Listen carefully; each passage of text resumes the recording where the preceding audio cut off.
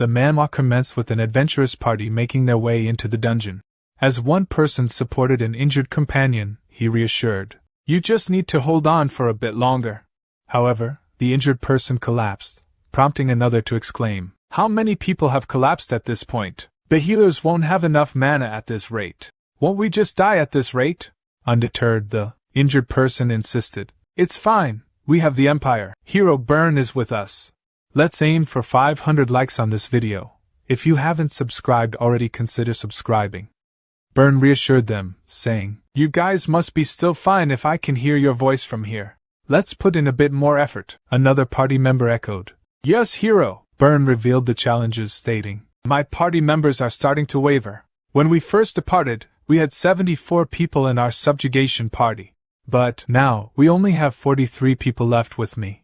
We didn't lose 31 people, 43 people simply survived.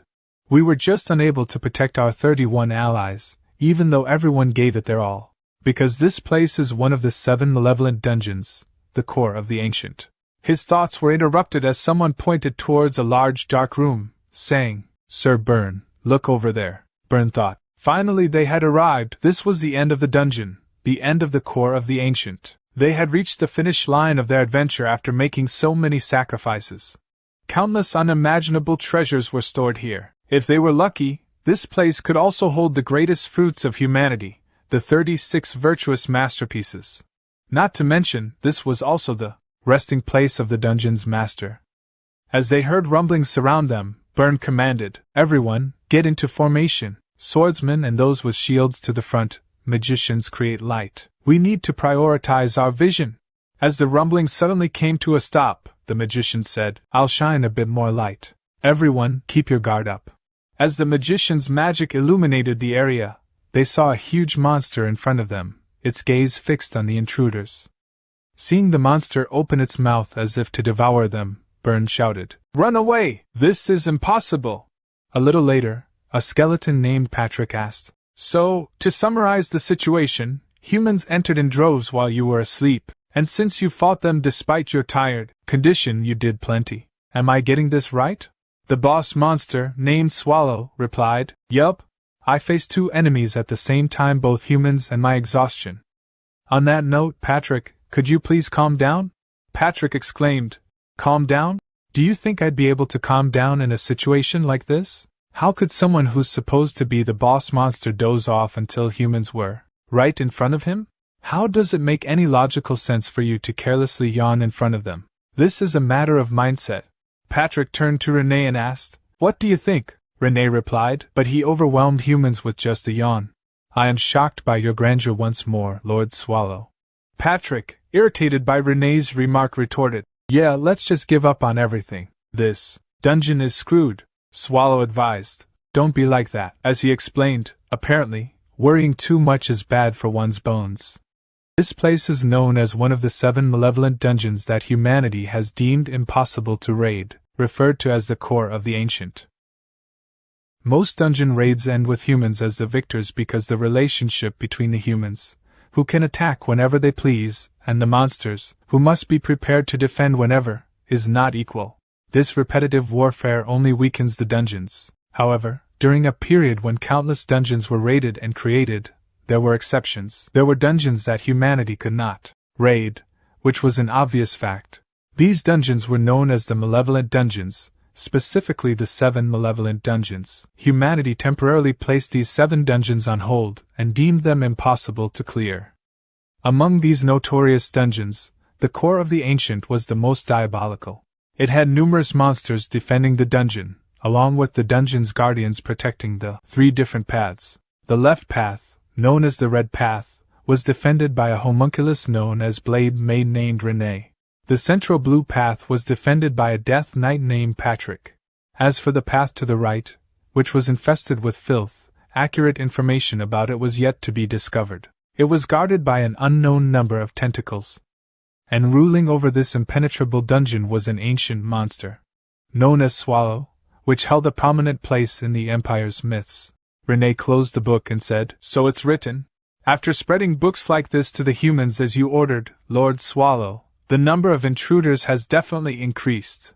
Swallow replied, See, there's a know-how to maintaining dungeons too, you know? If we surround ourselves in mystery too much, humans won't even think about coming in. We need to give them a bit of information like this so that they start thinking, we know quite a bit about that dungeon, and things like that. They run in like moths to a flame, not knowing that more than half of the information in here is false. Still, even so, I never expected for them to come in droves like this. Was it 74 of them all combined? Renee confirmed, yes. However, the majority of their equipment was melted down by 116 black tentacles, so they're unusable. The ones that are still usable are all quite expensive. But if it was her, she would have been able to take care of them without damaging the goods. Swallow chuckled. Sure, and transform into a human.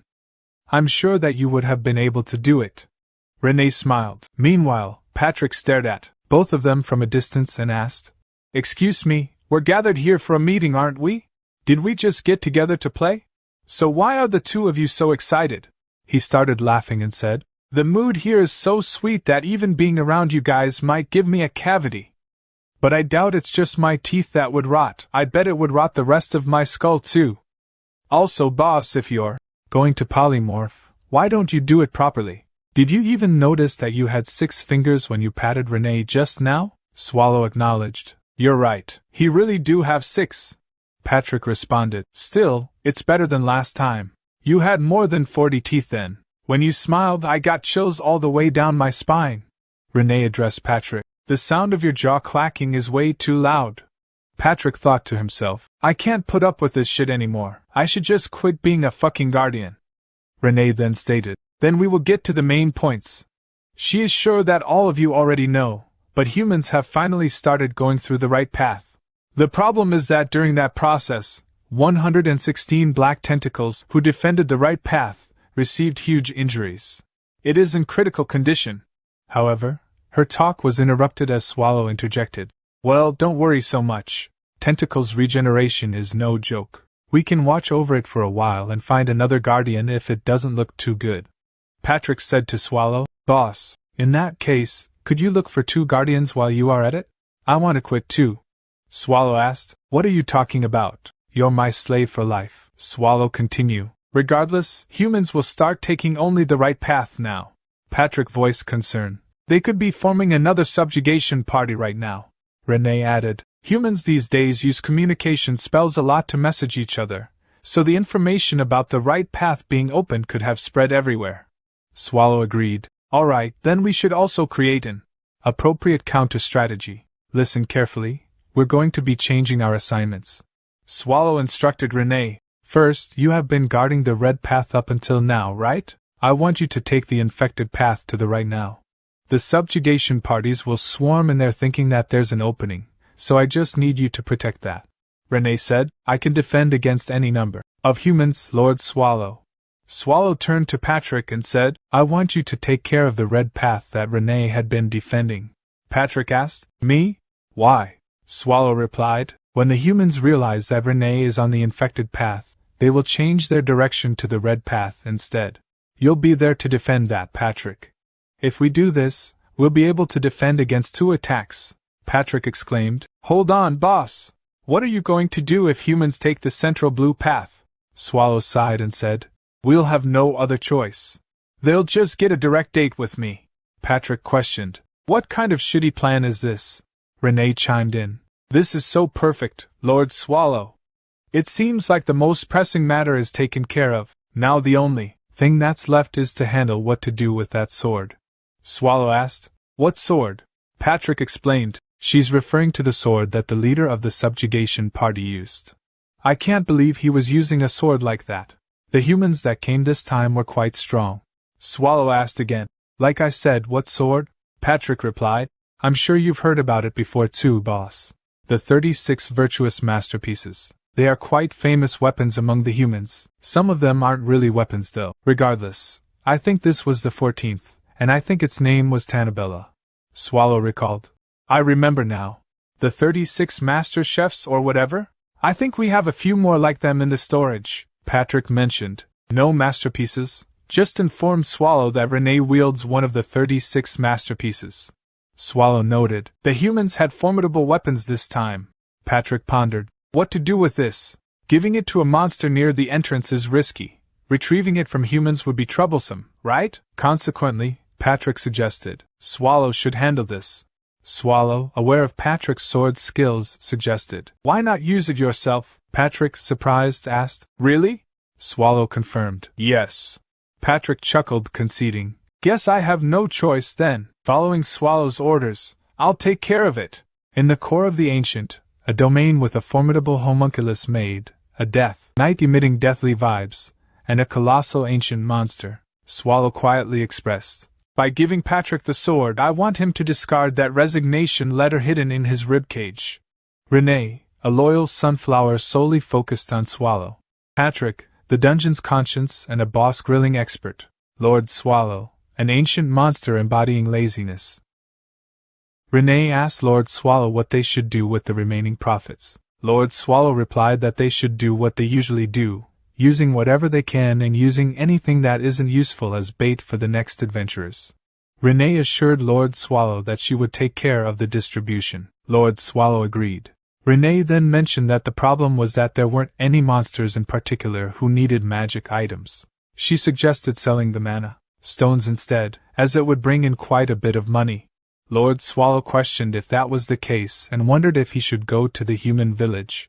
Both Patrick and Renee was surprised by his suggestion, and Swallow asked why.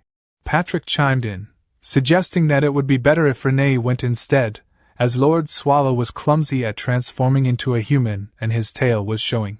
Lord Swallow agreed and told Renee to bring back lots of tasty things. The next day, Renee commented on the good weather and stated that she would be going. At the nearby town's Adventurers Guild building, a person informed Renee that they couldn't possibly buy the mana stones from her. Renee asked why not, and the person explained that the stones she brought were bigger than a B-rank mana stone, which would take an average commoner 10 years to save up for. The person mentioned that stones like hers could only be used by an Imperial Palace magician or a high-ranking magician at a magic tower. Renee thought about going to the capital, or a magic tower, but preferred not to go to a magic tower unless it was for Lord Swallow. Finally, Renee declared that she would be going. The person said, Take care, kiddo. As he realized one of the stones was left behind, he said, Hey kid, you left one behind. Renee said, That is a tip, thanks for the information, human. The person said, What a strange brat, you're a human as well, you know. As she arrived at the magic tower wing, one of the representatives of the tower said, So you're here to sell mana stones? In that case, it'd be better to consult with the guild master. I'll guide you to the office, please follow me. As Renee followed him, she thought, so it's structured so that the head of the tower resides at the top. The humans' magic towers are similar to dungeons. Her thoughts were interrupted as the person said, This way. As she entered the room, she was welcomed by the guild master saying, Thank you for coming all the way here. I'm Graumitz, the leader of this magic tower wing. And what is your name? Renee thought, this human has some quite impressive mana, and she said, I'm Rin. Graumitz said, I was going to ignore you since you're a kid, but the guard said you brought a bunch of mana stones with you. You're probably familiar with our magic tower wing's reputation, right? I trust you bought high-ranking mana stones suitable for our status. Renee said, See for yourself. Seeing the mana stones, Graumitz was surprised and thought, These are A-rank mana stones? They're all of the highest quality, comparable to the highest-ranking A-rank mana stones. These aren't something a kid should have. This kid, who is she? And Graumitz asked, Where did you find these? Graumitz thought, Hang on, now that I think of it, that hair. There's a family with silver hair among the 8 great houses of the empire. Could it be that the daughter of that house ran away from home and secretly brought the stones here? I can't think of any other way for such a young girl to have mana stones like these. In any case, she's a noble lady and the world's a dark place. Graumitz apologized for their rudeness and expressed surprise at the high quality of the mana stones. Their wing wished to purchase all of them, offering 50 ounces of gold for each stone and a special price of 80 ounces for the particularly good ones. Renee questioned the price, recalling what the guild representative had told her earlier about the difficulty of saving up enough gold for one stone. Renee calculated that an average commoner earns about 10 ounces of gold per year, so it would take 10 years to save up 100 ounces. Renee warned Graumitz about the consequences of joking around. Graumitz admitted that they couldn't afford to buy all The stones, even if they used all of their wings' money, Renee suggested buying as many as they could. Later, Graumitz revealed that they had 2,000 ounces of gold, which was everything they had. She asked if she could offer items of value in addition to the money in exchange for all the mana stones. Renee questioned the quality of the items and expressed the need for them to be easy to sell. Graumitz assured Renee that she didn't have to worry about that and invited her to a forbidden storage area in their tower. Graumitz showed Renee various items, including a tiara made of 4-carat diamonds with embedded mana stones, a living black pearl that makes crying sounds near poison, and a work of alchemy. Renee's expressions indicated her lack of interest. Graumitz mentioning that alchemy can be seen as a dirty discipline. She then asked about a jewel called the Crimson Love Stone that supposedly makes one's love a reality. Renee was captivated by the idea of a jewel that could make love a reality. She turned to Graumitz and inquired if it truly worked for anyone. Graumitz, with utmost confidence, assured her that infusing mana into the jewel in front of someone she liked would activate the spirit within, resulting in eternal love between the two individuals. Graumitz questioned if this particular jewel suited Renee's preferences. Renee insisted that it had to be this specific jewel. Graumitz chuckled and admitted that while he wasn't certain about the other items, this jewel was particularly difficult to obtain due to its ability to steal even the heart of an emperor, making it priceless. Slightly flustered, Renee then presented another item, surprising Graumitz. She questioned how a kid came to possess one of the 36 virtuous masterpieces. Renee exclaimed combine all the mana stones from earlier, along with this masterpiece, and demanded that Graumitz hand over the jewel. As Renee leaves, a green-haired man with glasses urgently speaks to Graumitz Amr, guild master of the magic tower. He's concerned about her decision to give away a heart gem, warning that sending Rin away with it could lead to her death. Graumitz, examining a jewel through a monocle, dismisses his concerns. She's indifferent to the fate of the noble lady who traded for the item, her focus solely on the value of the jewel despite the green-haired man's concerns. She remains unconcerned and coldly predicts the demise of the unlucky girl and the person she likes, confident that the curse will leave no evidence behind. The scene then shifts to one of the 7 malevolent dungeons Renee hates, Castle, set against a red and black sky filled with ashes. The castle itself appears ominous with multiple pointed structures stacked together. Inside, a red woman equipped with scissors and a comb prepares to trim Renee's hair, remarking on the dying ends. She snips a piece off as Renee apologizes for her unannounced visit, expressing gratitude for the woman's help. The red-haired woman, Ursula Bathory, boss of Chait Castle, warmly responds that neighbors should help each other. She enjoys seeing Renee and finds her presence delightful.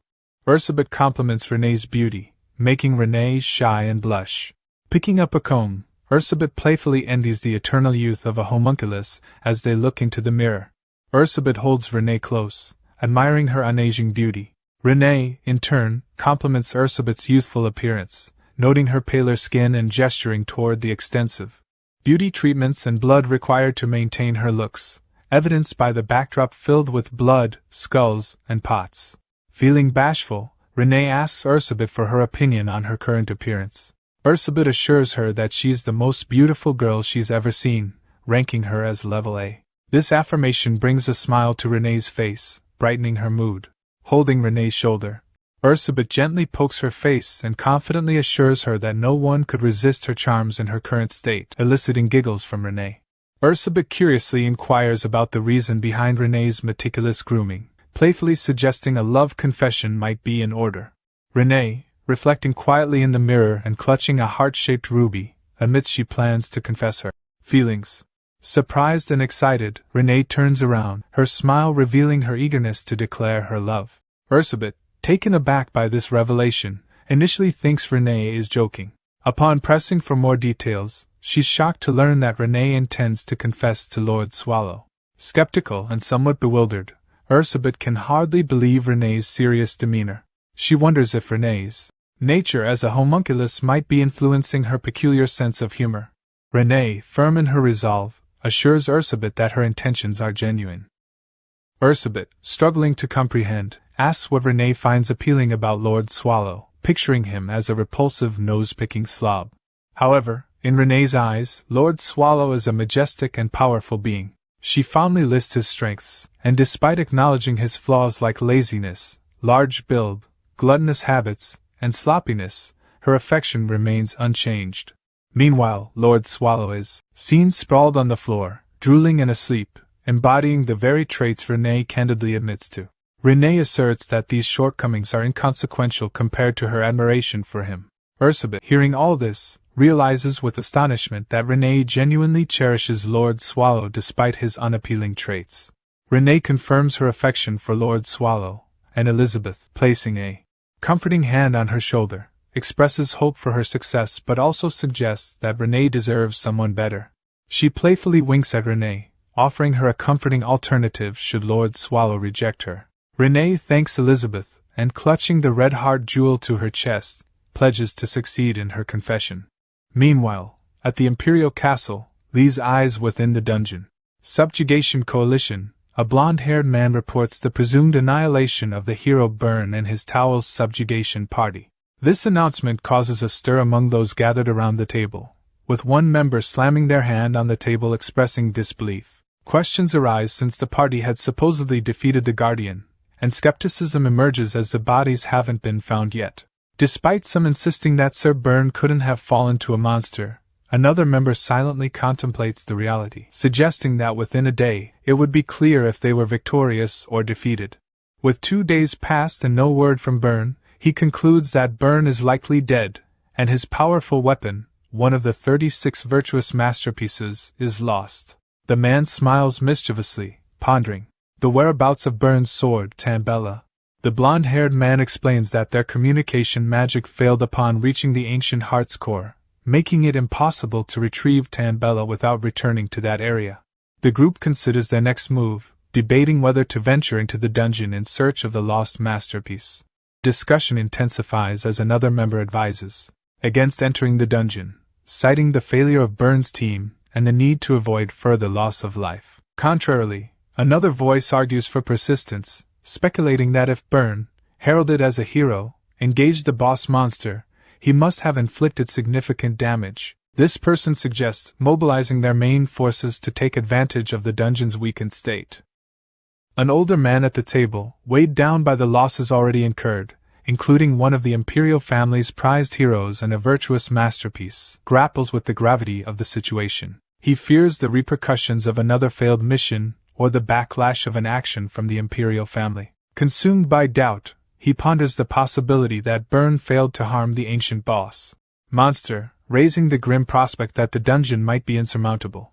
His concerns voiced aloud leave the group speechless until a new figure, a purple-haired, short-haired man accompanied by 2 cloaked bodyguards, confidently asserts that conquering the dungeon is feasible. This bold claim redirects all attention to him, and the older man standing up questions why the Imperial Magic Research Association, known as the Third Eye, is present. The purple-haired man cryptically hints at the authority they serve, implying involvement from the Imperial family. The old man internally curses the Imperial family's interference. The Third Eye's mere presence instills nervousness among the table members, as he insinuates that their actions have consequences, suggesting they might have to atone for their sins.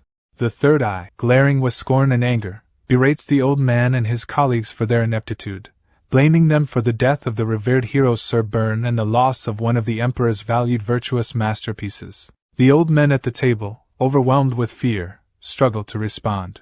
The Third Eye, resting his hand on an old man's shoulder, chillingly suggests that their lives could be spared, but only if they agree to his conditions.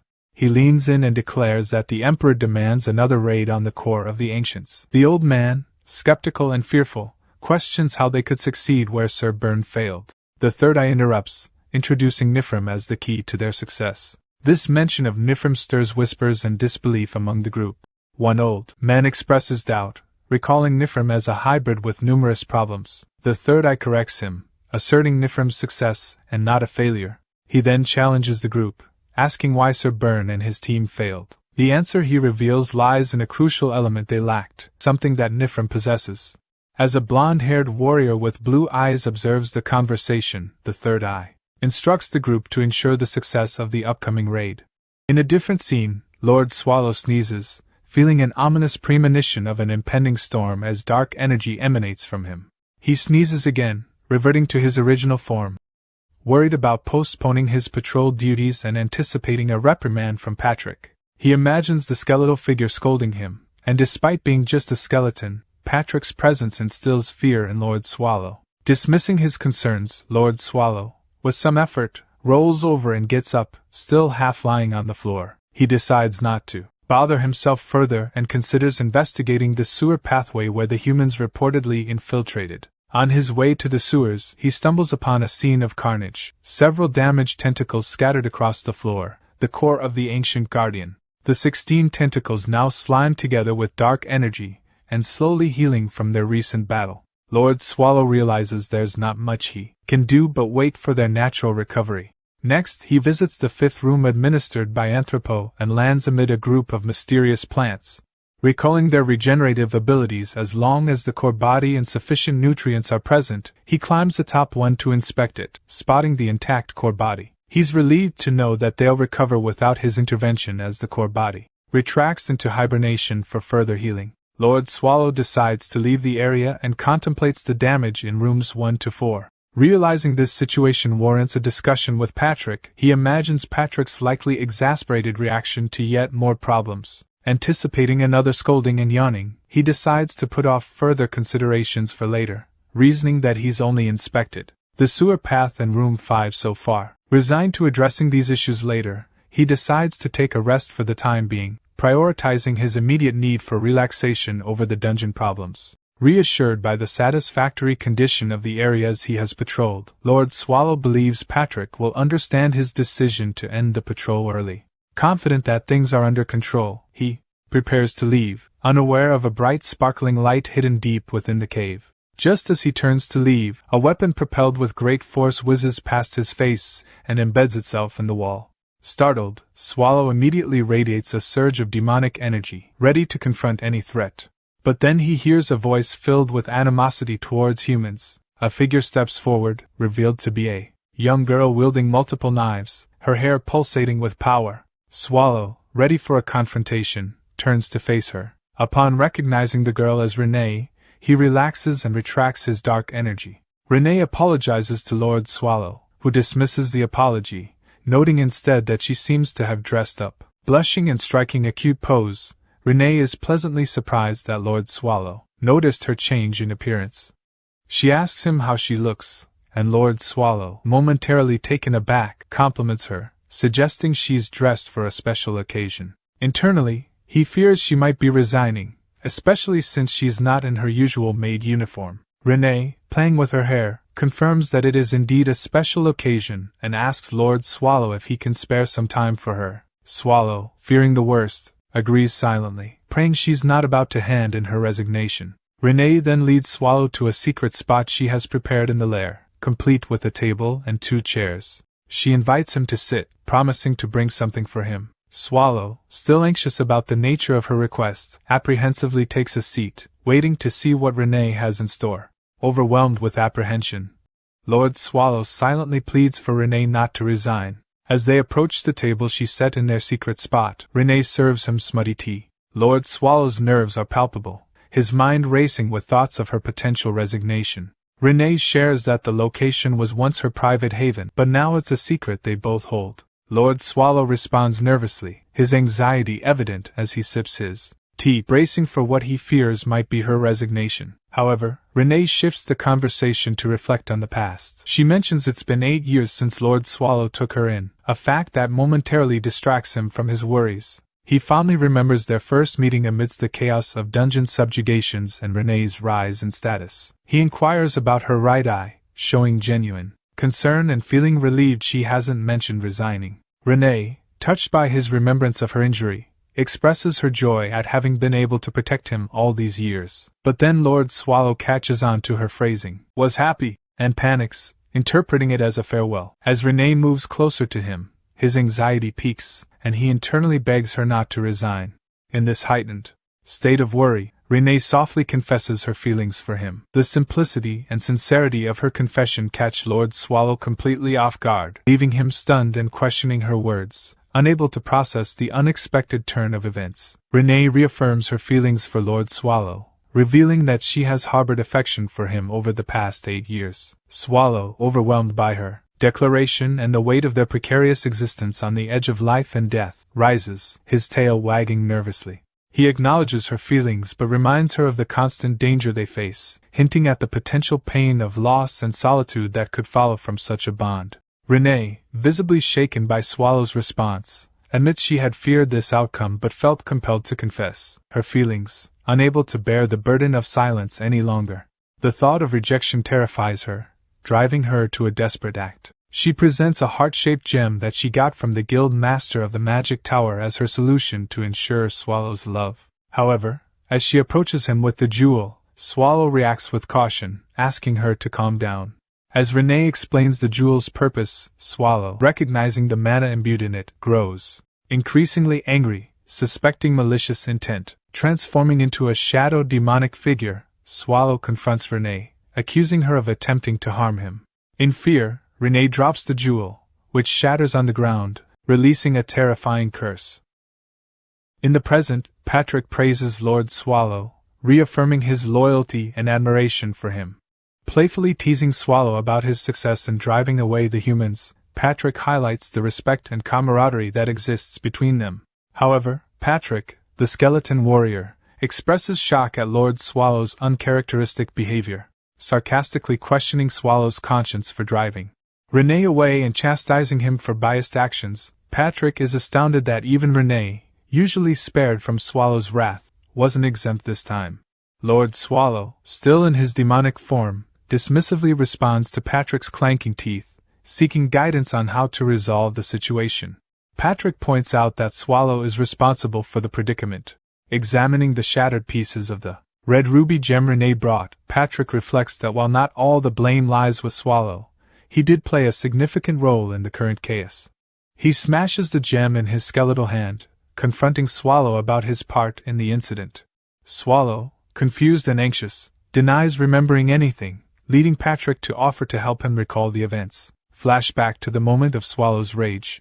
Patrick intervenes to prevent Swallow from harming Renee. Swallow, engulfed in fury and about to attack, is grabbed by Patrick, who attempts to calm him down. Observing Swallow's chaotic half-human, half-monster form, Patrick realizes the severity of the situation. Turning to Renee, Patrick finds her in despair and confused about the consequences of her actions with the ruby. He urges her to leave, but she's too distraught to comprehend.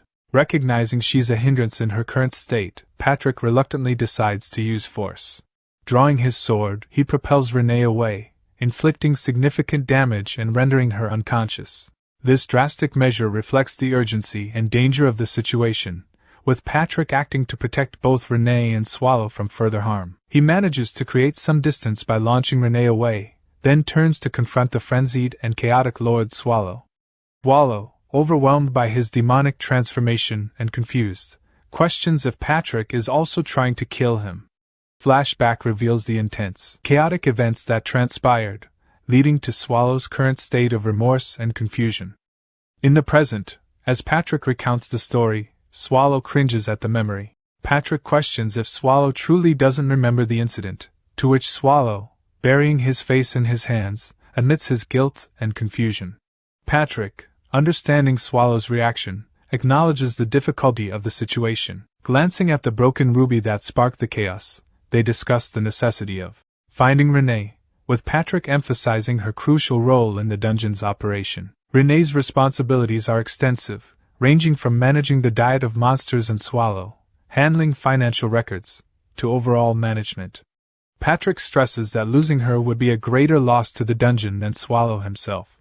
Realizing the gravity of the situation, Swallow acknowledges his inadequacy and the shock of hearing the extent of Renee's contribution.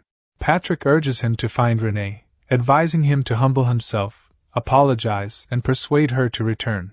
Swallow starts to revert from his polymorph state, accepting Patrick's advice. Patrick emphasizes the urgency and importance of the matter, even suggesting Swallow go as far as to kiss Renee's shoes to win her back. Swallow, understanding the seriousness, agrees to take action to rectify the situation and bring Renee back to the dungeon. As Swallow prepares to leave in search of Renee, Patrick hands him an item called Dura, a bracelet designed to stabilize mana. The bracelet, adorned with a green emerald, catches Swallow's attention. Patrick explains its significance, noting that it's an expensive item and may not be entirely effective on Swallow due to his strong mana reflux and unusual number of fingers. Patrick emphasizes that the Dura might help prevent severe fluctuations in Swallow's polymorph state. Intrigued by the level of preparation, Swallow half-jokingly questions whether Patrick foresaw the incident. He learns that Patrick found the Dura on the floor and is reminded to handle it carefully due to its fragility.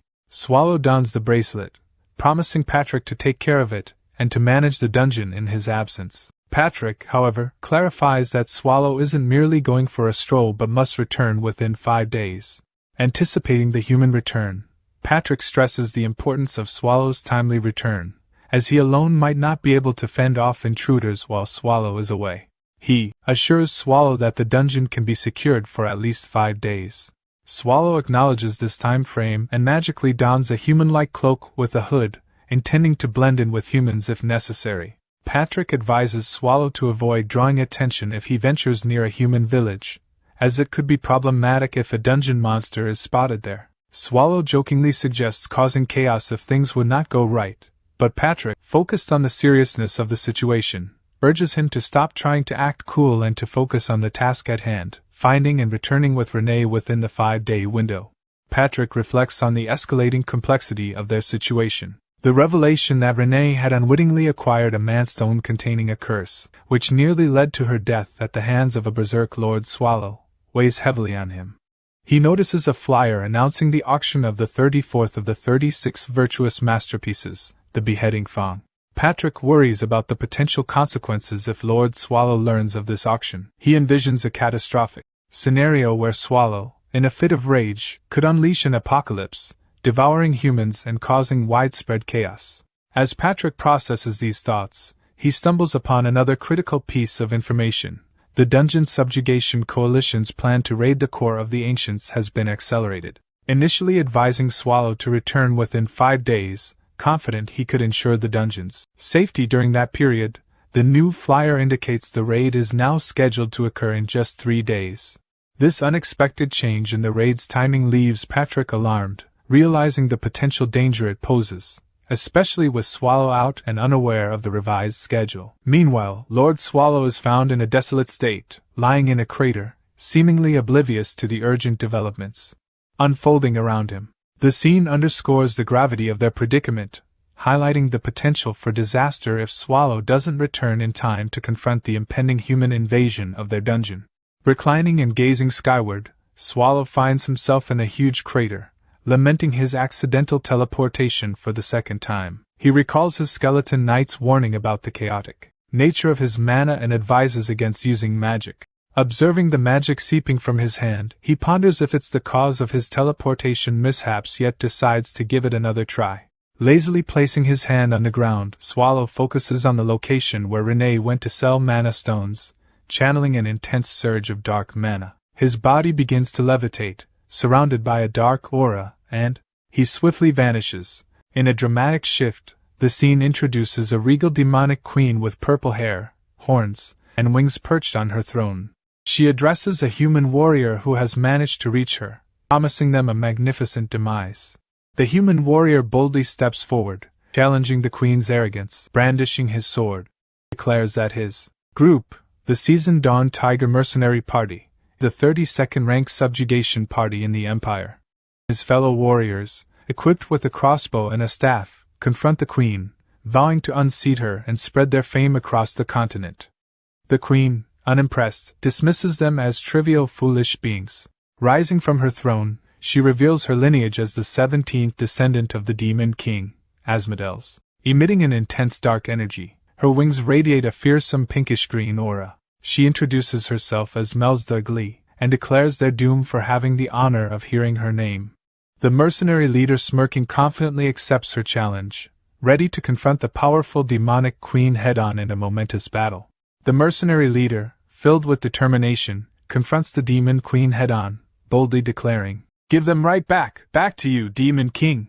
The queen, unfazed, deftly wields her staff, spinning it skillfully as she prepares for battle. She effortlessly deflects the incoming arrows, leaving the mercenaries astonished that she could block such a powerful assault. The group's mage urges the others to provide support, preparing to launch a fiery attack. The Demon Queen, disdainful of the humans, proclaims their insignificance and summons a wave of demonic flames, and she aimed a demonic flame at his party members, providing cover with long-range attacks from behind, hitting them, and then redirected it towards the mercenary leader.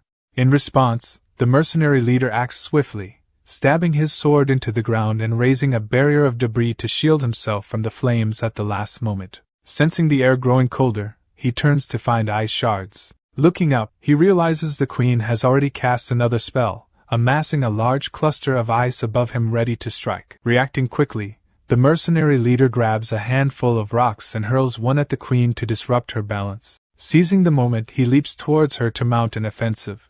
The queen, however, counters by launching a bar of ice shards at him, but a protective barrier forms around mercenary leader, shielding him from the onslaught.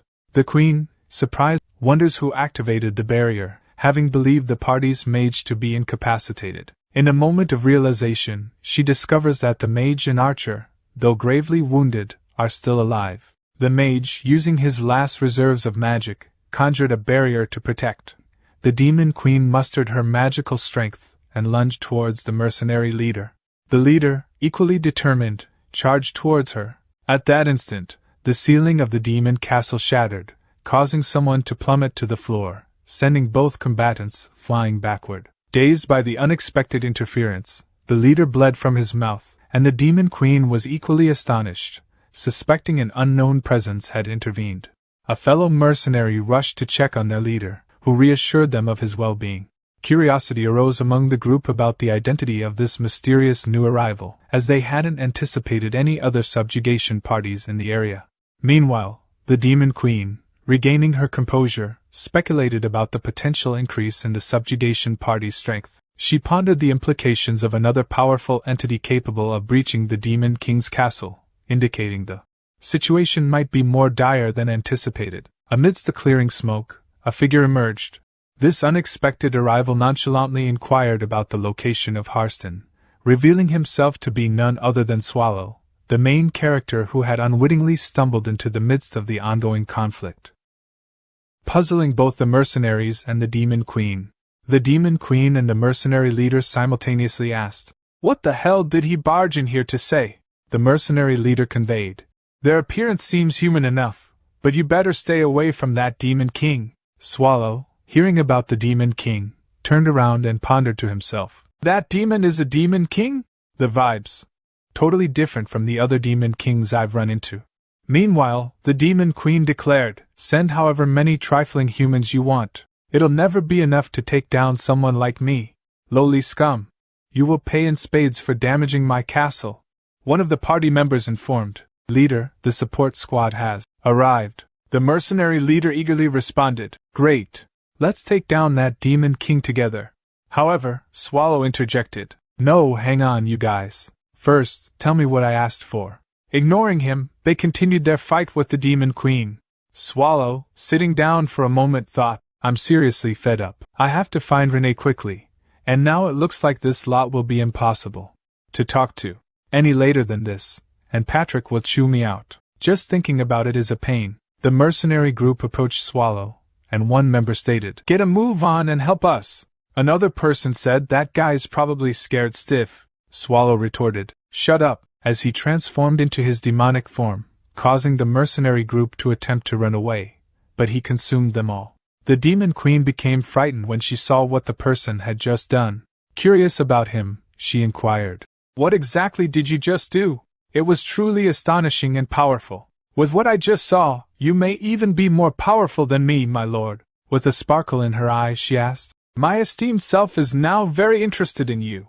I want to know more about you. What is your true identity, my lord? What about your name? What's the secret to your strength?" Swallow, flustered by her persistent questioning, upon noticing Swallow, the demon queen also grew nervous. She said, "Pardon my manners. Allow me to introduce myself. I am a great, well-renowned demon king, the 17th descendant of Asmodeus, Mels de Agria." She then asked, "Now then, what's your name?" Swallow thought to himself, "I hate all of this, but if it is for the sake of intel, He remembered what Patrick had warned him earlier, thinking, if I reveal my identity, wouldn't news of it spread everywhere? Patrick warned me not to let that happen. Besides, there's no need to reveal it now. Swallow then said, I'm Swaldo Rolnir. The Demon Queen, intrigued, asked, Swaldo Rolnir, can I call you Lord Swaldo? Swallow replied, if you want. The Demon Queen expressed her gratitude, saying, okay then, Lord Swaldo, first of all, heartfelt thanks for coming to my rescue, though it was rather overkill. Before she could continue, Swallow interrupted, saying, say less. The Demon Queen insisted, no, if it wasn't for your help, my lord, it's shameful to admit, but they may have landed a single attack on me. You did save me, but it's not like I needed saving. Since you helped me out, Lord Swaldo, I want to be of help too. Anything you want from me? Swallow exclaimed. Indeed, are you familiar with the route to Harston? The Demon Queen responded. Harston, you say? Swallow pondered. Good, she's aware. Opting to spare her instead of the humans was the right decision. Just a bit more patience, Renee. The Demon Queen inquired. So, what exactly is Harston? Swallow, surprised by her question, thought, Harston? Could it be she not only lacks directions but also doesn't grasp what Harston is? Did I unintentionally inquire with the one person unfamiliar with the concept? Swallow asked. All right then, where's the nearest human settlement from here? The Demon Queen replied, a human village? To my knowledge, Liège is the closest city. Swallow thought, Liège? The imperial capital Liège? Doesn't it take 2 months to travel from Harston to Liège in a human carriage? Swallow, rolling on the ground, exclaimed, way off the mark. The Demon Queen questioned, what happened, Lord Swaldo? Overshot, you say? It seems you wish to travel a great distance. How about utilizing the teleportation hub? Swallow asked. What's a hub? The Demon Queen inquired. You're not aware? It's a human invention involving magic and alchemy. Supposedly, this device possesses technology that forcibly transports individuals through space. Swallow questioned, where can this be found? The Demon Queen replied, the teleportation hub is located in Liège. After a short time in Liège, Swallow inquired whether this city is where we locate the transportation hub. The Demon Queen assured Lord Swallow that Liège was an ideal place for gathering information. While Swallow was doubtful about finding Renee there, he recognized it as a starting point to collect leads, considering he was unsure if Renee had gone to Harston. Upon hearing Swallow's description of Renee as a woman with silver hair, the Demon Queen confidently promised to aid him in his search. Swallow, puzzled by her willingness to help, questioned why she, as the ruler of the Demon King's castle, would leave her domain. The Demon Queen, with a hint of pride, declared that her physical location was irrelevant to her rule. Wherever she stood was her domain, and the demons by her side were her soldiers. This proclamation was accompanied by an aura of powerful malice, showcasing her dominance. Swallow, intrigued, asked if her ability to command demons was a unique power of the Demon King lineage. The Demon Queen boastfully affirmed, though she admitted she had never actually tried it herself. Her confidence, however, remained unshaken, as she believed she could emulate her father's feats. She then casually mentioned that the Demon King's castle, a legacy from her father, was partially destroyed, which explained her current freedom from its confines. Swallow, feeling a bit awkward and responsible, apologized for the damage. The Demon Queen nonchalantly shrugged off the significance of the castle, expressing frustration over the constant chaos caused by humans. As they continued walking down the alleyway, an unlikely partnership formed between them in their joint quest to find Renee. Unbeknownst to Swallow, the Demon Queen's eagerness to assist stemmed from a burgeoning crush on him, adding an underlying personal motive to her newfound alliance with Lord Swallow. At the tavern, amidst the vibrant atmosphere of celebration and chatter, Lord Swallow and the Demon Queen Mel settled down with 2 beers.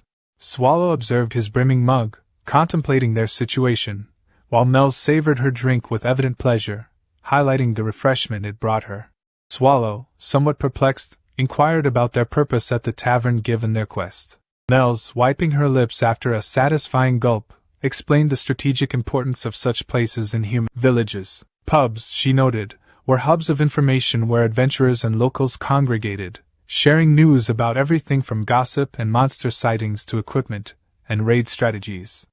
The conversations in these settings were rich sources of unpolished gems of information. She pointed out that the key was in selecting the right conversations to eavesdrop on. As Swallow scanned the room trying to understand what she meant by pick and choose, his attention was drawn to a board full of flyers. Approaching the board, Mel's commented on its significance as a nexus of information. Seemingly surprised by its presence, Swallow examined a flyer, which Mel's identified as a list of subjugation parties currently involved in dungeon activities. She explained that the system was in place to prevent multiple parties from entering a single dungeon simultaneously, as it could lead to conflicts over payment distribution. Swallow, absorbing this new information, realized the practicality of their location. Amused by the sight of humans voluntarily venturing into danger for greed, Mel's mused on their likelihood of success, which she deemed low if they didn't work together. Swallow expressed it better for us. His comment piqued Mel's curiosity, leading her to ask what he meant by us. Swallow began to sweat anxiously. Mel's, with a sharp inquisitive gaze, leaned closer to Swallow, suspecting his demonic nature. She questioned how he, presumably a dungeon demon, could roam freely outside unlike her, the demon lord confined to her castle. This discrepancy struck her as peculiar. Swallow, attempting to dodge the inquiry, claimed the explanation was too complicated and pleaded for her to drop the subject. Mel's, sensing the multitude of secrets he harbored, chose not to probe further, respecting his privacy. However, Swallow's attention was soon drawn to a message board with a flyer about his dungeon. Relieved to see that the subjugation list was empty, he realized there was still time. Mel's, playfully teasing Swallow about his height, demanded to see the flyer for herself. Swallow, finding her antics somewhat annoying, complied and handed it over. Mel's excitement was evident as she read about the raid advertisement for the 7 malevolent dungeon cores of the ancients. Swallow, surprised, asked if she knew about this dungeon. She replied that of course she does. Then told him that it has every dungeon's strengths in one, and even the foolish humans can't help but admire its power. He told her to wait, and asked her if she was allowed to take it. She sat down happily, shouting that it was what every demon strives for, and told him that among the 7 malevolent dungeons, the core of the ancient is the strongest of them all, and its ruler, Lord of Creation, God's guardian who punished those consumed by fear, is the zenith of all core monsters, none other than Lord Swallow, making him wonder if isn't he closer to a landlord than a ruler, one that is always struggling with evil residents. She also told him that her favorite dungeon is the core of the ancient, and she wants to be stronger because if she gets stronger, she'll be able to meet Swallow in the future, making him sweat hard knowing that she was meeting him right now. She asked him if isn't it wonderful because it was unapproachable strength, and told him that she wants to be like it. She also told him that, of course, her father was strong as well, and he was a true demon king fit for the throne, unlike her. And it was just that there are humans, stronger than her father, and they are a fairly young hero named Burn or something. He asked her if Burn is the hero who defeated the demon king and told her that he really doesn't want to go near Burn, thinking that he was the one who swallowed that hero with a yawn. She told him that she doesn't want to spend her life managing dungeons like her father because she just wants to enable her demons to make their dungeons, which is why she is going to get stronger, and asked him if isn't it wonderful. He smiled, thinking that it was nice to be young, and that it was. He remembered that he was like it once long ago, further back than he can even remember. There was a time when he, full of vigor, led armies powerful enough to rule the world, and he tried to master all the world's knowledge and was more serious about it than anyone else. He associated with humans that he saw as pathetic and got emotional with them. There was once a time when he devoted everything to them, but at the end of that path, he realized it was all in vain. So now his life goal is to sleep all day. While he was firmly decided on his new goal, Mel's had succumbed to the effects of alcohol and fallen asleep at the table, snoring loudly. Swallow, taken aback, questioned whether she was genuinely asleep amidst the bustling tavern. His inquiries went unanswered as Mel's continued to sleep soundly. A moment later, he heard a man asking his friend if that was another subjugation request, and the man's friend replied yes. It came in yesterday, but he forgot to put it up. The man asked his friend how could he put yesterday's stuff up now, and the other man asked which dungeon it is. While Swallow was holding Mel's and busy asking the waiter where the rooms were, the man's friend put the paper on the board, telling everyone to just wait because he was putting it up now, and they should see it for themselves. The man teasingly asked his friend if he never changed it, and told him he'll get fined if the Empire's inspectors catch him. But the man's friend replied that he is changing it now. Then, they all saw that the quest's rank was the 7 Malevolent Dungeons Core of the Ancient, and it was an underground limestone cave within Grapenia Forest near Harston, west of the Empire. The quest warned that only those who have been recognized for their ability to subjugate an official Imperial S rank or equivalent dungeon are allowed to enter. Also, they should be warned that it contains malevolent levels of danger. Then, it showed that the participating subjugation party was the Fimor Subjugation Party of Fimor du Belli with 31 members, under subjugation party leader Nifrim, and its subjugation expiry date was within 72 hours of the date issued.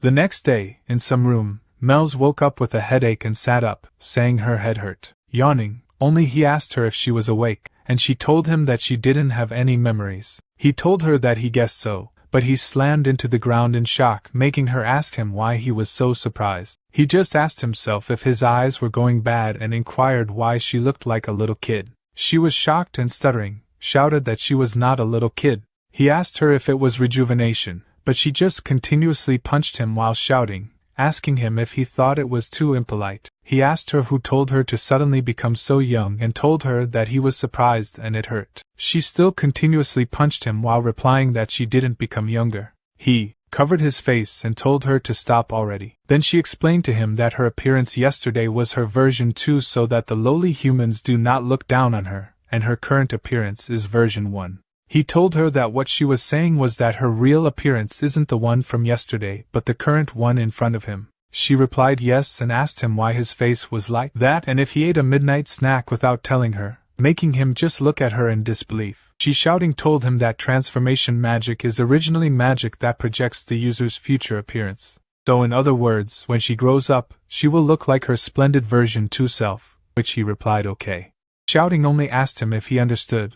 He replied okay. But she still told him that there was no heart in his response. He told her that it seems they'll need new clothes first. She told him not to keep treating her like a kid, to which he replied all right, but she still told him that she wouldn't forgive him for it.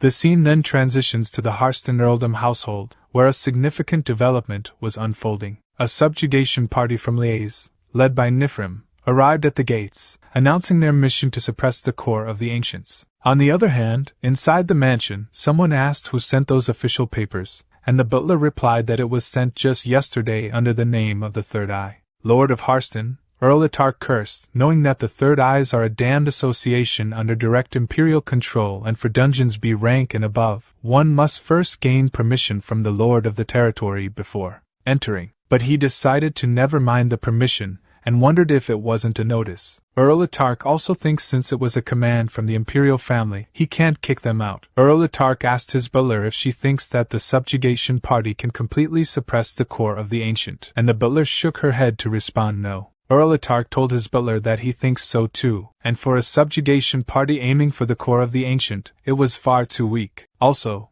as for the subjugation party leader, Nifrim, he has never heard of them before, and he asked what on earth those bastards from the Third Eye are thinking. Then he asked himself, won't his territory be the one having a crisis if they touch the core of the ancient half-heartedly, and wouldn't it be better for him to ask a stronger subjugation party to raid the core of the ancient? But he knows that if he does it, he needs a trustworthy subjugation party. His butler told him that he might find the answer closer than he thinks, making him realize that his butler was talking about the magic tower wing. He thought if it was the wing, then it was completely possible. Then Earl Itark remembered that he heard.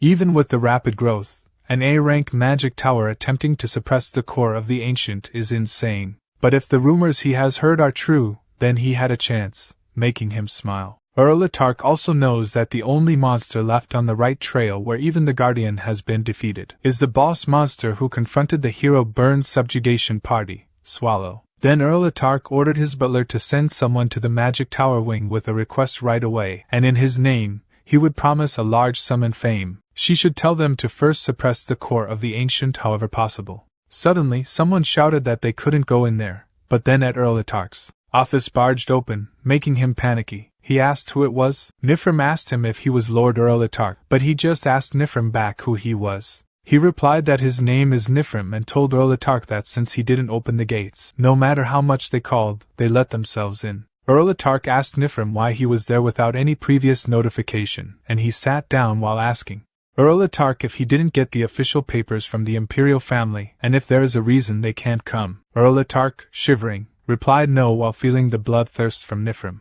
The lady asked Erlitarch if she is right that they are guests, and what is with his face, then told Erlitarch to smile, and that she wants to eat something sweet, so he should give her some tea, snacks and chocolates. Erlitarch clenched his hand in anger but then ordered his butler to hurry and prepare them. A moment later, Erlitarch asked Nifrim why he came looking for him, and he replied that they had come to crush the core of the ancient. Erlitarch told him that it had only been a day since the official papers had arrived, so he was quite fast, and asked him when he was going. He replied that they were actually planning on going today, but something just came up, so he thinks they'll go tomorrow, and asked Erlitarch if it was okay. Erlitarch asked him if tomorrow wasn't too soon and if it wouldn't be better to go after fully recovering since it was an important task, then told him that he will provide shelter and amenities, so they should enjoy to their heart's content. But he tells Erlitarch that it is all right even if he isn't so concerned about them, and they will just visit the magic tower wing and head off immediately. Erlitarch worriedly asked him why he was going to the wing and if he had an acquaintance there, but he replied that it was not for such a courteous reason because he would go there to just kill them all. Erlitarch stuttering asks him what he means, and he replies that for an earldom's security to be so flimsy, eavesdropping with magic was too easy, so he heard it all on their way there. Then he asks Erlitarch if he is going to entrust the subjugation to the magic tower, and if he thinks they would obediently give up when they also came to that border for subjugation, so he thinks they should get rid of everyone who'd be a disturbance. He also tells Erlitarch that it was quite beneficial for him since between them and Wing, the stronger party would go to subjugate the core of the ancient. Erlitarch apologized to him for his lapse, and told him that he would not request any other group, so he should start the raid whenever he wished. He grabbed one of the cookies while asking Erlitarch if it was so and bit on it while telling Earl that he was beside himself seeing the Erlitarch favor. Meanwhile, in the core of the ancient boss dungeon, the stones formed as humans stood still. Then Patrick slashed their heads easily, and he knows that it's almost time for their arrival. Meanwhile, in Liaise, Swallow and Melz are walking in the street. Then he saw something and thought that it seemed familiar to him. Melz tells him that it must be there. He tells the guard that he wants to go to the teleportation hub, and the guard informs him that if he means the hub, then he has still got a long way to go. He asks the guard what he means by a long way, and the guard explains to him that the thing in front of them is the entrance, and the hub is located in a castle right outside the Imperial Palace, so they'll have to go a while longer, and they'll have to go through 3 more castle walls. He asks the guard if it will take long, and the guard replies that if he wants to walk then maybe it'll take at least a week. They are both shocked to hear it, making the guard confusedly ask them if there is a problem. He knows that it is too late, and at that rate, he should forget finding Renee because Patrick will run away from home. She whisperingly offers him using flying magic, but he replies that they can't, and if they keep letting out mana, they'll get found out by humans. He knows that if he lets out his mana, he didn't know what will happen. Suddenly, someone tells them that they look to be in some trouble. Then the old man apologizes to them for unintentionally eavesdropping and asks them if they are looking to go to the hub by any chance. Melz replied that it was right and asked the old man who he was. The old man replied that he was the flying coachman, Belver. She asked Belver what he meant by flying coachman, and he pointed to something with wings on the side, then introduced to them that it was an abandoned 4th-generation homunculus, and it was the result of an artificial angel manufacturing plan carried out by the Empire. He replied that he understood while Melz thinks it looked disgusting. Belver explained to them that it was strong, followed orders well, and could fly, but it was abandoned because it couldn't bring about the collapse of the church, which is its original purpose. She asks Belver if the human's homunculus experimentation is over, and Belver replies that there is no way the Empire would give up the kind of power, and there is still a strange story about homunculi being mass-produced somewhere through a large-scale process. He asks Belver if aren't they usually incubated in giant flasks, but Belver replied that it was from ages ago, and it was for the 1st-generation homunculus incubation done 150 years ago, making him wonder if it has already been that long since Renee was born. Melz goes on the carriage while telling them that it looks durable enough. She doesn't think Belver is lying and asks how long will it be until they reach the hub if they take it. Belver replied that the flight would take 3 hours, and the inspection would take 1, so about 4 hours in total because even if they fly, inspection at each castle wall is essential. He asked Belver how much it was and Belver replied that for the two of them, it's 8 ounces of gold, making them shocked. Knowing that 8 ounces of gold is 800 ounces of silver, the cost of staying at the tavern was 8 ounces of silver, so it was 100 times more expensive than yesterday's accommodation fee. Mel's apologizes to him because she doesn't have that much money, and he asks her if he looks like he does. But then he hears something clicking in his pocket, grabs it out, and sees that it is paper. Then in the letter, Patrick calls him their clumsy boss, and tells him that there'll come a day when he'll be thankful for him. Then he sees that with the letter, gold coins are inside. A moment later, they are inside the flying homunculus. When Mel's calls him, making him ask her what it is, she asks him who gave him that much money, and he, yawning only, replies that an associate from the dungeon who seemed to have secretly given it to him. She tells him that now she is thinking about it, and asks him if isn't he a monster from a dungeon, and how is he able to go around so freely. He asks her if saying he got kicked out is a suitable response, making her ask him if the associate he was looking for is someone who also got kicked out, and he replied that it was something like it. She tells him that she is jealous because even after leaving the dungeon he cares for his associate right to the end, and she wants a colleague like that as well. Also, she wants to live a life like him. A life where he has someone to take care of him, and he takes care of them. But he just asks her if it is so. Later, in the Street of Gold and Pleasure Survey Rose, he asked the man if he was telling him that they couldn't use the teleportation hub now. The man replied yes and apologized to him for the inconvenience. Mel's tells him that she didn't think it would happen and that she was ashamed. The man tells them that if it was not urgent, they should come back at around 8 p.m. today because the hub had been shut down today to ensure the security of today's auction. After the auction was over, VIPs would use the hub, so the higher-ups will allow it if they are interested. They should take the paper. He asked the man if he said they were closing the hub because of the one auction, and the man replied yes. Then explained to him that it was because quite a rare item was exhibited this time, and the beheading fawn that had an unknown whereabouts for a long time was suddenly put on display a few days ago. So they closed the hub for an hour to prevent infiltration into the auction house by abusing the hub. She replied that she understood and told the man that it was a really well-made drawing while he was busy looking at the beheading fawn picture, thinking that he had seen it before somewhere. Then he remembered that it was the same as what his associate used. The man asked him if he was sure he was not mistaken, and he replied that it was exactly the same. Then he asked the man if isn't the thing where if they grip it tightly it flies and transforms into a large blade. The man replied that he was not sure about it, but he thought he must be mistaken since only one beheading fawn exists in the world. He was shocked to hear that it was the only one that existed in the world, making him think that it was definitely Renee's weapon. But he wondered why it was in the hands of humans and thinks that it couldn't be. He thinks even the bosses of the other 7 malevolent dungeons can't mess with Renee easily, so there is no way mere humans would be able to face her because Renee is strong and she is called Blade Maid Renee for nothing. He slowly changed to his original form while wondering if Renee was holding a blade when she left, and remembers that Renee was wearing frilly clothes that didn't even have pockets to hide weapons. She threw a blade at him since she mistook him for an enemy, making him wonder how many weapons did Renee have left, if Renee ever fought with less than 5 weapons if she fought with humans. He knows that Patrick's strong without a sword, and it is just that with a sword, Patrick is even stronger. But Renee is different because if they take the blades from the Blade Maid, there nothing will be left of her. Mel's called him in fear while he was transforming back to his original form, but he didn't hear her because he was busy furiously wondering if Renee got killed by mere humans.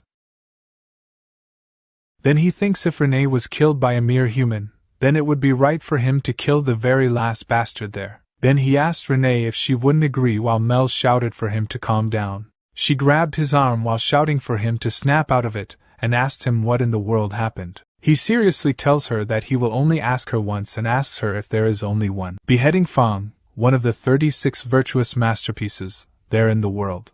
She sweating replied that according to the principles she knew of, it was the only one, and asked him why he asked all of a sudden. He replied that he had been looking for it, and it belonged to his friend, so he had to find it. Then he takes his arm back while telling her that she doesn't need to help him anymore, and as short as it was, he thanked her. Then he tells her that he knows the way back to Harston now, and he can make his own way there from there on out, so it would be best if she got out of there as fast as possible. She shouting calls his name and asks him if that person, the friend he was referring to, is the demon that takes the form of a silver-haired woman and a warrior who wields the beheading fang of the 36 virtuous masterpieces, the Blade Maiden Lady Renee. She shakingly tells him that based on his reaction, it seemed she was correct, but he just tells her that it was enough with the provocations and asks her how much she wants to know. She tried to laugh while shivering in fear and telling him that there was no need to tell her the whole story, and even if he used that vicious voice of his, he could not scare her, especially since she had already figured out who he was. She also tells him that Renee is the guardian that protects the great core of the ancient, and she is the highest of the highest, so if he claims that Renee is his friend, then he must be the master of the core of the ancient, the great Lord Swallow, making him surprised, and his anger disappeared. He admitted that he was Swallow, and she proudly told him that she was sure of it. He sighed, but the truth is he felt disgusted. She laughingly tells him to look at his face, and she caught him red-handed, but he shouldn't worry because her deduction skills were supreme. She shyly continued by telling him that she knew what kind of dangerous thoughts were crossing in his mind at that very moment, so she would help him, and he would not object. He asks her if she is sure she can go off of such simple reasoning when he is someone who claims to be nearly on the level of the Demon King.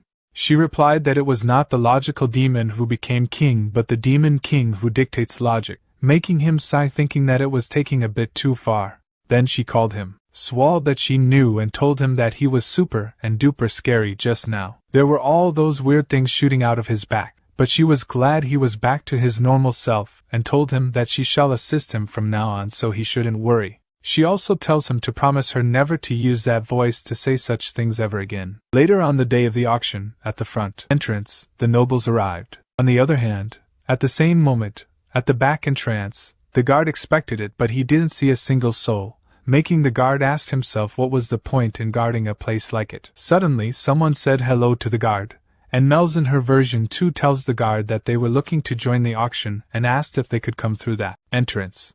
The guard, stuttering, replied that they could right away, but first, he'd have to ask them to identify themselves and ask them what their names are. She replied that she was Mel's of House Agria, and the man behind her, her attendant Swallow. The guard tells them to wait a moment and check on the list, but then the guard apologized to her because she was not on the guest list for today. She replied that it was strange and asked Swallow if he, by chance, happened to have the invitation on him.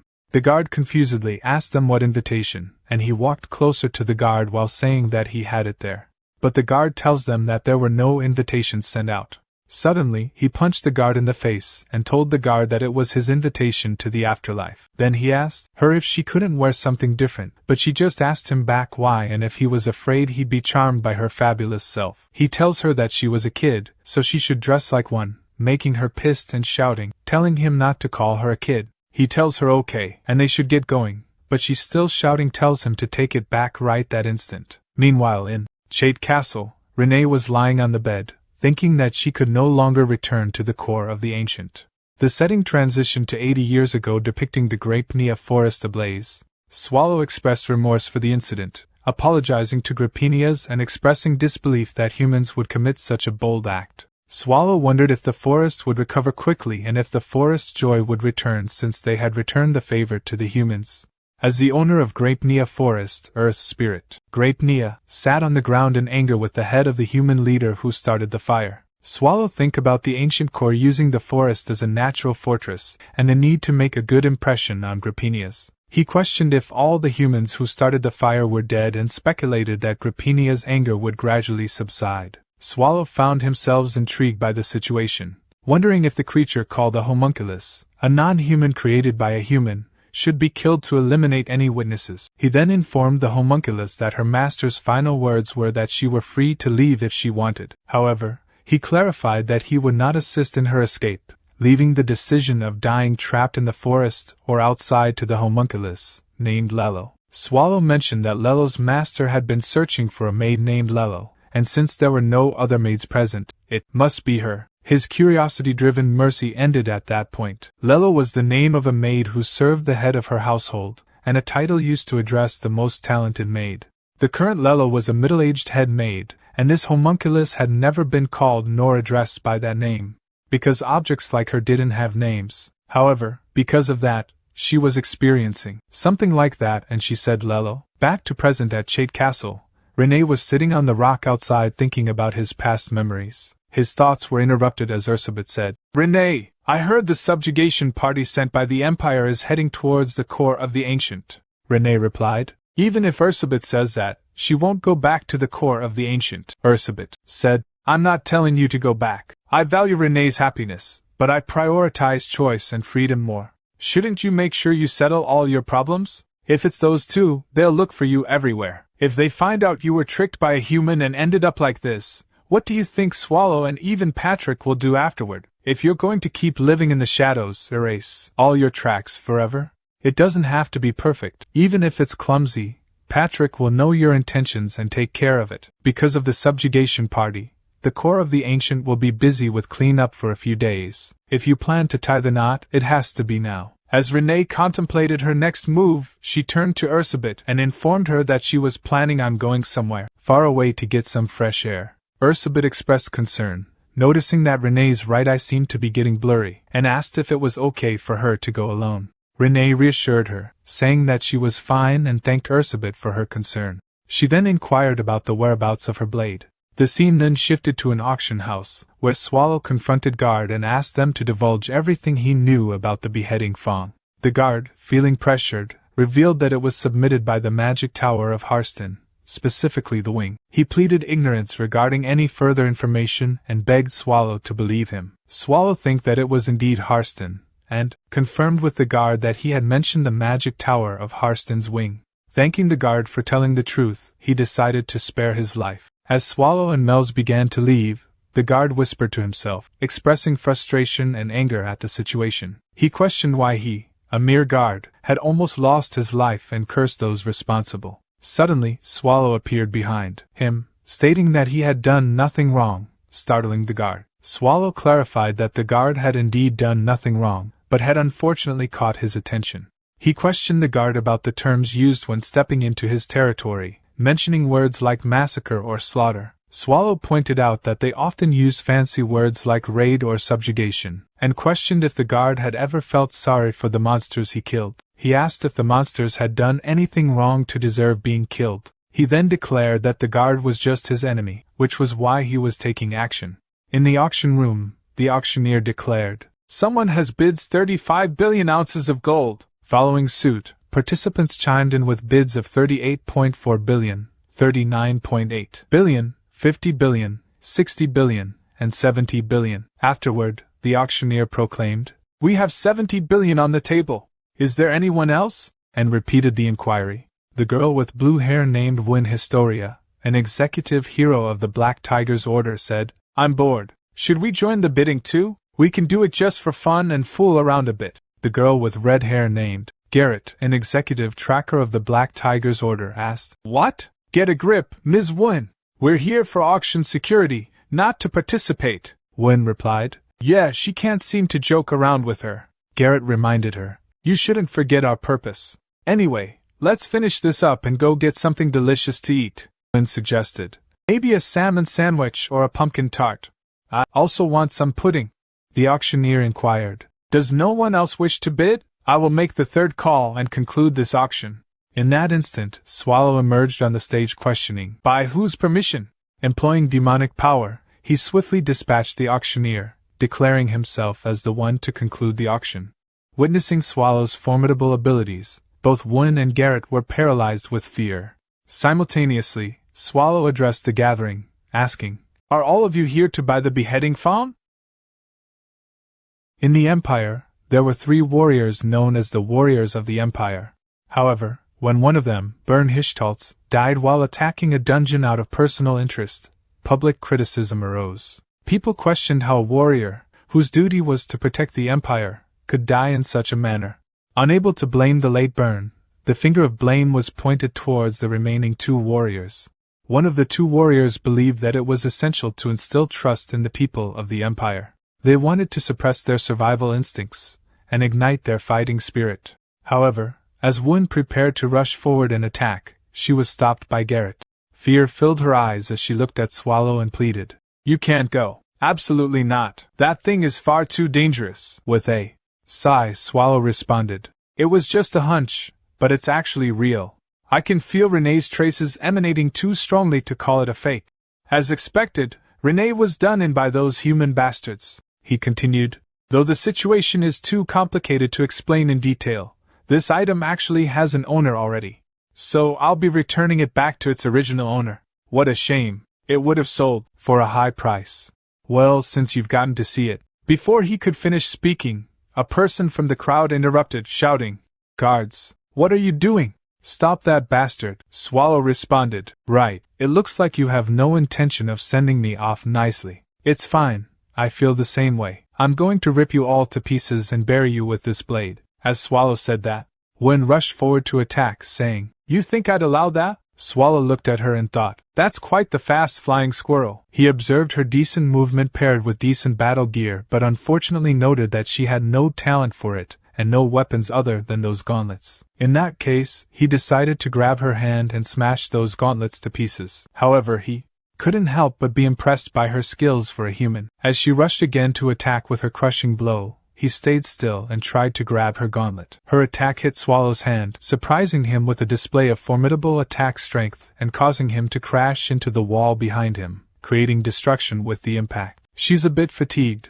took a deep breath and stood still, while he laughed and said, So you weren't just any old kid? She wondered, He's still alive? He's not dead? That can't be. That technique destroys most dungeon bosses without even leaving a trace. Even the replica of the Apocalypse, said to easily withstand any 3 blows, was once destroyed by a single blow from that technique. Black fluid, no gas? So he's not a human. But he's no ordinary monster either. Just what is he? He replied, What? A pity, and attempted to eat her with his demonic power. However, at that moment, Garrett rushed forward and tried to save Wen. She tore the scroll, using scroll magic to teleport her out of harm's way. A little later, Mel's asked, Sir Swallow, are you safe? I was worried. Swallow reassured her, saying, Well, I'm fine. Mel's questioned further, Are you really okay? I thought you died a helpless death. Swallow pondered, I wonder, I'm still alive. And he thinks that the attack earlier is not something that a human is capable of delivering. If something like that had hit his heart,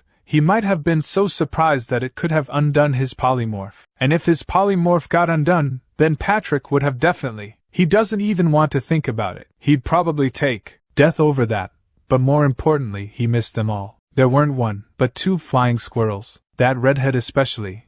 While he was distracted by Blue Hair, she evacuated everyone, cast several layers of protection magic on Blue Hair, and escaped the clutches of his magic at the same time. Interesting. As the scene shifted to a little distance from the auction house, where Wen teleported, she fell to the ground. An old person exclaimed, Something fell over there. A second person reacted, What on earth is happening? Hey, there's someone here, the old person asked. Are you awake? She's very injured. Call the guard. No, the healer.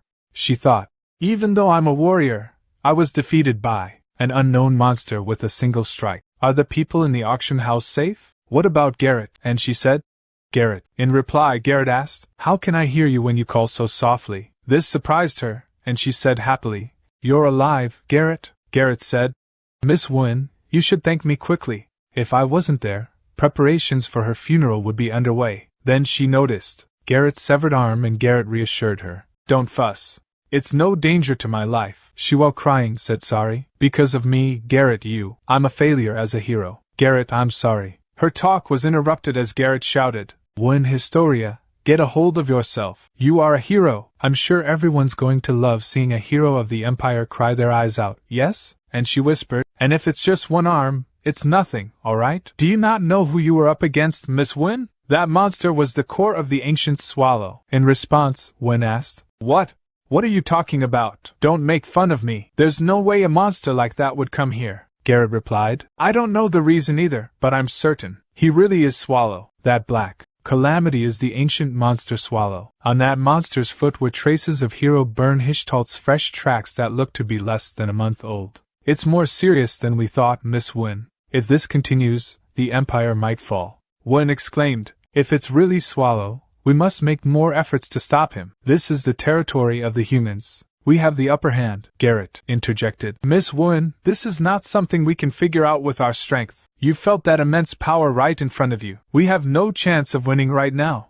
We need to head to the Demon Subjugation Coalition for more assistance and report to the Imperial family. So, I will move by myself first. In my current condition, I can't teleport the both of us, so Miss Wooen, you stay here for now. And she used whispers of light, cure, and said, it won't heal you completely, so please don't roam around and wait for me here.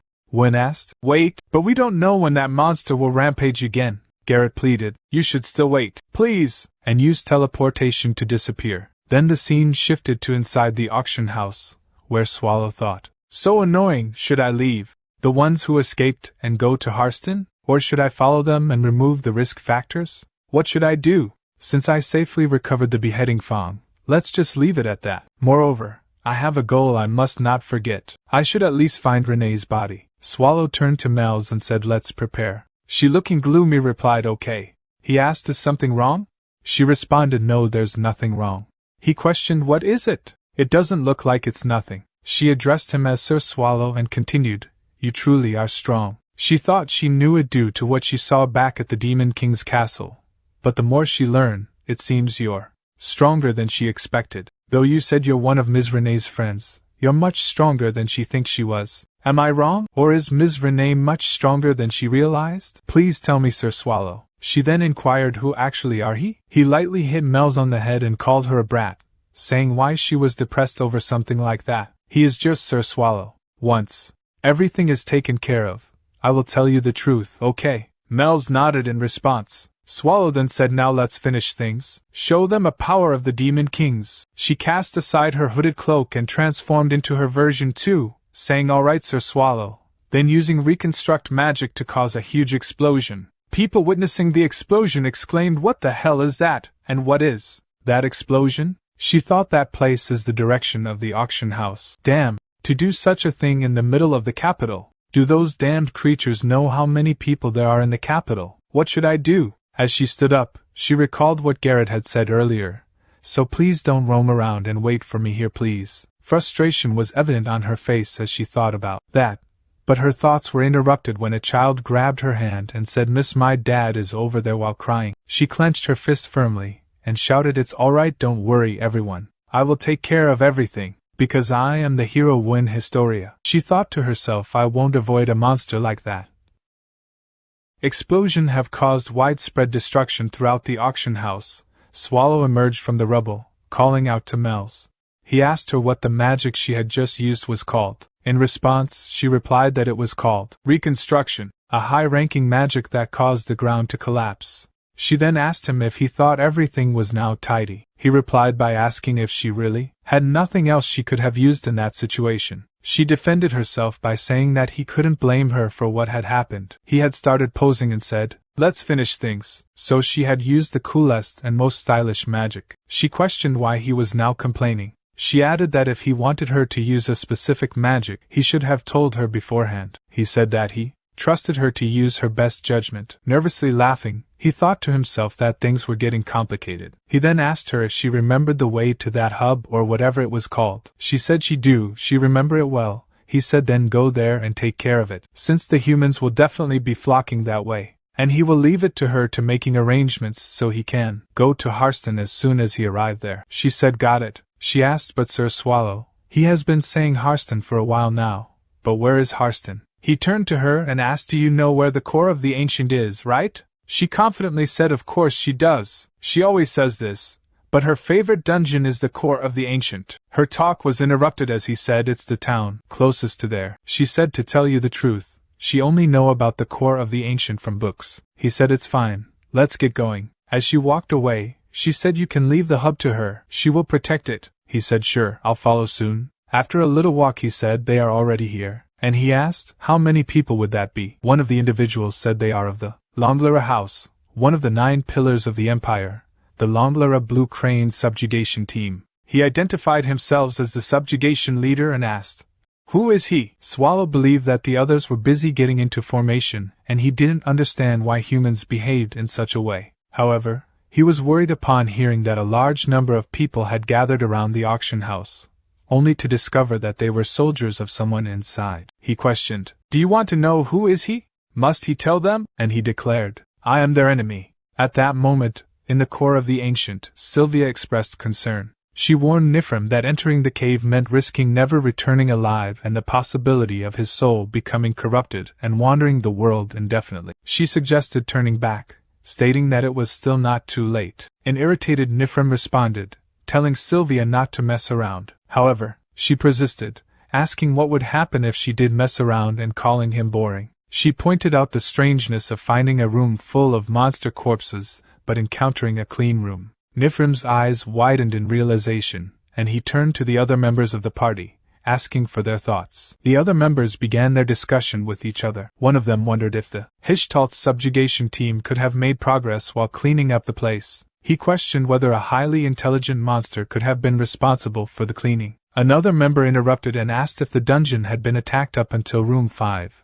Excluding the boss room. He expressed disbelief that a monster could have cleaned up everything. He also questioned why a monster would clean up another monster's corpse in the first place. As the discussion continued among the party, Nifrim scanned the room and shouted at the supposed prankster monster, telling him not to play such foolish tricks. He asked if he was trying to deceive them. Patrick exclaimed in surprise, commenting on how loud Nifrim was and how it made his ribs echo. Anyway, to his regret, he didn't deceive them. He had simply cleaned up because it was unsightly to see everything lying around. He had gone to great lengths to clean because he had heard guests were coming. However, he warned that if they were cursed at, he would become upset. Nifrim turned to Sylvia, asked to illuminate the room with her magic. In response, Sylvia agreed and used illuminate magic to lighten the room.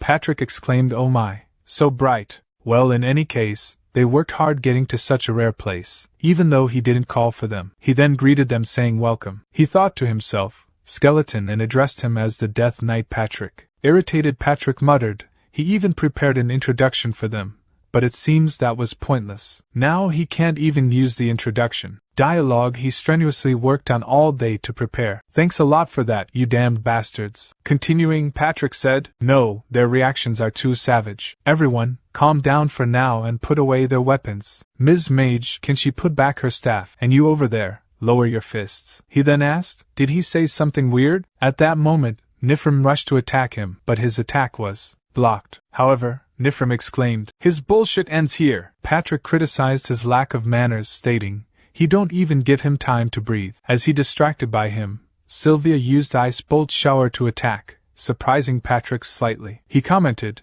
"He feel this every time. 1 versus all is definitely too much for him. Even though he will win, of course." Seizing the opportunity, Nifrim swiftly moved forward to launch an attack. Although most of the attacks were blocked by Patrick, one strike succeeded, causing him to lose grip of his sword and drop it to the ground. He thought regretfully that this outcome was unexpected and commented, "For a human his strength is good." Sylvia employed multiple buff spells on Nifrim, including Strong Body, Reading Omens, Light Feathers, Step of Silence, Boiling Blood, and Bone Ashes of Famous Warrior. He asked, "The secret to his strength was buff magic, isn't that quite unreasonable?" He also thought to himself that those buffs wouldn't last long, only 1 minute. If he could last just 1 minute, he might have a chance. Then Sylvia used multiple restraining spells on Patrick, causing him to freeze in one place. Patrick commented, "This is a bit problematic." In that moment, Nifrim caused Patrick to crash to the ground and stepped on his back, demanding,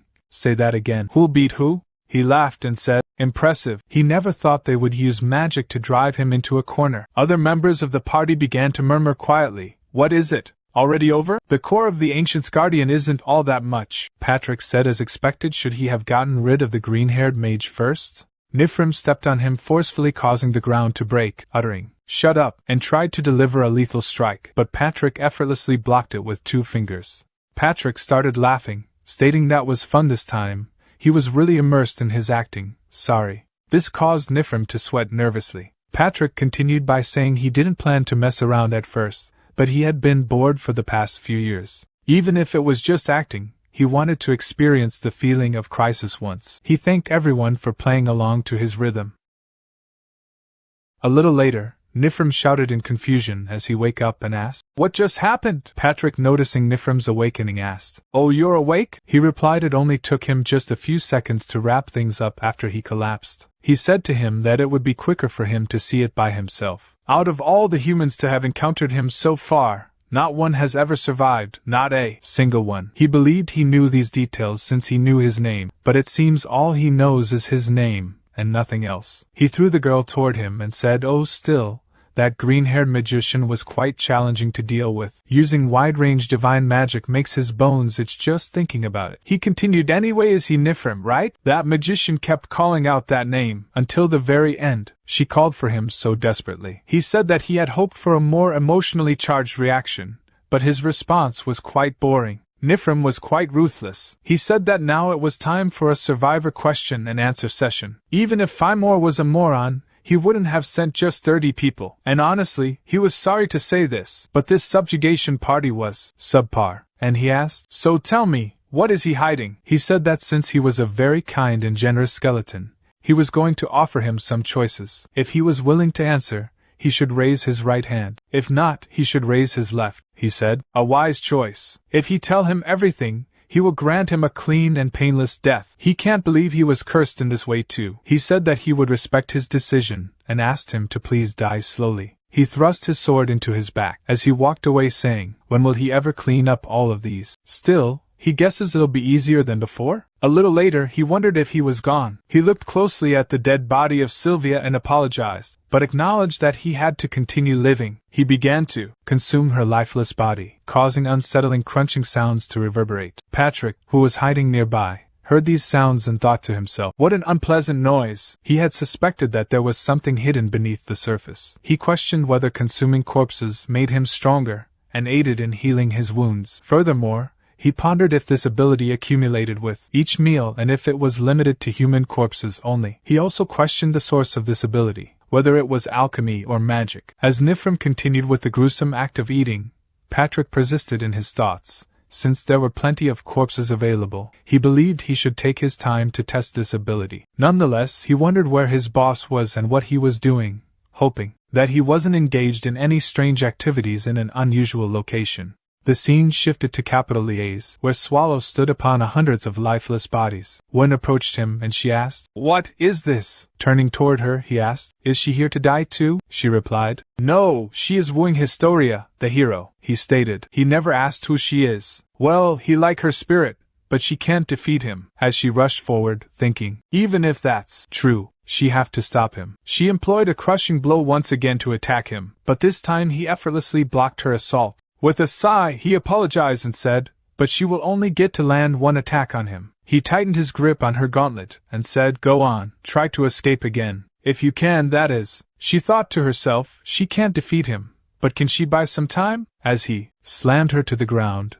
the impact caused the ground to collapse, and she coughed out some blood from her mouth. She persisted in her belief that she is a hero, and thus, her duty as a hero is to protect. Lifting her from the ground, he asked, "Is it over?" She responded, claiming to be a hero named Win Historia, expressing her refusal to be defeated. She declared her determination to protect her people from him. Despite her efforts to attack him, her strike proved ineffective. She asserted that being a hero meant she had to protect innocent people. He congratulated her, acknowledging that her sacrifice was not in vain. He promised to remember her name, although he was uncertain for how long. He expressed respect for her perseverance, and offered her a painless death. However, before he could deliver the final blow, someone intervened by attacking him from behind, saving her from harm. Turning around, he questioned the identity of the individuals, comparing them to sausages that continued to appear one after another. One of them explained that she had taken drastic measures to save Ms. Wynn and apologized for their rude actions. He sarcastically asked if she would forgive someone who apologizes after hitting her on the back of her head. She expressed, "Allow me to extend my greetings,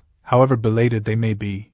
She introduced herself as Arl Ethelbria's Gal Livison, a member of the Ethelbria's Black Tigers Order, and expressed her honor in meeting the almighty Lord Swallow. He inquired, "Did she just call him Lord Swallow? How did she know?" She replied that she simply had a talented person under her command who was able to recognize him. He thought that her smile was hiding something. He said, "Well, fine, but right now, I am in quite a bad mood and you are wasting my time. If you are planning to attack me after running your mouth, then just get it over with." She assured him that he was mistaken and they wouldn't dare to fight against him, Lord Swallow. They had no intention of fighting and had simply come to offer him a deal. He asked what kind of deal when he had nothing to regret. She better read the situation carefully, as insulting him would not result in an easy death for her. She believed that this was a gamble with the safety of the Empire on the line. She revealed that the original owner of the beheading Fong was still alive. She assumed that he didn't come all the way there just to retrieve a virtuous masterpiece. Lord Swallow, they had come to offer him aid in fulfilling his desires. He asked what she would do if he said he didn't have anything he wanted help with. He wondered if she would still be willing to assist him. Furthermore, he questioned what she would do if he came to obtain the beheading Fawn out of boredom,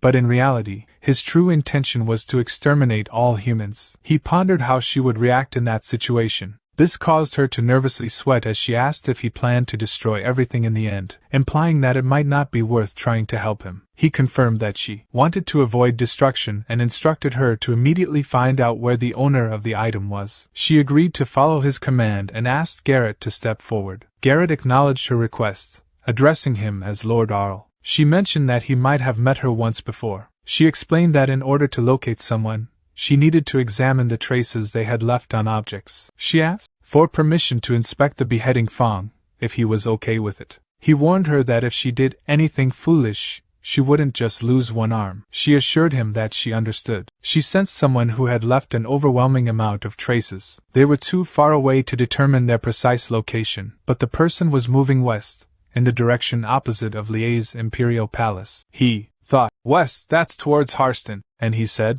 "That information is enough." He believed Renee was still alive. With a sigh of relief, he expressed gratitude, saying, "He is in your debt. He remembers you too." Arl said that he was honored to have helped him. He moved towards the teleportation hub while telling people in front to move. As he arrived at the hub, she said, "Sir Swallow, he is a bit too late." As he saw a large number of corpses in front, she said, "Look at this, I upheld my promise." She did well in defending the teleportation hub. With this, she thinks it's enough to say that the favor has been sufficiently returned. He said, "Yeah, it's enough. She worked hard," and he thanked her. "Let's see, is this how he use it? The cords are to Harston, and if he infuses his mana." But as he infused his mana into the teleportation hub, it exploded. He think it couldn't endure his mana? He was pretty confident, since his polymorph was quite stable though. If he used Demura's mana suppression function for transfer magic, wouldn't he be able to safely use teleport then? He would have to undo polymorph for that, but if he did, he would practically be announcing his existence to all the living things around him. Screw it, he had already screwed things up past the point of no return. It was too late to end things smoothly. As he removed Demura's mana stone, he destroyed the hub building as he reverted back to his original form. He think the coordinates are Harston, Magic Tower Wing. Then the scene shifted to Harston Magic Tower. One of the representatives of the tower said, "Welcome to the Magic Tower Wing. Your affiliation and house can be confirmed through a simple verification process." She asked, "Can I use transfer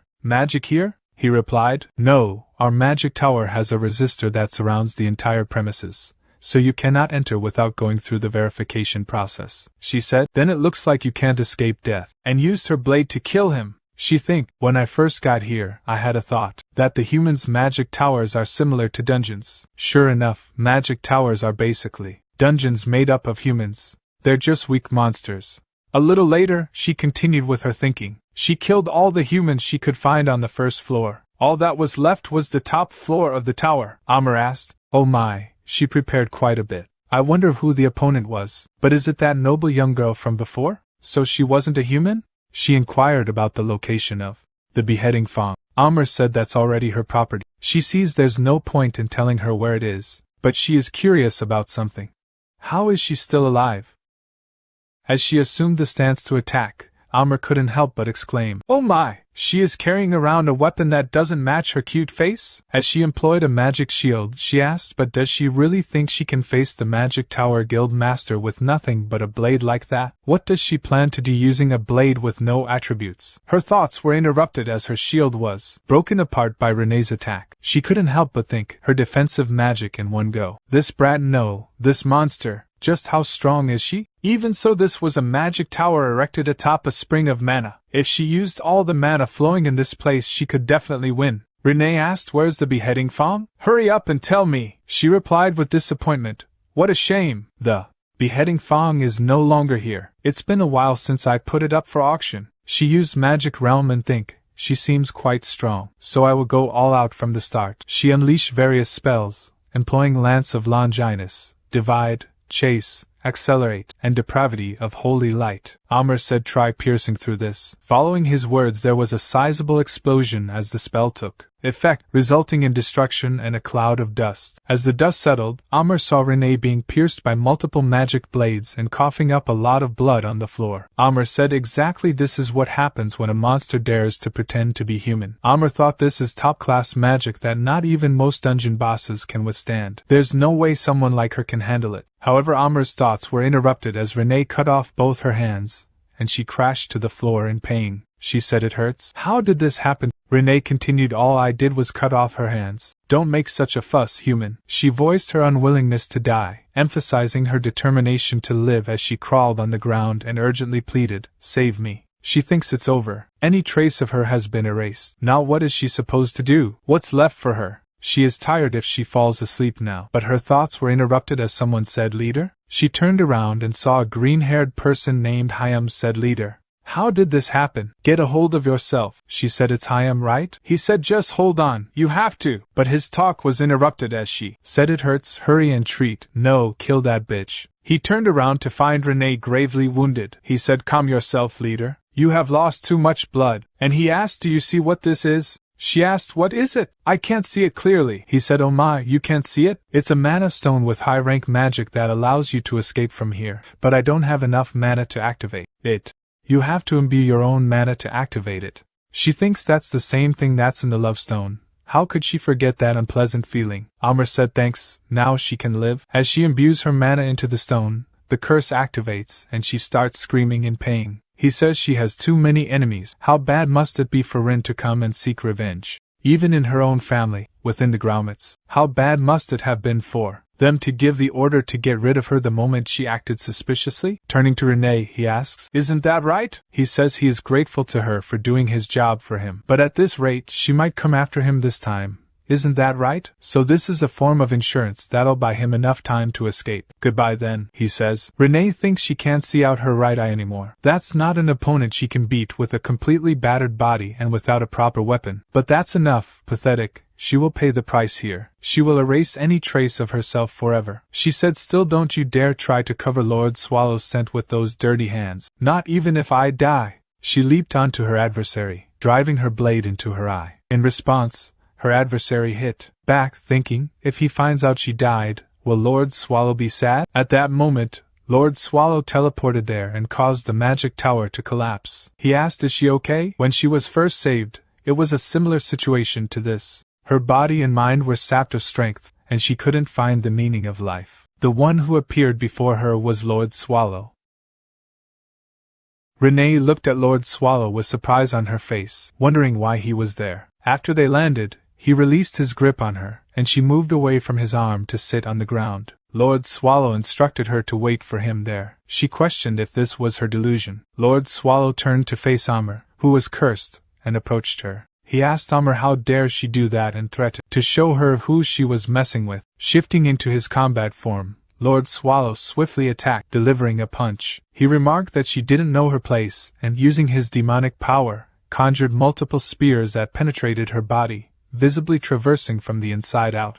In retaliation, Amr attempting to consume him, she started coiled around his arm. Enraged, he lifted her with his arm and forcefully slammed her to the ground, causing the earth to crack beneath them. However, her wounds healed quickly, and in another attempt to consume him, she once again began to coil around his fist. Frustrated, he slammed her to the ground once more, disgusted by her. Her blood splattered on the ground and understanding dawned on him. Wondering how she continuously regenerated herself, he discovered that her power source was the magic tower's mana. Meanwhile, she regenerated her body again and launched her attack. In response, he stood still and remarked, well then, it's easier. He stated this and reverted to his original form, consuming her alive. After swallowing her, he uttered, yuck, she tastes bad. Looking at Renee, he became a little nervous and sat beside her. He said, there were a lot of things he wanted to say when he got to meet her, but now that we're here, his mind's gone blank. If he knew this would happen, he would have written it down or something. Also, he met a green-haired human on his way here, you see? He did kill him, but that won't cause a problem or anything, right? In response, Renee remained silent. He said,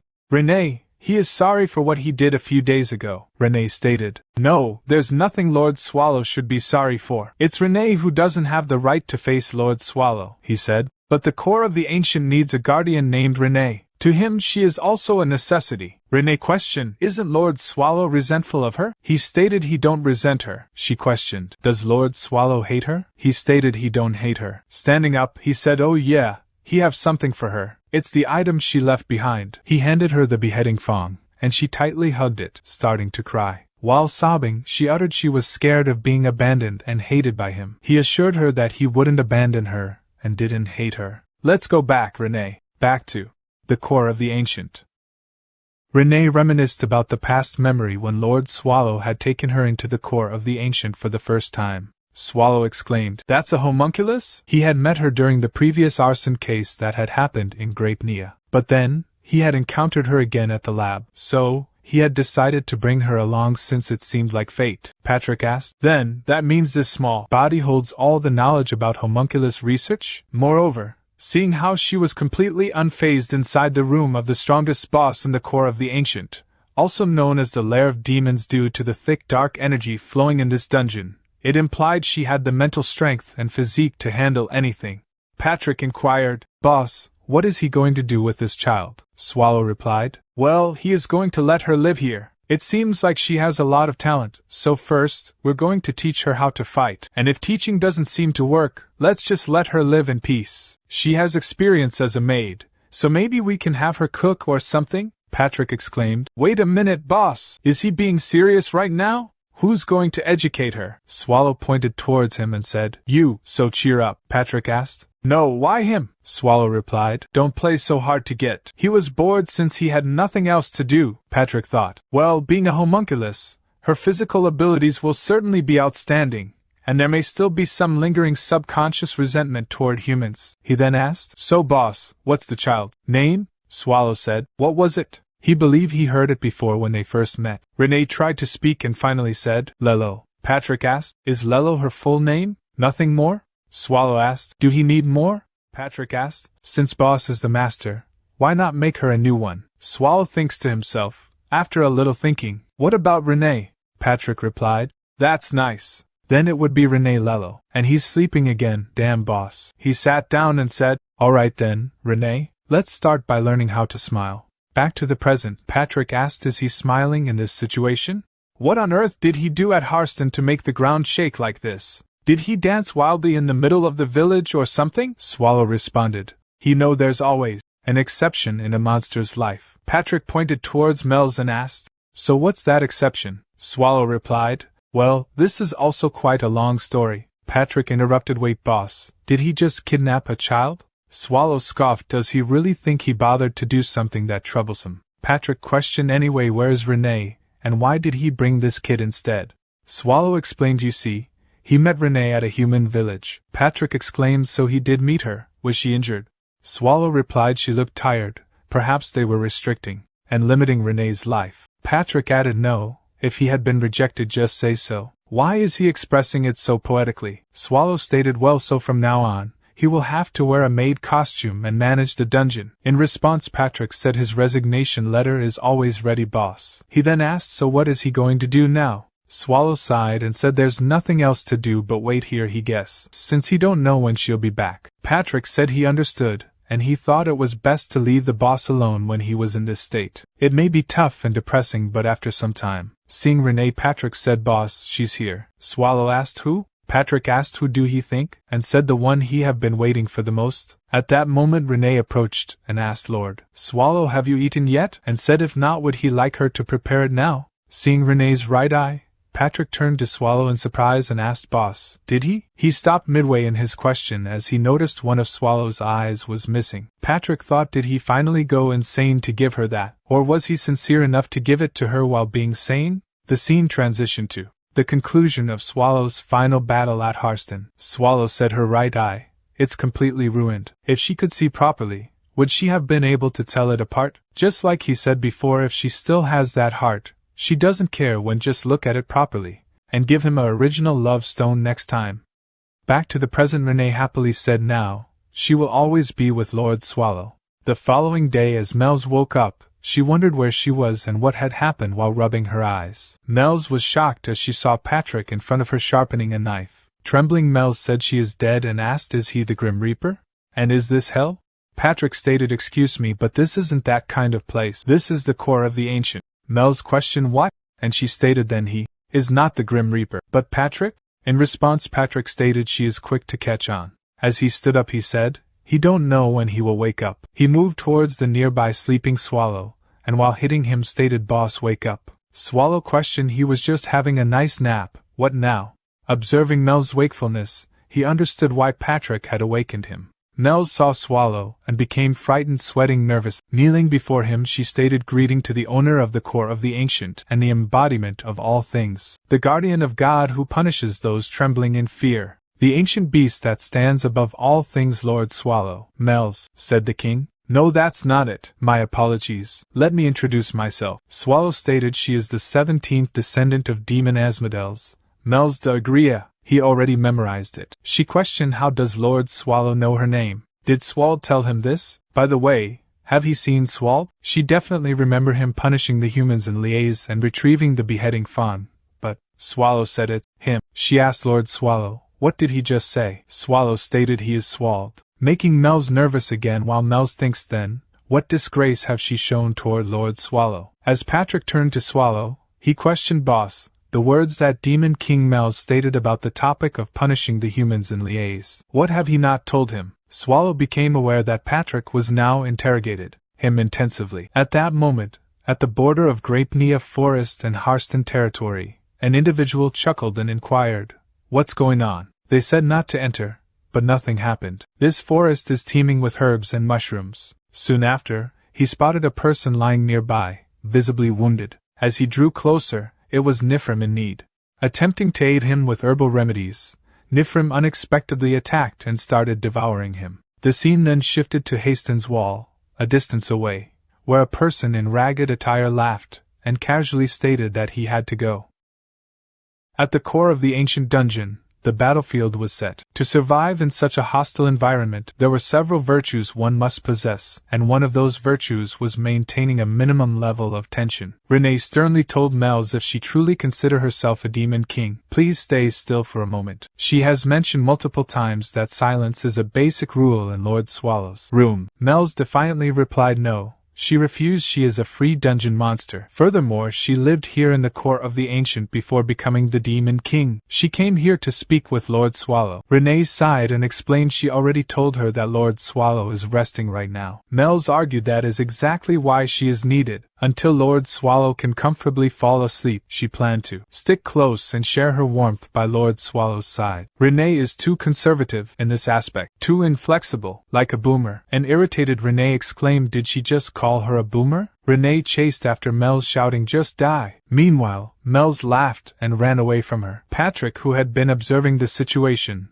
thought to himself, maintaining a minimum level of tension is like hell. His thoughts were interrupted as Swallow spoke up. They're so noisy that he can't sleep. Patrick replied he is not in any position to be saying that, boss. Thanks to a certain someone, the outside is in chaos right now. Swallow questioned, why is it that bad? Patrick retorted, have he not read any of the newspapers he gave him? It seems that due to forcefully mobilizing troops to strengthen Imperial Capital Liaise defense, villages on the border are being devastated by monsters. Additionally, the Lord of Harston has committed suicide, and as a result Harston is now completely paralyzed. Swallow acknowledged that does sound serious. Patrick continued, also he have searched through all available human newspapers for the past 3 weeks, but there are only 3 articles related to Harston. Do he know what this means? Swallow stated he didn't know. Patrick questioned if he even thought before he talked and mentioned that he was ready to give him his resignation letter at any moment. Nervously, Swallow apologized and said he was sorry. Yawning, Swallow then questioned Patrick what he is thinking. Patrick replied that he wasn't sure and didn't have any information to share. From what he could guess, Harston seemed to be cut off from all interactions with the outside world, possibly because he was the one who caused havoc in the entire village. Patrick remembered the amount of damage he had caused. The complete absence of any news from a village that suffered catastrophic damage was not a good sign. However, The core of the ancient needed Harston, so if they kept an eye on Harston, they would be able to know the size of the subjugation party and when they would challenge them. Patrick felt the need to hurry and head to Harston,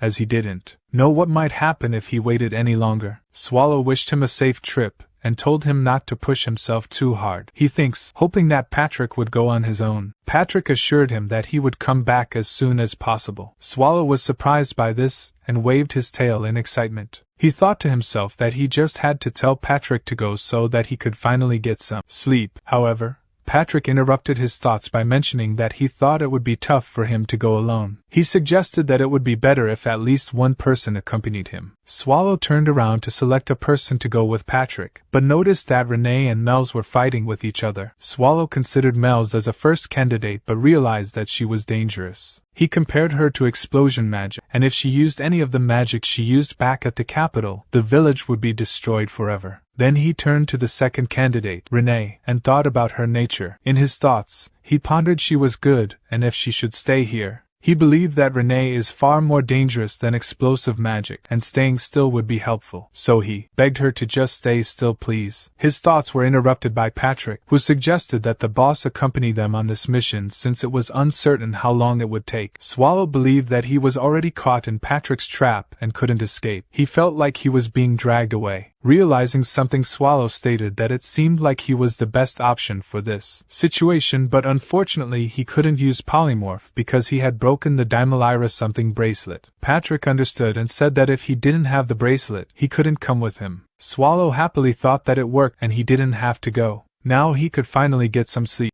A little later, Swallow reverted to his human form and said that he was really going to die painfully. Patrick, wearing full-plated armor, laughed and informed him that he was already dead despite going through the trouble of cursing him. Swallow mentioned that Patrick had that side to him as well. Patrick questioned if Swallow had said at first that he couldn't go since he didn't have the Demura bracelet. In other words, if he had it, he would be able to go right away. Swallow exclaimed. That wasn't the point and called Patrick a freak. As they reached the village, Patrick announced that they were reached their destination. He remarked that the boss had caused even more damage than he had anticipated. He explained that there were 4 simple ways to know how active a human village was. Swallow asked what they were, and Patrick explained that the first way was to see how crowded the market was. Swallow observed that there was no one there and suggested that they go back. Patrick continued by saying second is to check how much smoke is being produced from the chimneys. We should have tried checking for this before the humans ate dinner, but we're too late for that. Swallow asked, so since it's late, can we go back? Patrick said third is to see how many mercenaries and subjugation parties are at the subjugation request board, but since Harston doesn't have one, let's move on. Swallow requested, let's just go back please. Patrick added, and lastly the inn and pub. Today we're checking this. His talk was interrupted as Swallow asked, what's the hold-up? Let's go. As Swallow opened the door of the inn, Patrick said, but he think it's wise not to expect too much from this. Swallow asked the host, are there any rooms? As they saw the destruction inside, Patrick commented, this is the worst. This village is not functioning like a normal one at all. Then the scene shifted to a number of corpses, and an undead sorcerer used a magic spell on the corpses, causing them to start moving. He said, everyone has worked hard. After we get through Harston, we'll go to the Empire's capital, Liège, the heart of our enemy's territory. Humanity is weaker than ever in the face of the Black Calamity, making it the most suitable time to destroy the Empire. At the inn in Harston, Swallow exclaimed, this is serious to think that the inn would be so empty. Patrick observed, it looks like Harston has been completely isolated. Curious, he inquired, who is he? The person responded, he is the owner of this inn. An owner questioned, for what reason have he come? Patrick explained he is a knight of the Patarian Black Dogs subjugation team from Natrange. Patrick suspected he's suspicious that we may be assailants. He stated they require a simple meal and a place to sleep to relieve their fatigue. The inn owner apologized the customer, sorry about that, but they have no food here to serve a night. In fact, it's not just him. There won't be anywhere in this village where he can find a place to eat. Patrick questioned, is that because of the Black Calamity? An owner acknowledged, so he knew about that. Then he trusts that he will understand. He is sorry, but they don't even have a room ready. He asked for his understanding. Patrick thought, well, in this current situation the price of water is more expensive than the cost of lodging. He tossed a gold coin towards the inn owner and instructed, take this. Patrick inquired, what do he think, are the rooms still not ready? Upon seeing the gold coin, The inn owner's behavior changed and he respectfully replied, "Please right this way up these stairs." "See Swallow," he asked. "Sorry, but the person behind him, who is that?" Patrick clarified, "He's his slave. Even though he's his slave, he helps him a great deal, and that's why he is treating this slave so well. So this slave can stay in the same room as him." "Right where?" "Did he say the room where this slave and he will stay is?" As Swallow entered the room, he exclaimed, "It's better than he was expecting. This bed's mine. This is way better than the place he stayed at in liaise with Mel's." Patrick responded, "Right, it's a good room." Swallow pondered. Now that he thinks of it, was slave the only thing he could think of? Patrick replied, "Of course, boss. Aren't the clothes he is wearing now the most comfortable? If he keeps wearing those shabby clothes, he will be treated like a beggar. It's better to be treated like a slave instead. If he acts like a beggar, he doesn't know when and how someone will pick a fight, but a slave is the property of their master, so others can't mess with them as easily. Since he can't even be bothered to change clothes, it was a reasonable judgment for him to make, wasn't it?" He asked. "Boss, don't he want to move as little as possible?" And he said, "Then it's in your best interest to listen to what he says." Swallow exclaimed, "What he is saying is reasonable, master." Patrick stated, "Then he will be stepping out for a second rest up, boss." As Patrick began to leave the room, Swallow advised he don't recommend pushing himself that hard from day one. Patrick reassured, "Don't have to worry about him so much, boss. After all, it's nighttime. There are places he can roam around as much as he wants, right?" A little later at the city square, Patrick pondered the reason the Black Calamity descended on Harston's Great Square. The Imperial family vented their anger over the attack of the Black Calamity, and must have needed someone to take responsibility for their successive failures in subjugating the core of the ancient. However, before the Imperial hand could extend its reach, Harston's Lord Countertart died. So who is the Lord of Harston now? He had been quite curious all this time. Patrick thought it was obvious that the royal family had lost their chance, and would direct their anger at the family. Given that, would Countertart's descendants really inherit the title? At Lord of Harston's castle, Patrick said, "Well then, let's go take a look at the new lord's face, shall we?" As he tried to enter the castle, Patrick realized he was in trouble. Security was tighter than he had thought. He could kill them or knock them unconscious, but that would just lead to more of a mess when the sun rose, wouldn't it? Sure enough, it was wiser not to rush. He had a specific place in mind when he came here. It seemed that humans couldn't sense it, but he could. To think that the strong lingering scent of corpses would be here. "Let's go this way first," he decided. Back at the inn room, Swallow thought, "Well, it's nice to sleep well in a cool dungeon, but this isn't so bad every once in a while either." At that moment, someone knocked at the door. Swallow thinks, but they never let him sleep comfortably. The inn owner shouted, "Sir Knight, is he inside?" Swallow replied, "No, master went for a night walk." The inn owner said, "I see. Then would he come downstairs?" "It's been served a little earlier than normal, but he prepared a meal. They say starving his customers is something an inn owner should never do after all, and since Sir Knight paid a very high price, he have to at least pay in kind as he can." Now that he think about it, they haven't even introduced themselves. "His name is Novin Hedeker. Please feel free to call him Mr. Novin." Swallow said, "He is Swald." Mr. Novin replied, "Right, Swald." He hoped he is not disappointed when he go downstairs. There was so little food that he wasn't able to prepare much. Swallow asked, "Is the situation in Harston really that bad?" Mr. Novin stated that, as the name suggests, it was quite literally a calamity. Most of the residents who saw the calamity with their own eyes immediately lost their minds. Immediately after that incident, the Lord committed suicide. And after that, as he can see, all traffic to Harston was cut off. Beyond the castle walls, the corpses of the starved line the streets. He doesn't know what he came to see in a place like this, but it would be best to leave as soon as he can. He is going to do the same he sees. He should know well himself what happens to a person when they are cornered. At that moment, a girl with red hair named Rosalina entered the Swallow room through the window.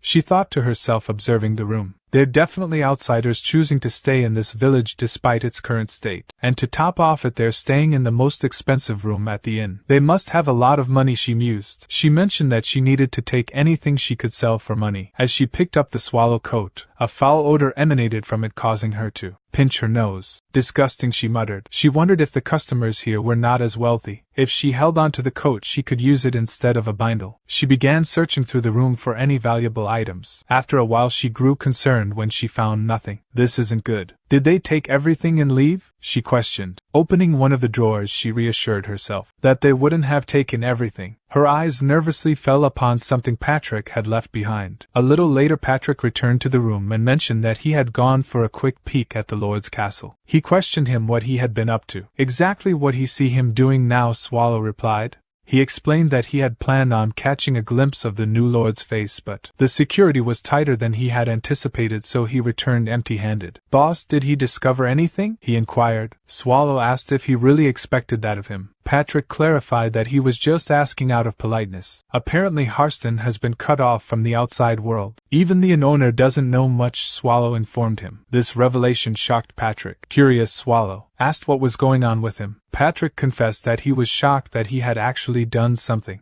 So that's how it is. Harston has been isolated from the outside world, he exclaimed. He suggested that they learn more about it the next day. Patrick proposed. Swallow told Patrick to do it on his own. Patrick responded by saying they needed to do it together. He noticed that both windows were open despite his request to keep them closed. He expressed concern about the possibility of getting robbed. Swallow was confused and denied touching the windows. Patrick laughed at the idea of a ghost being responsible, and Swallow suggested that someone must have opened the windows. They quickly checked their belongings and discovered that Swallow's coat and Patrick's belongings were missing. Swallow mentioned that Renee had made the coat for him. Patrick revealed that his rib was also stolen. As Rosalina reached a narrow back alley, she expressed relief and questioned if it was good enough. Suddenly someone called her name. She turned around and was surprised to see Toth, who questioned her whereabouts and warned her about wandering around at night. She explained that there was a valid reason for her actions, as it was for the well-being of everyone involved.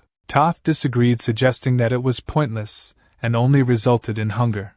She disagreed and asked Toth to open the coat bind. At that moment their boss approached them and advised Toth not to be too harsh. Both Rosalina and Toth were surprised by the boss's intervention. The boss explained that thieves shouldn't fear the dark, but wandering around without informing anyone was a mistake. He emphasized the need to think before acting and consider the harm it could cause to others. The boss also mentioned that their current situation was different from their old house, which had warmly embraced Rosalina. She said, "Okay, she will be careful, boss." The boss stated that he thought she understood and asked what she did. She exclaimed, "Hang on, look at this." The boss inquired if she stole it. She replied, "Yes, boss." She felt like she had to pull her own weight too. The boss asked where she got it from. She replied he knows the inn on the main street. She got it from a really expensive room. It was clean and being stored deep in the drawer. So it's gotta be a really expensive artifact. The boss stated this is the rib of a human. She exclaimed, "Wait, it's a human's bone?" She didn't know. Toth asked if she by any chance robbed a grave. She denied it. The boss said it can't have been a grave, otherwise she wouldn't have shown it off so proudly. She agreed, saying, "Yeah,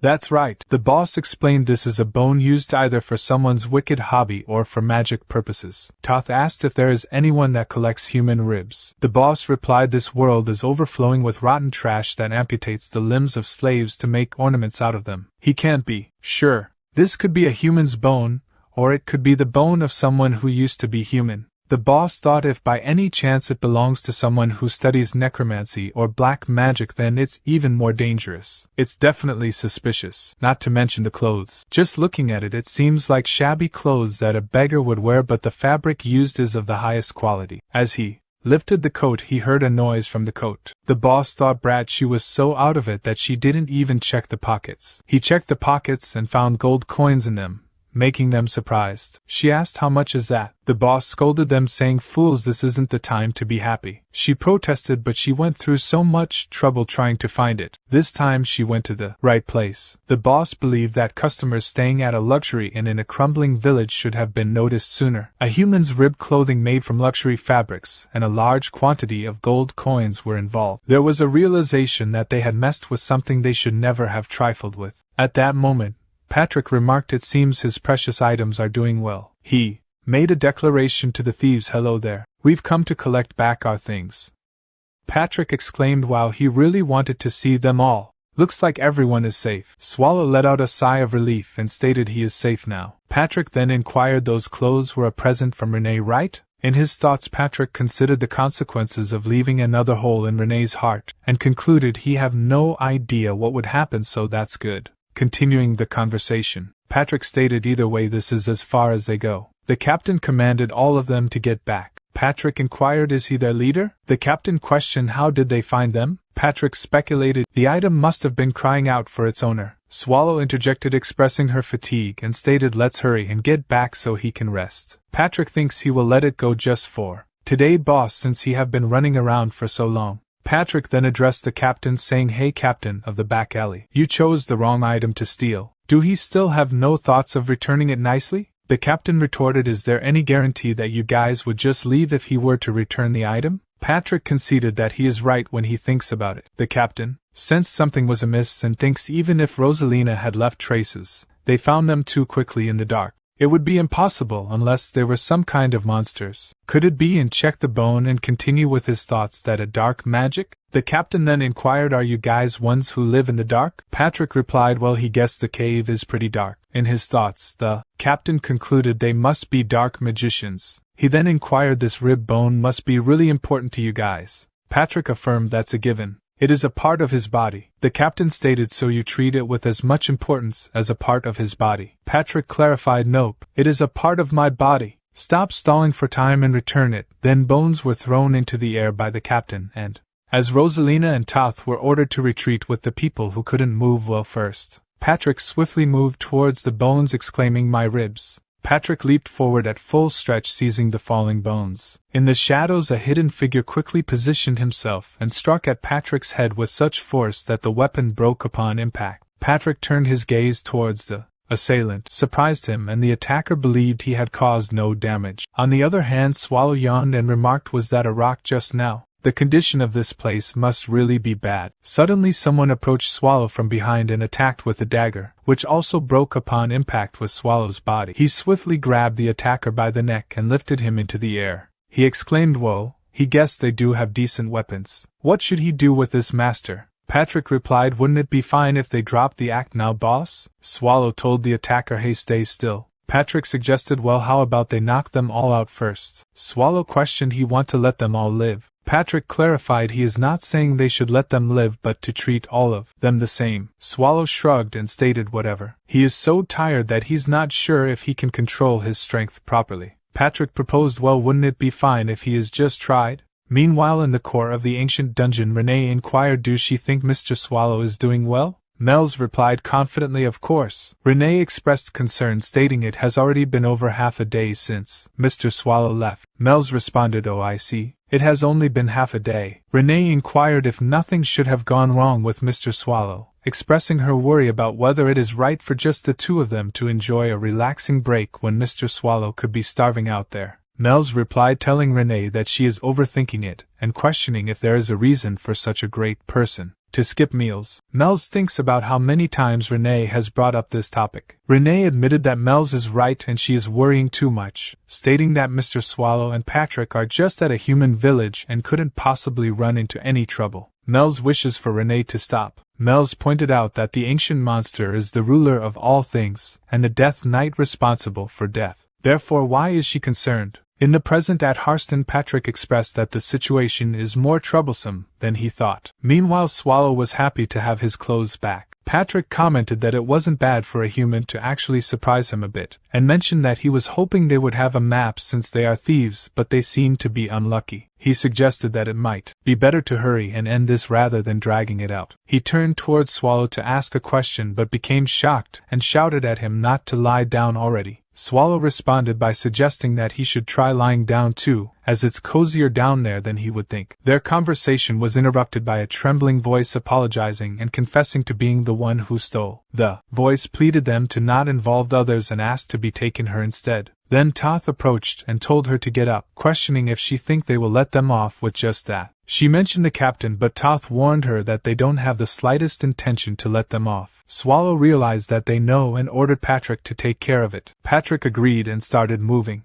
towards them. Toth threatened to kill Patrick if he got close but he didn't stop and continued walking towards them. She pulled out a pendant and started praying causing mana to circle around the pendant. Noticing that Patrick trembled a little, he quickly approached her and inquired where she got it from. Patrick thinks a rosario in the shape of a phoenix that resembles a reverse cross, with mana leaking out from it. It is mana for surveillance to have a surveillance magic on a resident of the slums. He quickly moved towards Swallow and exclaiming, "Boss!" Swallow inquired, "What is it?" Patrick replied, "The people of Haston are being spied upon by someone. Once that young lady prayed with the Rosario surveillance, mana started leaking out. That means that the Rosario will activate under special conditions. If they can find out what those conditions are, they will be able to figure out what the person who gave her the Rosario is up to." Swallow responded, "It's not like Haston is a city known for magic. First a magic stone and now an item with magic in it." Patrick stated he will try to get the humans to cooperate with them, "So please cooperate, boss." Swallow inquired, "Why? How is he going to get them to cooperate in this situation?" Patrick confidently stated, "Of course, he have something amazing thought up in here, boss."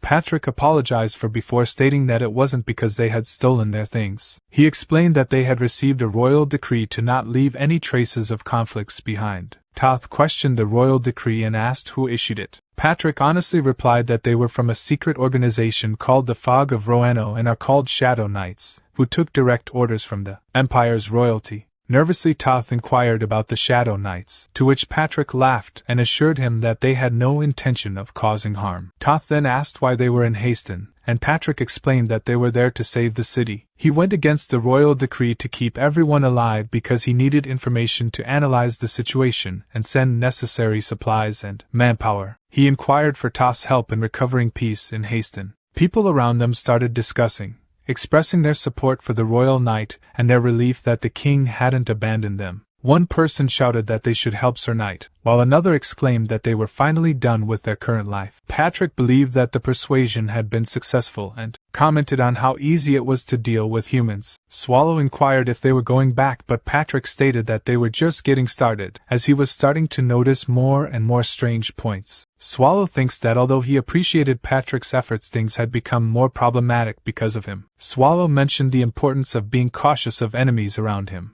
Confused, Patrick asked what Swallow meant by that sudden statement, but Swallow brushed it off as nothing. Patrick urged Swallow to get up and start working as the situation had escalated. Swallow sarcastically remarked that he seemed unusually fired up and questioned if he couldn't handle things on his own. Frustrated, Patrick inquired, "Is he serious?" He stated he will keep an eye out on the captain, who is the most suspicious, so he should stay with the people and try to get close to them. Swallow began sweating nervously and inquired if he was being told to get close to the humans. Patrick replied that they have no choice, boss. Between the knight in full armor and the beggar-like boss, who do he think will have an easier time getting closer to the people? Swallow questioned, "Did he just say beggar-like boss?" Patrick clarified he was just making an educated guess. Make sure to get close to them before he get back to him. Try mingling with them by following what they do. Swallow thinks like the humans? First, they must spend most of the day asleep. Most of the ones who are awake are in a daze. Even when working, they probably just half-ass it. He cannot see them having any motivation.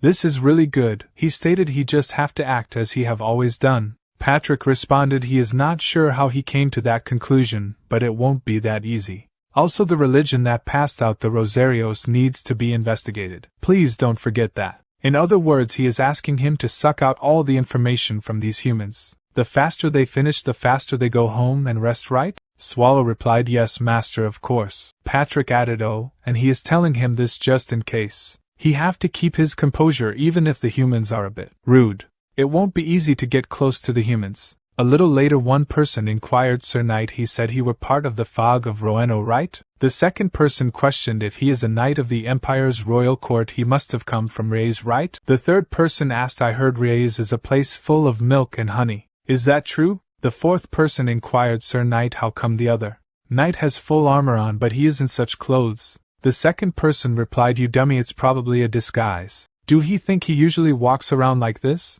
The fourth person replied, "I see." Swallow thinks, damn it, why is it so difficult to get close to them? He can't even breathe. If he had a choice, he would have just devoured them all. That's right, he have to get close to them and be friendly. Swallow then inquired, "So what is he so curious about?" The child replied, "Have he ever had the chance to see Sir Vern and Sir Wu in person?" Swallow answered, "No, he don't even know who they are, but he believes those two names do sound familiar." Rosalina approached Swallow and apologized, "Sir Knight, she is sorry for stealing their belongings." Swallow responded, "Well, it's fine since he got them back." Toth approached and introduced himself and stated he will be taking charge here as the captain is away. The captain ordered him to fulfill their requests as much as possible. They said they had come here to rescue Hasten. Swallow confirmed yes he did. Toth suggested if he want to know the situation the village is currently in, it'll be quicker to see it with his own eyes than to hear about it. If it's okay with him, he will guide him right away. Swallow thinks why is he trying to do that right now? But if he stay here he will be bombarded with questions. Swallow then agreed that's a good proposal. Let's go right away. A little later Toth stated let's go to the residential area first. Swallow inquired where are all the people? The streets are empty. Toth replied he will know when he open this door. Toth pushed open the door and explained they are the people who starved to death. In this place he can't even steal food from their neighbors because there isn't any. Even the ones alive don't know when they'll starve to death. Swallow pondered the dire situation in Hasten, contemplating the possibility of starvation leading to death. From the very beginning there had been a lingering curiosity within him. In most cases when a village faced famine the anger and frustration would be directed towards the lord of the territory. The enraged citizens would rise armed with pitchforks and torches ready to revolt against their oppressor. The black disaster had brought Hasten perilously close to the brink of famine, yet the people seemed to be succumbing to starvation without putting up a fight. Toth addressing the matter informed him that it had been over a month since the black disaster had struck Hasten. Swallow, perplexed by the silence and lack of resistance from the villagers, questioned why the village remained so eerily quiet, and why the people had not risen in revolt against their dire circumstances. Toth inquired, is not he curious, Sir Knight? In the present, at the core of the ancient Mells expressed a strong desire to go to Hasten with Mr. Swallow, finding it boring to stay in the dungeon. Renee reminded Mells that Mr. Swallow had entrusted them with the dungeon, and questioned if there could be anything more important than that. Renee believed that Mr. Swallow trusted her more than Mells, referring to Mells as a thieving cat. Mells realized that Renee's statement was true, and Renee emphasized the need for Mells to stay focused at all times, as they never knew when humans would invade. Mells assured Renee that she were checking regularly and even used a mid-rank magic observer's eye to confirm. Renee agreed that it was a good idea since she would be cleaning. Mells then informed Renee that someone had invaded, deducing that it was likely a single person based on the observer's eye reaction. Renee urged Mells to get ready as the invader approached. Later an intense red aura rushed towards them and the person questioned why they were all so jumpy. Renee was surprised upon seeing the person, while Mells asked what was wrong. The person was the boss of Chite Castle, the great evil dungeon, Elizabeth Battery. Elizabeth inquired Renee if she had been well, to which Renee apologized for not having much prepared if she had known ahead of time about Elizabeth's visit. Elizabeth reassured Renee that there was no need to be bothered and jokingly suggested that Renee could give her blood if she really wanted to prepare something. Renee firmly replied that it wouldn't be possible. Elizabeth expressed disappointment, and then inquired about Mells, wondering if they were someone new. Mells proudly declared herself as the ruler of the monsters, the 17th descendant of the demon king Asmodeus, Mells the Agria. Renee stated she forgot to introduce her to Mells. This person is the boss of Chite Castle, Lady Elizabeth. Elizabeth stated she is a young demon king? No wonder the aura around her was interesting. Mells whispered to Renee, will she be able to see all the dungeon bosses if she live here permanently? Renee stated Lady Mells she sure say some funny things, talking about mooching off them here forever, she sure have no shame. Elizabeth inquired if she is saying she's mooching off her, does that mean she isn't a member of Primordial Core yet? Then where's Patrick and the dull guy? Renee replied the two of them stepped out for a moment. With a worried face Elizabeth inquired what for them to be absent at a time like this. Renee inquired did something happen? Elizabeth stated the villages near Chite Castle have all been destroyed. All of the humans must have died since the village was sprayed with blood, but there were no corpses, none at all. She don't think it was something done by the humans. The blood on the floor was all flowing one way as if a path had been made, and at the end of that path was Hasten. What could that mean? Mells wondered to think the corpses all disappeared. Could it be the undead?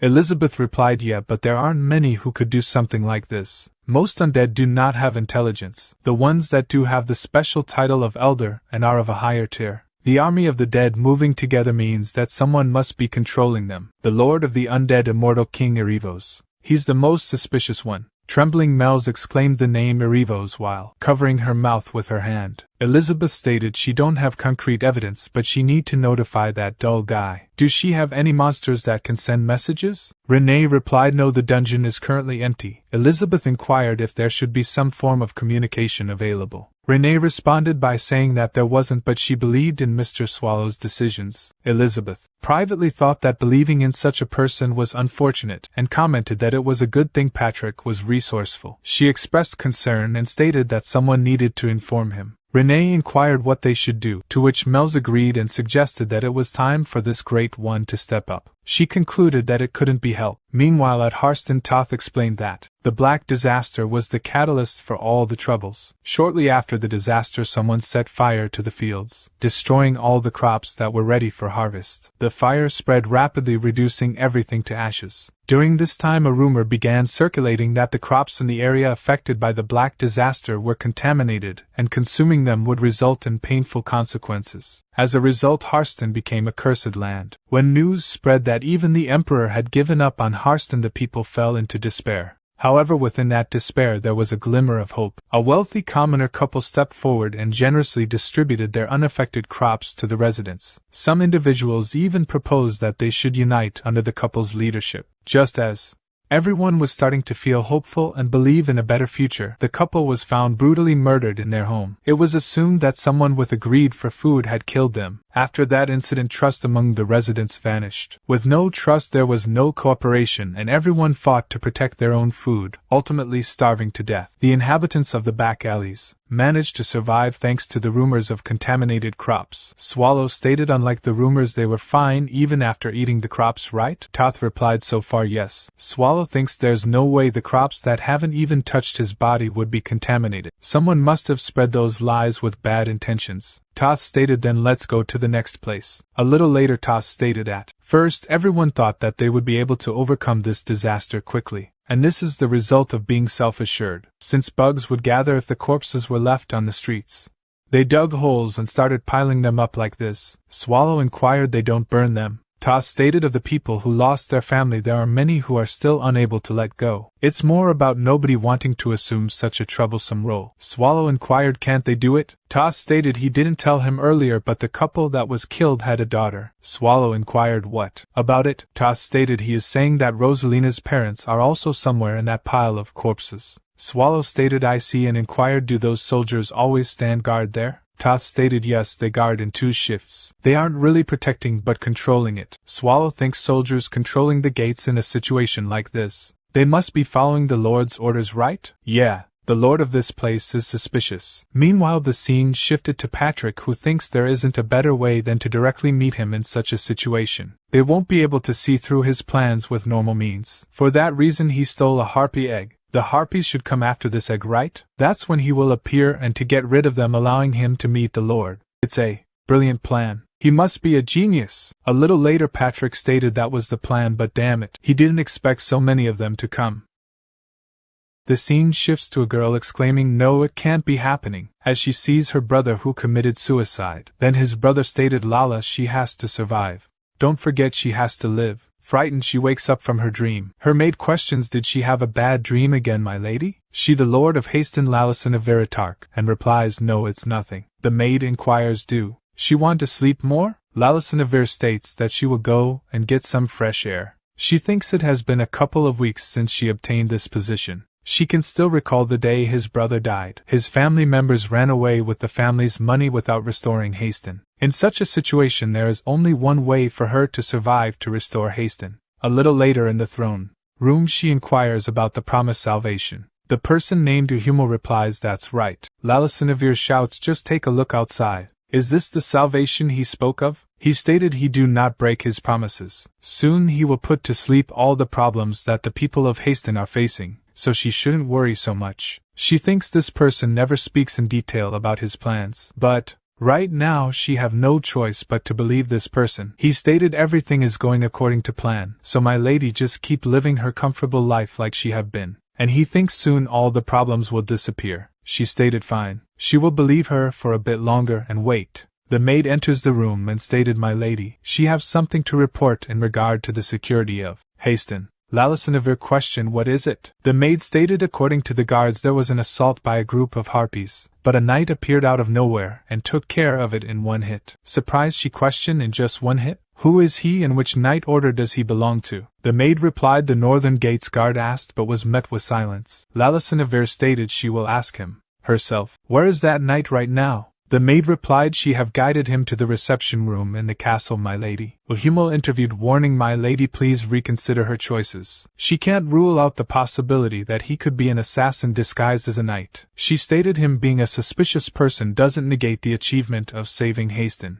To reward that effort is what the Lord of Haston should do. She ordered, bring the knight over. Patrick stated the wandering knight greets the Lord of Haston. He was worn out from the rough travels to get to Haston, but seeing the noble lady alone seems rewarding enough for the hard times. She exclaimed she was told that it was due to his bravery and honor that Haston was protected. She thanked him on behalf of all of Haston. Patrick replied it is his blessing and thinks he can tell she's not fit to be a lord just by looking. Based on her age, she seems to be the younger sister of the previous lord. She questioned, so which family's knight is he? But Patrick remained silent. Then she inquired about his name. Patrick stated he regret to inform her, but he is unable to state his name either. He requests that she be understanding. She exclaimed, is that so? He sure is keeping many things hidden. Will he deny her request for him to remove his helmet as well? Patrick stated this face of mine is riddled with battle scars. Half of the skin on his face was sliced off, making it unpleasant to look at. But if it is okay with her, he will take it off, my lady. She stated forget it, she will let it go. She may not be able to offer him much, but she would still like to reward him with something. She inquired, is there something he desire? Patrick responded then he would like to request for food. He pondered. The most crucial necessity in Haston at the moment is food. Through her responses he will be able to ascertain the current state of the castle. She assured that will not be an issue. She instructed the maid to prepare it, to which the maid agreed. Patrick expressed his gratitude, thinking, oh wow. She responded without hesitation. This implies that the castle is not lacking in food, so why would the lady leave the people of Haston in such dire circumstances? Additionally, the energy he sensed from him indicates he is an undead. That man exudes a sense of familiarity. Patrick inquired, my lady, may he pose a question? She inquired, what is it? Patrick queried, there is something that has been troubling him for some time. You there, what is his true identity? After a little later Patrick reported, well, something of that nature occurred. Swallow questioned, shouldn't the lady have taken action instead of remaining passive? Patrick responded when he asked out of genuine curiosity. She allowed him to depart. Swallow remarked, such a casual approach. If he sensed familiarity, shouldn't he be an undead? Yet he chose not to intervene. Patrick explained, did he expect him to engage in a confrontation there? Moreover, just because he felt a sense of familiarity does not necessarily indicate he is an undead. He can discern such energies from necromancers as well. Humans who practice dark magic, depending on the level of dark energy accumulated in their bodies, also emit undead energies. Swallow inquired, how is it possible to meticulously inspect each individual in such a manner? He would have. Patrick responded, their purpose here is to rectify the chaos he caused, not to exacerbate the situation. Is he suggesting that he should resign? Swallow expressed regret, stating he apologized for his actions. Patrick dismissed the apology, saying let them move on. Have he gathered any information, boss? Swallow reported the locals here believe that the crops are contaminated with a deadly disease. This explains the eerie silence in the village, as the inhabitants refuse to consume the tainted crops and succumb to starvation. As for the thief Rosalina, she proved elusive, evading his attempts to approach her. Patrick mused, if only they possessed mind control abilities. Perhaps bringing Mel's along would have been beneficial. Swallow retorted he suggests this after coercing someone unwilling to join him in the first place. Patrick countered they have other options at their disposal. Look at the provisions he received from the lady. Swallow, feeling hunger pangs, remarked, is he suggesting they dine before discussing their next steps? Patrick proposed no, let them attempt to win over Rosalina with this food offering. A little later Swallow spoke, addressing Rosalina, you there? Rosalina responded yes. Swallow inquired, why is she becoming so surprised? Before Rosalina could reply, Swallow interjected, take this wafer. Let them partake in a meal together. Upon noticing a mark on the wafer, she exclaimed, is this not the communal wafer bestowed by the priest? He pondered, but Patrick gave this to him? and questioned, "Who is the priest?" Rosalina remarked, "So he also have faith in that individual, Sir Knight." She did not anticipate encountering a fellow believer. She is pleased. None of those around her share her beliefs. Is it not peculiar? Everyone appears so foolish. All one must do is have unwavering faith and salvation will be granted. Do he not agree, Sir Knight? He simply replied yes. She guided they have arrived. For some reason this place always feels eerie. It is dim, so tread carefully. Swallow acknowledged. The priest proclaimed the calamity that has befallen Haston is a test presented to humanity for their wicked deeds. Furthermore, that individual possesses the power to overcome this predicament. As believers who have earned his favor, they should be celebrated as the chosen ones. Rosalina directed, "Please take a seat." As the assembled individuals voiced their concurrence with the priest continued, "Never forget the divine message that has been bestowed upon them. Today once again they shall partake in the blessings provided by that individual." Swallow reflected, "It does not appear particularly extraordinary. Is it merely a form of indoctrination?" Suddenly everyone rose from their seats, leaving Swallow bewildered. Meanwhile she chuckled and remarked, "It seems they have arrived at the perfect time. It is now time for the Eucharist liturgy." He inquired, "What is that?" She explained, "It is when the priest distributes the wafer." He pondered, "That is the same item Patrick received from Lord Haston. Why was it in the Lord's castle?" She quietly whispered, "Sir Knight, this is a secret she share with him alone. It is said that when the Savior of Haston arrives, those who truly believe in him will find eternal happiness." He inquired about this eternal happiness, to which Rosalina explained, "Yes, he will draw closer to them. It is believed that an even greater blessing will be bestowed upon them." Swallow pressed for details on this greater blessing, and Rosalina admitted, "She is uncertain, but surely it would be more significant than a mere wafer resembling meat." The priest approached Rosalina, recognizing her presence. She greeted him respectfully, and he presented her with the day's blessing. Expressing gratitude, Rosalina accepted the offering. The priest remarked on him unfamiliarity, expressing hope for him continued attendance. Swallow replied, "Will consider it." The priest invoked his mana, suggesting that the Savior would appreciate his visits. Swallow, noticing the manipulation, muttered, "This deceitful act. What is the purpose?" The priest, alarmed, dropped the wafer. Swallow whispered, "His illusions may deceive others but not him. Do not overstep his boundaries by probing into his affairs. He may overlook his actions towards humans, but do not test him." The priest, trembling, stammered, "Is he are not human?" Swallow replied softly, "His memory may be faulty, but he will remember him." Rosalina inquired, "Sir Knight, is everything all right?" Swallow reassured her, "It is nothing. He was simply expressing gratitude for the meal provided. Let them depart." Rosalina stated, "Thank him for today." Swallow stated, "Get home safe. There are so many suspicious things that he might not even need the actual evidence. And he thinks this cult leader coming to the isolated Haston, using unknown mana brainwashing and watching over them, as well as the guy with the aura of an undead who was by the Lord's side. With how well everything fits in place, it'll be hard for even him to miss. There's definitely someone behind them." A little later Mel's inquired, "How did he know?" As expected of the great Lord Swallow, Mel's questioned, "What's wrong?" Swallow stated his annoyance has grown. Mel stated she was wondering how bad it would be since he said he destroyed it.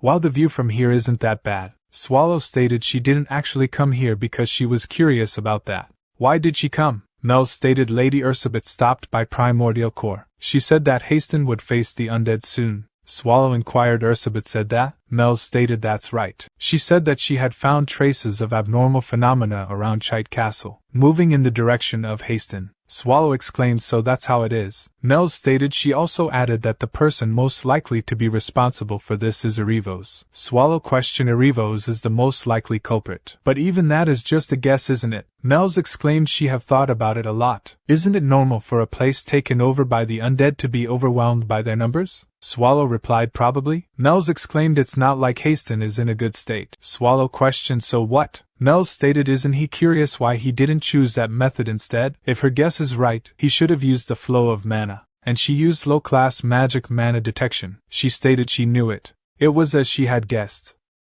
At that moment the priest approached the pile of deceased bodies. Utilizing his mana he reverted to his original form. He known as the gatekeeper of the decaying corpses in Evil Dungeon. The priest is identified as Simon Magus. Through the manipulation of his mana transformed into numerous black crows that amalgamated to create a manifestation of Lord Erivos. Addressing him, Erivos remarked, "It appears he have arrived." His faithful follower Simon Magus. Showing reverence, Simon Magus bowed before him and stated, "Lord Erivos, the esteemed ruler of the undead, he have come to deliver a final report before his imminent descent upon Haston. Erevos acknowledged he shall not overlook his dedicated efforts. Simon Magus affirmed he have exerted himself in his service. Inquiring further, Erevos questioned what news do he bring. Simon Magus disclosed an unforeseen party has interceded. Erevos noted coincidentally he have received a similar report from Yahello. Did the individual in question emit an aura of undeath through their attire? Simon Magus clarified he did not detect any undead aura, nor were they clad in armor. However, a sense of darkness emanated from him. Erevos pondered a being shrouded in darkness. Seeking insight, Simon Magus inquired, might there be significance to this, my lord? Erevos dismissed no, it is improbable for him to take action. Regardless of any alterations, their primary objective remains the conquest of Haston to achieve dominion. Remember the pivotal role this location plays in our grand design. Simon Magus conceded he offer no excuse for any hindrances in advancing their grand design smoothly. Erevos disclosed as per Yahello's request, he have dispatched Masham to reinforce the subterranean cells within the Lord's stronghold. Do he require assistance with the uninvited guest as well? Simon Magus assured he is capable of handling the situation. Should the need arise, he will request aid in due course. Erevos concluded very well, he entrusts the decision to his discretion. Simon Magus static, yes, my lord. And he thinks there isn't much time left until the undead descend upon the entire surface. Soon there will be no one capable of stopping them, unless that monster comes. Other than that, no one will. Swallow questioned Mel's, can she find out where the person who cast this spell is right now? Mel's exclaimed there's no way to be sure. However, giant magic spells like this usually use the flow of mana on the surface to maintain himself. He questioned, then that means the caster should be nearby to maintain it. Mel stated that's a possibility, but also not always. There's a way to use a medium to constantly direct the flow of mana. This is just her guess, but for the magic spell to cover all of Haston and for the medium to support it, wouldn't it contain a great deal of mana?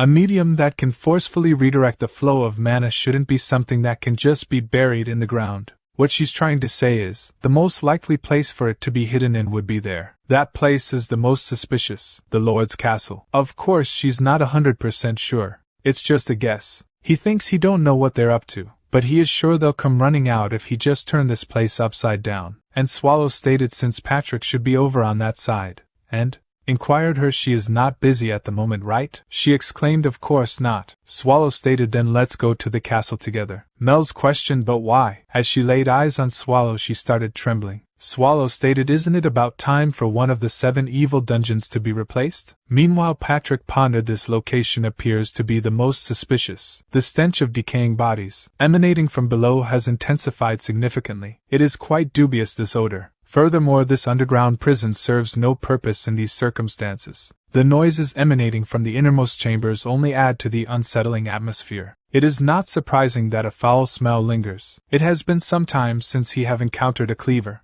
Patrick inquired, he apologized for interrupting his work, but may he inquire about the identity of his master? The creature turned around and launched an attack at Patrick. However, Patrick remarked that strike was befitting of his stature, yet he refused to be struck by such a sluggish assault, correct? Is this all the strength he possesses even when utilizing both arms? He is disappointed. The fact that he is openly engaging in such actions within the castle's prison implies collusion from that individual and even Lord Haston, correct? Regardless of the circumstances, he no longer need to operate covertly now that he is certain he may simply vanish. Patrick swiftly dispatched the creature. He remarked that was revolting. Suddenly someone approached him from behind and attempted to strike him, causing his helmet to fall off. Patrick exclaimed, goodness, that was quite a surprise for a Dullahan to appear in this location. What could be his intentions? Patrick inquired, hey, you there? Whose orders is he following to guard this place? The Dullahan remained silent, and instead launched an attack at Patrick with its sword, which he deflected using his left arm. Observing the weapon closely, Patrick realized that sword. It's the evil sword. It's tricky to handle as it corrodes the opponent's weapon. It's quite powerful, unlike a Dullahan. Patrick then attempted to negotiate, asking can they resolve this peacefully as fellow undead? However, the Dullahan ignored his words and continued its aggressive advance, prompting Patrick to evade the attack by bending backward. Patrick stated refusing to engage in conversation as an undead with intelligence, sought to uncover the reason for his presence. With a sigh, he remarked that the lord of the place should have all the answers. Using low glass magic, Patrick caused the Dullahan to slip and fall to the ground. Seizing the opportunity, he picked up the short axe and cast a strengthening spell on it, and delivered a decisive blow. Since the Dullahan seemed unwilling to talk, Patrick swiftly ended the confrontation, showing the sword that he grabbed from Dullahan back and stated he will borrow this sword since it seems like he is not using it. Employing both a heavy sword strike and a great axe strike, Patrick swiftly defeated the Dullahan. Later, in the Lord's room, Lala awoke feeling cold, only to find Patrick standing before her, and inquired about her sleep. She widened her eyes in surprise. Then, she angrily exclaimed, "How dare he intrude here in the middle of the night?" Patrick responded, "Isn't it obvious that he has some business with her?" He then asked was her name Lala, and then he greeted her, and stated he would give her exactly 5 minutes. Summon the man who was with her earlier. After 5 minutes, Patrick apologized for calling them so late at night, but he happened to pick this up on his night walk, as he placed the Dullahan head on the table, which startled Lala. She inquired, "What is this?" Patrick questioned, "Do he really not know what it is?" "This is the helmet of a Dullahan, Lord of Haston Lalison of Veritark." "Why is he working with an undead?" Lala asked, "What is he talking about? What undead?" Patrick expressed his disappointment. "Is she going to keep up the act until the end? If she isn't acting, is she really unaware of who she is working with?" Well, he is not surprised, seeing as she is the unfit lord of this place who does not know what is going on in this land of hers. Yahello raised his voice and declared, "My lord, there is no value in listening to more of this nonsense. Summon the guards and apprehend him." However, before he could continue, Patrick interjected, stating he personally eliminated that Dullahan in the mansion's basement prison. Lala, visibly nervous, inquired, "In this basement prison?" Patrick confirmed, "Yes, in her basement prison lie piles of corpses. If he may offer another piece of information, the individual next to her is also undead." Patrick said that while drew his sword and pointed it towards Yahello. Upon hearing this, Lala exclaimed in anger. She refused to believe his accusations. Do he think she would accept such claims simply because he said so? This man has promised her the salvation of Haston. Accusing him of being undead jeopardizes the safety of Haston. Patrick chuckled and inquired, "So is she suggesting that she knows who has been threatening the safety of Haston?" Yahello interjected, urging both of them to calm down. "Sir Knight, you mentioned earlier that this helmet belonged to a Dullahan. Dullahans are not creatures one encounters easily." Patrick became excited and exclaimed, "He knows that?" He was just as surprised. He even doubted himself seeing such a high-level undead in this place. Moreover, that Dullahan felt peculiar. It didn't speak, despite its expected intelligence as an elder undead. Its movements during the fight were also abnormal. So, after burning its soul, he investigated further and found a mind control magic circle engraved on the inner side of its armor, along with the name, Masham. It appears to be the name of the vice-captain of the raid force, Masham and Harda brothers, who gathered to raid a brutal undead 30 years ago. It was rumored that he was a formidable knight, but he vanished after the raid. Now, for the question. Who does she think was the brutal undead they were attempting to raid? Lala inquired about the identity of the individual. Patrick, with his sword directed at Yahello, said he will pose the question in a different manner this time. He would like him to respond from in her place. "Where can the brutal undead known as Arivos be found, Mr. Undead Underling?" Lala, with cold sweat running down her face, asked. She's not sure what he means. Isn't that the name of a boss in the great evil dungeons? Meanwhile, Yahello started laughing. Lala questioned, "Didn't he say he would save her and the territory?" Yahello, with a sinister smile, replied, "Of course. The plan might be changed, but he guessed it can't be helped. A peaceful resolution is now out of the question." Lala inquired, "What is he doing?" Yahello didn't respond and was about to cast a spell when Patrick quickly intervened, cutting his arm and stating, "The two of them should stay still." Lala then asked, "Is it true that he is an undead?" After transforming back to his original form, he declared he is Yahello. He will eliminate her and all others in this territory, turning it into a land of the dead. She should feel honored that beings like her is being offered the chance to be saved. This is all part of the plan of the Lord of the Undead, the immortal King Arivos. Patrick expressed, he never could have imagined such a scenario. Aren't the undead known for fighting in large numbers? He never expected them to invade in such an organized and strategic manner. Yahello remarked he took an interest in Patrick from the moment he saw him. He commended him for exceeding his expectations by defeating Masham. Patrick responded, "It's the first time someone has praised him for defeating their subordinate." Yahello noted, fascinating. He is becoming more intrigued by him. He is undead like him. Why isn't he serving Lord Arivos? Lala inquired, is he also an undead like him? Patrick believes that he may have been discovered. They still require a leader to manage the land and collaborate with them. He didn't intend to harm her. Patrick then mentioned that his mood suddenly changed. He proceeded to sever the other arm of Yahello and advised that it would be in his best interest to follow his commands obediently. Yahello inquired if threats would be effective against an undead being. Patrick responded, stating that threats would not work, but Yahello should consider the consequences of not cooperating. He warned that the individual accompanying him is much more powerful than Yahello realizes and could disrupt their plans easily. Yahello found this information intriguing and suggested that it could also impact humans.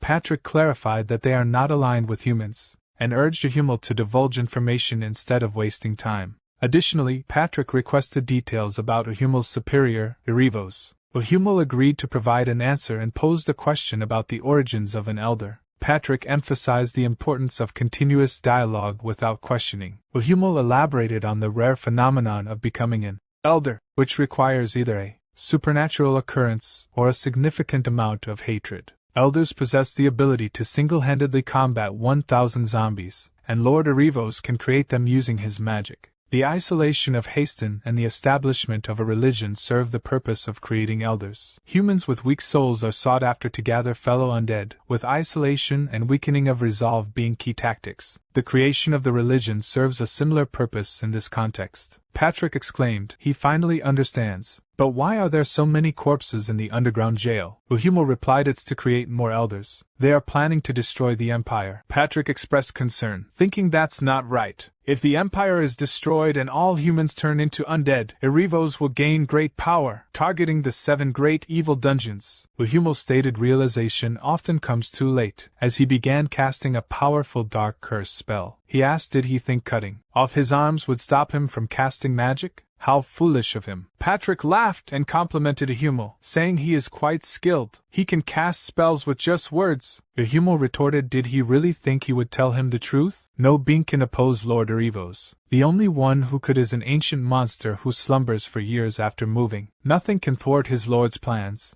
As Yahello prepared to attack Patrick with another spell, Patrick broke free from the binding spell using sheer strength alone. Patrick inquired, is that so? May he ask one question? If he was to organize all that he has said, whatever his great plans might be, if the ancient monster appears, whether it be him or Erevos, their plans will be ruined, correct? But Yahello exclaimed, what nonsense is he talking about? Suddenly, the roof of the mansion collapsed and fell on Yahello, with Swallow sitting in front of Patrick. See that? Patrick remarked, that was such perfect timing.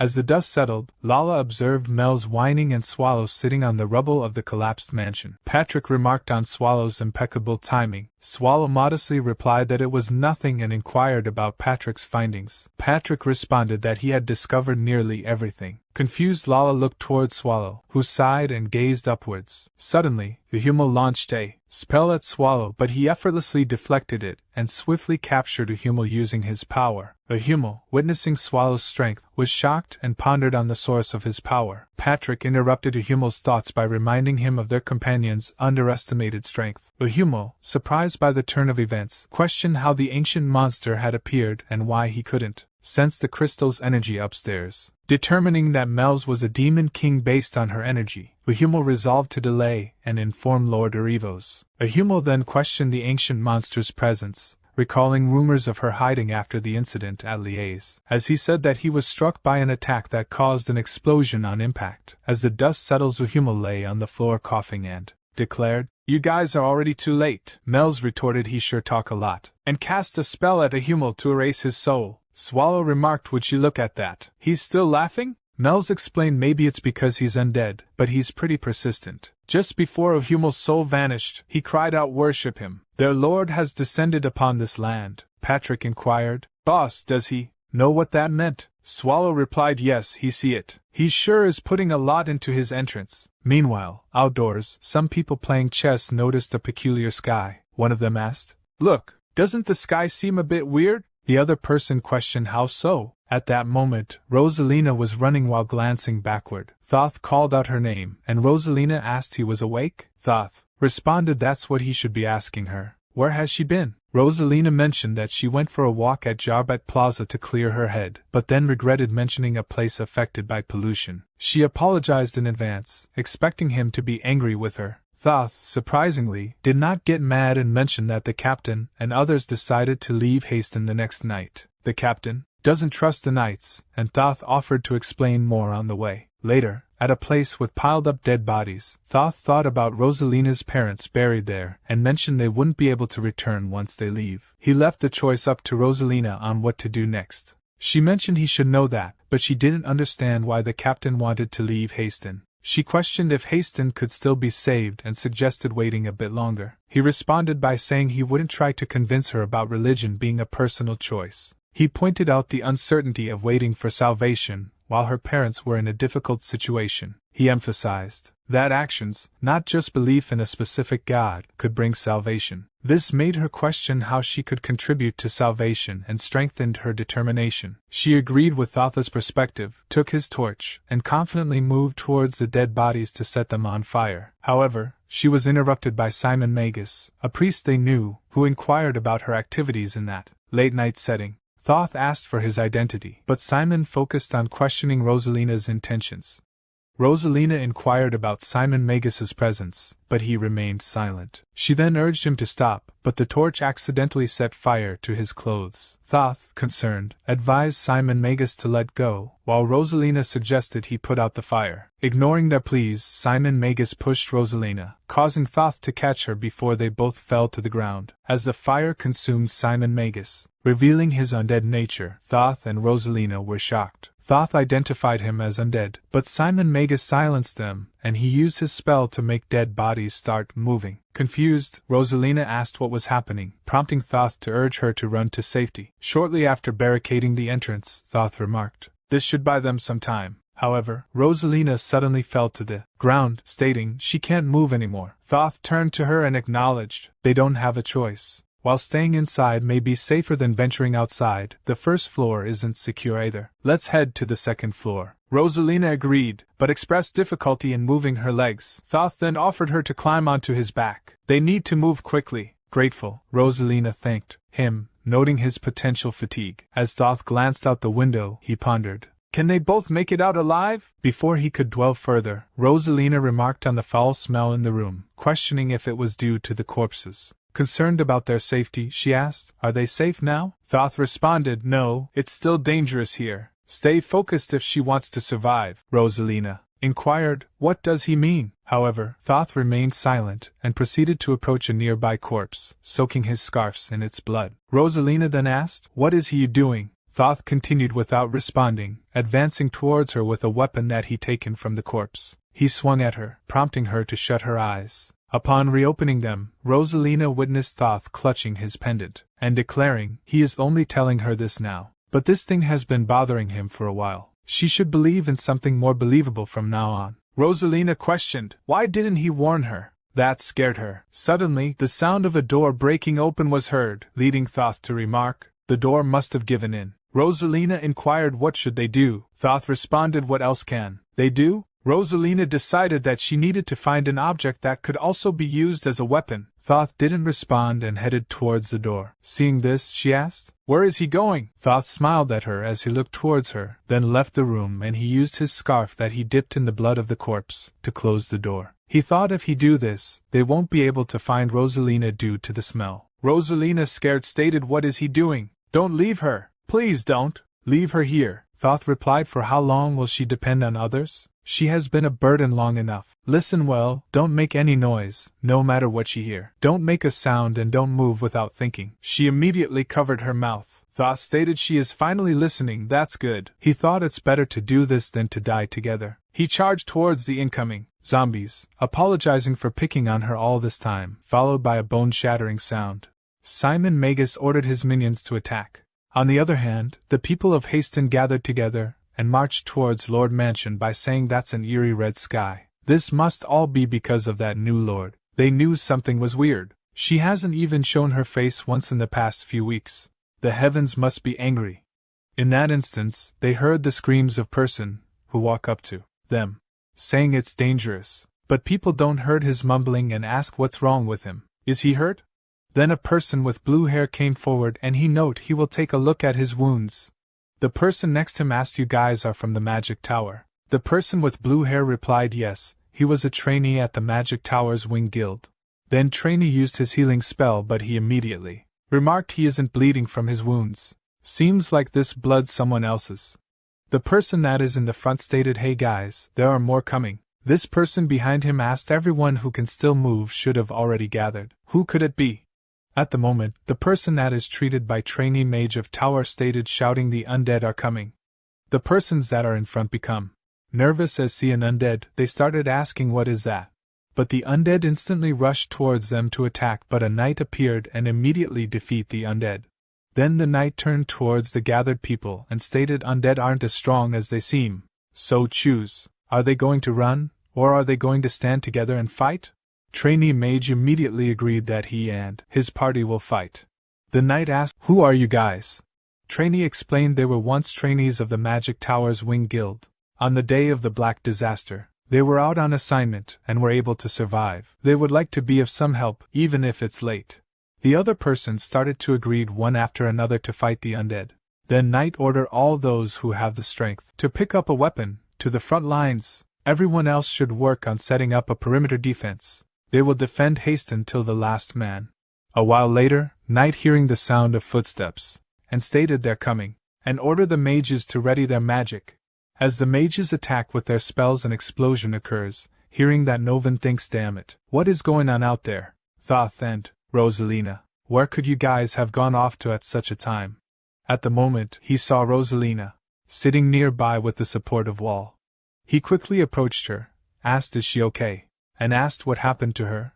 She replied Thoth, he told her to stay put, but she came all the way out here, because she was afraid. She said, Captain, Thoth, he is dead because of her. Novan asked, did Thoth resent her when he died?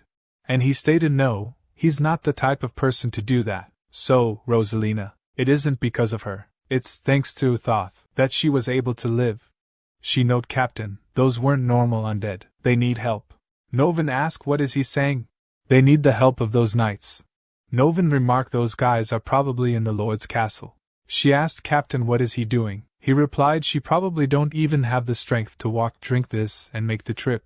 Novan stated, he is the captain, he can't just leave his comrades to fight. Rosalina, go bring those knights, they will hold them here, and he is sure the inner parts of the castle will be safer than this place. Thoth, he can't put Rosalina, whom you've sacrificed your own life to save, back in danger. However, Patrick note they really made a mess of things. He should come take a look as well, boss. It's no joke. Mel's added, they're really struggling out there.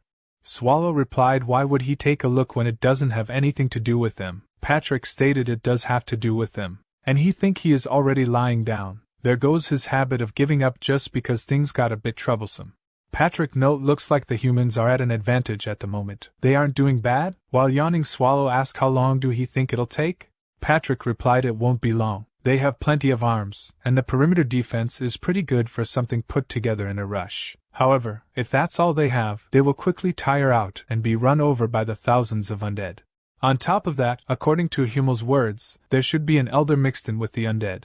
Doesn't it seem like Arivos put a lot into preparing this? Boss? He that they should slowly start repaying the favor. Swallow remarks, repaying, of course they should, but they have something to do before that. Patrick asked, what is he planning to do? And then he stated, don't do it. But Swallow replied, he thought you told me to do some work. Then he moved towards the Lord of Hasten and asked her name. She replied, it's Lala Sinaviratark. He note, Lala whatever. Good, he memorized it. Then introduced himself by saying he is Swallow, and asked, she want to live, right? Patrick asked, hey boss, what is he saying? We need to kill her. Swallow noted that was what he was planning to do at first, but he changed his mind. Patrick asked, what is he thinking? Isn't Hasten already past the point of no return? Swallow remarked, think about it, Patrick. Isn't the reason why they are about to give up on Hasten because of the undead? Patrick stated, yeah, pretty much. Swallow noted, if all the undead in Hasten were to disappear and the Lord of Hasten were to act according to their words, there's really no need to give up on it, right? Patrick remarked, he thought you would say something weird, but he guessed it's something worth considering. Then he thought to make use of the Lord instead of killing her might not be such a bad idea. Patrick asked, but don't the humans have loose lips? Mel's added, that's right. There's no way the humans who have learned the truth will keep it a secret. Swallow replied he don't think they're all like that. He believed that this human has a reason to stay alive. While she might have been scared after seeing him, she didn't avoid looking at him, even after seeing his true form. She seems useful. Patrick remarked, that's true. For a normal human, that's amazing. Swallow thought, does she have something special about her? All the heroes he has met thus far had something special about them, something that couldn't be attained through effort alone. As for this lord, she has the mental capacity to stay sane even after seeing him. She said, that's right, she has a reason to live. Swallow stated he is sure a human like this wouldn't go out of their way to die, right? Patrick asked, is that the only thing you're going off? Swallow said at his gut feelings to that. Patrick remarked, please add something more tangible than his gut feelings. Then he thought, well, it's not really trustworthy. Then he noted, well, what can he say when the boss is adamant about it? However, if things were to go wrong, he will take care of the aftermath. Swallow stated, well, he will think about it. Now, she got the gist of it, and now chose. It'll all be done as long as she say the words, please save us. She asked, then what will happen after that? Swallow explained, it's simple, the undead will be chased away, and until Haston regains peace, Patrick over there will do his best to help out. Hearing that, Patrick shouted, boss, is he trying to sell him off? She asked, then what will she have to do in return? Swallow stated he guessed sticking with something simple would be best, and she just has to offer up her everything to him. Nervously, she asked, what is he saying? Swallow stated, offer everything to us. She thought she will most definitely die if she was to decline, whether it be by this monster's hands or from being bitten by the undead. On the other hand, if she was to accept, but she will have lost everything. Would his brother have committed suicide if the black disaster had not occurred? If his brother were still alive, would he have become the Lord of Haston? Would she have been in this position if she wasn't the Lord of Haston? As she did not reply, Patrick turned around, saying, let's just get rid of her. Where did he put his sword earlier? Then Swallow heard footsteps and remarked, someone's coming? Mel's asked how would he like to handle it. She can block it with magic. Swallow remarked, forget it. Just open it. Mel said, got it, and she opened the gate. The person was Rosalina, and she said, they are really here, please help us. The village is overrun by the undead. Everyone is trying hard to fight back, but it's just too much. They need their help. Thoth has died, and the captain said he would be waiting for her. Everyone is holding on as best they can, so please help us. Didn't he say that he would save Haston? As she looked up, she saw Patrick, and she stated, a skeleton. Patrick replied, yes, he is a skeleton. Regrettably, the current situation has turned to the hands of that human over there.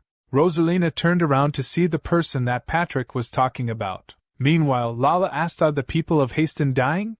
Patrick stated that reminds him, it's about time they reached their limits. Ms. Mells, can he ask her for a favor? Mells replied, of course. She was curious as well. She cast a spell, from which a demon appeared. She ordered him to go to the city center. As the demon reached that location, a screen popped up in front of them, showing the fight of humans and undead. Both Rosalina and Lala became shocked as they saw the scene before their eyes. Patrick stated there are ghouls as well. He doesn't like those since they smell bad. Looks like it'll be hard for them to stay alive much longer. Seeing that, Rosalina recalled the memory that she has with the people that are killed one by one in front of her eyes.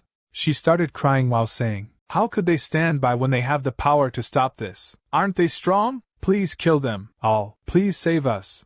She then turned to Lala and asked, what was she doing when everyone was dying off one by one? Then Lala, the Lord of Haston, asked Swallow, please save us.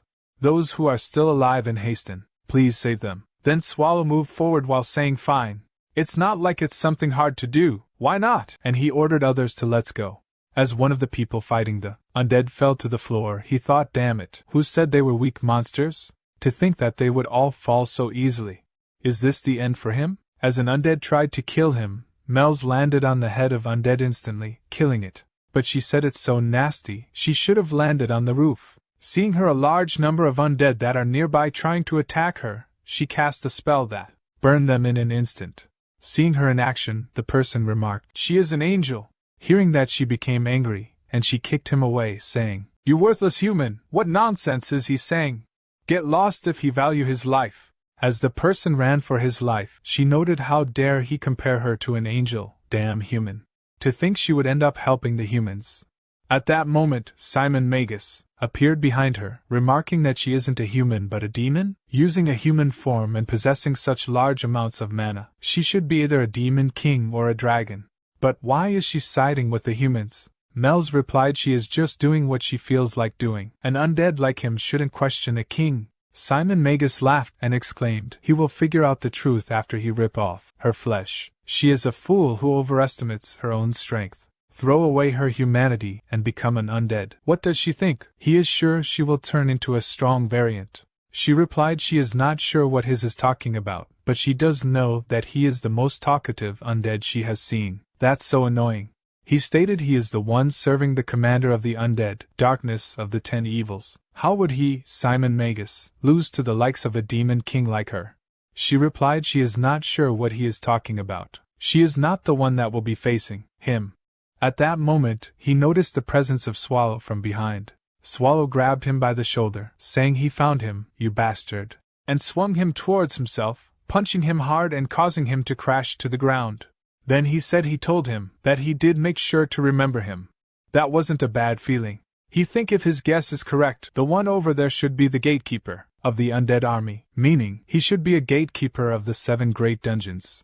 And he remarked, hey, you wouldn't die from that punch, so get up quickly. Meanwhile, Mel's think taking down someone like that with just a punch. On top of that, it seems like he was holding back. Did she see it wrong? She asked him. You seem to have a grudge against him. Is he someone he knows? Swallow think a few hours ago, he tried sending his mana to him to look into him without permission. He replied, well, he just don't like him. He should hit him some more. Anyway, nothing good will come of staying here for too long. And he asked, does she think Arivos is in this village? She noted, probably not. That's a barrier made to trap those who are inside it. Swallow remarked, so that's a barrier? He just thought that it was a crimson sky. She explained, so that would mean the caster is most likely on the outside, though she is not sure what he's up to. Regrettably, she doesn't think she can break this barrier. Swallow remarked, well, he was going to take care of it himself. And he asked, can she take care of all the extras from now on? She asked, is he talking about those undead? Swallow stated, yeah, it'd be good if she could minimize the loss of the humans, although it might be a bit late. There needs to be a certain population of humans for this village to function. She exclaimed it won't be perfect, but if it's just that, she thinks she will be able to take care of it. Swallow noted, as expected of our demon king, she is awesome. Then he will clean this place up a bit before heading to have a one-on-one with the Revos. She replied confidently, he can leave it to her, sir. And as she saw the undead force, she asked, sir, can she ask how long he will take? He replied, about 15 minutes. Maybe 20? She stated determinedly, if it's only 20 minutes, she will be able to hold out just fine. Swallow noted how reliable. She remarked, then have a safe trip, sir. Swallow stated, now then, he should finish things up here. Simon Magus remarked he had a guess, but is he an ancient monster? Swallow said he wonder. He is partially right. Simon Magus asked, then just who is he? Swallow replied, probably Patrick's slave. Simon Magus stated, what nonsense, ancient monster. Did he think that he would foolishly wait here without preparing anything? He is Simon Magus, one of the pillars of Lord Erivo's forces. He has yet to disappoint him even once so far. He needs to take this chance to get to Lord Erivo's. But as he saw Swallow, he became shocked, and Swallow stated, this bastard. He keeps annoying him. Simon Magus think, damn it. Really, he didn't get any injuries. The great evil dungeon Swallow. It'll be dangerous at this rate. He must tell Lord Erivo's, and quickly. Meanwhile, Swallow tried to eat him, but Simon Magus was quicker than Swallow thought, and he used teleportation spell to move away from him. Swallow thought he was trying to eat him up in one bite. Looks like he couldn't get everything. It'll be a pain to go looking for him, but he can't just let him run. Recalling his promise to Mel's that he would finish in 20 minutes, Swallow worried about Mel's. So he can't waste time here like this. That bastard probably went to look for his mommy, and Erivo's should be somewhere outside the town, so he should have run toward the walls, right? Well, whatever. He is sure blasting the whole area in the direction he ran off and should take care of him. If it's just this, the village won't be too badly damaged. Then he heard a voice, and he thought, is that Patrick's voice? He must be imagining things. He found the corpse. Wait, should he call the corpse he killed that was once alive a corpse? He picked up and said, well, whatever. Because of him the village is in ruins. What is he going to do about it? What? Don't blame others? If he didn't like it, he should have stayed alive. He can explain it to Patrick himself. Did they call this the barrier? A power that Mel's couldn't break alone. So it's a pretty strong barrier, he guessed. But how strong can it be? As he touched the barrier, his hand twisted, and he said it's stronger than he thought. He think he will be able to break through it with some effort. That is, if this magic tool is able to hold out. If the magic tool breaks and he is unable to keep his polymorph going, he is sure he will be scolded by Patrick. Well, let's just say it's his fault if things don't work out. He is counting on him, corpse. Then he checked the surroundings and said good, there are no humans around, and transformed into his original form, and dashed toward the barrier, breaking through it. Outside the city, he stated there sure are a lot of you. As they tried to approach him, he easily blasted them away. Swallow remarked that's not the right way to greet your guests. Then the elder ordered his minions to step aside, and they followed. Swallow stated, see, you guys should have acted this way from the start. Here's a present he prepared for him. He believed they have a lot to talk about. Erivos note ancient monster. Is he suggesting that it's acceptable for those races to be oppressed by humans? The humans are prideful, crass, and selfish. Even when they've carved out a good life for themselves, they've always wanted more, invading the lands of other races. Swallow stated he is talking too much. Get to the point. Erivos remark human needs to disappear, and he has the power to easily get rid of the empire. He had always thought that taking down the empire would be impossible unless they were able to take Riez down, until he heard that the Black Disaster had hit Riez. If only he had mentioned the thought of wiping out the humans, all of the demons would have been willing to put their life on the line.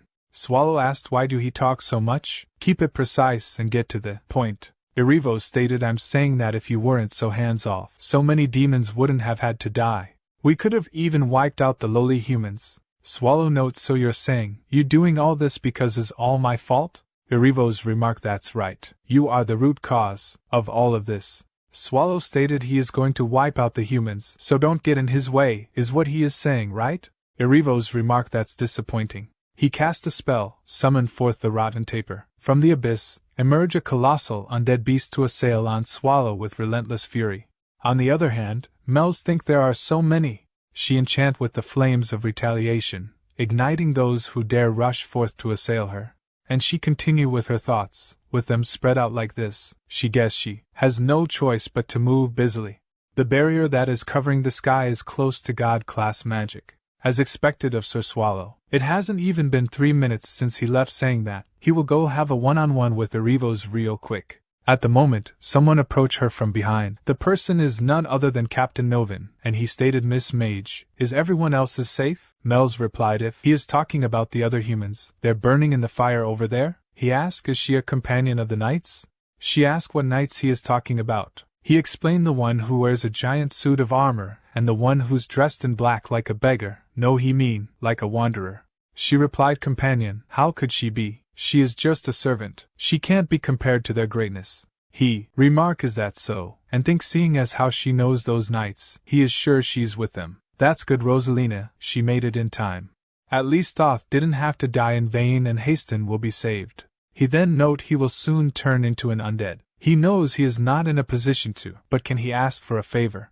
And as he looked towards her closely, he noticed that she was not a human, and he think well, he guessed that doesn't matter anymore. And he asked if there's a weapon lying around. Could he trouble her to hand him one? Observing his plight, she turned and handed him a spear, proclaiming he is a warrior.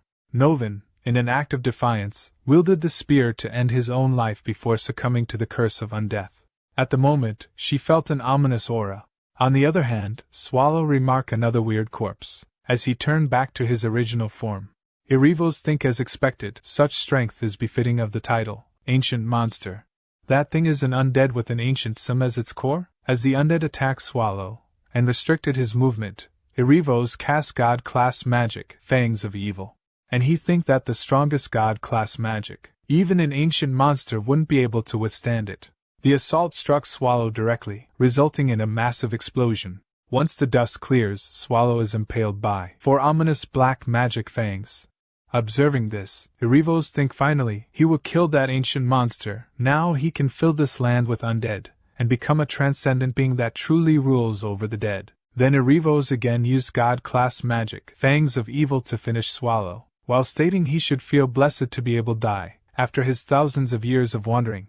Just as the fangs are about to strike Swallow, he harnesses the power of darkness to shatter them. Erivos is baffled by what he sees before him. Swallow exclaimed that fucking hurts. It hurts so much that he didn't think he can keep letting you hit me. Erivos ponders he intentionally allowing him to strike him. No, could it be? In a fit of anger, he strikes a nearby tree, causing it to crash to the ground.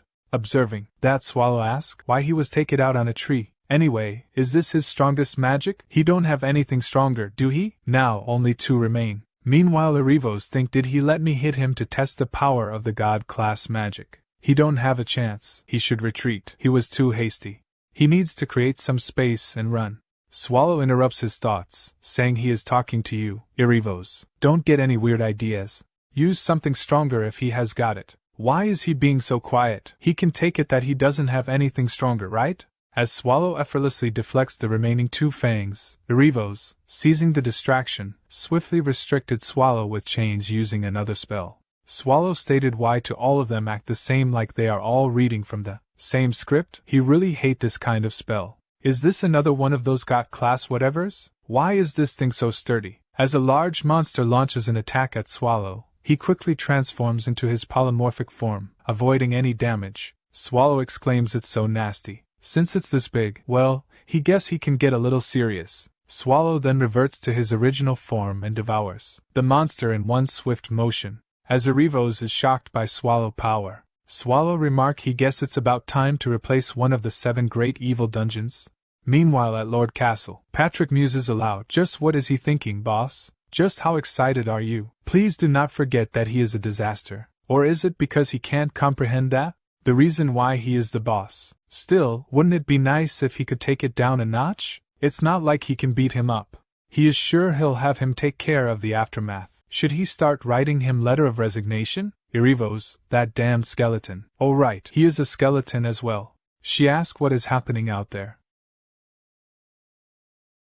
He means, it's him taking care of the undead army. She asked, is he saying that Haston will be saved? Is that what he means, sir? Patrick replied, well, it'll work out somehow, so she shouldn't worry too much. Also, his bones are starting to get goosebumps. She can speak as she normally do. Thankfully, there do not seem to be any more undead in the village, as expected of the Demon King Mel's. At the moment, Mel's teleported there while saying that was tiring, and Patrick remarked perfect timing. She exclaimed she finished everything she had to do. It's been a while since she have had to use so much mana. Patrick stated she has worked hard. If she hadn't been here, Lady Mel's, he don't know how this would have gone. She asked, isn't Sir Swallow doing most of the work? He replied no, he thinks she have done a better job. She asked, is he not done yet? He note the boss, as she can feel, is still in the middle of fighting. She remarked that power is a sight to behold. He note it's even greater when she think about the aftermath of that.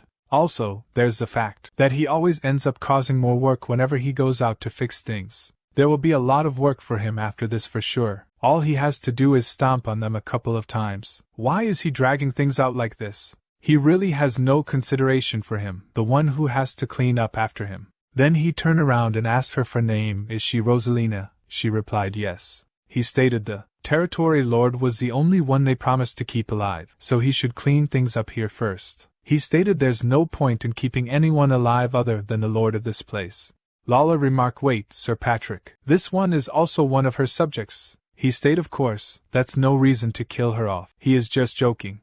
And think it's not like she can do anything by herself when those back alley thugs have all died off. More importantly, with her mind in such a state, there's no point in doing anything to her. If killing her happens to affect the lord of this place somehow, it'll be a loss for them. Well, let's just say that everything has been taken care of on this end. And he asked Mel's, can she put someone to sleep? She remarked that's not a problem, but who he wants to put to sleep? He stated he did like to speak with the lord alone. So she cast a sleeping spell on Rosalina, and put her to sleep. Patrick note, now then, shall they get started? As she can see, they have been doing their part in saving Haston, so she should do her part, and keep her promise. She asked what do she has to do?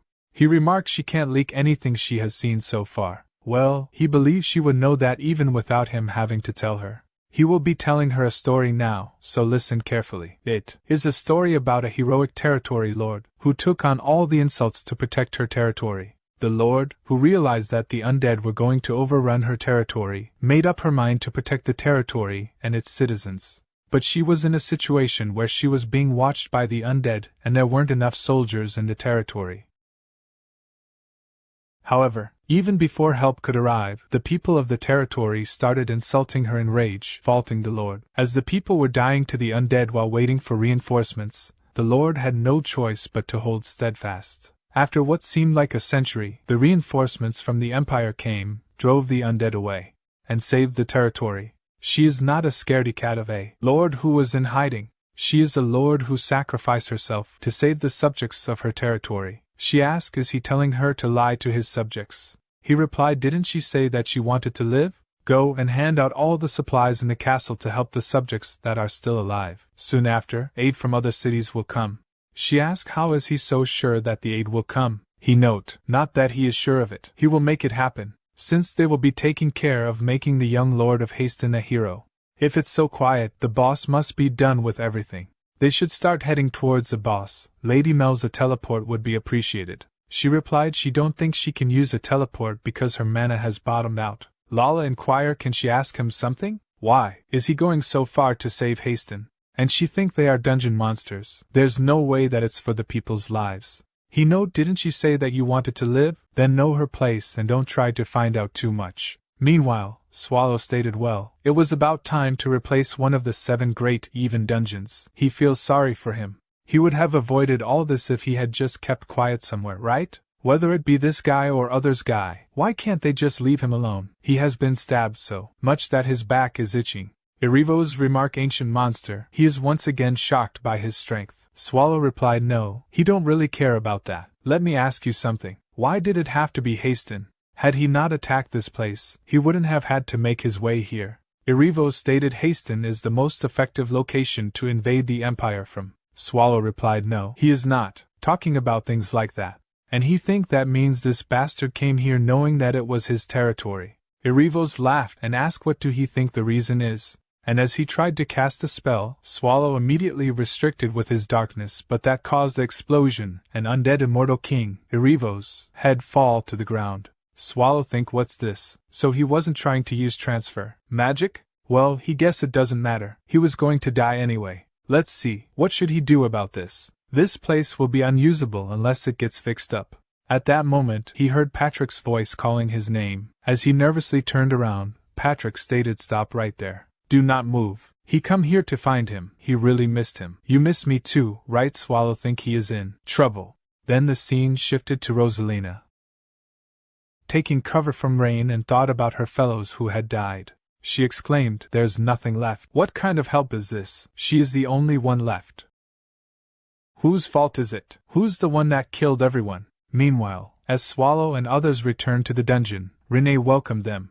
She was waiting nicely and quietly for them. She even cleaned everything nicely while waiting. Swallow replied she did well. Mel's fell to the ground, saying she is really tired. Patrick added he feels like dying. Renee asked Mr. Swallow, he must be really tired, right? Would he like dinner first, or would he like a bath first? Swallow replied, he is drink the bath water. Patrick thought, what's going on? And he asked, just what has she been teaching her while they were away? Ursabet Bathory inquired, she wonder if everything went well. Swallow asked her, can she leave now? Patrick added, yeah. Well, if she added up the number of humans who died of starvation and to the undead, it would be around 3,000. And don't forget about how this damned boss blew up the whole town. Aside from that, it turned out pretty well. She asked, just what did he do over there? He replied, he just cleaned up the undead. She asked further, did he really only clean up the undead? He added he cleaned them up perfectly. She questioned, she is asking what exactly he cleaned up perfectly. Swallow placed the head of Erivos on the table and stated, don't bother him, he is going to sleep. As she observed it closely, Swallow drank the bath water. She noted, wait, isn't this just the shell? That surprised Patrick and Renee. A little later, Swallow explained that true, he did use magic at the end. Patrick stated, no matter how he look at it, this is just bad work, boss. He did a bad job cleaning things up. Leaving the Lord who knows everything alive was already questionable, but now even Erivos is alive. Just what did they do in Haston? Swallow noted. Ursabet said that Arivos would have lost at least 70% of his life. Patrick replied that's true, but in the end, there was still conflict between the great evil dungeons. He needs to be more careful of things now. Well, they should be fine for now since Arivos won't be able to make a move for a while. He should stop slacking off now. As he has said before, even if he can take care of the aftermath of Haston, accepting monsters into the dungeon is something that has to be done by him. As he turned around asking, "Is he listening?" and he saw Swallow, sleeping. Meanwhile, Rosalina arrived where people were gathered talking to one another. A green-haired person said, "There have been rations for 3 days in a row. What's the point of just filling their bellies? His wife and kids are all dead." A blue-haired person stated, "What, praise the Lord? Is everything okay as long as his belly is full?" The green-haired person replied, he did rather follow them to the afterlife than to live like this. The blue-haired person replied, they should fill their bellies even if they follow them. Then the green-haired person noticed Rosalina, and he asked, what is she giving up as well? She should fill her belly before she leave. Rosalina stated, where would she even go? Of course, she is also suffering. She wants to run away. But why do they have to be the ones to run away? What did they do wrong for them to die? They should think about it. Who was in the wrong? Who killed everyone? This is unfair. It's really unfair. Don't point their hate at the wrong target. There is no point in a meaningless death. If they are going to die anyway, they should take revenge on the being that put them in this situation. All of them asked what do they have to do. She remarked, they should all know. They have to kill all the undead. The scene shifts to the king's palace, where the king is giving a speech. Ethelbreaz is kneeling in front of him, listening attentively while royal guards stand down. The king addresses Ethelbreaz by his full name, or Edelbreaz gar Livestein, and comments that despite the length of the speech, Ethelbreaz did not zone out. Ethelbreaz responds respectfully, saying he wouldn't dare to do so. The king emphasizes that the lives of the raid force rest on Ethelbreaz's shoulders and expresses his high expectations of him. Ethelbreaz assures the king that he will live up to these expectations. As Ethelbreaz leaves the king's palace, he is accompanied by Garrett, an executive tracker from the Black Tiger's order. Garrett inquires whether Ethelbreaz received the full rights to lead the dungeon raid. Ethelbreaz confirms this and mentions the arrest warrant issued for Paymore. Garrett notes that although Paymore is on the run, his previous status as a wealthy noble means he likely has allies aiding him, rendering the warrant less effective. Ethelbreaz counters that the warrant's mere existence is enough to keep Paymore on edge. Ethelbreaz then reflects on the recent turmoil in the city. He recalls the black disaster that struck Ryas a month ago, causing significant unrest within the Empire's upper echelons. Blame was widespread, and those who failed to manage the crisis were eliminated. He observes that many things have changed since then. Shortly after their conversation, they both arrive at their destination. Garrett reminds Ethelbreaz of an upcoming meeting scheduled for 2 hours later and asks what he should do if he is late. Ethelbreaz instructs her to wait until he arrives. He then inquires about a woman and asks for her whereabouts. Garrett confirms that she should be inside. With a cheerful expression, Ethelbreaz energetically bangs open the door, announcing his entrance. Inside, Wern Historia is found eating donuts. With a smile, Ethelbreaz asks if she has been resting well. Wern Historia responds with a smile, calling out his name. Meanwhile, a group of 3 people enters the primordial core. Their leader instructs them to be cautious, stating they will retreat at the slightest sign of a monster. He emphasizes the importance of remaining vigilant as they approach the first room of the primordial core. With a nervous expression, the leader of the group expresses hope that the information they received is accurate. Observing the first room of the primordial core, the leader confirms that the monster has not reappeared since the Hishutalt raid force visited 2 months ago. He notes that there should be something valuable to find and decides to continue deeper inside. The third member of the party expresses excitement, anticipating they will become rich. They proceed to check the second and third rooms but find nothing in both. The second member questions the accuracy of their information, wondering if other raid forces have already swept through and taken anything valuable.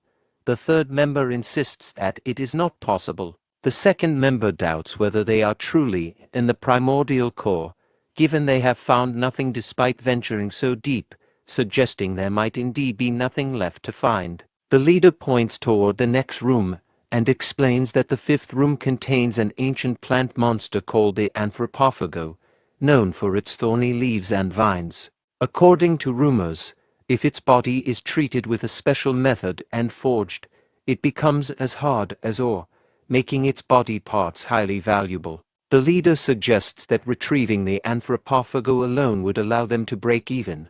The second member expresses concerns about the room being empty or, worse, filled with monsters. She points out that as a C-rank raid force, they are vulnerable and could be killed by even the weakest monster in the area. The leader, in response, challenges their resolve, asking if they intend to leave empty-handed. He states that those who wish to leave can do so, but warns that leaving now means they should forget about joining in on any profitable ventures in the future. The group cautiously enters the fifth room. The second member asks the leader if he sees anything. The leader spots the body of the plant-type monster, the anthropophago, and confirms its presence. The second member expresses relief, remarking that it's a good thing they didn't turn back. The leader instructs the group to gather the monster's body quickly, so they can leave. As the leader is about to cut the monster's body, he notices something alarming and starts sweating profusely. He shouts away, prompting the third member to turn to him and ask what he said, not hearing clearly. At that moment, Swallow appears, poised to devour them. The leader tries to escape while urging the others to run away. Shortly after the attack, Swallow spits out the group's equipment. Patrick, inspecting the discarded items, remarks that, as expected, the group didn't have anything of significant value. Renee reflects on the fate of the raid force, expressing frustration at how their greed and selfishness led to their demise. She openly declares her disdain for humans. Patrick interrupts the somber moment by suggesting that something they found might be valuable. He asks for the leader's opinion. Swallow comments that they taste better than undead creatures, indicating their potential quality. Patrick identifies the origin of the fallen raid force based on the coat of arms on their clothing, noting they are from the West Crantal Kingdom, not part of their own empire. Renee adds a touch of dark humor, laughing at how far the raid force had come, only to meet their end in such a manner. Swallow reflects on the convenience of receiving a local specialty delivered right to their front door.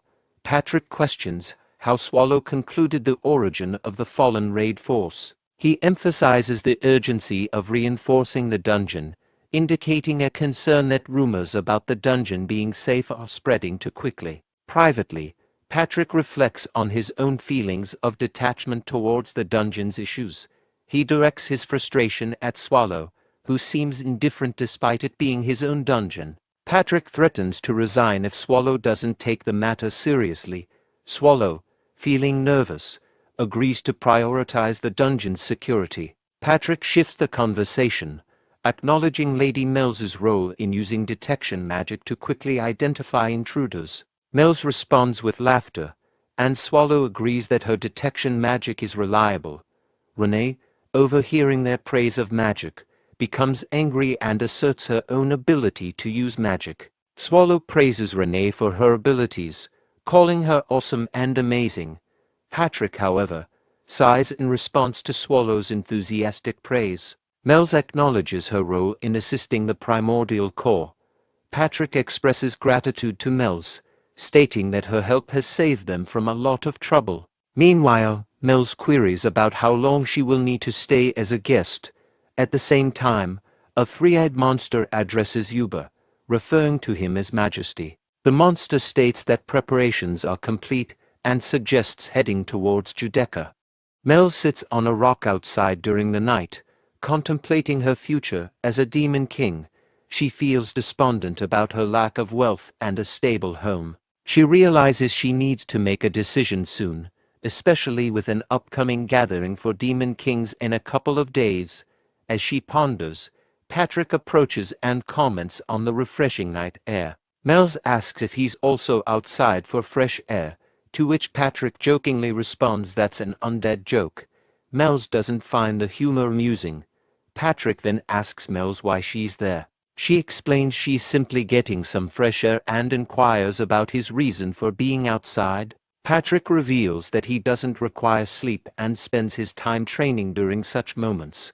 Mel's questions Patrick about whether he has any more improvements to make, to which Patrick replies with a metaphor about swords and rust, implying that continuous practice and improvement are necessary for skill. Patrick reflects on this being the first time he's spoken to Mel's alone like this.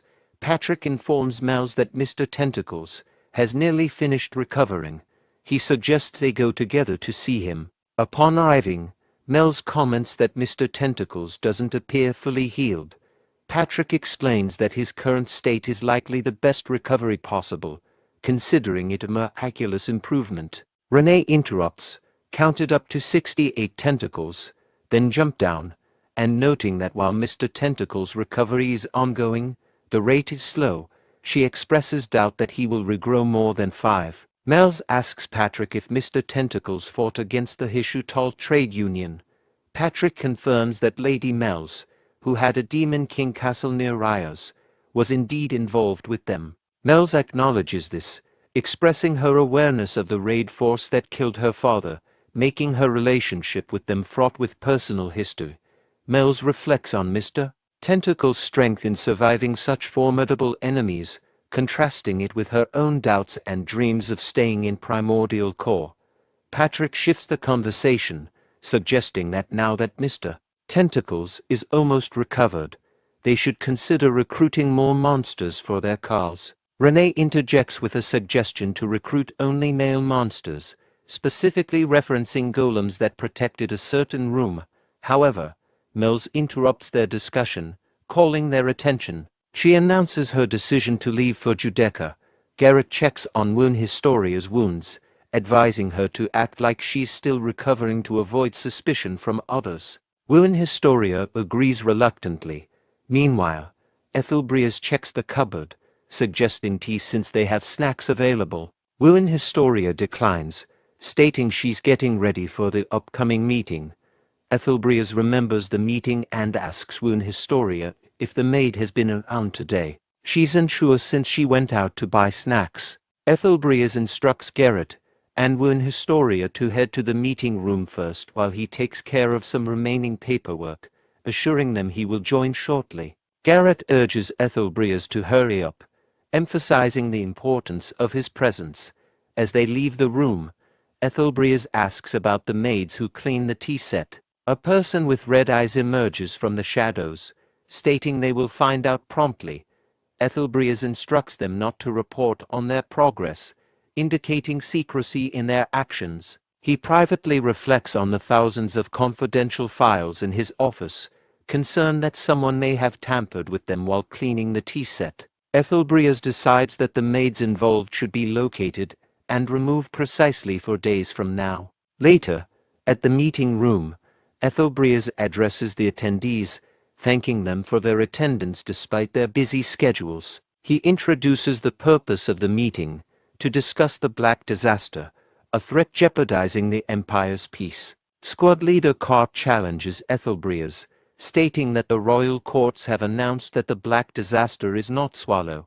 He questions whether Ethelbrias is defying the official statement. Ethelbrias clarifies that the announcement was made to pacify the citizens and asserts that he personally witnessed Swallow in action. He describes an encounter where Swallow fought directly with the hero Wuin, resulting in Garrett losing an arm. Cart reacts with disbelief, accusing Ethelbrias of fabricating lies since he hasn't heard any such reports. Ethelbrias points out the evidence, drawing attention to Garrett's missing arm and Wound Historia's expression as proof of the truth. Upon closer inspection, Cart acknowledges the truth and realizes the severity of the situation. Internally, Cart reflects on the fact that Wound Historia wasn't a match for Swallow, underlining the threat's power. Ethelbrias emphasizes the need for preparation since Swallow appeared unexpectedly and could strike again at any time. After Ethelbrias's revelation about Swallow's power and the need for the 36th masterpiece,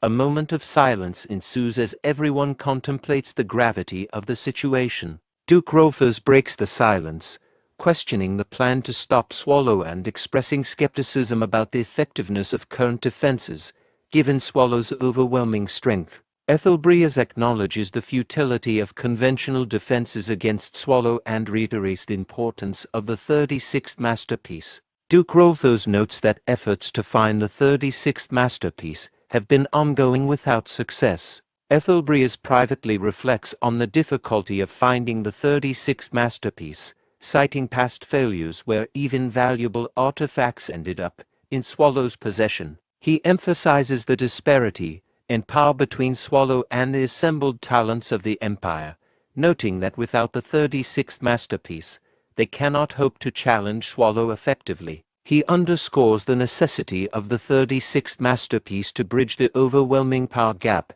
and to stand a chance against Swallow's formidable presence. Ethelbreas mentions the Pope's recent movements, describing how he spread rumors about the Swallow being God's punishment towards the Empire. The girl with dark blue hair reacts strongly, standing up and denouncing the idea as nonsense. Ethelbreas acknowledges her reaction, attributing the Pope's statements to the Empire's history of religious suppression. The girl confronts Ethelbreas, warning him to watch his words as they could be considered treasonous. Ethelbreas responds calmly, smiling at her outburst but reaffirming that he's stating the truth. Suddenly, the girl grabs Ethelbreas by the collar in anger. Ethelbreas's shadow man intervenes swiftly, pointing a sword at the girl's neck, ready to act if necessary to protect Ethelbreas. Ethelbreas calmly responds to the girl's outburst, remarking that she may be overestimating her influence. He swiftly orders his shadow man to withdraw his sword, causing the girl to become flustered by the sudden turn of events. Ethelbreas continues, emphasizing the seriousness of the situation. He warns that ignoring the Pope faction's plans could lead to the Empire's division. Internally, Ethelbreas reflects on the Pope faction's possession of 3 of the 36 masterpieces, which they call holy relics. He contemplates that seizing these artifacts would necessitate starting a war, a great holy war. Meanwhile, elsewhere in Primordial Core, Swallow reacts to Patrick's news about Lady Mell's departure with curiosity. Patrick presses Swallow for more substantial reaction. Patrick informs Swallow that Lady Mell's has left the dungeon. Swallow responds nonchalantly, stating that he already knew and questioning why it's a problem. Patrick becomes frustrated and grabs Swallow's hand firmly, causing him pain, and begins to nag intensely. Patrick emphasizes his concern that Lady Mell's might not return, pointing out the uncertainty of their departure. Swallow reacts to Patrick's grip and nagging, acknowledging the discomfort and commenting on Patrick's tendency to use strength unexpectedly. Swallow reflects inwardly on Patrick's behavior, noting his peculiar habit of exerting strength in unusual situations. Patrick reveals to Swallow and Renee that he's noticed Lady Mell's behaving strangely even before she mentioned going to Judeca. Renee confirms Patrick's observation, noting that she also found Lady Mell's remarks unusual. Renee enters carrying something, catching Swallow's curiosity. Patrick speculates that Lady Mell's might be planning to start her own force again, prompting discussion about her intentions. Swallow, puzzled, asks Renee about what she's carrying. Renee places down a pot and explains that it's a stew she prepared, aiming to lift Swallow's spirits. Swallow in shock, suggesting the stew might be deadly. Patrick laughs off the misunderstanding but suggests the stew's effects could be similarly dire. Renee, in anger, hits Patrick on the head, causing him to fall to the ground. Swallow, seizing the stew Renee prepared with his tail, questions the purpose of their gathering and asks if there's more they need to discuss. Patrick emphasizes the urgency of replenishing the dungeon's monsters, addressing the issue directly. Renee acknowledges Patrick's point with a resigned tone, indicating acceptance. Swallow challenges Patrick, questioning why he always assigns tasks to him. Patrick responds defensively, asking who's really shifting responsibilities onto whom. Swallow refuses to budge from his position, expressing frustration and questioning Patrick's role as a guardian. Patrick concedes Swallow's point, acknowledging the responsibility that comes with his role. Swallow expressing surprise at his agreeing with him, and Patrick responds assertively, reminding Swallow of their prior agreement regarding Haston and the associated responsibilities. Swallow expresses surprise that Patrick agreed so easily, questioning who else could go if he didn't. Patrick confidently states Lady Renee will handle it. Swallow reacts with concern, mentioning Renee's eye problems and potential suspicion from others.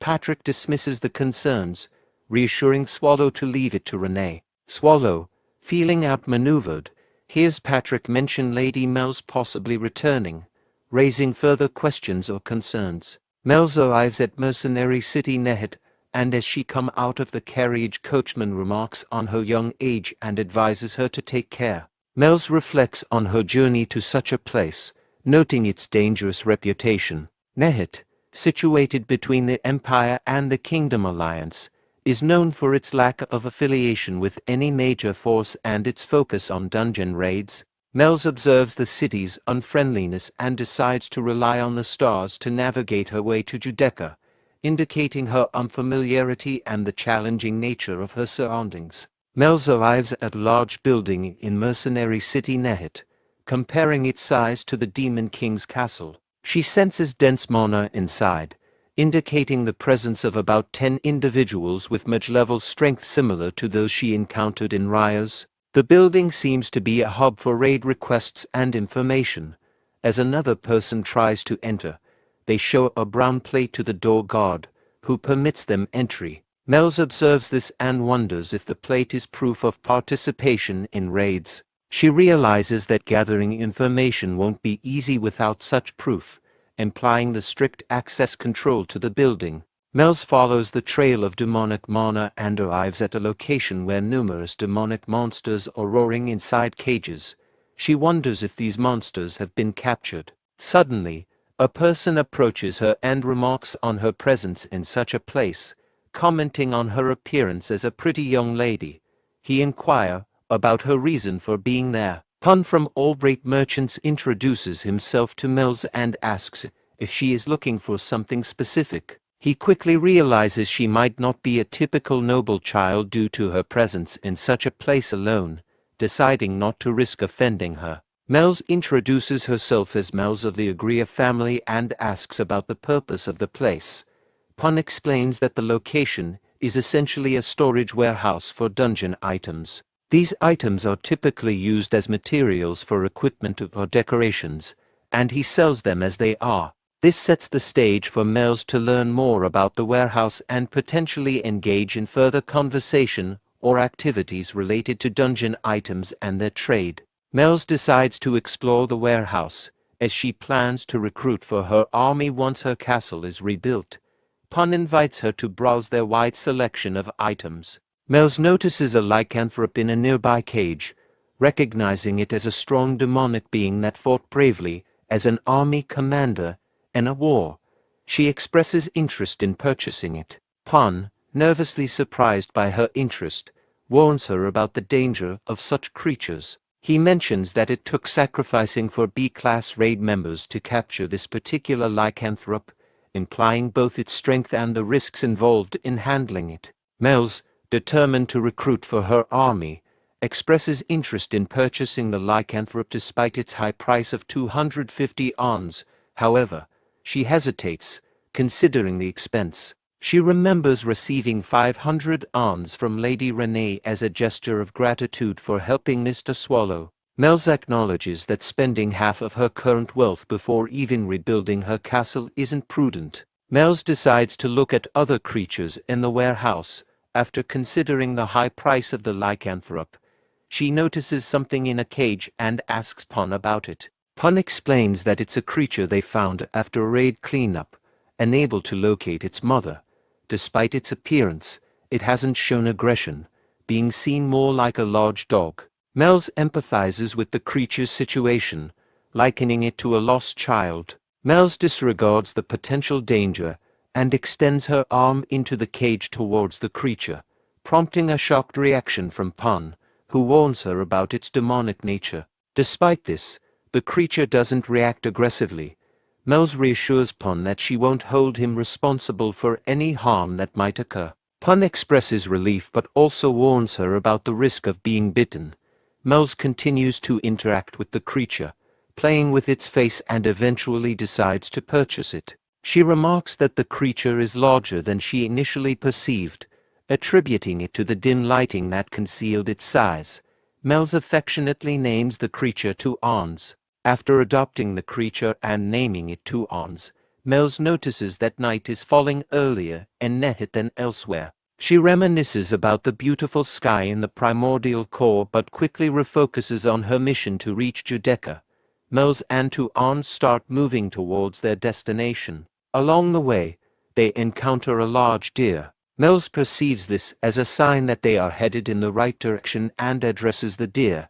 She calls herself Great One and asking the deer demon to lead the way. After encountering a deer that turns out to be a demon welcoming her as a demon king, Mel's is directed to head towards the fallen monastery behind the mountains where other demon kings have already gathered. Mel's agrees and begins her journey towards the monastery. As she travels, she notices that the Two Ons is following her. Mel's affectionately scolds the Two Ons, telling it to stay behind as part of the demonic army and wait for her return.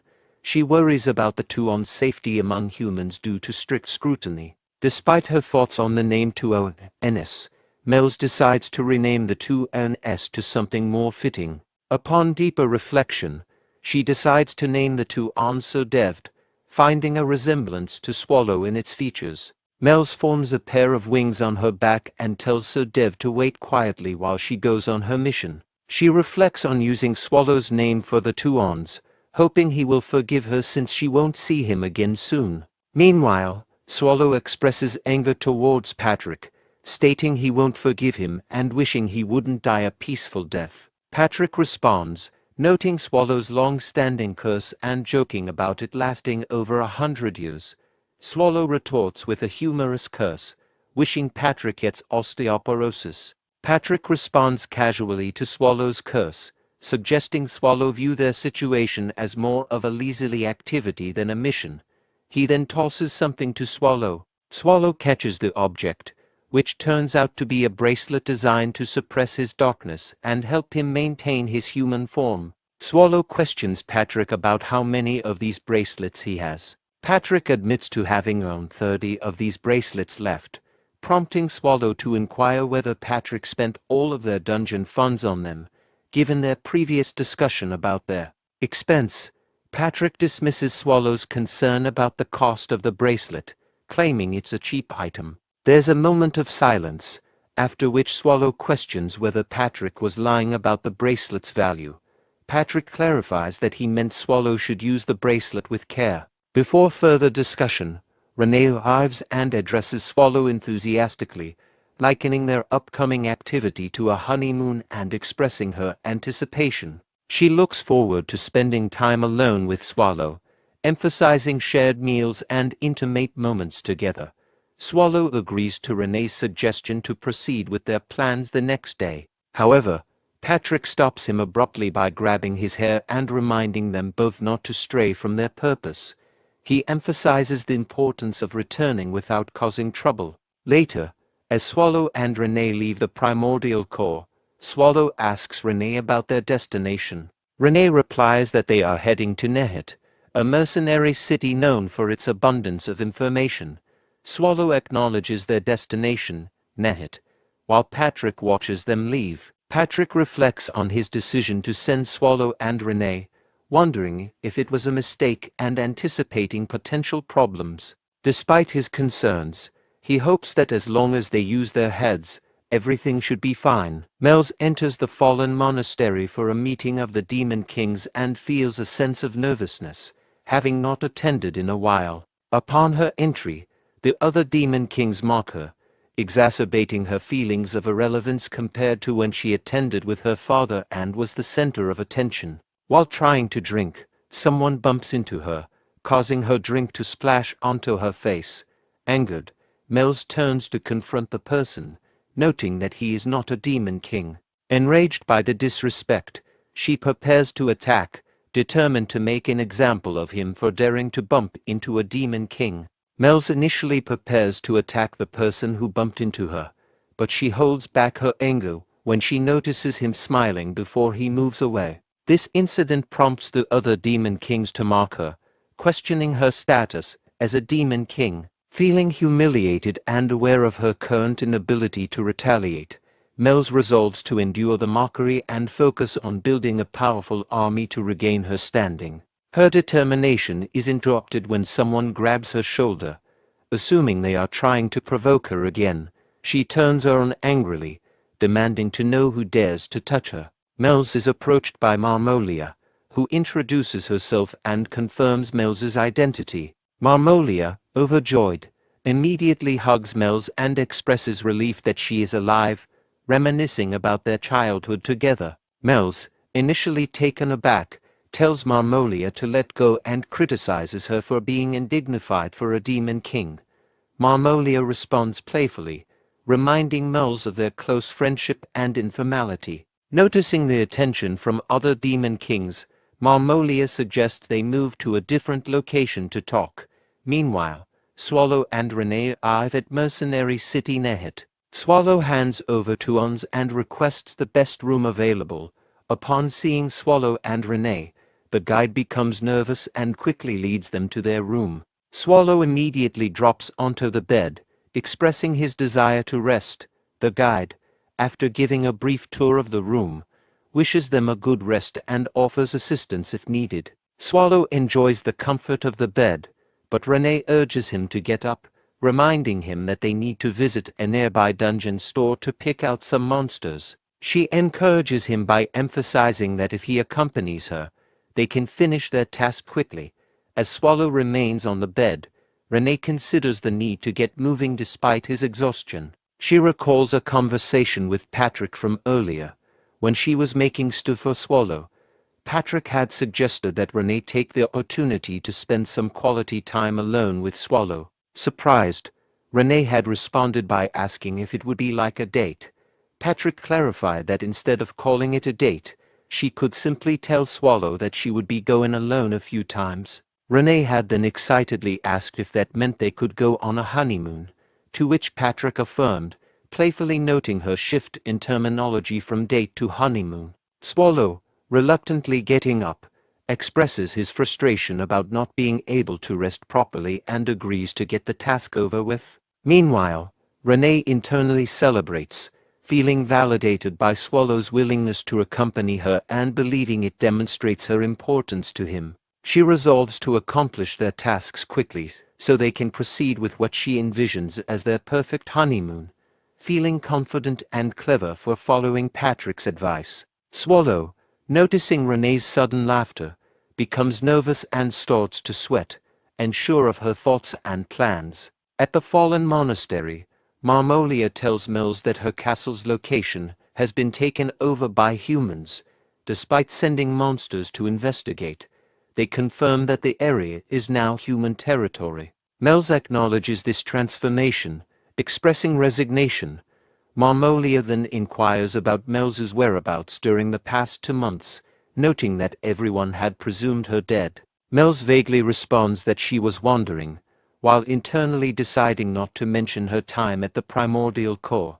Marmolia grabs Mels's hand and expresses relief that she is still alive. Mels admits that she thought Marmolia might hate her, considering the past animosity between their fathers. Marmolia reassures her, saying that the rivalry between their fathers is history and that they are now both demon kings on their own paths.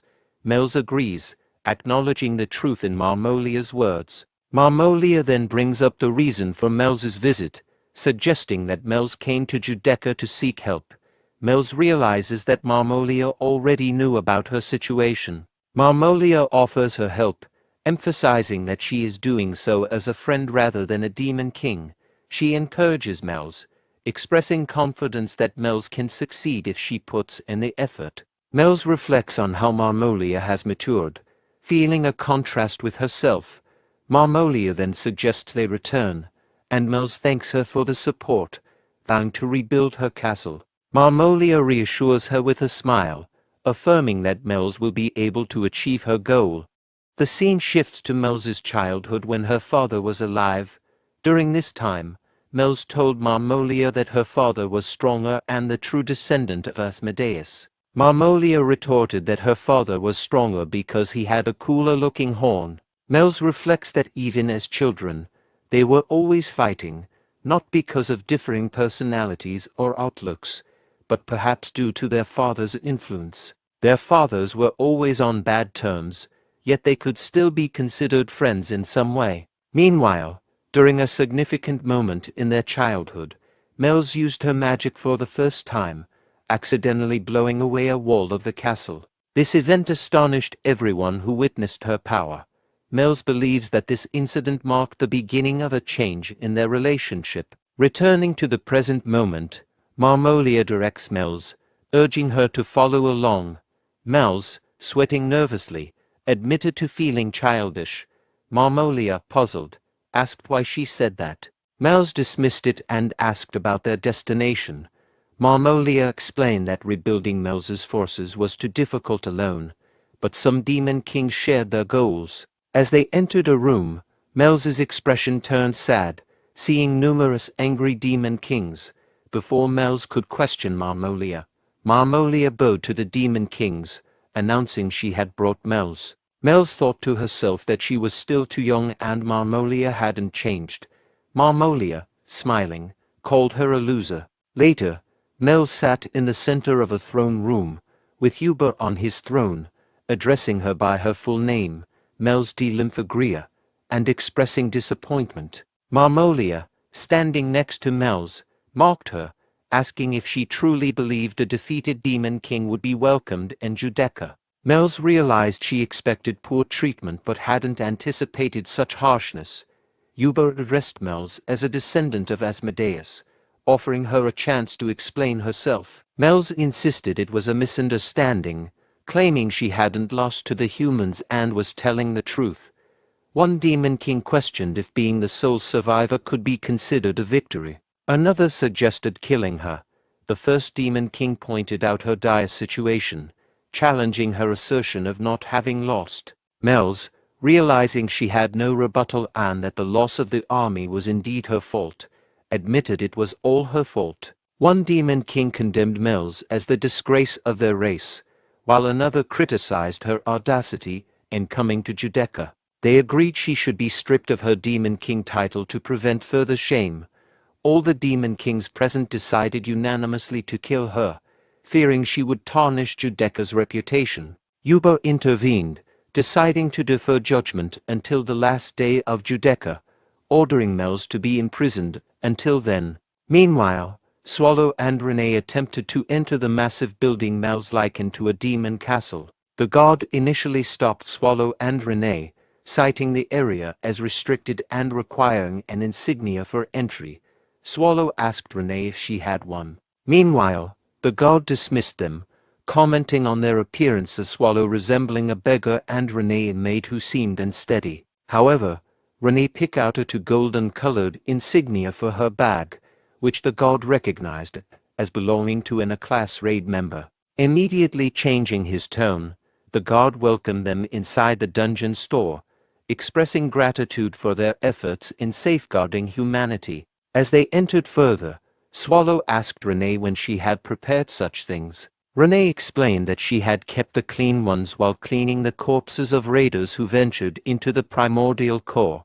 Swallow agreed, noting there should have been plenty lying around. Renee approached a notice board displaying comprehensive dungeon information, remarking on its thoroughness. Swallow expressed concern about whether they could read through all the information in time, asking Renee what they were specifically looking for. Renee replied that they were searching for a powerful monster that humans had been unable to defeat no matter how hard they tried. Swallow pondered aloud about bringing a monster from the great evil dungeons but quickly dismissed the idea, realizing it wouldn't work. Turning to Renee, Swallow suggested considering monsters just below the great evil dungeons level. Renee agreed after a moment of thought, confirming those would be suitable. However, Their discussion was interrupted by a staff member approaching them, requesting them to leave as they needed to start cleaning. Renee asked if they could stay longer, but the staff member explained that everyone else had left, and they couldn't keep the place open just for them. Swallow, frustrated at the idea of having to return tomorrow and potentially disrupt Renee's plans, briefly considers drastic action, but is interrupted when Renee signals to a staff member and inquires about more raid requests. The staff member, noticing the extensive pile of requests already on their table, wonders why they would need more. Renee directs them to a specific set of raid requests. Later, Swallow and Renee sift through the papers but find that most of them lack information on useful monsters, disappointing their search for formidable monsters. Swallow suggested considering an ancient metal slime from one of the raid requests. Renee agreed it sounded promising, but noted the dungeon's distant location as a drawback. Swallow lamented not recruiting Mel's instead. Renee explained she had considered Mel's but envisioned her more suited as a room manager due to her perceived weakness. Renee also speculated that Mel's would reach her limits within 3 years compared to humans who challenged the great evil dungeons. She added that, in her opinion, Mel's appeared the most impressive in her role as a demon king. Swallow reflected on Mel's previous assistance, acknowledging she had been helpful in getting Renee back home. He regretted letting her go so easily. However, he also recalled having destroyed her castle, leading him to question his actions. Turning to practical matters, Swallow asked Renee about the duration of Judecca. Renee informed him it was a 2-day event and emphasized the importance of arriving before it ended. Swallow expressed determination despite the distance involved. Renee mentioned that reading the stars was crucial to finding Judecca's location, a skill traditionally known among demon kings. Swallow confidently stated that he knew how to read the stars. A short while later, the deer demon noticed something in the distance, expressing unease. As Swallow approached the deer demon, ignoring the warning to halt, the deer demon reiterated that only demon kings were allowed past that point, threatening Swallow with his life if he persisted. Swallow continued forward, observing the transformation of the deer demon into his battle stance, declaring himself as Bamat, servant of the great Yuba. He vowed to prevent any intruders from passing alive. Marmolia visited Mel's cell and taunted her, commenting on her appearance and the situation. Marmolia sarcastically asked if Mel's liked her new accommodations, remarking that she looked better than expected. As a supposed friend, Marmolia claimed to have intervened on Mel's behalf during discussions about her punishment, convincing others not to kill her outright. Instead, they decided to strip Mel's of her horns and fangs, a severe punishment that would humiliate her among other demons. Marmolia cruelly speculated on how many would look down on Mel's in such a state. Despite the harsh treatment, Marmolia proposed a twisted offer for Mel's to become her underling, suggesting that if Mel's served obediently, she might even earn a higher position by showing loyalty and subservience. As Mel's remained silent to Marmolia's remarks, Marmolia expressed irritation that Mel's didn't respond. Just then, 2 guards arrived and informed Marmolia that they were ordered to take the criminal Mel's to court. Marmolia instructed them to proceed, and the guards escorted Mel's away. Later, at the court, a demon king announced the beginning of Mel's trial to determine her punishment. The demon king accused Mel's of losing the trust of demons under her leadership and bringing shame upon the demon king title. They specified that as punishment, Mel's would have her horns cut off and her fangs pulled out, addressing her by her full name, Mel's de Lymphagria. The demon king offered Mel's a final chance to defend herself, asking if she had anything to say in her defense. Mel's responded, reflecting on her time in the cell and pondering the concept of strength and weakness. She questioned why the weak perish while the strong survive, emphasizing that the demon king army was meant to protect her. She argued that the weak soldiers died while the strong demon king survived, failing to understand what the issue was. In response, all the demon kings present reacted with disdain, shouting accusations at Mel's for her perspective on her army. Mel's countered, asking if they were accusing her of abandoning her soldiers and questioning if they understood how she and her army had treated each other. This caused a moment of silence among the demon kings. However, Marmolia broke the silence by laughing mockingly at Mel's. She derided Mel's for speaking boldly despite her army being wiped out and her current sorry state, suggesting that Mel's had lost her sanity. Mel's, maintaining her composure, asserted that she had finally come to her senses. She argued that the trial was unjustified since she believed she had committed no wrongdoing, criticizing the preemptive discussion of her punishment before a ruling was made. Mel's challenged the legitimacy of the proceedings. Her remarks made Marmolia visibly nervous. Mel's continued, addressing Yuba directly and dismissing Marmolia's authority, referring to him as Sir instead of Lord. This shocked Marmolia, who was accustomed to referring to Yuba with utmost respect. In response to Mel's defiance, the other demon kings reacted angrily, shouting at her for daring to speak to Lord Yuba in such a disrespectful manner. They suggested even harsher punishments, including the removal of her tongue along with her fangs. Yuba, however, remained unperturbed by Mel's words. He remarked that someone who had lost everything like Mel's had little impact on him. As Mel's resigned herself to the inevitability of her situation, she reflected on the ignorance of those who considered themselves demon kings, finding it laughable.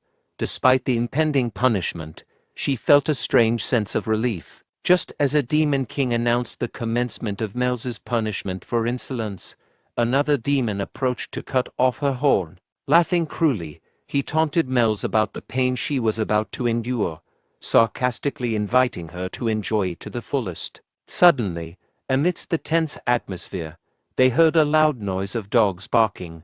Amidst the commotion in the court, a demon king questioned the source of the barking noise, while Marmolia expressed disappointment that the proceedings were interrupted. The demon making the announcement expressed disbelief that dogs would be heard in Judeca, considering it a sacred place.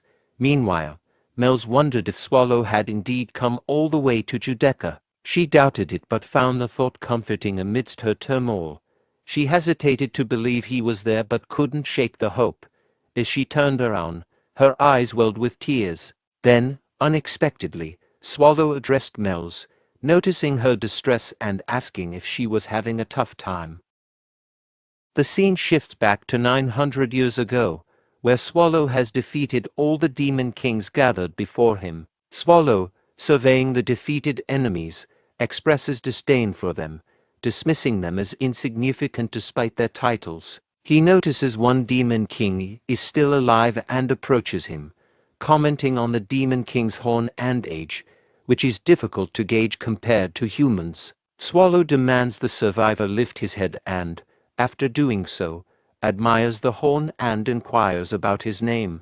The surviving demon king, a child named Yuba, is visibly frightened and sweat-covered as he answers. Yuba, now an older figure, recalls his past encounters with Swallow and becomes visibly nervous and sweaty while observing Swallow, who is seated calmly. Meanwhile, Tuans happily leaps onto Mel's and starts licking him. Mel's, slightly irritated, remarks that Tuans should have waited patiently and implies that it followed Mr. Swallow. Marmolia, seeing Mel's reaction, becomes flustered and turns to Swallow and Renee, questioning which demon king they serve. She expresses concern that their presence is disrupting the sacred process of judgment. Renee reacts angrily, accusing Marmolia of not knowing her place and expressing outrage at her comments. Swallow interrupts Renee, advising her to let it go and apologizing for the interruption. He explains that he and Renee are travelers who happen to stop by, and they don't belong to any specific demon king. Swallow then questions why the demon kings are embarrassed about Mel's behavior, suggesting that they are punishing her because she no longer has power. He provocatively suggests that if he were to destroy all their armies, it would resolve any issues regarding their status and treatment of Mel's. This statement infuriates the gathered demon kings, who react with anger to Swallow's provocative remarks. In the tense meeting of demon kings Vehement, one of the demon kings, became infuriated with Swallow's comments. He accused Swallow of overstepping his boundary by insulting the assembled demon kings and threatening Soyuba, a significant figure among them. Veerman's anger led him to vow to tear Swallow apart, vowing that not even Swallow's corpse would remain. As Veerman prepared to attack, he used magic to control multiple weapons, launching a ferocious assault on Swallow with the intent to kill him. Despite the threat, Swallow remained calm and even yawned, seemingly indifferent to the danger. Just as Veerman was about to land his strike, Swallow's calm demeanor was abruptly interrupted by a defensive magic spell that blocked Veerman's attack. The spell caused significant damage, causing Veerman to collapse to the ground, shocked and injured by the unexpected defense. As the demon kings gathered and Judeka observed the scene, their attention shifted to Swallow. He, noticing their focus, nonchalantly remarked that he hadn't done anything, despite the recent magical interference. The demon kings then realized that Yuba was responsible for the defensive magic spell that had thwarted Veerman's attack. This revelation led to confusion among the demon kings, who began questioning Yuba's actions. Yuba addressed their questions by explaining that he couldn't allow anyone to make a move against a great being like Swallow. He expressed his intention to strictly punish the aggressor, Veerman, for his action. Marmolia then showed respect to Swallow, acknowledging him as the supreme being and referring to him as Sir Swallow. This recognition prompted a discussion among the demon kings, who identified Swallow as the Swallow from Primordial Core. As Yuba continued to kneel in deference to Swallow, Veerman, having regained consciousness, inquired why Yuba had intervened to stop his attack. Yuba was internally frustrated, thinking that Veerman's lack of understanding was dangerous. He reflected that if he hadn't intervened, Veerman would have been swiftly killed by the maid in the back, potentially leading to the slaughter of all the demon kings present. Swallow, on the other hand, noticed Yuba and felt a sense of familiarity. He asked Yuba about his presence and remarked that he recognized him. Swallow then recalled that Yuba was the demon king he had encountered 900 years ago, noting the significant change in Yuba's appearance since then. Yuba responded respectfully, attributing his current status to Swallow's past benevolence, acknowledging that Swallow's actions from the past had greatly influenced his rise. Swallow instructed Yuba to rise, expressing that he wasn't present for the formalities. Yuba, however, was haunted by past fears and recalled the unsettling memory of Swallow's unexpected appearance 900 years ago. Swallow, echoing his words from that distant past, questioned Yuba's assumptions about his visit. He reassured Yuba that despite his intimidating reputation, his current purpose was different. Yuba, puzzled, asked what Swallow's true intent was.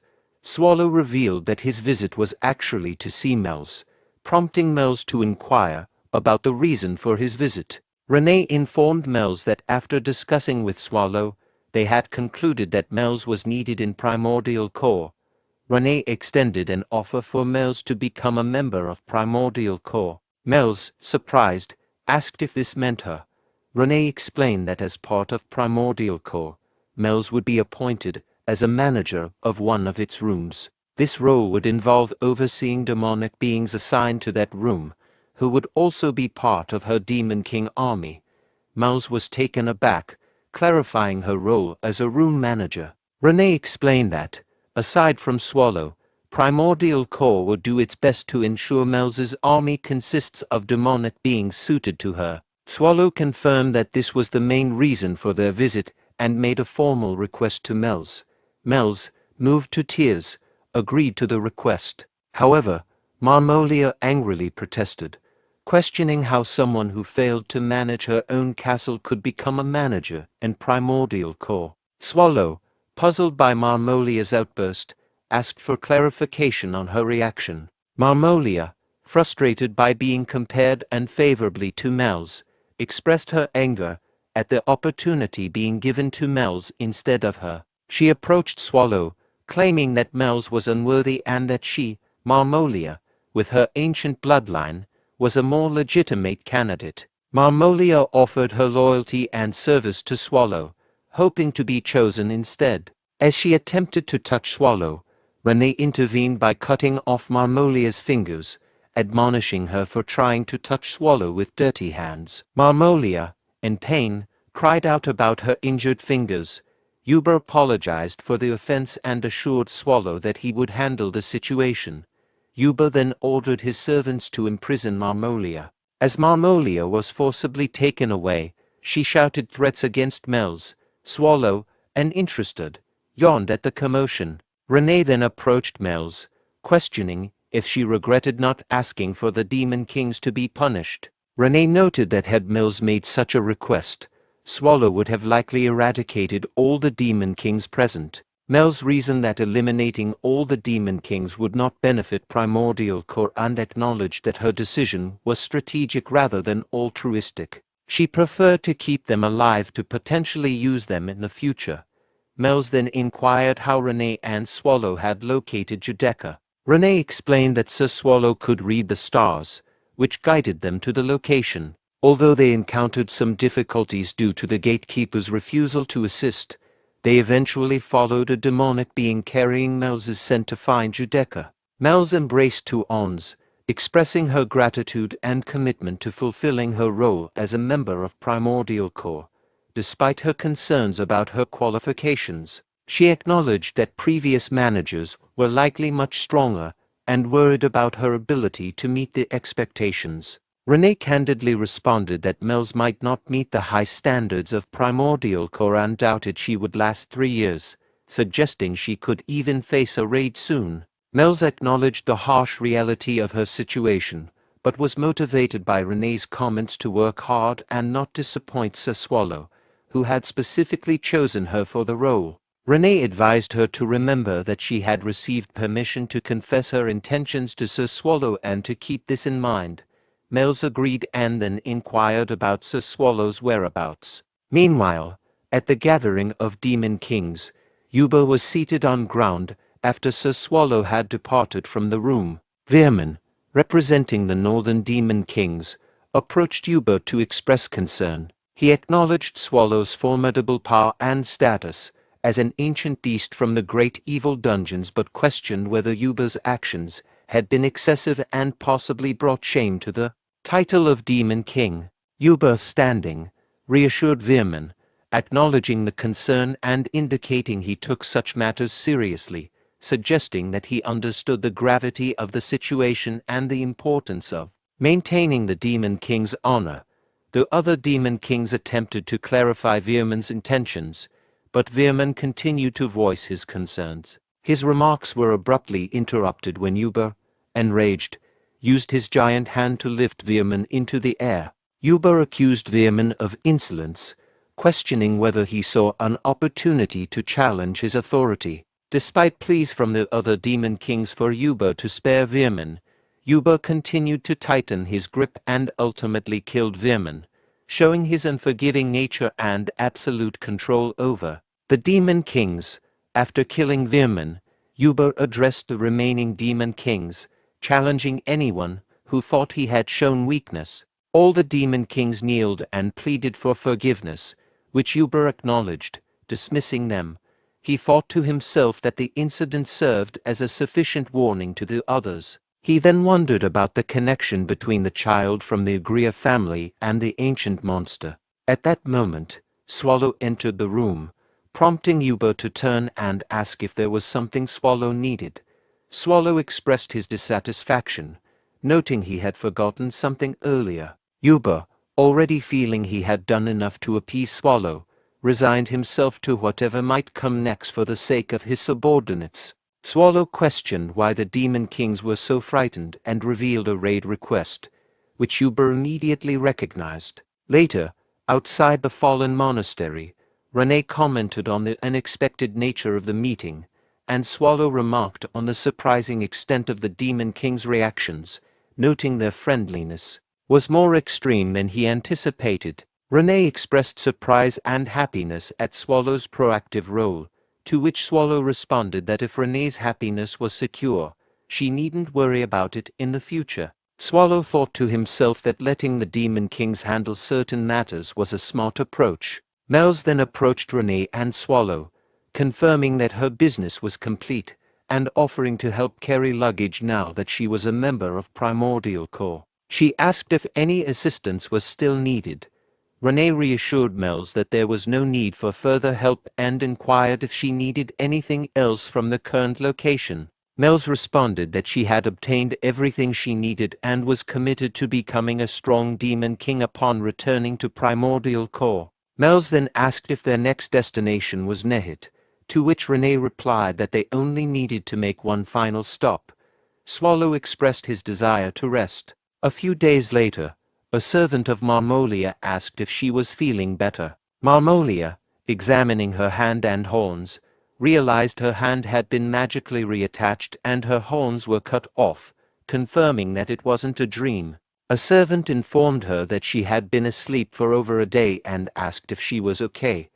Marmolia dismissed the concern and inquired about Mels. The servant explained that Mels had left with Swallow and reassured her that despite her broken horns, other demon kings would provide a suitable excuse. He emphasized that although support was limited, there were still many forces loyal to her, including his own. He urged Marmolia to move past their previous conflicts and consider reconciling with Mels. Marmolia, enraged, rejected the idea of reconciling with Mels, dismissing her as someone unworthy of being called a friend. She expressed a desire to kill Mels and stated that she could not rely on the other demon kings. Marmolia declared that she needed a more powerful ally who could challenge Primordial Corps. Laughing maniacally, she identified someone she believed could stand against Primordial Corps, indicating that she had found a potential powerful adversary. At the Nehitin, Mels and Renee were reviewing various raid requests. Mels noted that the requests were highly detailed, similar to those humans make, and attributed this to the efforts of the Demon Kings. Renee mentioned that, according to Swallow, the monsters selected were at least of a high level.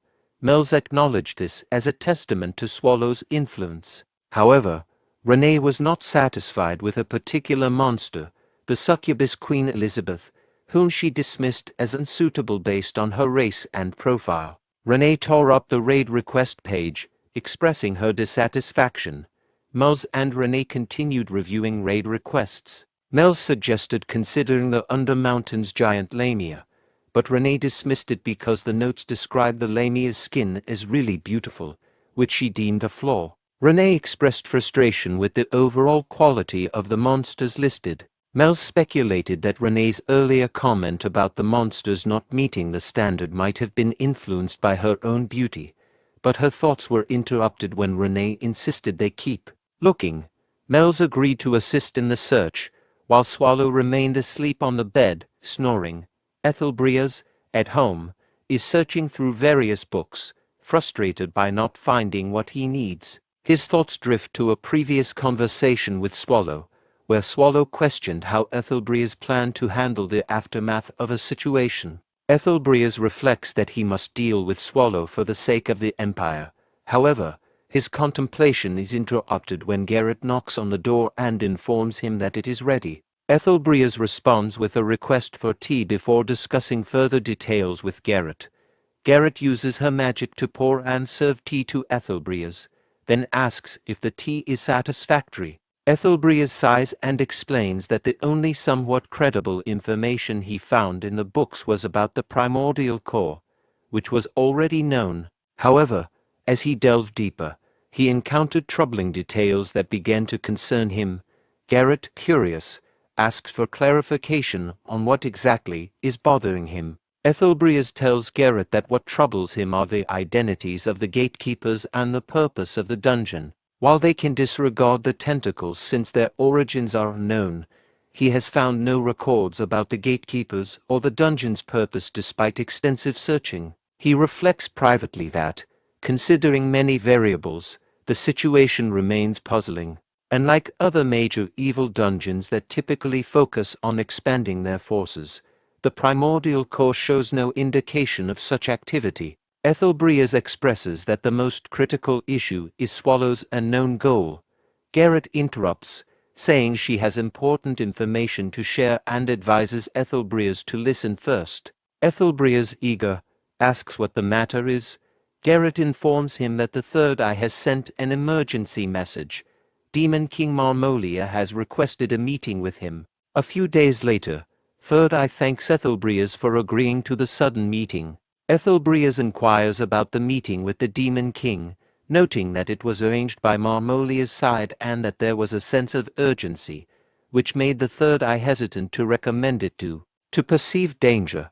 As Marmolia arrives, she remarks on Ethelbrias's youth and appearance, expressing surprise at his being young and handsome for the leader of the humans. Ethelbrias introduces himself as our Ethelbrias Garlivestein and points out that the message specified that Marmolia wouldn't be bringing any bodyguards. Marmolia comments that Ethelbrias isn't alone either, implying that there may be hidden forces present.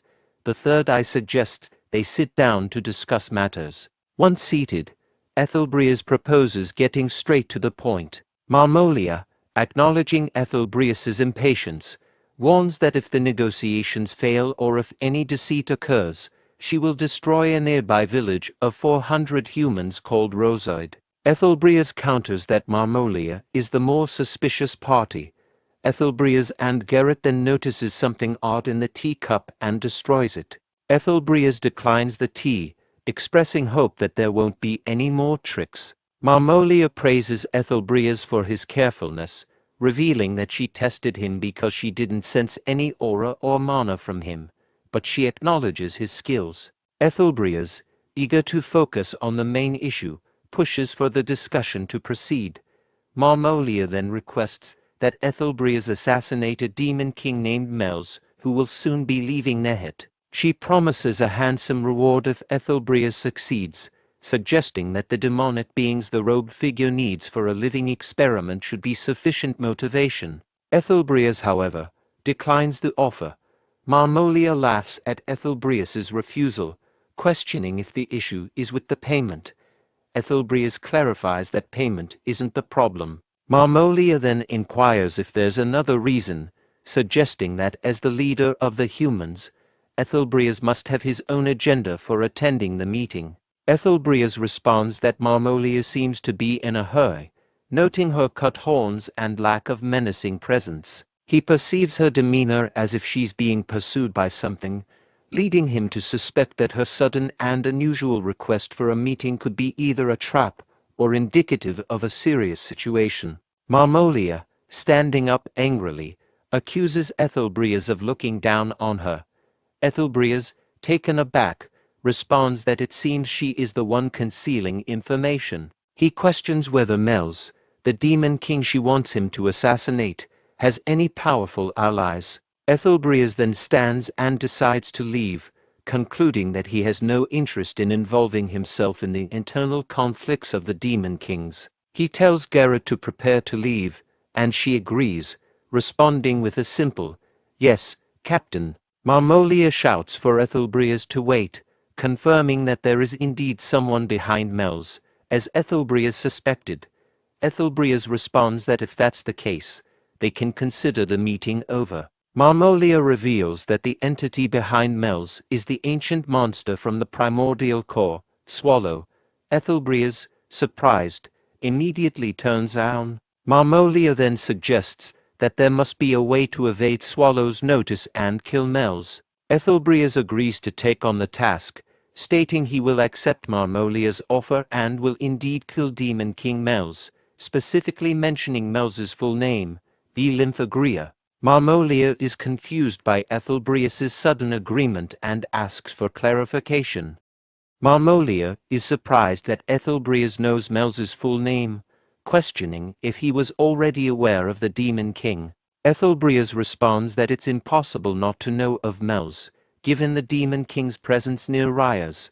He emphasizes the urgency of the task, as Mels is about to leave Nehet soon. Marmolia, noting Ethelbrias's reaction to the name Swallow, suspects there may be a connection between them. She warns Ethelbrias to stop any pretense, reminding him that they are holding 400 villagers from Rosoid hostage, and urges him to remember this serious threat. Ethelbrias coldly responds to Marmolia's threat about the hostages, saying she can kill them all if she wishes.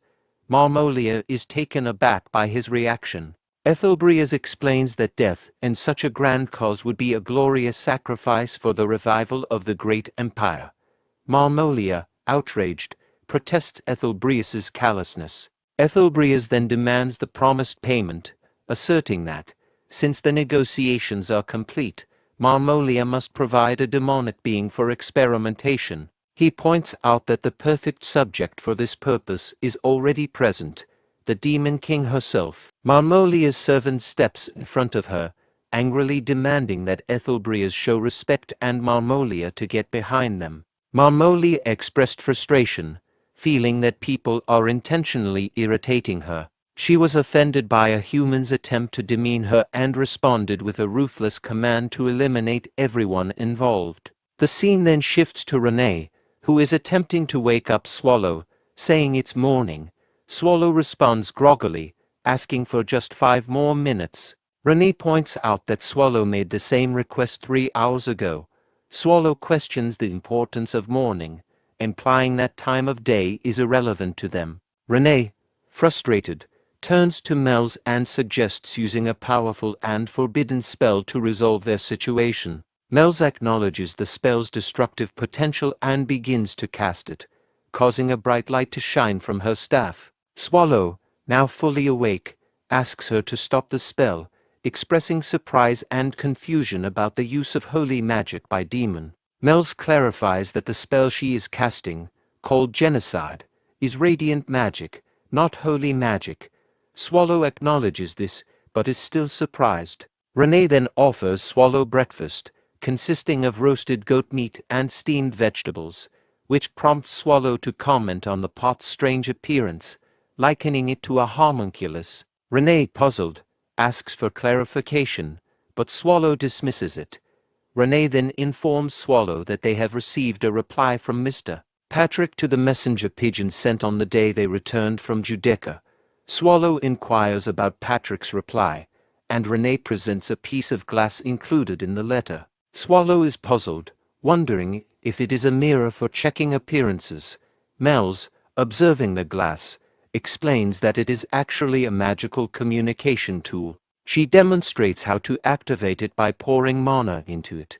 Once activated, Patrick checked if his communication device was working by asking if he could be heard. Swallow, however, comments on the odd appearance of Patrick's nostrils, presumably due to the communication tool's display. Patrick, speaking through the magical communication tool, questions why Swallow immediately picked a fight, then confirms that they can hear him. He explains that he contacted them because he heard about Mel's hard work from Renee's pigeon and wanted to offer help with monster recruitment. Swallow then asks where Patrick obtained the communication tool.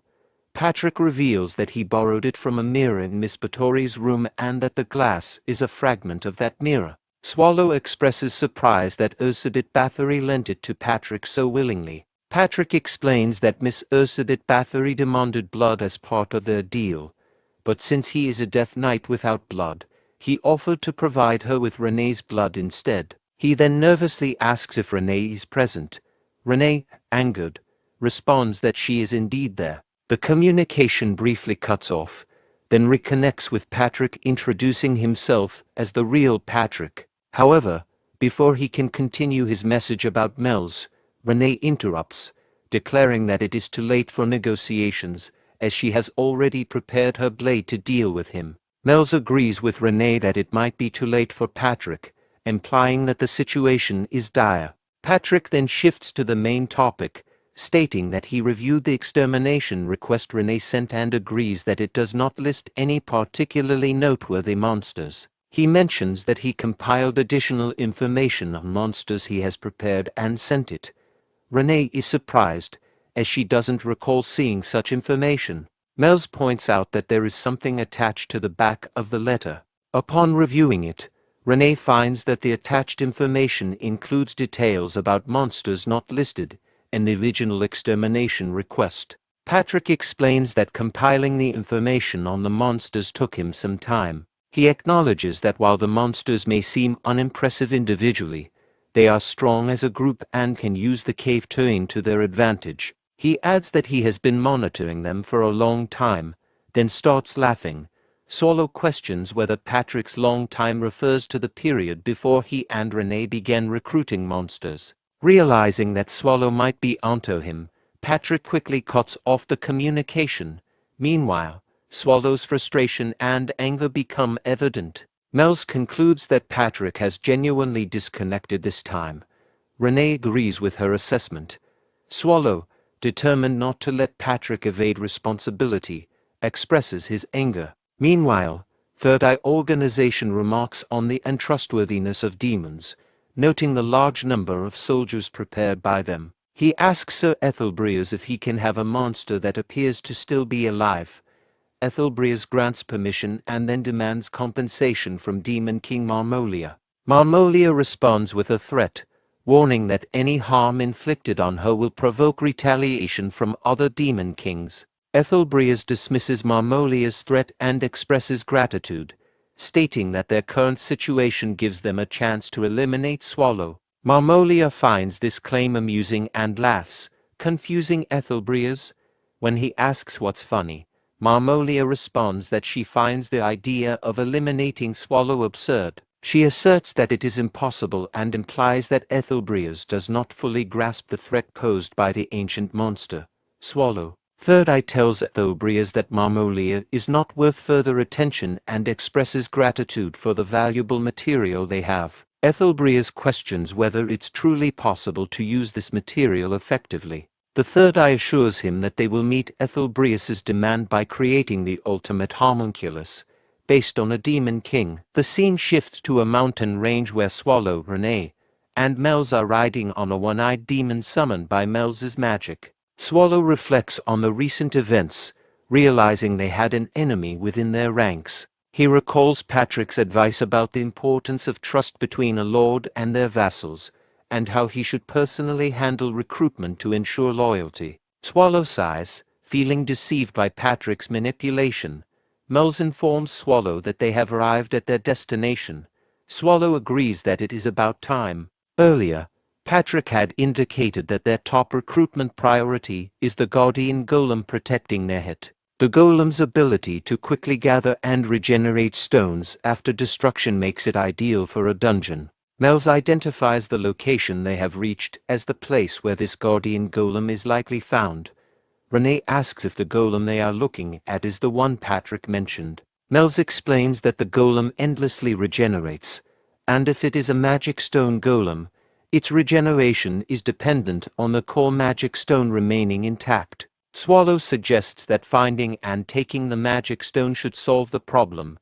Renee raises a concern about whether the golem can fit into the cave. Swallow responds, noting that if he can fit, the golem should be able to as well. Mels observes that the golem appears very strong and decides to restrict its movements, so they can retrieve the magic stone before it regenerates. She begins to cast a spell, but Swallow interrupts her. Swallow thanks Mels for bringing him to the golem and insists on handling it quickly. He then jumps down towards the golem, which attempts to punch him. The golem successfully lands the punch on Swallow. Mels is worried about Swallow's safety, while Renee remains unfazed. The golem tries to force Swallow into a collision with the ground, but Swallow manages to stop the golem's punch. Impressed by the golem, Swallow remarks that Patrick found a good one and then destroys the golem with a single punch. With a smile, he comments, "He is delegated." As the golem's shattered body falls to the ground, Mels is shocked by Swallow's strength. Renee, seeing Mels's reaction, urges her to stop hesitating and find the magic stone. Mels agrees to find the magic stone, and Swallow notes that his clothes are dirty and inquires about the next target on their list. The next day, a Cyclops mentions that the golem from Stone Mountain vanished after the ground shook the previous day. Another Cyclops reports rumors that the Silver Wolves, which once controlled the plateau above the canyon, were also subjugated. A third Cyclops speculates that these events might be the work of humans and expresses concern that they could be the next targets. The Cyclops leader interrupts the conversation, advising against worrying about potential future threats and asserting that their dungeon's location isn't known. At this moment, Mel's comments to Renee about the Cyclops' impressive size, noting their significant presence. Renee expresses surprise at finding them in such a location, praising Patrick's information as highly accurate. The Cyclop leader then turns around and demands to know who they are and how they arrived. Renee explains that they are there to make a proposal and are seeking monsters to work for their dungeon. One Cyclop realizes that they must be responsible for subjugating other monsters in the area, while another Cyclop expresses frustration over their presence. The Cyclop leader asserts that they will not be easily defeated. Renee sighs, acknowledging to Mels that it seems their words won't be effective in dealing with the Cyclops. Later, Renee, flustered, remarks that she didn't expect the Cyclops to be so weak and is surprised at how easily they were defeated. She then asks Mels who is next on their list. Mels checks and replies that the next target is a monster named Yaksha. At that moment, Yaksha, hidden in a tree, comments on their successful arrival and mentions that he has heard about the defeat of the Cyclops. Renee is surprised at how quickly the news of the Cyclops' defeat has spread. Yaksha explains that their ability to remain undiscovered by humans for so long is due to their exceptional information-gathering skills. When Renee asks if Yaksha already knows their purpose, Yaksha confirms that they are indeed being asked to work for the dungeon. Yaksha agrees to the offer, but sets one condition and then addresses Swallow, confirming his identity. Renee is irritated by Yaksha's lack of honorifics when addressing Swallow. Swallow confirms his identity, and Yaksha proposes a sparring match, expressing curiosity about the strength of an ancient monster. Renee, offended by Yaksha's rudeness, tells Swallow he doesn't need to respond and that she will handle the situation. Swallow, however, decides to accept the challenge, stating that since Yaksha asked for it, he feels obligated to comply and is eager to see what Yaksha can do. Yaksha's tattoo begins to shine, and various marks appear on his body as he assumes a fighting stance, urging Swallow to give it his all. Swallow, observing this, acknowledges the challenge. Later that night, Swallow, exhausted, lies in bed and expresses frustration, feeling overwhelmed by the continuous, two-day effort. He reflects on the risks of pushing beyond normal limits, noting that both humans and monsters can be at risk when engaging in unusual activities. Renee offers Swallow some food she bought from the city, explaining that she didn't have time to prepare a proper meal. Swallow eagerly eats the food. Renee then notes that, so far, only the golem has been successfully recruited, while the Cyclops and Yaksha were defeated and sent to the afterlife. Renee and Mels recall how Yaksha was easily defeated by Swallow with just a flick of his finger. Renee mentions that her act has already apologized for rejecting their offer, but they have still gained a lot from their efforts. Mels describes their recent activities as a remarkable conquest, noting that they defeated everyone and took their spoils. Swallow, questioning their attitude, expresses disbelief. Renee, enthusiastic, is eager to see the contents of the boxes they collected, speculating that the monsters must have earned the items from hunting humans as well. Mels expresses curiosity about the contents of the boxes, noting that she didn't have time to examine them properly and confirms that they contain many magic tools. Swallow, intrigued, wonders if there is a tool among them that could inflict serious damage on Patrick. While inspecting the spoils, Swallow finds two red flowers and, puzzled, questions what they are. The scene shifts to a lab where Third Eye thanks Ethelbrias for providing an excellent test subject. Ethelbrias responds that he is doing this for the benefit of the Empire. Third Eye is pleased and remarks on the unexpected quality of the test subject, admiring its condition. Ethelbrias smiles and agrees, observing Marmolia inside a fluid-filled chamber. Ethelbrias acknowledges that the test subject's appearance is not a significant concern since the experiment's main focus is on its outcomes. Third Eye agrees and notes that if the body is removed from the chamber now, it will deteriorate within 2 days. Ethelbrias considers this information sufficient. Third Eye also expresses uncertainty about whether the mental suppression will remain stable. Ethelbrias dismisses the concern about mental suppression, stating it does not matter. Third Eye agrees, assuring Ethelbreas that the effects of the experiment will be observable regardless of the specific application. Ethelbreas contemplates the versatility of the test subject and confirms he has already decided its intended use. Meanwhile, Swallow asks Melz if a particular item is also a magic tool. Melz explains that the item Swallow is referring to is indeed a magic tool, but it appears to have been used and is no longer functional, with only the preservation spell still active. Renee comments on the flower's beauty, to which Melz agrees. Swallow then gets an idea and moves towards Renee, grabbing her head and instructing her to stay still. Renee, confused by his actions, wonders what he is doing, but Swallow insists that she remain still. A short while later, Swallow places the flower in Renee's hair, commenting that it looks good on her. He reflects on Renee's hard work and notices a change in her since arriving in Nehit, sensing that she might desire something from him. Swallow also realizes he has never given her a gift before. Melz tells Renee that she looks very pretty with the flower. Renee, unsure, asks if it really looks good on her. Swallow reassures Renee that the flower looks good and offers to get her something better later if she prefers.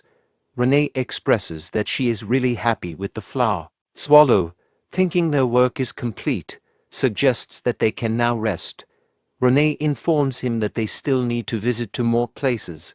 Swallow protests, saying he doesn't want to go. Meanwhile, hero Wern Historia, who has been recuperating at Ethelbrea's house after an injury, grows bored of her prolonged rest and inactivity. Wern Historia recalls Ethelbrea's advising her to rest and avoid appearing too well, especially in the presence of nobles, to prevent being sent back to the front lines too soon. Despite understanding Ethelbreas's concern for her safety, Wern feels that doing nothing is worse, as there may be people in danger.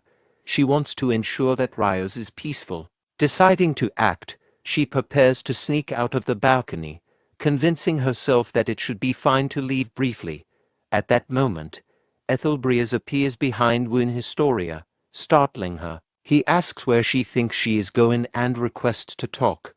Wern, surprised, remarks that he should have announced himself before entering. Ethelbreas explains that he didn't announce himself because he suspected she might try to sneak out. Wern, taken aback, denies the idea of sneaking out, but Ethelbreas remains unconvinced. Wern Historia admits to Ethelbreas that she was lying about sneaking out and apologizes. She explains that she has been wanting to ask about Garrett, as she hasn't been able to speak with him since his arm was injured.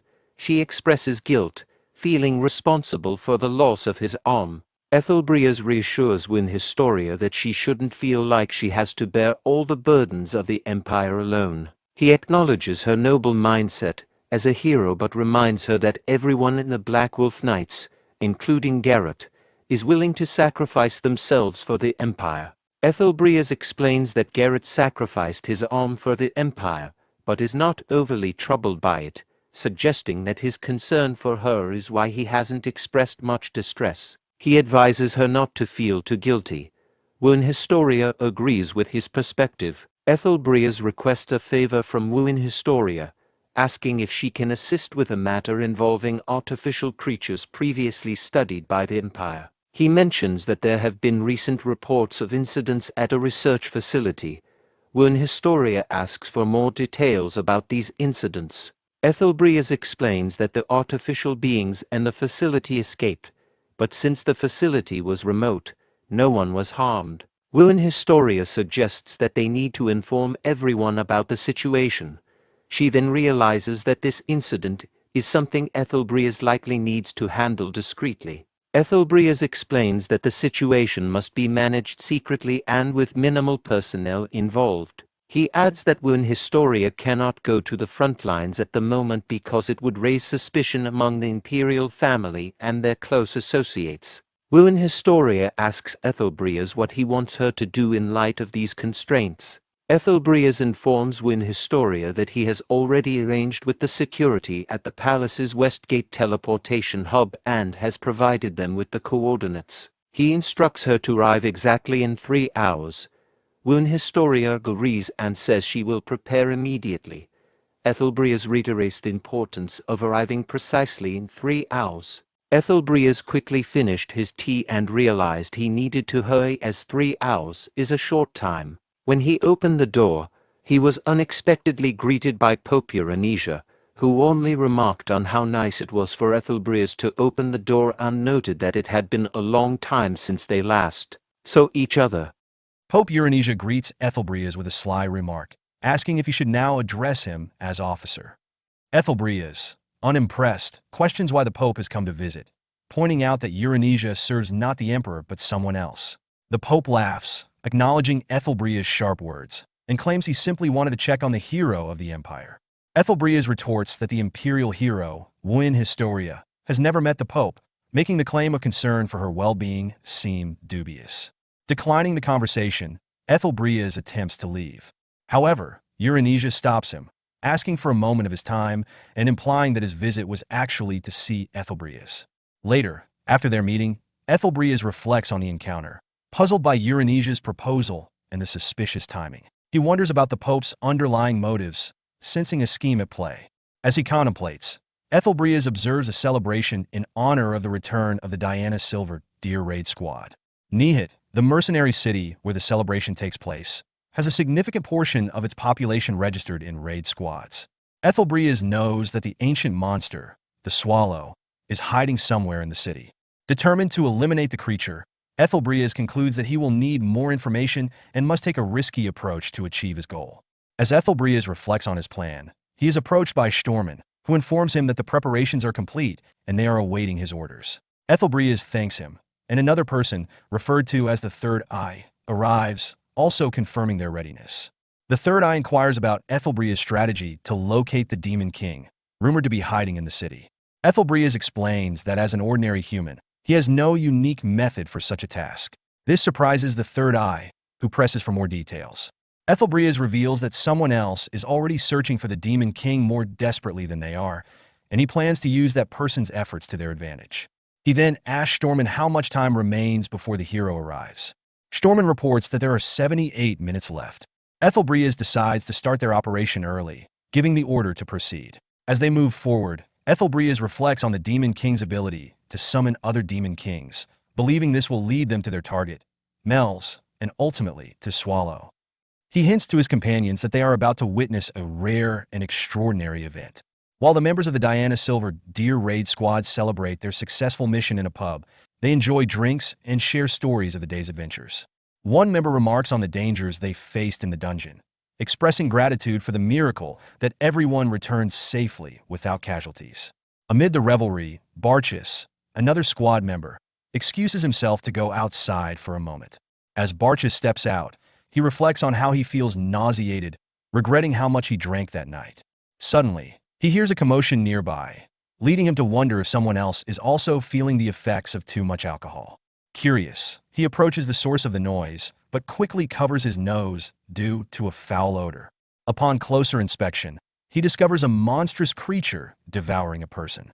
Shocked, Barchis draws his sword and exclaims in disbelief at how a monster could have infiltrated the city. As the monster lunges at him, Barchis tries to defend himself, but he realizes that the creature is far stronger than he anticipated, causing his sword to crack under the pressure. Just as he processes the immediate threat, he notices a horde of similar monsters approaching him, leaving him stunned and panicked as he contemplates the dire situation unfolding before him. Chaos erupts in the city due to the onslaught of monsters. The Mage Tower Master expresses his outrage and disbelief at the destruction unfolding before him. He questions the reasoning behind the order for such reckless action, stating that even as an officer of the Empire, he finds it excessive and troubling. The Third Eye warns him to be cautious with his words. The Mage Tower Master reflects on the inhumane alchemical experiments conducted by the Third Eye and realizes that he underestimated their potential for causing widespread devastation. Nearby, Ethelbreas, sitting calmly, reassures him that the city will not face total annihilation.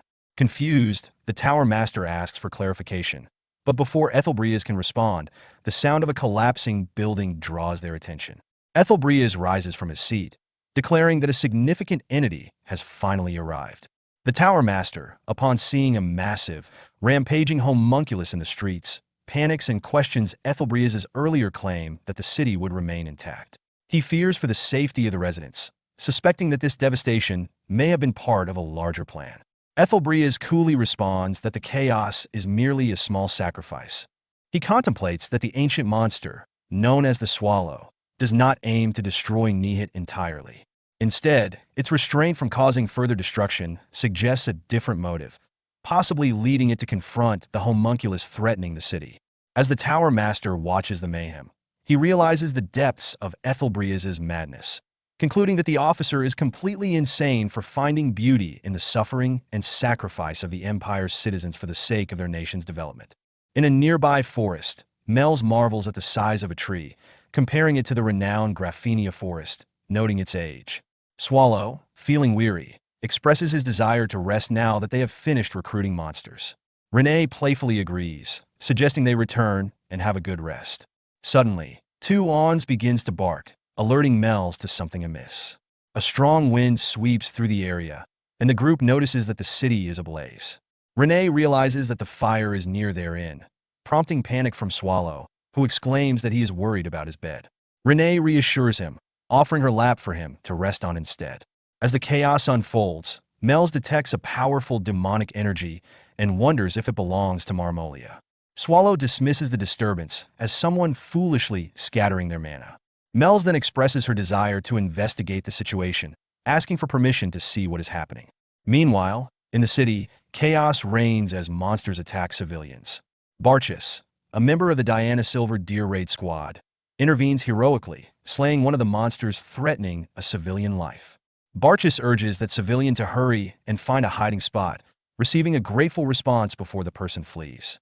He then turns to face the horrific scene unfolding in the city, where numerous grotesque monsters are rummaging through the streets and attacking people. Overwhelmed by the sight, Barchus exclaims in disbelief at the sheer number of these creatures. Just then, a member of the Ursus Red Lion Raid Force approaches him, thanking him for his cooperation and inquiring about his status as a raid member. Barchus recognizes the Ursus Red Lion as a prestigious A-class raid force known for its elite members, realizing their presence could be crucial in the current crisis. The Red Lion member informs Barchus that they have cleared the surrounding area and asks if he has any information about the monsters. Barchus admits he knows little, except that the creatures appear to be artificial. He notes their differences from the homunculus known as Zephyr and points out a particularly large monster, stating that it seems to be the focal point of the chaos. The Red Lion member confirms this, indicating they are also headed toward that monster.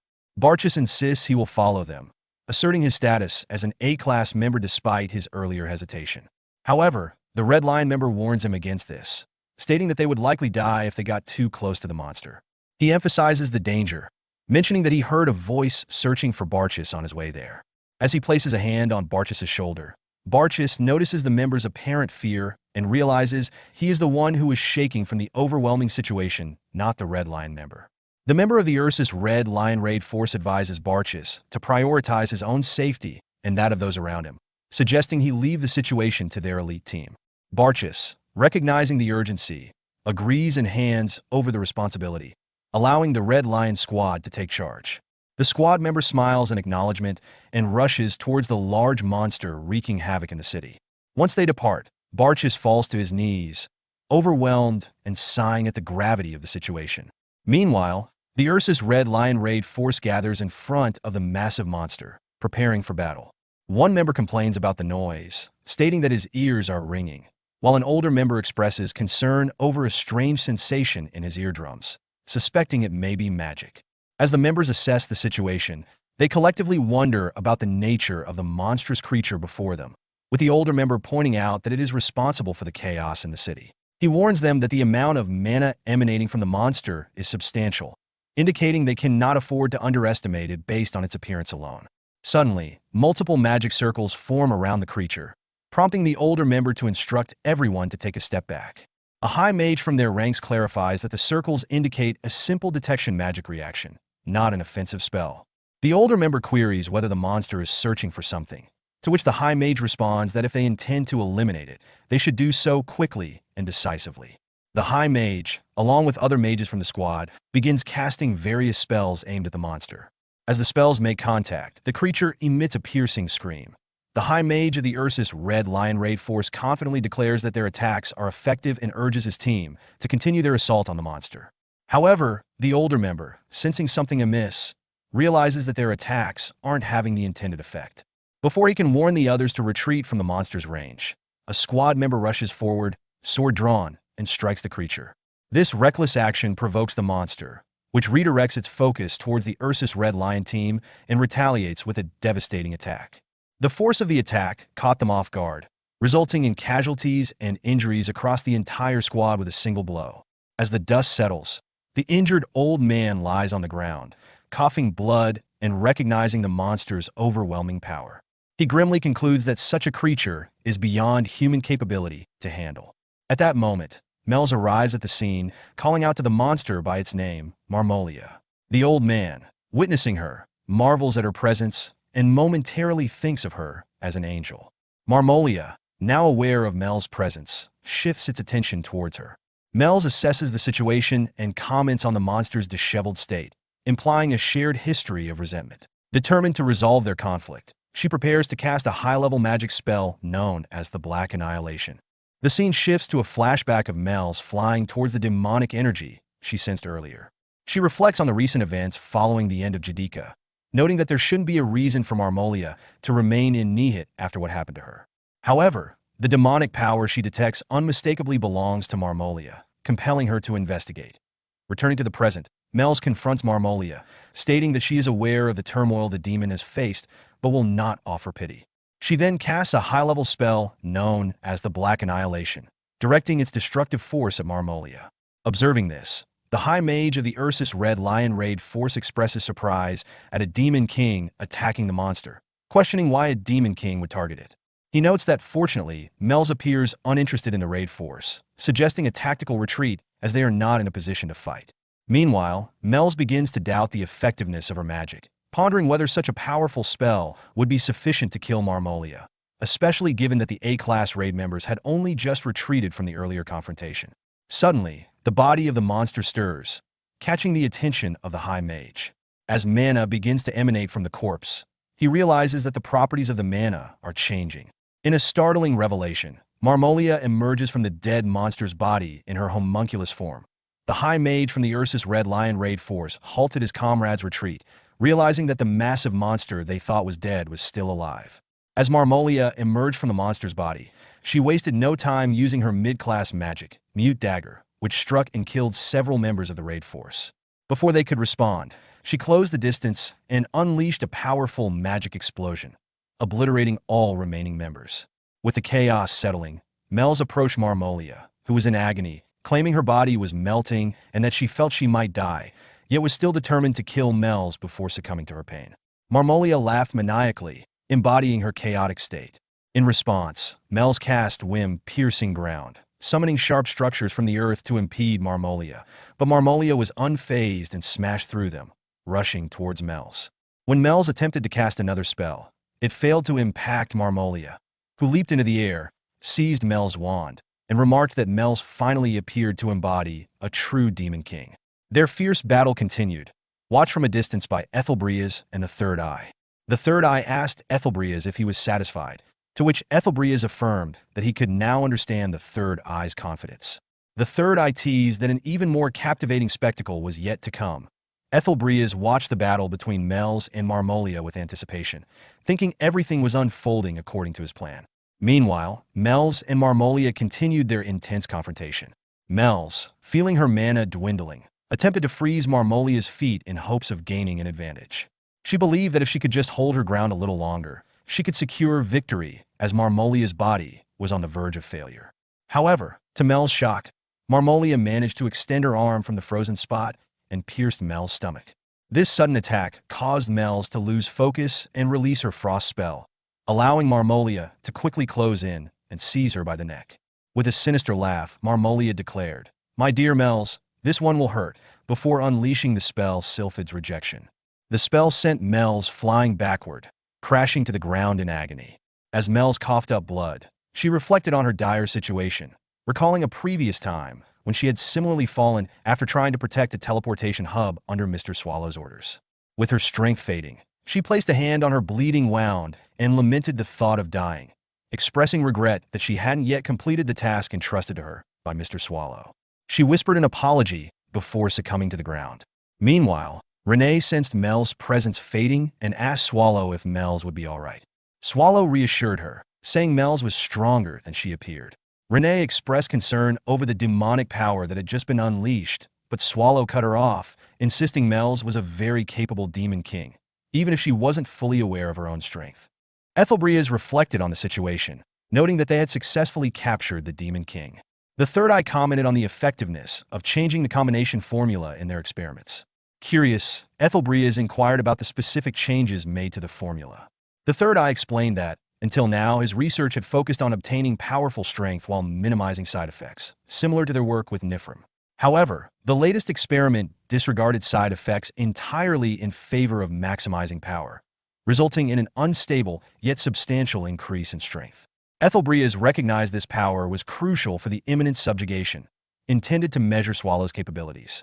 He mused that Swallow seemed to be taking his time, pondering whether the Demon King Melge had any connection to Swallow. Concerned that the situation might resolve before one arrived, he realized he needed to gather as much information as possible about Swallow and wondered about his whereabouts.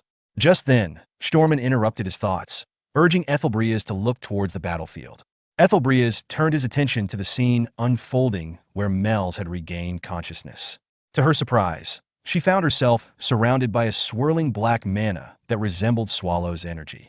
Marmolia was struck with fear as she sensed the black mana surrounding Melge, feeling it pierce into her very soul. In a desperate attempt to attack, she transformed her hand into a sharp blade and charged at Melge.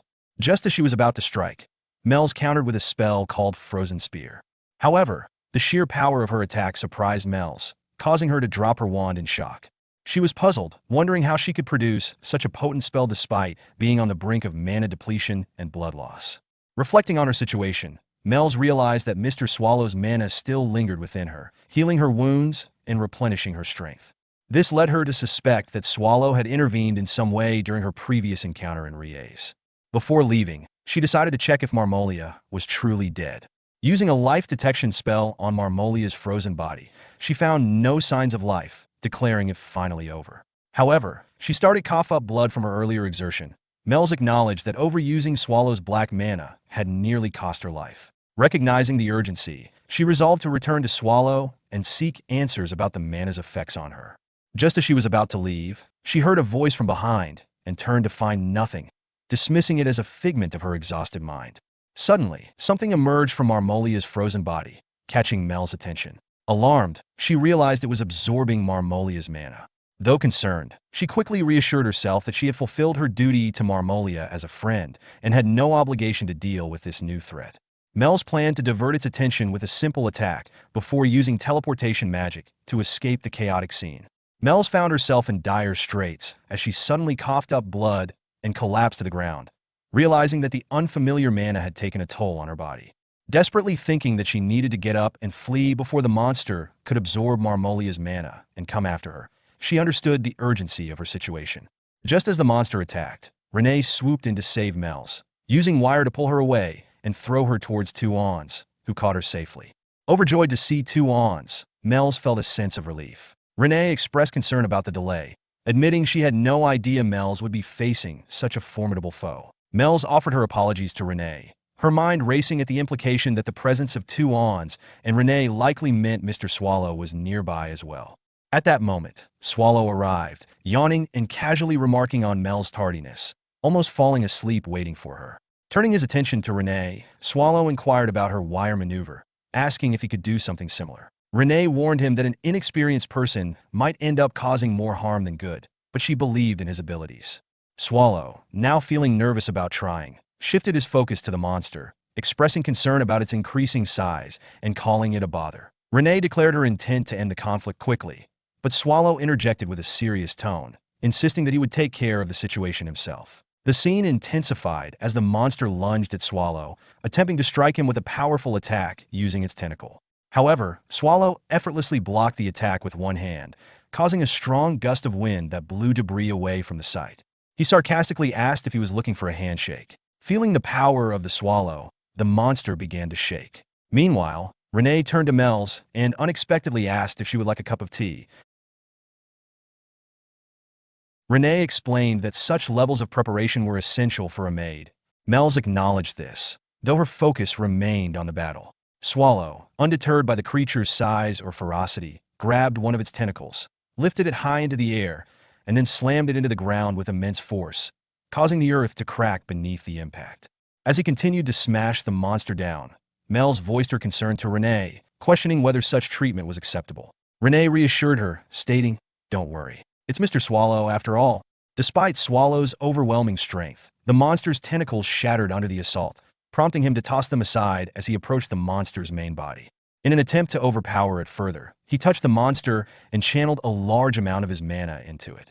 However, he quickly realized he had overdone it when the monster exploded from the sheer force of his mana, leaving a chaotic scene in its wake. Seeing the aftermath, Renee reacted with a sigh, exclaiming, "What a mess," and promptly pulled out an umbrella to shield herself from the monster's blood that splattered everywhere. Mel's, astonished by Renee's preparedness, inquired about the umbrella's sudden appearance. Despite the lighthearted moment, Mel's thoughts turned serious as she reflected on the true nature of the monster they had faced. She recognized that it had been an incredibly powerful opponent, stronger than most dragons, and likely more formidable than several demon kings. Swallow returned to Mel's and Renee, yawning and expressing his tiredness. Renee quickly admonished him, playfully warning, "No, Mr. Swallow, what if this dirty thing goes into your mouth?" Tuons presented a piece of the monster to Swallow, who expressed disgust and objected to bringing such a filthy item. Mel's interjected, revealing the piece of flesh to be a remnant of Marmolia, which surprised Renee. She questioned whether this piece belonged to the Vulpine woman they had encountered. Swallow chimed in, admitting, "I think I remember her," as memories of Marmolia resurfaced. Mel's reflected on her first encounter with Marmolia, noting her bizarre appearance and how the monster that had emerged from her seemed to consume her body, leading her to suspect that it might be a parasite. Renee agreed, acknowledging that while there were several concerns, the prevalence of parasitic organisms made this explanation likely. As the conversation continued, Tuons shook his head while still carrying the piece of flesh in his mouth, prompting Mel's to rush towards him to stop his strange behavior. However, Tuons threw the piece of flesh near Renee's feet. After examining it closely, she looked up at Swallow and declared that it was a homunculus. Meanwhile, a short distance away, two members of the Third Eye organization observed the scene. The first member expressed disbelief, stating that a homunculus was impossible, as it represented the pinnacle of alchemy and their new creation. The second member added that, based on regular great evil dungeons, it should have been able to withstand their efforts for at least 3 minutes. Ethelbreas, overhearing their conversation, dismissed their excuses with a thought that mirrored his earlier observations. He concluded that no matter what monster they created through alchemy, it would stand no chance against Swallow's power. Ethelbreas assessed the situation and remarked that, given how quickly Swallow eliminated the threat, there was no need to summon one. He suggested they return to Riez. Concerned for the mage Tower Master, who was trembling, Ethelbreas asked if he was all right. The Tower Master affirmed he was, but a look of apprehension crossed his face. Ethelbreas continued, stating that this event marked the conclusion of their trade. The Tower Master interrupted, arguing that Ethelbreas had referred to this operation as a sacrifice made for the Empire's future. He protested that leaving without addressing the deaths would render those sacrifices meaningless. Ethelbreas, however, countered that the loss was not without merit. He pointed to the cityscape of Nihit, which the brave warriors had defended, noting that the actual casualties were only half of what had been anticipated. This perspective shocked the Mage Tower Master, causing him to fall to his knees in despair. As Ethelbreas walked away, he contemplated the idea of meaningless deaths. He believed that there were gains to be had. He realized that defeating Swallow would require more than just mediocre power, indicating the presence of someone Swallow valued enough to intervene personally. He also surmised that a war would emerge from this disaster, framing it as a human-monster conflict that could serve as a stage for their masterpiece. Ethelbreas considered that, from an outsider's view, the incident would appear as a mere dispute rather than a homunculus disaster. His thoughts were interrupted when Stormen informed him that they were near a hub that would lead them back to Riez. He had already contacted a subordinate planted in advance. Stormen then stopped and signaled for Ethelbreas and the others to halt as well. Ethelbreas inquired about the situation, prompting Stormen to report that an unknown intruder had appeared at the teleportation hub. This intruder was identified as a monster in the form of a maid. Realizing the implications, Ethelbreas thought that the dagger maid might be attempting to block their escape, and that she likely understood the involvement of humans in the incident. He speculated that a homunculus could recognize its kin. Ethelbreas ordered an immediate return to the Mage Tower to establish a temporary hub. He believed that the mana flowing around the tower would facilitate long-distance teleportation. Just as they prepared to leave, a dagger was hurled toward them, but Gwyn quickly deflected it with his sword. However, a wire attached to the dagger ensnared his sword and began pulling him toward the wielder of the dagger. Gwyn, recognizing the urgency of the situation, insisted that he would handle the area, urging Stormin to take the captain and leave. Stormin expressed reluctance, acknowledging Gwyn's courage, but refusing to abandon him. Gwyn reiterated the pressing nature of their situation, urging Stormin to act quickly. Turning to Ethelbreas, Stormin confirmed their need to leave. Ethelbreas, aware of the risks, warned Gwyn that he would not forgive an unplanned death. Gwyn acknowledged this, and then they departed, leaving him behind. As Gwyn stood alone on the battlefield, he addressed the unseen dagger maid, recognizing her notorious reputation for having killed thousands of raid members. He challenged her to reveal herself, determined to confront the threat head-on. Ethelbreas' party moved through a scene littered with the corpses of slain monsters. Stormin, confused by his decision, questioned why Ethelbreas allowed Sir Gwyn to face danger alone. Ethelbreas responded cryptically, suggesting that Gwyn wasn't truly alone, which Stormin acknowledged. Ethelbreas then reassured Stormin, pointing out Gwyn's unique capabilities, explaining that no additional night would have been helpful, as they would have only distracted him. He revealed that Gwyn had been blessed by his spirit, an advantage that made him more than capable of handling the situation on his own. Meanwhile, at the teleportation hub, the battle between Gwyn and Renee raged on. Renee unleashed powerful attacks that Gwyn narrowly dodged, causing nearby buildings to collapse with the force of her strikes. As the dust and debris settled, Renee focused her gaze on Gwyn and revealed that her orders were to destroy the teleportation hub and eliminate all suspicious humans, including him. Gwyn, realizing he was the last human left, sarcastically asked if she planned to mess around with him. Renee confronted Gwyn, accusing him of running away to buy time for the other humans to escape. In a flash, she closed the distance between them and attacked. Seeing that Gwyn raised his sword in defense, but Renee cutting through Gwyn's sword with ease.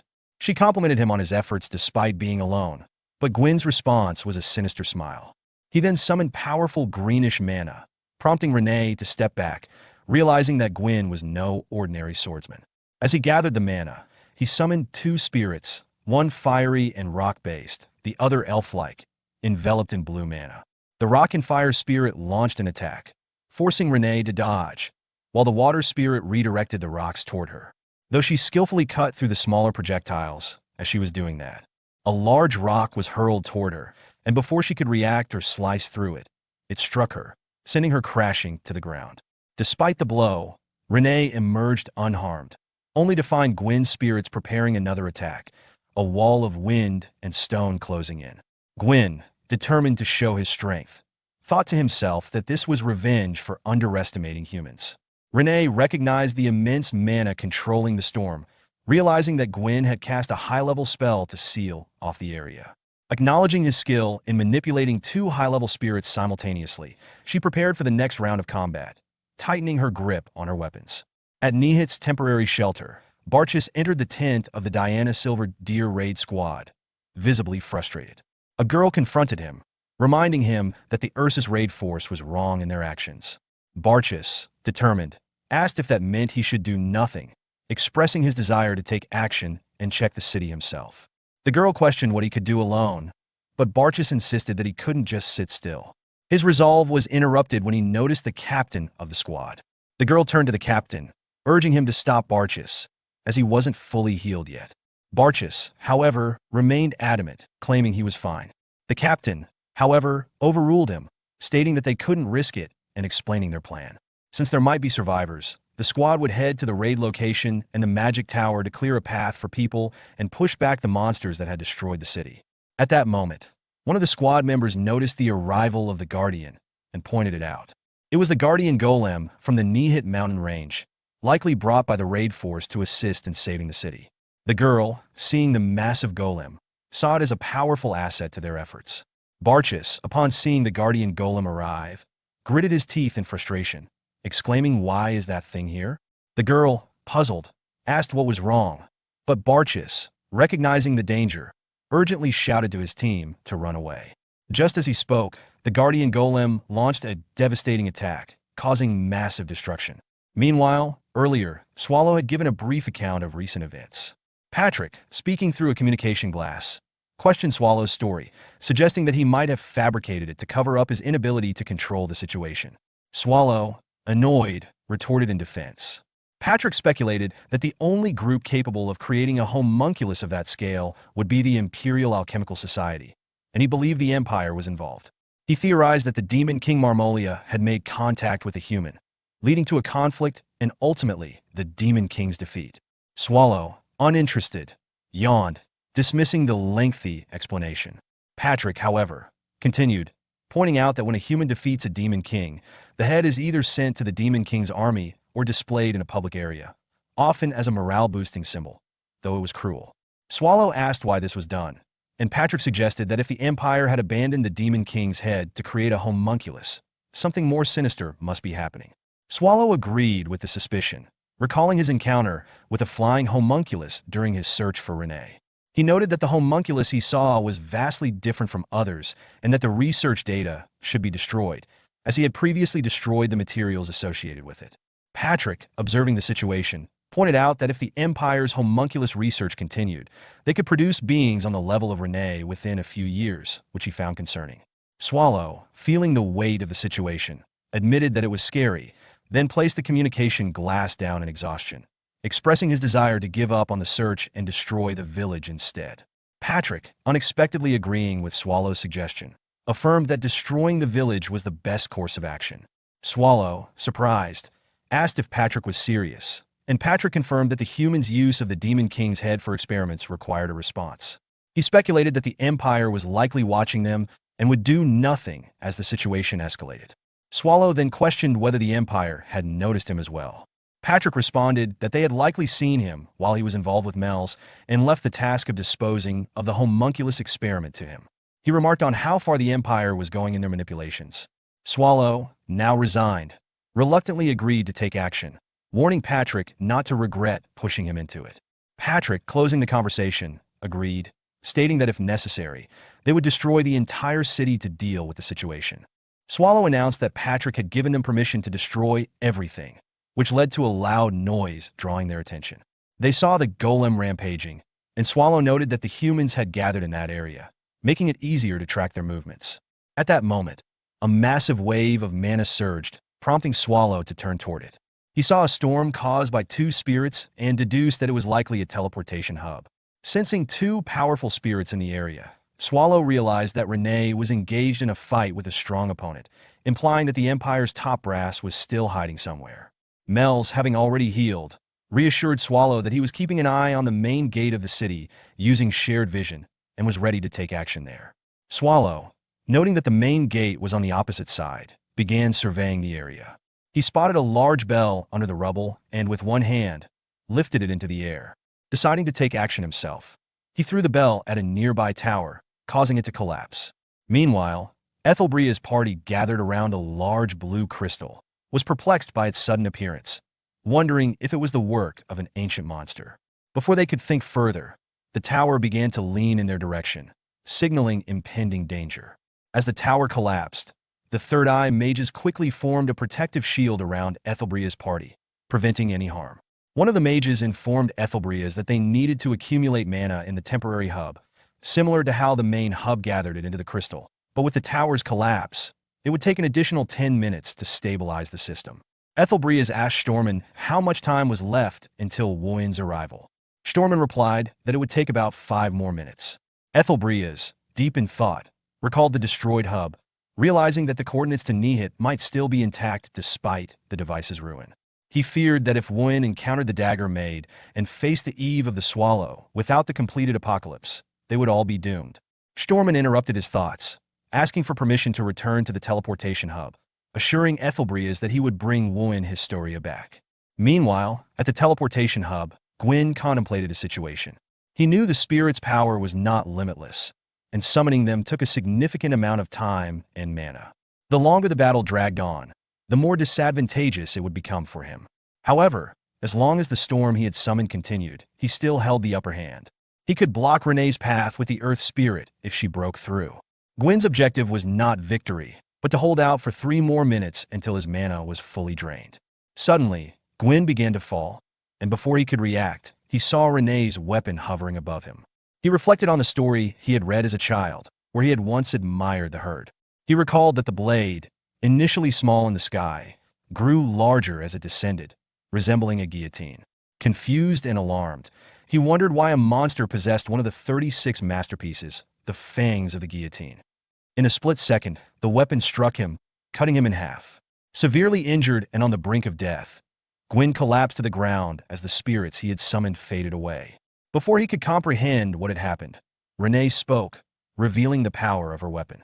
She explained that her blade and wire could extend up to tens of meters, easily piercing through Gwyn's storm. She also noted that Gwyn possessed the blessing of spirit's protection, but since he was now split in half, even healing wouldn't save him. As she prepared to finish him off, Renee picked up Gwyn's sword and approached him. Just before delivering the final blow, Stormin appeared, momentarily halting Renee's actions. He thought to himself that as long as Gwyn had the spirit's blessing, his priority was to buy time, hoping for an opportunity to help. But to Stormin's horror, Renee ignored his presence and plunged her sword into Gwyn's body. Enraged, Stormin charged at her, but Renee casually responded, saying she'd get more out of dealing with him than finishing off the corpse before her. She then threw her weapon at Stormin, who initially dismissed it, thinking it was a small blade that wouldn't be a threat. To his shock, as the weapon neared, it grew exponentially, enlarging by over 100 times its original size. Stormin managed to deflect the weapon, sending it crashing down a short distance away. Seizing the opportunity, he rushed toward Renee, confident that her decision to throw her weapon away was a mistake. However, before he could reach her, Renee retracted the weapon, which hovered above him and suddenly moved vertically toward him. Stormin tried to block the strike with his weapon, but the immense pressure caused the ground beneath him to collapse. Struggling to hold his ground, Stormin was forced into a desperate battle to stop Renee's weapon. As Stormin continued his struggle, Renee demanded information about Marmolia and the homunculus, threatening him with her weapon if he didn't comply. She then increased the weapon size once again, pushing Stormin to his knees under its overwhelming weight. Despite the immense pressure, Stormin, showing his resilience, acknowledged her victory and admitted defeat. However, he warned her that she had wasted too much time dealing with him. Just as Renee turned her attention to him, someone approached from behind. It was Wuin Historia, who had prepared a gauntlet attack. She launched the attack at Renee. Wuin Historia stands tall after effortlessly defeating Renee, impressing Stormin with her immense strength. Stormin, recognizing Wuin's power, is in awe of her abilities. Meanwhile, Ethelbreeze is focused on the overarching mission, prioritizing their safe return. He believes that the temporary hub will activate smoothly and that Stormin will reunite with Wuin without issue. Ethelbreeze is confident that there will be no more setbacks and that even if Renee had recognized the homunculus, the Empire's citizens would never learn of it. As Ethelbreeze contemplates the plan's progress, he suddenly hears Swallow's voice questioning him about the aftermath. The fear caused by Swallow's presence causes Ethelbreeze to collapse, though it's only an illusion. The Third Eye mages surrounding him ask if he's okay, but Ethelbreeze quickly reassures them, stating he's fine. He inquires about the remaining time until the hub activates, and the Third Eye replies that it will be ready in about 3 minutes. Despite the lingering fear, Ethelbreeze urges them to continue with their work, acknowledging that the fear Swallow instilled in him previously will likely never fade. Garrett, the Black Tiger's executive tracker, arrives at the scene and remarks on Ethelbreeze's state, mocking the captain for his apparent mistake. He informs Ethelbreeze that Polaris, the master of the Magic Tower, had sent an official request for assistance to the Imperial family. Fortunately, Garrett had intercepted it, preventing the incident from being exposed. Ethelbreeze, realizing the situation, acknowledges that Polaris must have caused a mess. Garrett then reveals that the entire Edelbria's Black Wolf Knight Order is present, and that Sir Gwyn is dead, Stormin is injured, and Wuin is now engaged in battle with the Dagger Maid. Ethelbreeze urgently asks if Garrett has heard anything about Stormin's mission, but Garrett, confused, says he didn't receive any such information and rushed here immediately. As Ethelbreeze starts to move away, he orders Garrett to hurry, realizing that the entire Knight Order must leave the area immediately. Garrett, puzzled, asks where Ethelbreeze is heading. Sweating profusely, Ethelbreeze responds that they must leave as quickly as possible. Meanwhile, Mel's uses a detection spell to locate their position. She informs Swallow that she has found them, and Swallow, with a smile, acknowledges the news, preparing for the next steps. At the teleportation hub, Renee, having been struck by a powerful attack from one Historia, gets back up, glaring at the gathered Black Wolf Knight Order. Stormin warns the group, saying they cannot fight her, but a member of the Knight Order questions his statement, arguing that with Wen and the full Knight Order present, they should easily handle a monster like Renee. Stormin, sweating heavily, insists that they must follow the captain's orders and retreat quickly. Suddenly, someone shouts to Wen, urging her to fall back. Wen, determined, responds by saying she can defeat Renee if given a little more time. She readies herself to charge at Renee. However, before she can make a move, Ethelbreeze arrives at the scene and commands her to stop. Confused, Wen turns to him and asks why. Ethelbreeze explains that now is the time to retreat and reorganize. Wen protests, believing this is the perfect opportunity to eliminate Renee, who guards the primordial core. Ethelbreeze agrees that it's a good opportunity, but insists it's not the right time to act. He reassures her that another chance will come. After a moment of hesitation, Wen reluctantly agrees with Ethelbreeze, though she appears slightly deflated by the decision. Ethelbreeze orders his group to head to the temporary hub, but their path is blocked by Renee's weapon as she approaches, stating that none of them can leave. She reveals that Mr. Swallow sent her, trusting her to stop them. As she observes Ethelbreeze, she thinks he must be their leader, which could complicate things. Wen steps forward, positioning himself to defend Ethelbreeze, and orders Garrett to teleport Ethelbreeze while he stays behind to stop Renee. Renee, sizing up Wen, acknowledges his strength, noting that despite facing numerous A-class raid parties, she's never encountered a human capable of such destructive power with a mere burst of energy. She declares she will kill Wen first. In response, Wen mocks her, questioning whether a monster like her even has a name, provoking her further. As Ethelbreeze attempts to stop Wen and persuade him to retreat, Renee becomes enraged by Wen's remark. She shouts angrily, claiming that Wen has disrespected the name Mr. Swallow bestowed upon her. At that moment, numerous butterflies appear around them, signaling the activation of a magic spell. Garrett, recognizing the spell, warns the group. Then, the voice of Swallow resonates across the battlefield, announcing his arrival and stating that he came searching for Renee. Ethelbreeze is visibly shocked when he sees Swallow, the ancient monster. Swallow notices Ethelbreeze and remarks that it's surprising to meet him again, acknowledging their past encounter despite the short lifespan of humans. He finds it interesting that, out of the countless humans in the Empire, they're meeting once more. Ethelbreeze realizes that if Swallow had come here to investigate rather than simply destroying the city, there must be a specific reason. In respect, Ethelbreeze kneels before Swallow and greets him, expressing his honor at being remembered. Swallow dismisses the greeting, bluntly stating that this must be Ethelbreeze's doing. Ethelbreeze denies any involvement, claiming that the incident is unrelated to them.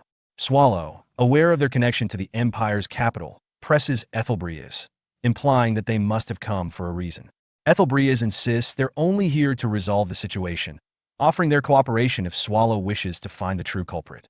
Swallow, seemingly uninterested, turns to leave, telling Renee that they should return, as he is tired.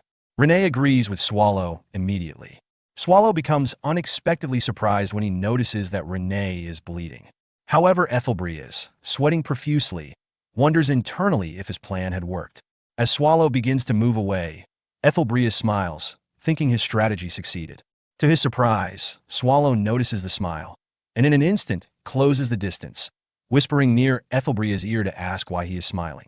This sudden closeness startles Ethelbreeze, and he collapses, questioning when Swallow had gotten so near. Swallow, having unleashed some of his power and now ominously close, asks Ethelbreeze if he truly believed he would let the situation slip by so easily. As the Black Wolf Knight Order witnessed Swallow's immense power, they grew visibly nervous. Wen, seeing Ethelbreeze surrounded by Swallow's black smoke, rushed to save him. Swallow, addressing Ethelbreeze, reminded him of the debt he owed for what had happened in Riez, but mocked him for the current situation, pointing at him as he sweated under the pressure of Swallow's overwhelming power. In the midst of this, several arrows were fired at Swallow by a member of the Black Wolf Knight Order. Swallow effortlessly deflected the arrows, and the archer called for Wen to initiate the plan. Seizing the opportunity, Wen grabbed Ethelbreeze and fled from Swallow's grasp. Garrett, realizing the situation, ordered the knights to protect Wen and Ethelbreeze. The knights launched a series of attacks at Swallow, which hit their target, creating a massive explosion. However, despite the explosion, Swallow remained unfazed, irritated by the interference. As Wooin carried Ethelbreas away from the battle, Swallow's hand emerged from the dust cloud and launched an attack at them, expressing frustration at their persistence. Ethelbreas shouted in warning, realizing they couldn't avoid the incoming attack. At the last moment, an archer from the Black Wolf Knight Order stepped in front of the strike, sacrificing himself to block it. The attack pierced his body, but he managed to shield Wooin and Ethelbreas. With his dying breath, he smiled and said, "Looks like I was quicker this time, Lady Wooin," before collapsing. Wooin, shocked and filled with frustration at the loss, prepared to confront Swallow. However, Ethelbreas stopped her, urging her not to engage. Wooin, confused and angered, demanded to know why he was stopping her. Meanwhile, Garrett, watching from a distance, realized that in order to prevent a clash between Wooin and Swallow, he needed to use teleportation magic. However, the black mana surrounding them was choking the air, making it harder to breathe and slowing everyone down. It was also interfering with their ability to calculate the teleportation coordinates. Garrett knew they needed to buy time and quickly called out to Einar, who acknowledged the plan.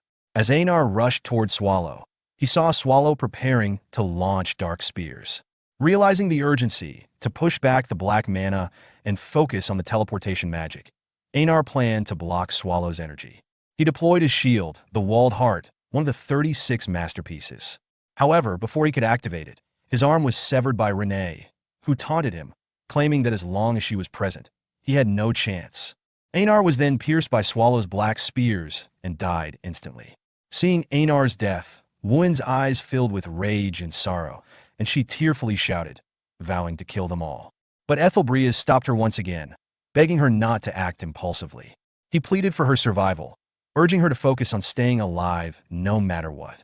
Swallow, observing their exchange, questioned their actions. Meanwhile, Stormin retrieved Einar's shield and activated the Walled Heart, creating a golden barrier around them. Swallow, seeing the shield, responded with an attack, but it was blocked by the barrier. Stormin, surprised, wondered aloud if he had actually managed to block Swallow's strike.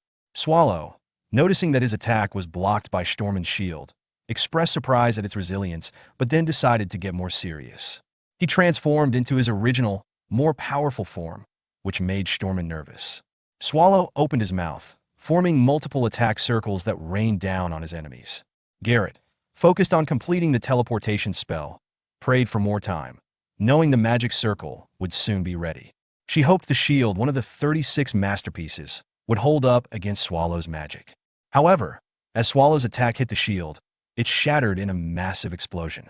The dust cleared to reveal Stormin, who had shielded Ethelbreas and Wooin with his body.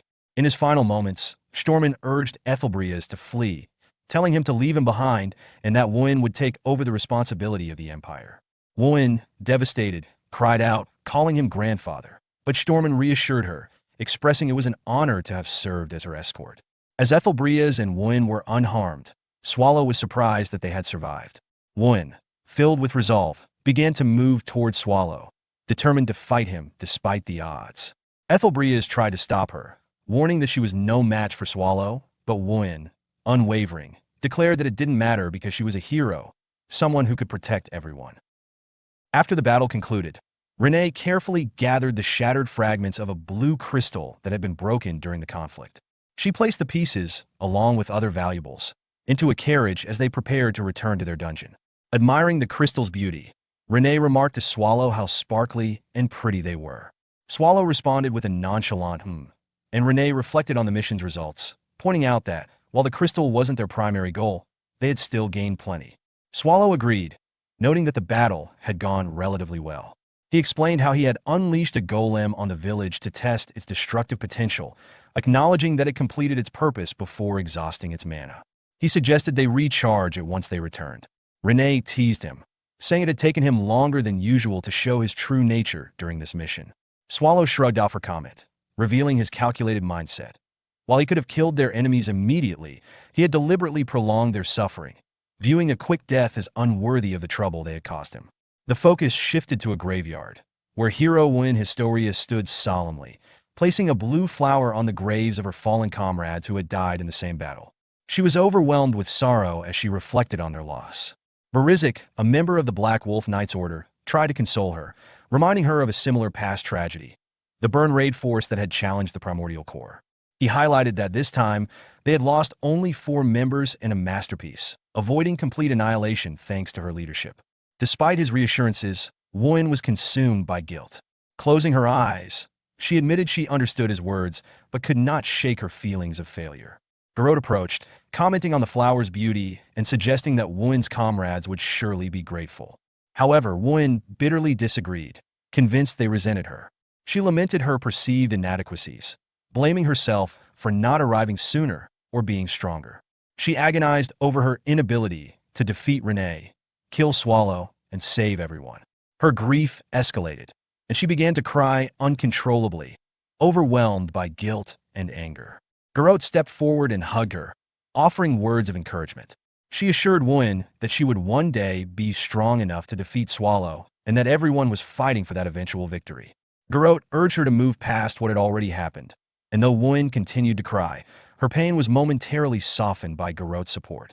The perspective then shifted to a dimly lit room, where Ethelbreas sat alone, deep in thought. Troubled by his survival, he questioned why Swallow had spared him during the fight. Recalling the moment when Woon intervened, the teleportation magic, and Swallow's cryptic words, Ethelbreas was haunted by the implications of what had happened. He suspected Swallow's actions were deliberate and calculated, leaving him alive for an unknown reason. However, wary of the watchful eyes around him, Ethelbreas decided to act cautiously, focusing on reports and delaying his investigation into the matter. He regretted being unable to attend his subordinates' funerals, their deaths weighing heavily on his conscience. As he moved toward his desk with a candle stand in hand, a sudden, searing pain struck him, his vision going dark as though his head might explode. Startled and confused, he wondered if it was merely exhaustion, though the intensity of the pain suggested otherwise. Looking into a mirror, he was horrified to see Swallow's eyes staring back at him. Terrified, he dropped the candle stand and collapsed, losing consciousness. Garrot later found him and woke him up, concerned for his well-being. Ethelbreas groggily asked how long he had been unconscious, only to realize he was bleeding. Alarmed, Garrot called for medics, while Ethelbreas pieced together the truth. Swallow had not spared him out of mercy. Instead, his survival was intentional, and Swallow's words from the fight, that he having only 6 months left to live. As the medic tended to Ethelbreas' bleeding wounds, Garrot noticed shattered mirror fragments scattered around the room. Letting out a sigh, she asked him if the hallucinations were worsening. Ethelbreas admitted that while they were getting worse, he had become accustomed to them and was grateful he could still perceive humans as he once did. While they spoke, Garrot used her telekinesis to gather the broken mirror pieces and discard them into the dustbin. She noted grimly that it had been 4 days. The cure wasn't working, the symptoms weren't improving, and they hadn't even identified the root cause. Ethelbreas acknowledged that this affliction likely wasn't something modern medicine could resolve. He deduced that the being responsible for leaving the condition was the enigmatic Swallow, and he suspected it might be incurable. Resigned to his situation, Ethelbreas issued a direct order to Garrot. No one, not even Woon, must learn of his condition. He was determined to complete Apocalypse before his death, prioritizing the restoration of the masterpiece and the recovery of the Black Wolf Knight Order's lost forces. Garrot assured him she would handle the Knight Order herself, actively recruiting the individuals Ethelbreas had been monitoring. Some teams had already left and might have even contacted their targets. Surprised by how quickly this had unfolded, Ethelbreas questioned why she hadn't reported it to him earlier. Garrot, preparing a teleportation spell, explained that she saw no point in burdening a superior already in poor condition. She promised to provide a detailed report once everything was finished. She also informed him she needed to leave briefly since she had spotted his least favorite person on her way in. Before Ethelbreas could finish reprimanding her for using magic in the room, she teleported away. Moments later, a knock came at the door. Ethelbreas invited the visitor in, revealing Pope Euronisia. The Pope expressed his condolences, claiming he had come to offer comfort. However, Ethelbreas, with a sharp expression, accused him of lying and stated he was only there for an answer. The Pope admitted as much. Euronisia explained that he wanted the Black Wolf Knights, one of the Empire's strongest forces, to ally with the religious institution. He described how religion in the Empire was merely a tool to maintain ties with the Holy Kingdom, and the clergy were quietly oppressed, with his life valued less than that of a common noble. Ethelbreas dismissed the idea that doctrines were suppressed, asserting that the empire's only god was the emperor. The Pope conceded but warned that blessings would soon spread across humanity's lands, allowing them to escape oppression and expand their doctrines. Ethelbrea interpreted this as preparation for a holy war, but the Pope denied it, insisting he was too weak to fight. Euronisia then excused himself, stating that since Ethelbrea was unwell, he would leave without an answer, for now. As the Pope departed, Ethelbrea brooded over the impending decision, vowing to respond differently next time. Meanwhile, the scene shifted to the primordial core, where Swallow and his group had arrived. Patrick guided Mel's to the fourth room, explaining that she and the demonic dog, two Ons, would manage it. Mel's, thrilled by the opportunity, leaped with excitement and declared her love for the space, imagining how they could decorate it. Patrick, relieved by her enthusiasm, noted to Swallow how worthwhile it had been to destroy Nihit for this. Swallow and Patrick discussed the demonic dog, with Patrick pointing out its value in guarding the room and noting Mel's talent for recruiting despite her questionable naming sense. Swallow admitted that Mel's wasn't yet aware of the dog's true identity, though Patrick believed she would discover it in time. Renee then entered, reporting that she had completed dispatching the golem in the third room and had securely hidden the magic stone, the power source, in the walls, ensuring it was undetectable to ordinary humans. Swallow praised her for her hard work, but Patrick, clearly frustrated, interrupted, complaining about the repetitive nature of their interactions. He insisted on moving to the main point.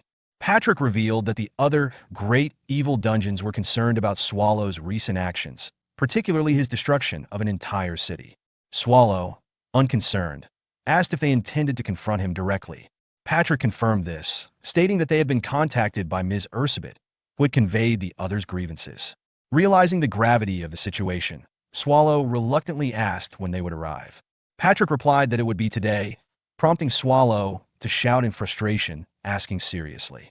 Swallow, in his original form, returns home and expresses a casual, almost carefree attitude with a yawn and the remark, "Home sweet home."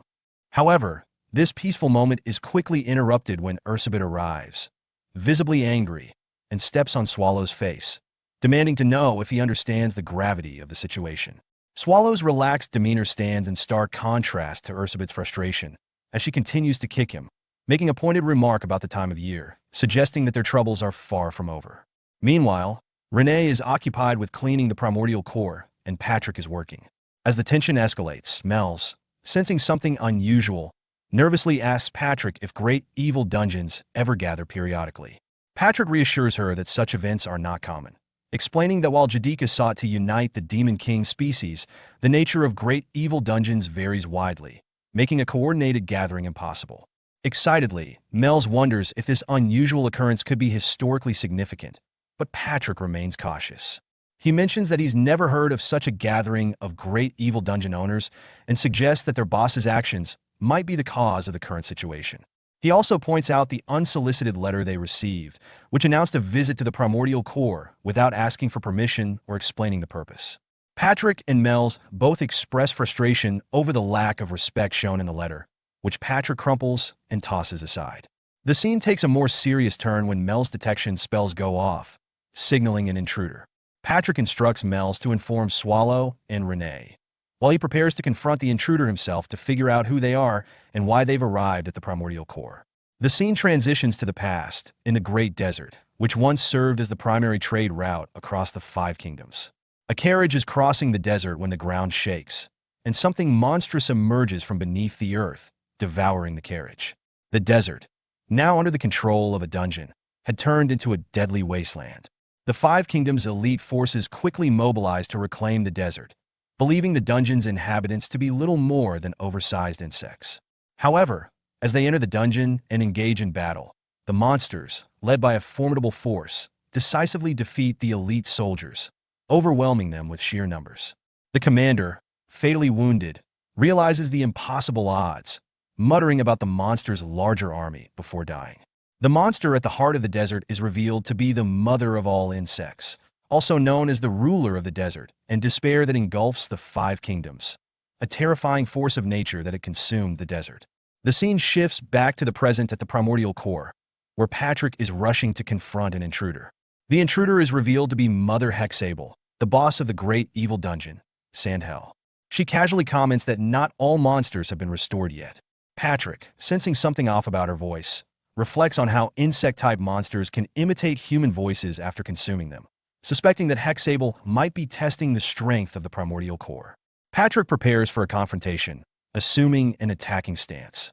Swallow, arriving on the scene, humorously questions their actions, asking if they are making out or something. Renee and Mel's also arrive, prompting Patrick to urge Swallow to stay back while he handles the situation. Swallow, however, is puzzled and asks why he should stay away. At that moment, Hexable greets Swallow, referring to him as her teacher and expressing pleasure in seeing him again.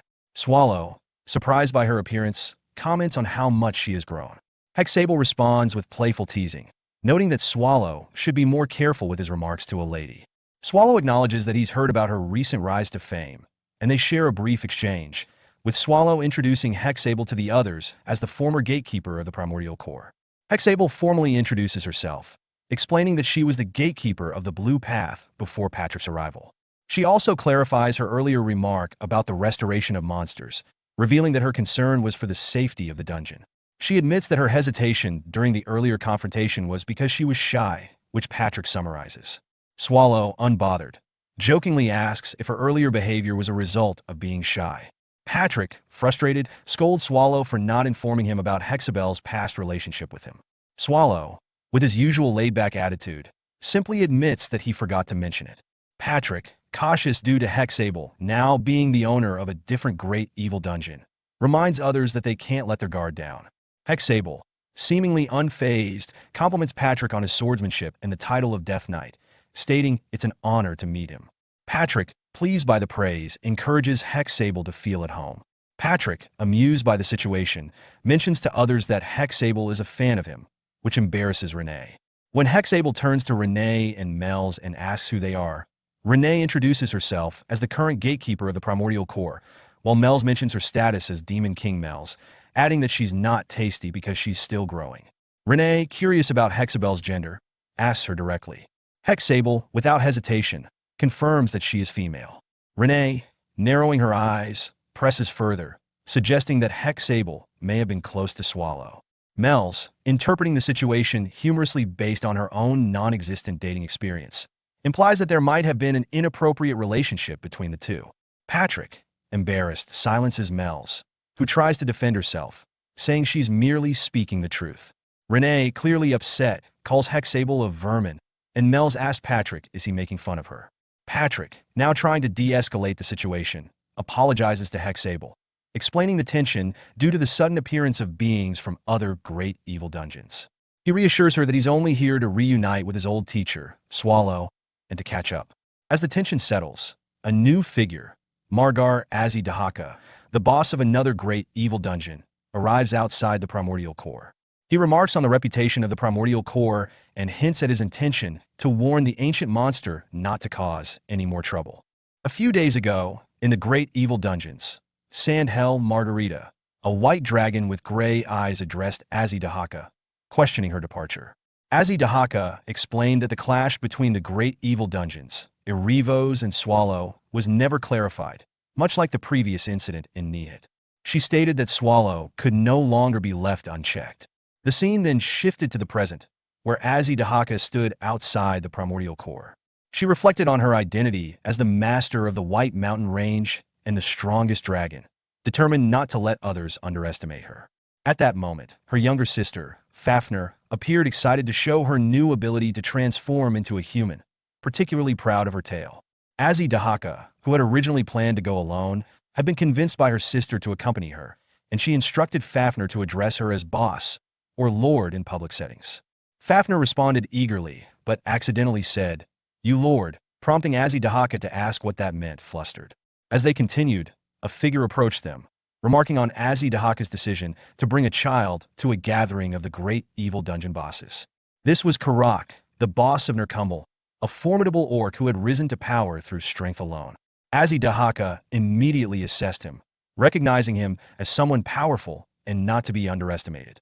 Karak warned her that losing a comrade could happen in an instant and proceeded into the primordial core. Azidahaka, feeling the tension, instructed Fafnir to stay close and be cautious. They entered the core, and Azidahaka told her sister to walk on two legs, though Fafnir preferred her more comfortable form. Inside the core, they discovered an empty room. Azidahaka found a book mentioning glaciers, or cave demons, and commented on how strange it was that they weren't present. Karak suggested that they had likely been wiped out by a raid force, but Azidahaka was unconvinced. She believed the primordial core was a place too important for monsters to be left unchecked. Instead, she suspected that it was a trap meant to test her. As they ventured deeper into the core, they found another empty room, but this time, golems were lying dormant. Fafnir speculated that this might be part of a test, but Azidahaka, now growing more agitated, decided to retaliate. She let out a loud roar, furious at what she perceived as mockery, and prepared a breath attack, threatening to burn the entire cave to ashes in response to the disrespect. Patrick suddenly arrived and addressed them. He confirmed their identities and mentioned that others were already waiting for them. He quickly redirected the conversation by noting that the first Great Evil Dungeon Bosses Conference was about to begin. When Fafnir asked what they were starting, Patrick explained the purpose of the gathering. Azidahaka speculated that most of the dungeon bosses had gathered because of the chaos Swallow, the most powerful Great Evil Dungeon boss, had caused. She believed that confronting Swallow might be necessary, and uniting to stop his rampage was the only course of action. As they entered the meeting room, Azidahaka saw the other bosses seated and thought to herself that they all likely had something to say to Swallow, though she was uncertain of Hexabel's true intentions. Patrick formally welcomed everyone and signaled the arrival of Swallow. Azidahaka became immediately nervous as Swallow entered the room, sensing his overwhelming dark aura. She hesitated, worried about the consequences of even looking at him, as his presence was suffocating and commanded authority. Despite this, she reminded herself of her role representing the dragons and steeled herself to take charge of the situation. Before Azidahaka could speak, Ursabet Bathory, the boss of Chait Castle, broke the tension by asking why no one was speaking and calling out Swallow for his passive behavior. She reprimanded him for his high-and-mighty attitude and encouraged him to act his part as the owner of the place. Swallow, however, casually dismissed her and claimed he could be sleeping instead. Patrick further teased him about being tired, which only added to the absurdity of the situation for Azidahaka, who realized that Ursabet and Swallow seemed to have a close relationship. Hexable, a fellow boss, casually mentioned that she was there simply to see her teacher, leading Azidahaka to wonder Hexable was referring to Swallow as her teacher. Ursabet, uninterested in the meeting, acknowledged Azidahaka and invited her to speak, prompting Swallow to give his consent with a casual remark. At this moment, Azidahaka stood up, feeling the weight of the situation. She was about to speak when someone announced, "I will wage war against the Empire." All eyes turned to her, and Azidahaka quickly denied the statement. Karak, however, stood up and revealed that it was he who had sent the message. He explained that he had gathered the bosses for a serious purpose, to bring down the Empire before the end of winter. After a brief silence, Ursabet asks Karak about his request, to which Karak clarifies that he's not seeking reinforcements. Instead, he simply requests that they not intervene in the war between Nerkumbel and the Empire. Karak then glances at Swallow, who meets his gaze, suggesting an underlying tension. Hexable interrupts the exchange, pointing out the urgency of the situation, mentioning how little time remains before winter. Karak responds confidently, stating that Nerkumbel will destroy the Empire in 1 month, as all preparations are complete and the warriors are ready. Hexable challenges Karak's plan, arguing that Nerkumbel's forces, though sizable, will be far outnumbered by the Empire's millions of soldiers. Karak stresses that the Empire is in chaos due to events like the fall of Riez and the Nihid incident, which presents a rare opportunity.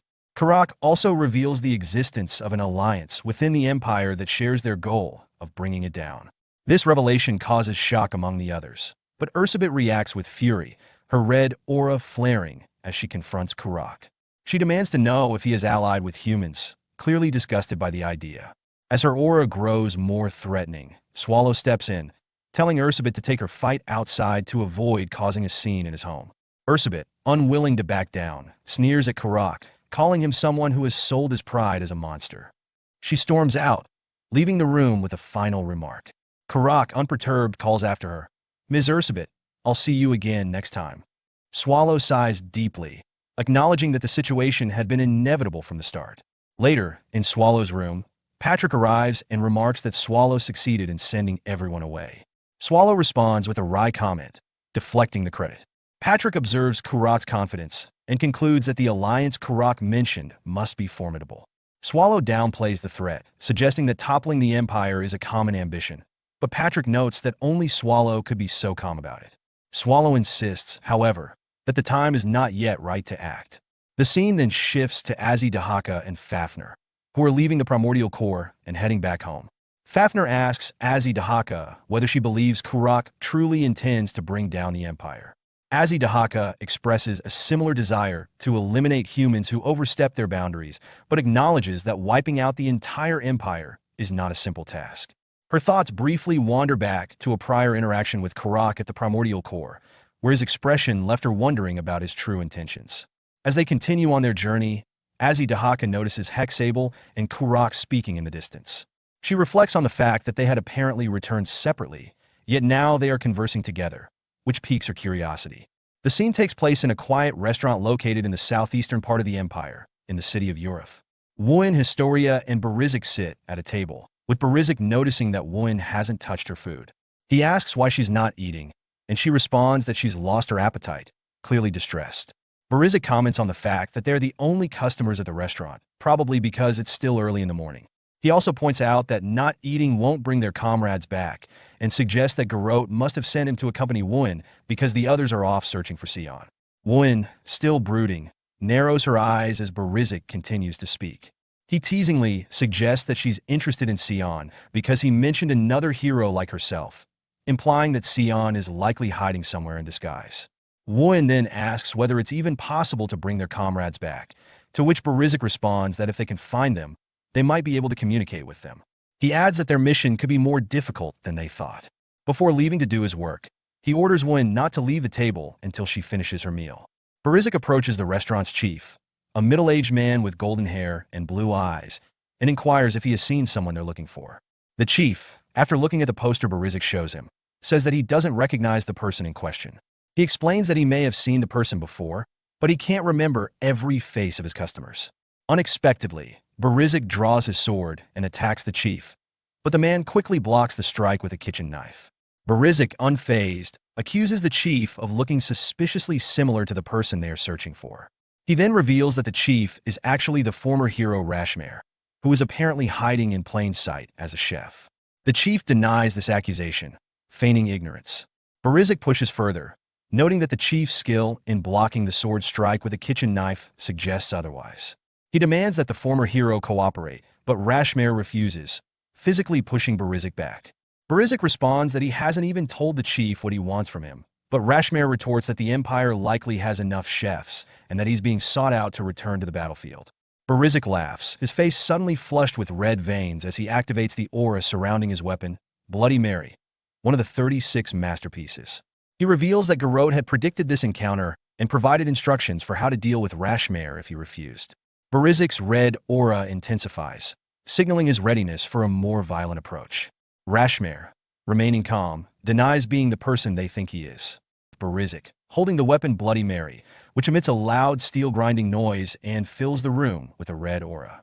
He introduces himself as a member of the Black Wolf Knights Order. In response, the former hero Rashmare, now known as the Chef, dismisses the sound, unsure of its meaning, and prepares for the upcoming conflict. Barizik charges at Rashmare, but Rashmare effortlessly lands powerful blows to Barizik's stomach, sending him crashing into the wall. As dust fills the air, Rashmare remarks on his unexpected strength and his difficulty controlling his power. He's relieved he didn't destroy the wall with the strike. Barizik, though hurt, is caught mid-air by Wooin Historia, who had moved quickly enough to save him.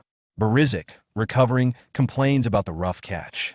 Rashmare, observing Wooin's swift movement, notes her speed with approval.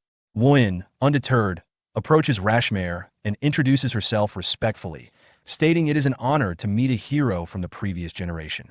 Rashmare responds sarcastically, mocking her for seeking a has-been. Wooin then states the reason for their visit. The Empire is in crisis, particularly due to the death of Sir Vern.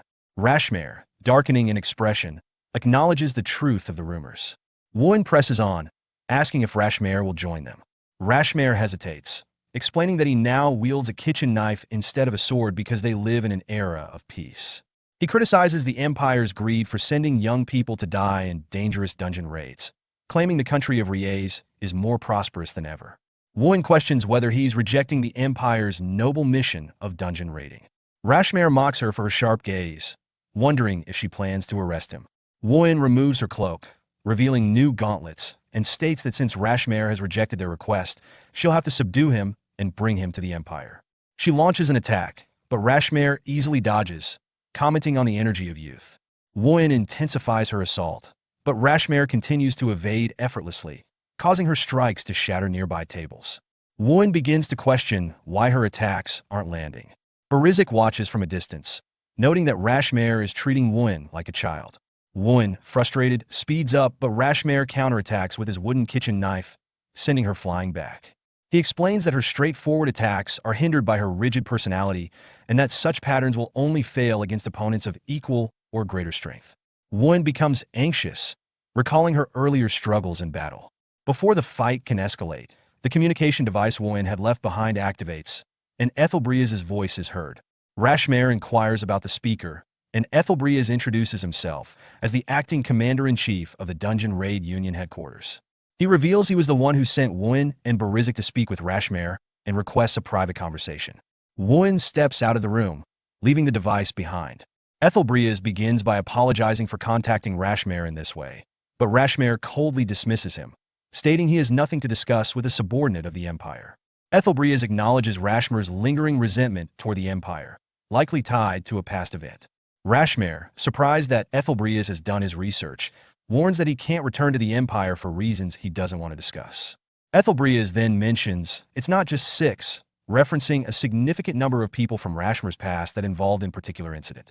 He lists the names of people involved: Jacob, Brenda, Arnold, Kenneth, Wig, and Reinhardt. Rashmare, visibly shocked, asks how Ethelbriez knows those names. Ethelbriez reveals there were actually 8 people, 2 of whom Rashmare didn't know about. Rashmare, now enraged, unleashes his aura and demands confirmation.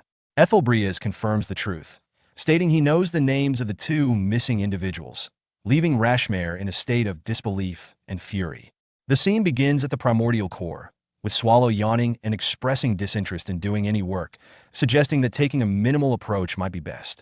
Patrick, equally resigned, agrees, commenting that doing the least amount of work is the most efficient course at the moment. Swallow, however, expands on his idea, saying that it doesn't matter when you do the work, before or after, it still requires effort. But if the work is done after something happens, the reward is often greater. Patrick, sarcastically impressed by Swallow's philosophical reasoning, quips about his unexpected productivity. Swallow shrugs it off, stating he prefers the guaranteed satisfaction of the present rather than chasing an uncertain future. Patrick, nodding in agreement, pulls out his resignation letter, expressing a desire to take a break for the sake of his own present happiness. Swallow agrees to Patrick's request, but with a caveat: he will handle things on his own for now. Patrick, grinning, proposes they start by fixing up the dungeon, calling it self-maintenance since the first and second rooms are still empty. Swallow, amused, mocks the idea, claiming he's already perfect. Patrick, irritated, turns to leave, holding up his resignation letter. Swallow quickly relents and decides to inspect the rooms. A short while later, Swallow, alone, thinks about his plan to tear up the resignation letter, but gets distracted upon finding the food storage. He enters the storage to check it out, considering it another task to handle. Later, Swallow meets up with Patrick again, who, surprised at how quickly Swallow returned, asks if he did the job thoroughly. Swallow responds that he found the problem sooner than expected, which causes Patrick to become nervous. Swallow grimly announces the food storage is empty. Patrick, stunned by the revelation, drops his report book in shock, realizing the gravity of the situation. The scene begins with a dwarf named Scovina from a merchant group bowing before Swallow and apologizing for some issue, which prompts Mel's to ask Patrick about the arrival of the monster merchants. Patrick explains that while most dungeons seek out merchant groups to secure supplies, the Great Evil Dungeons have a unique, more symbiotic relationship with the leprechauns, a special group of monster merchants. They are not merely VIPs, but are looked after in exchange for certain services. Mel's is surprised to hear this and expresses disbelief that Swallow knows a member of their merchant group by name. Patrick reveals that Swallow remembers North, one of the leprechauns who is highly competent, even among his peers, and that Swallow had been particularly impressed by him. Scovina then begins to explain a recent incident involving a raid on their supplies. A group of orcs attacked several merchant groups, including the leprechauns. North tried to stop them, insisting that some of the supplies were meant for Swallow, but the orcs ignored him and took both North and the supplies. Swallow, furious, demands confirmation of the story and questions whether the orcs killed North. Scovina reassures him that North was not killed, but was instead taken along with the supplies. Swallow, enraged, presses further, and Scovina, deeply apologetic, offers to surrender his life to spare the other members of the leprechauns.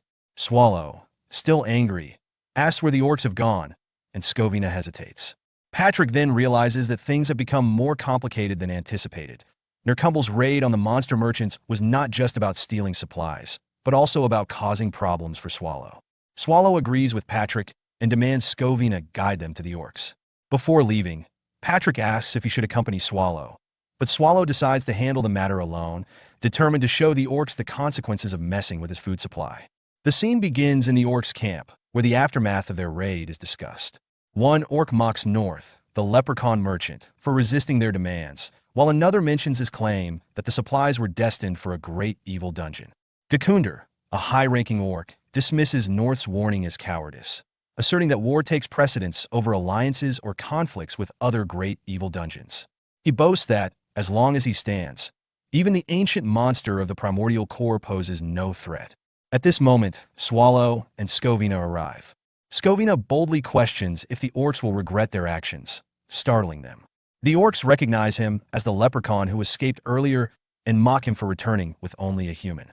Scovina demands North's release, and Gekunder, amused, orders North to be brought out. North, bruised and trembling, is thrown before Scovina, who rushes to him in concern. North, in a weakened voice, urges Scovina to flee. However, before Scovina can act, Gekunder thrusts a spear through North, killing him instantly. He justifies his action by claiming North was already as good as dead, adding that this was the price for defying him and invoking the primordial core. Scovina collapses in grief, cradling North's lifeless body. Suddenly, chaos erupts as all the surrounding orcs are killed in a blur, their bodies torn apart before they can react. Gekunder, horrified and confused, finds himself grabbed by the neck by Swallow, who lifts him effortlessly. Swallow's blazing anger terrifies Gekunder, who now realizes Swallow is the ancient monster of the primordial core that North had warned them about. Swallow declares he would have let the orcs off with a warning for their theft, but North's death sealed their fate. Desperate, Gekunder orders his mage to teleport him away. However, instead of saving Gekunder, the mage teleports Nercumble's leader, Karak, and the orc commander to the scene. Gekunder, panicking, attempts to explain, but Karak swiftly decapitates him for his insolence and failure. Karak then turns to Swallow, acknowledging his subordinate's mistakes and pledging to take full responsibility. Swallow, still seething, seizes the opportunity to exact retribution. He proposes a deal. Karak must provide 20 times the amount of food stolen within 3 weeks. The demand is outrageous, but Karak knows refusal would mean annihilation for the orcs. Realizing he has no choice, Karak solemnly agrees, vowing on his name to fulfill the impossible task. The scene shifts to the Empire Mansion, where Rashmare meets Ethelbrias. Rashmare notes that he isn't the only one summoned. As Ethelbrias reveals, he has important matters to discuss with both Rashmare and Dame Sion. The narrative then transitions to a more lighthearted setting, where a woman scolds a person named Lancerer for sleeping until noon. Annoyed, she reminds him of his promise to go foraging with her, prompting Lancerer to groggily agree as he reluctantly gets out of bed. The scene transitions to a forest cloaked in twilight, where Karak, the great orc commander, broods in silence. His thoughts drift back to a conversation he had with Swallow not long ago. 3 weeks, Swallow had said, calm and composed. I'll give you exactly 3 weeks. Karak had narrowed his eyes at that. And if I failed to meet the deadline? Swallow had smiled faintly. Then I won't need to lift a finger. I've got other methods.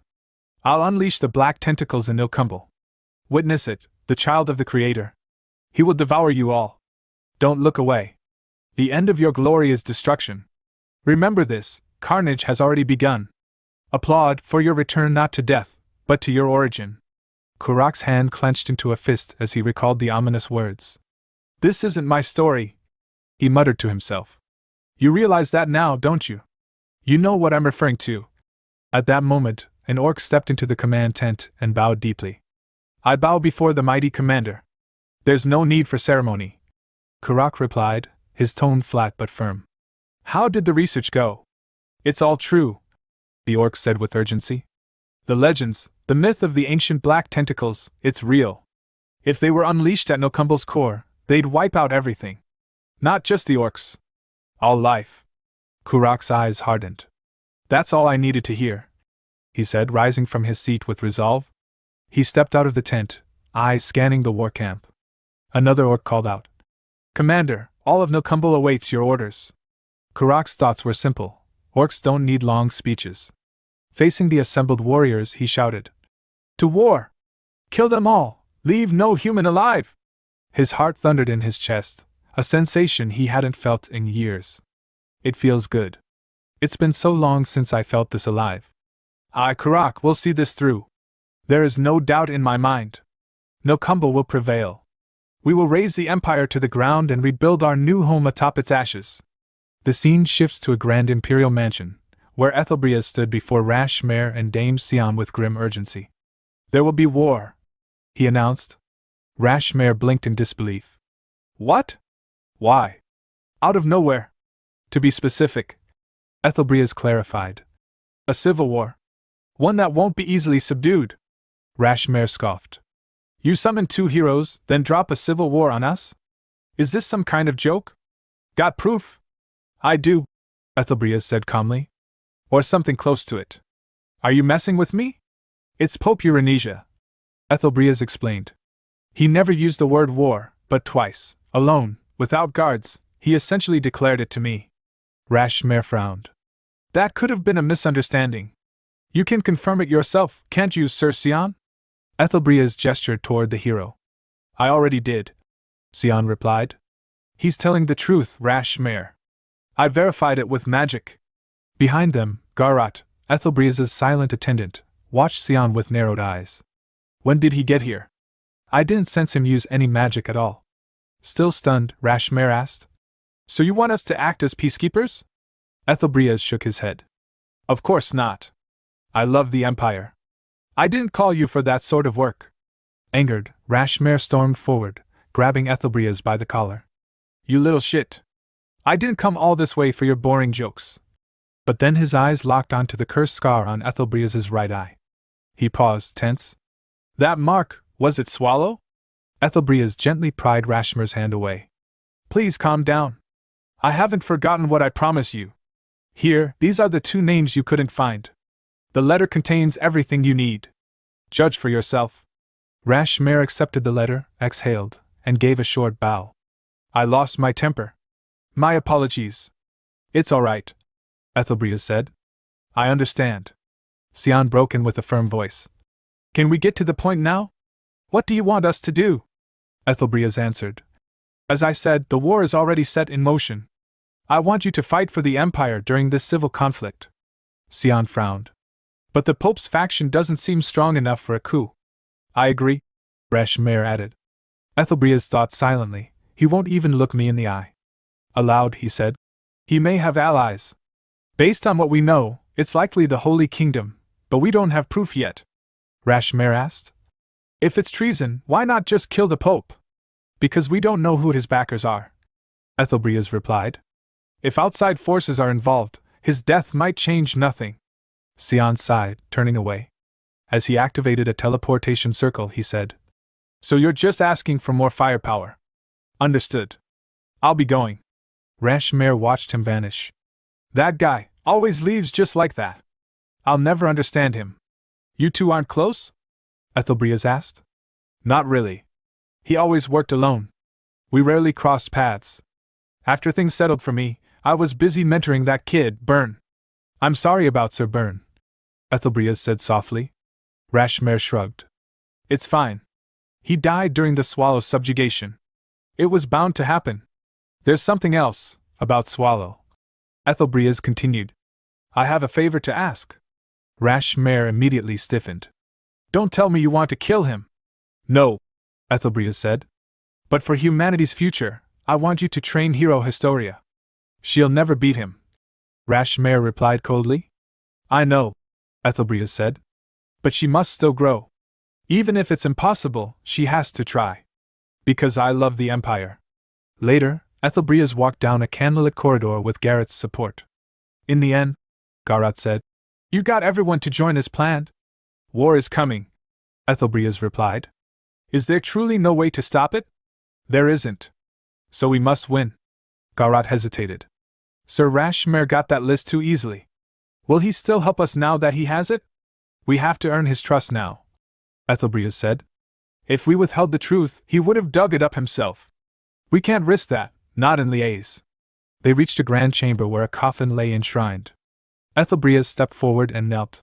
"Please," he whispered, "I pray for the coming war, for the future, and for the peace of the Empire." Elsewhere, at the primordial core, Patrick stared intently at Swallow. "What?" Swallow asked. "I haven't done anything wrong." "Yet." Patrick scratched his chin. "It's nothing. Just, my ears feel itchy." "You don't have ears." "And yet they itch," Patrick insisted. "Feels like someone's calling for me. Maybe the mana inside me is waking up?" "But you already know magic." "Yes," Patrick said. "But if I could cast huge spells like Mel's, it'd be more fun. I might just become the next Erevos." Swallow rolled his eyes. "Want me to crush your skull before that happens?" The scene transitions to a dimly lit experiment room. A patient, bound and bruised, muttered, "I envy your freedom." One of the doctors frowned. "What? Did it just say something? Probably a hallucination." Another doctor muttered, "Ignore it. Let's keep going." A voice echoed in the patient's mind, "Do you envy freedom?" "Who's there?" "Freedom is beautiful, but dangerous." "Still, do you desire it?" "I do." "Then let's make a deal. For the sake of your freedom." That patient, battered, experimented on, and desperate, was Nifrim. He jolted awake from the nightmare, panting heavily. "I'm gonna throw up," he whispered, trembling. The nausea hit Nifrim without warning. He stumbled outside, bracing against the cold earth as memories surged through him. The forest around him was quiet, but in his head, there was only noise. Screams. Blood. Bone. And Patrick's voice, unrelenting. "How much can you regenerate?" Patrick had asked coldly during their fight. "If your limbs are severed, can you just eat and heal?" "What are you doing?" "Eat up. There are still 2 people left." "Go on." Nifrim squeezed his eyes shut. "I ran. After abandoning my allies." "No, after eating them." His stomach twisted. Cannibalism. That word gnawed at him worse than hunger ever had. Anything but that. "I never wanted to commit that." But a voice inside him, the one he hated the most, responded coldly, "You ate to survive. That skeleton tortured you. You had no choice." "I had no choice!" Nifrim screamed, his voice hoarse. But even he didn't believe it. He collapsed to his knees. Vomit splashed onto the soil. Tears followed. "I'm sorry," he whispered, over and over, face buried in the dirt. "I'm sorry. I'm sorry, everyone." Time passed. The scent of warm food drew him from his misery. Inside the cabin where he now stayed, an old woman set down a bowl before him with gentle hands. "Eat a little," she said softly. "Even if you throw it up again, you need to eat something." Still seated at the low wooden table, Nifrim nodded faintly, his face pale. "Yes. Thank you for the food." The woman smiled and picked up her shawl. "I'll head out to the fields. Eat slowly and come when you're ready." She hadn't stepped far when the front door burst open. A sharp gust of wind followed a girl into the house as she kicked it open with unnecessary force. "There you are, Lancelot!" she shouted, hands on her hips. "The sun's already high, and now you're eating? I told you, we've got to dig up the mountain herbs before the fire's lit today." She turned to the old woman. "Grandma, where are you going? Did you swallow a funnel?" The old woman snapped. "My ears still work just fine. I'm going to the field, so stop bothering him and come help me instead." "But what about the mountain herbs?" "Mountain herbs?" The woman snorted. "You only bring back weeds. I know you go into the forest to play around." "Play around?" Purcell scowled. "I'm getting real herbs this time. Come here, you little brat." The woman grabbed her by the arm. "Where do you think you're going? You're helping me first." As she was dragged away, Purcell turned back toward Nifrim and yelled, "Eat fast and come out." "I'll be there," he replied quietly, watching her vanish in a flurry of energy. Later, the two walked through a narrow mountain path. Sunlight broke through the canopy in golden shafts. Purcell glanced at him. You really don't remember anything? Your name, your past, anything? Nifrim shook his head. No, you were weird when Grandma found you. Armor, sword, you looked like a mercenary. Maybe, Nifrim said. I don't remember. But maybe something like that. It's fine, she said brightly. You'll remember eventually. As they continued climbing, a villager passed them on the path, dragging a freshly hunted deer over his shoulder. Hey! What are you two doing out here? Purcell gasped. Whoa! Mister, did you just catch that? Yup, the man grinned. Thanks to the guardian god, hunting's been real easy lately. The animals are pouring out of the woods. Guardian god? Purcell asked curiously. Yeah. Ever since the monsters stopped coming near, it's been like a blessing. Even that big troll that used to hang around the barrier, dead. Don't know who or what killed it, but everyone's saying it was the guardian god. He winked. But don't tell your grandma I told you that. Really? Okay, Purcell said eagerly. The man continued down the trail. Come down before we light the fire, both of you. I'll be going first. As Nifrim watched the man disappear, his gaze wandered to the treetops, and he felt it. The faint, heavy pressure of monsters nearby. He didn't see them, but he knew they were there. Purcell looked up at him. Should we keep going? Purcell, do monsters usually come this close to the village? She blinked. Not really. It's dangerous around here, so they usually avoid us. But recently? I guess there's been a lot more movement in the woods. Still, like Mister said, I haven't seen any for a while. That's a relief, Nifrim muttered. What? You remembering something from your mercenary life? I'm not sure I was a mercenary, he replied. Then don't worry about it. Let's go back, you glutton. The scene shifted. Back at the village field, flames rolled across the dry earth. Nifrim stood at the edge of the burning field, watching in quiet awe. A villager noticed his expression and walked up beside him. You look surprised, Lancelot. Never seen a burn like this before? No. I haven't. The villager nodded.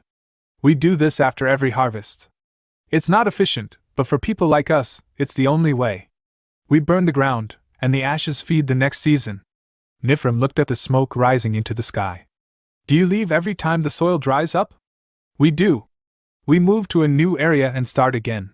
The man paused, then added with a warm smile. Say, even if your memories come back, how about staying with us? Staying? Yeah. You're already one of us. You work like the rest of us. And Purcell, well, that tomboy seems pretty fond of you. Even if she nags. Nifrim smiled faintly.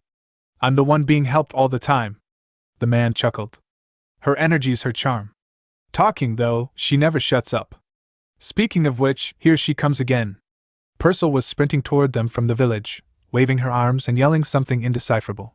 The villager gave Nifrim a light pat. I'll be off. Good luck.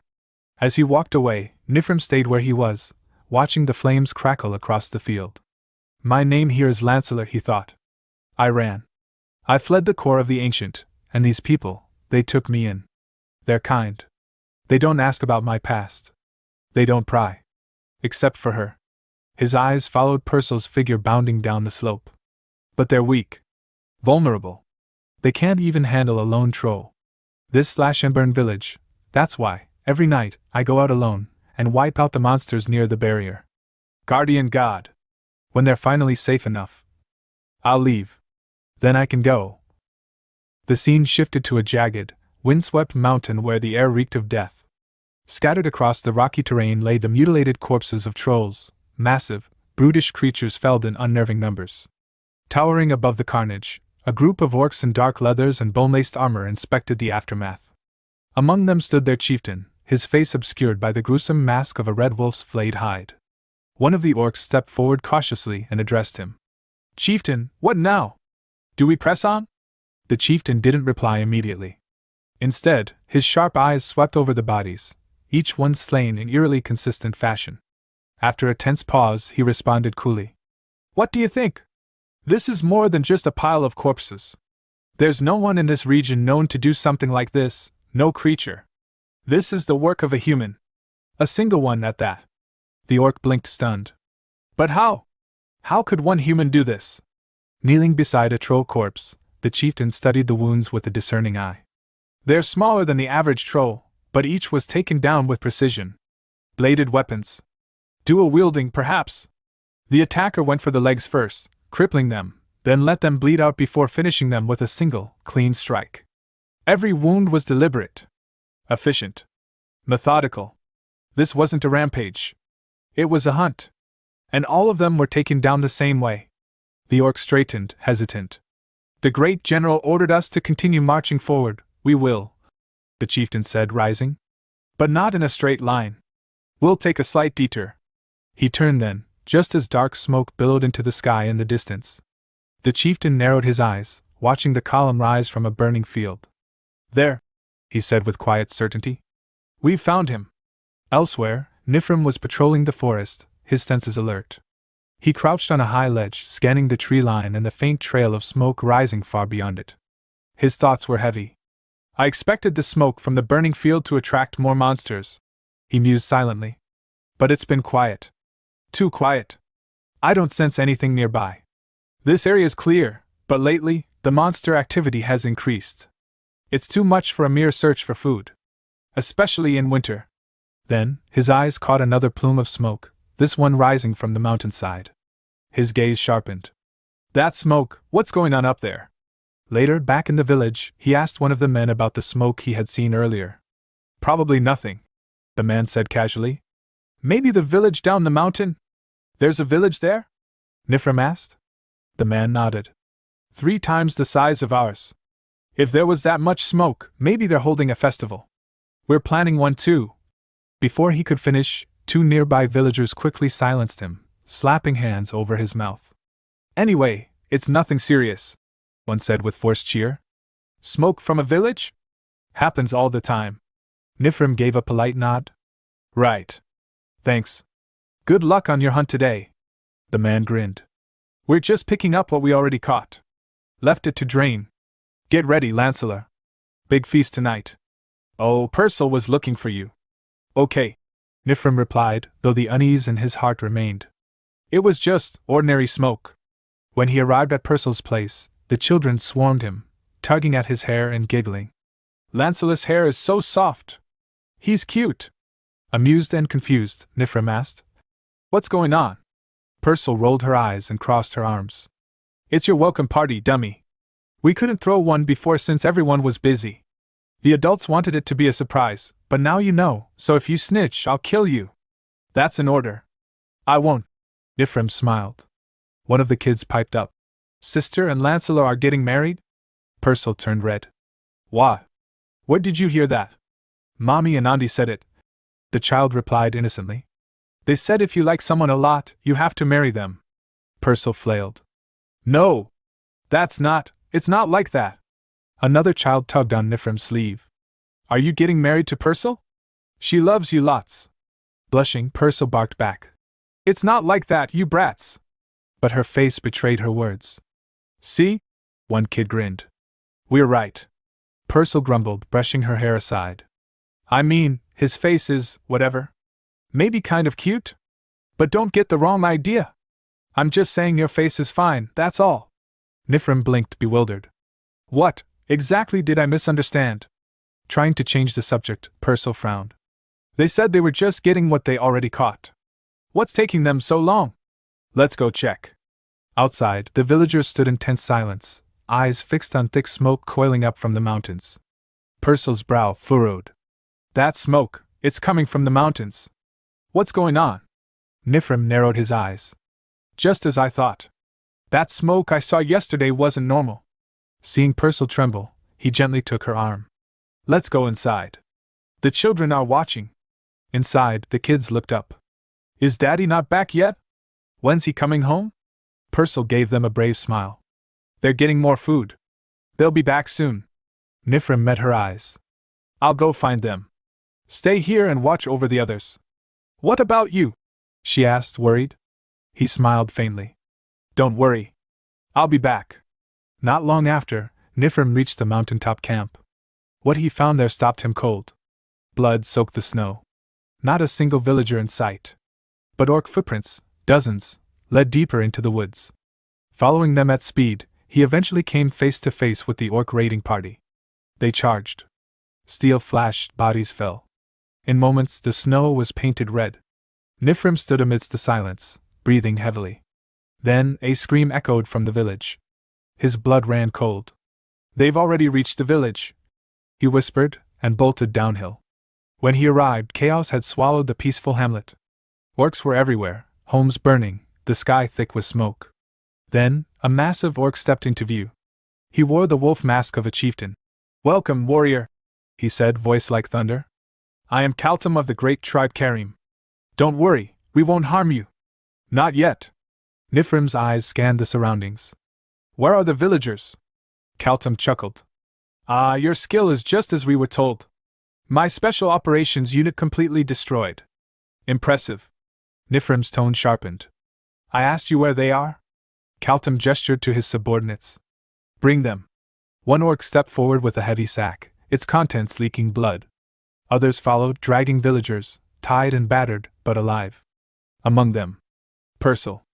"I wish to fight you," Kaltum said with a grin. "If you defeat me, I will free them all.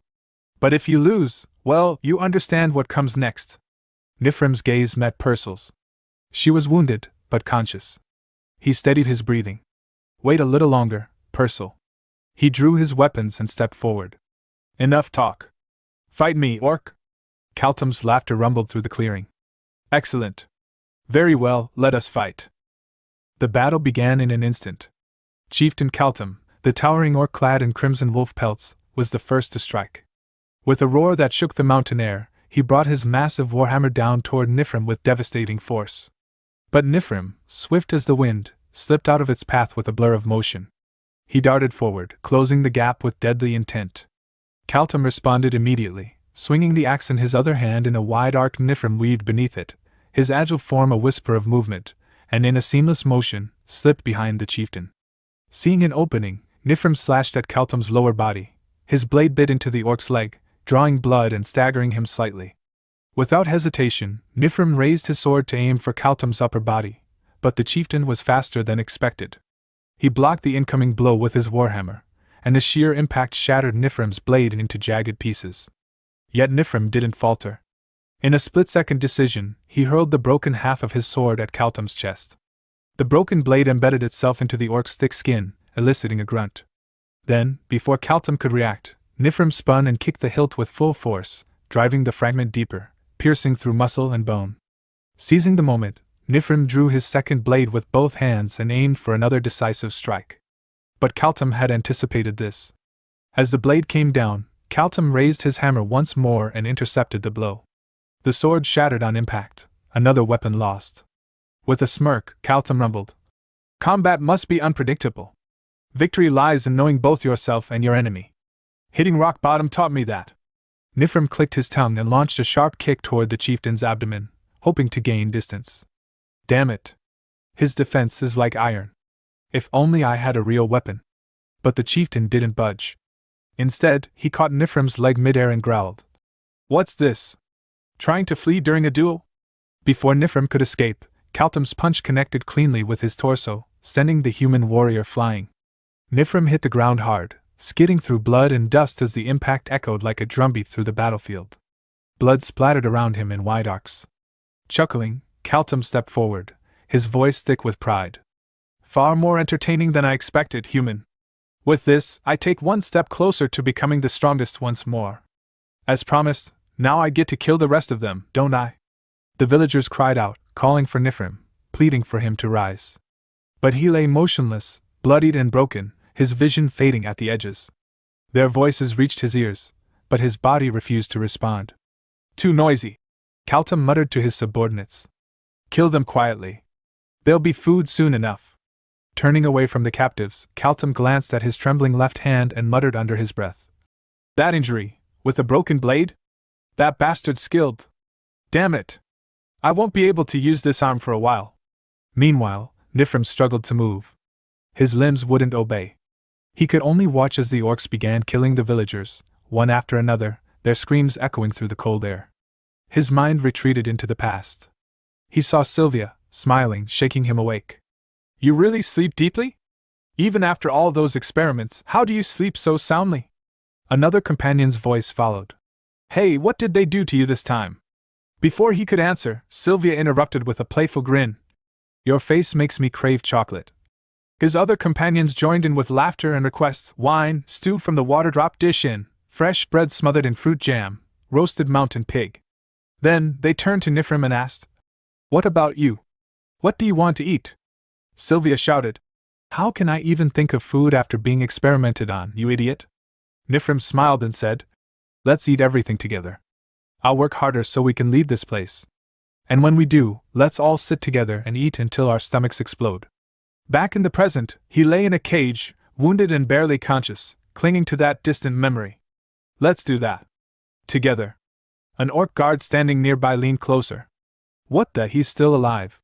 After a punch like that from the chief? You humans are insane.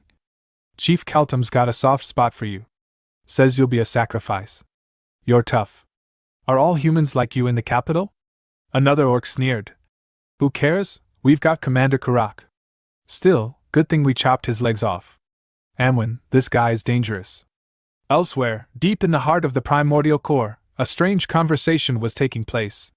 Patrick reclined comfortably on Swallow's back, reading a newspaper. Boss, it's about to begin. Swallow, eyes closed, asked, What is? A war. Patrick replied. Must you read that while sitting on me? Patrick grinned. Reports from merchant networks. It's developing in a fascinating way. They're marching across every terrain, mountains, rivers, plains, even the sea. Burning human villages to the ground. Swallow sighed, annoyed. Why go through all that trouble? So theatrical. Patrick shrugged. It's likely part of a larger strategy. A wide pincer movement to encircle the capital, like a snake tightening its grip. Swallow muttered. Always the hard way, and the best part. Patrick continued. The scale. It's not just an invasion, it's a performance. War, after all, is more thrilling than a bonfire. Spare me. Swallow groaned. Then, narrowing his eyes, he gestured toward a bag sitting across the room. What's that awful smell? That? Popcorn. Mel's made it using oil and fire magic. Said it's best enjoyed while watching something fun. Popcorn? Yeah. Let's eat while we wait. Miss Ursabet should be arriving soon. Why the hell is she coming here? This is my house, not hers. Meanwhile, at the battlefront, human soldiers were bracing for the coming storm. This is insane. One soldier laughed bitterly. These orcs are making us work overtime. They'll tire out eventually. Another scoffed. A third added, It's not even a dungeon.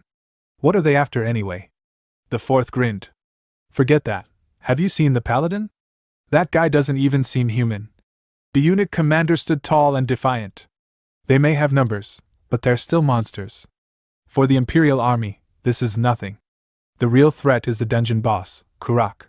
But if we can just hold out a little longer, reinforcements will arrive. Victory will be ours. I swear I won't let those foul beasts set foot in my territory. Meanwhile, Kurak sat alone, steadying his breath. Each exhale was slow, heavy, tinged with the echo of pain, a reminder of the brutal battle he'd once endured. As he winced, a memory resurfaced, vivid and piercing. Bloodied and barely able to stand, Kurak had looked up at his airborne opponent and asked through ragged breaths. Are you next, fairy? Hovering above him with a graceful ease that betrayed her deadly power, the figure gave a soft chuckle. Oh my, what incredible spirit! Even now, standing before me, you can feel the vast difference between us, can't you? Yet you still don't falter. I like that. She smiled. Tell me your name. I'll remember it. But the memory was cut short by a voice from the present. Commander, came the voice of an orc mage, bowing slightly outside the tent flap. Kurak blinked, coming back to the present. Yes. Where were we? You seem exhausted, sir, the mage said. Would you like to rest for a while? Kurak waved the concern off. I'm fine. What's the update on Kaltum? The mage bowed again. Kaltum will join us shortly. He reported that he's currently tracking down a peculiar human, one he intends to present to you personally. Kurak raised a brow. A peculiar human? Humph, forget that for now. What about the provisions? We've raided several human villages. The mage answered. Our troops successfully secured live captives for rations. Kurak's voice hardened. Slaughter them the moment they arrive. Make sure the meat is evenly distributed. As you command, my lord. Kurak turned away and added, Summon Kadachi. Moments later, Kadachi entered Kurak's tent. You called for me, Commander? Kurak nodded. I have something to discuss. Come closer. Kadachi complied, stepping in as the tent flap closed behind him. Far from the orc camp, at the Empire's military command post within Pelstein Fortress, the Lord addressed a group of armored paladins. It eases my heart to have your order here beside us, he said with a small bow. When all of this is over, I will personally ensure the Empire honors its debt to the Holy Order. One of the paladins stepped forward. What serves the Empire also serves the Order. We are honored to lend what strength we can. On behalf of His Holiness, thank you for your kindness. Suddenly, a messenger burst in, breathless and pale. My lord! Urgent report, regarding the current battlefront. The Lord gestured for him to speak. The orc horde outnumbers us by dozens of times. Judging by their numbers, this is almost certainly their main force. But, our siege experts believe that, due to the enemy's limited siege equipment, they may struggle to press their advantage. The Lord exhaled, relieved. Do we have enough food to last? Yes, the messenger confirmed. We were preparing for winter. Supplies are ample for both soldiers and civilians. And conscription? All conscripts have arrived without dissent. Both soldiers and citizens are furious over the orc attacks.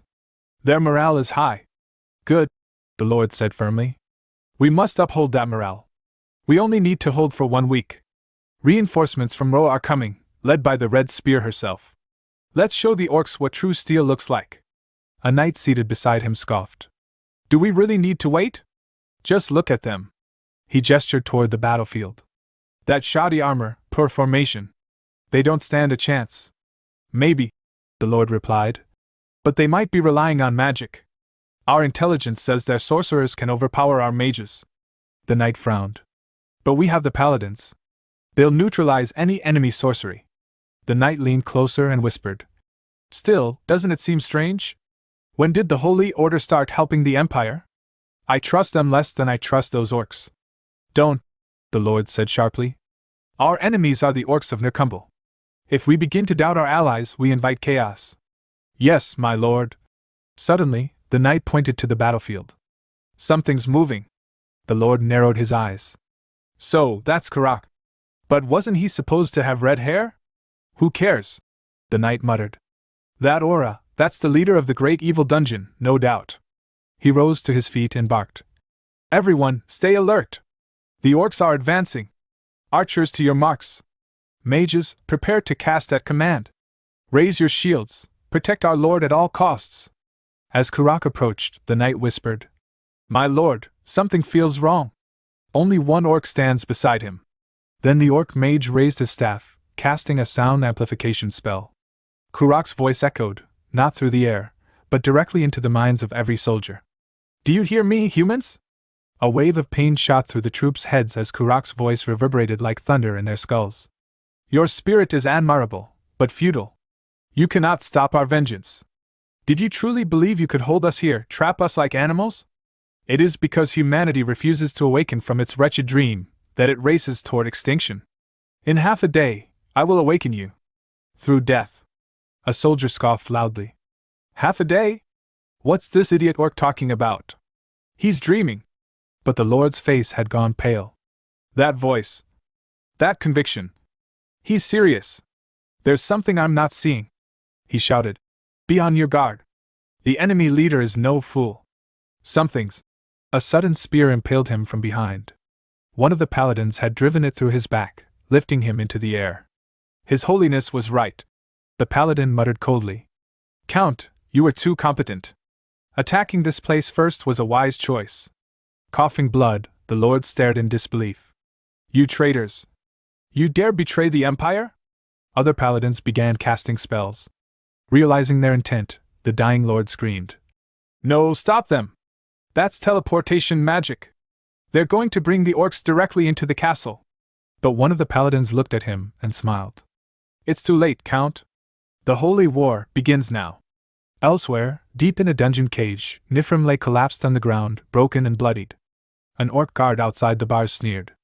Humans kill each other, but they never eat each other. Why? He threw a hunk of meat inside the cage. Eat, human. You must live. I must gift you to the commander. Nifrim glared with defiance despite his pain. You glare, in that state? The orc said with a chuckle. I lost my bet. I thought you'd eat. He growled. Fine. No more patience. The orc entered the cage, seized Nifrim by the throat, and lifted him into the air. Then, grabbing the meat, he forced it into Nifrim's mouth. What are you doing? Stop, please. Nifrim struggled, but the orc ignored him. I help you chew. Meat, human. Eat. And finally, Nifrim swallowed, his body involuntarily reacting to the orc's brutality. As the orc left the cage, he said, Eat or die, human. Next time, I do same. But the moment the orc turned away, Nifrim's body surged with unnatural strength. His wounds vanished. He tore off his restraints, leapt onto the orc's back, and without hesitation, he killed him.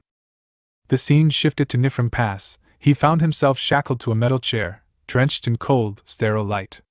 His body was littered with scars, old wounds from countless experiments. Men and women in white coats surrounded him, murmuring to one another, adjusting needles, checking vitals. Machines hummed with a low, ominous drone. He felt nothing anymore, not fear, not pain.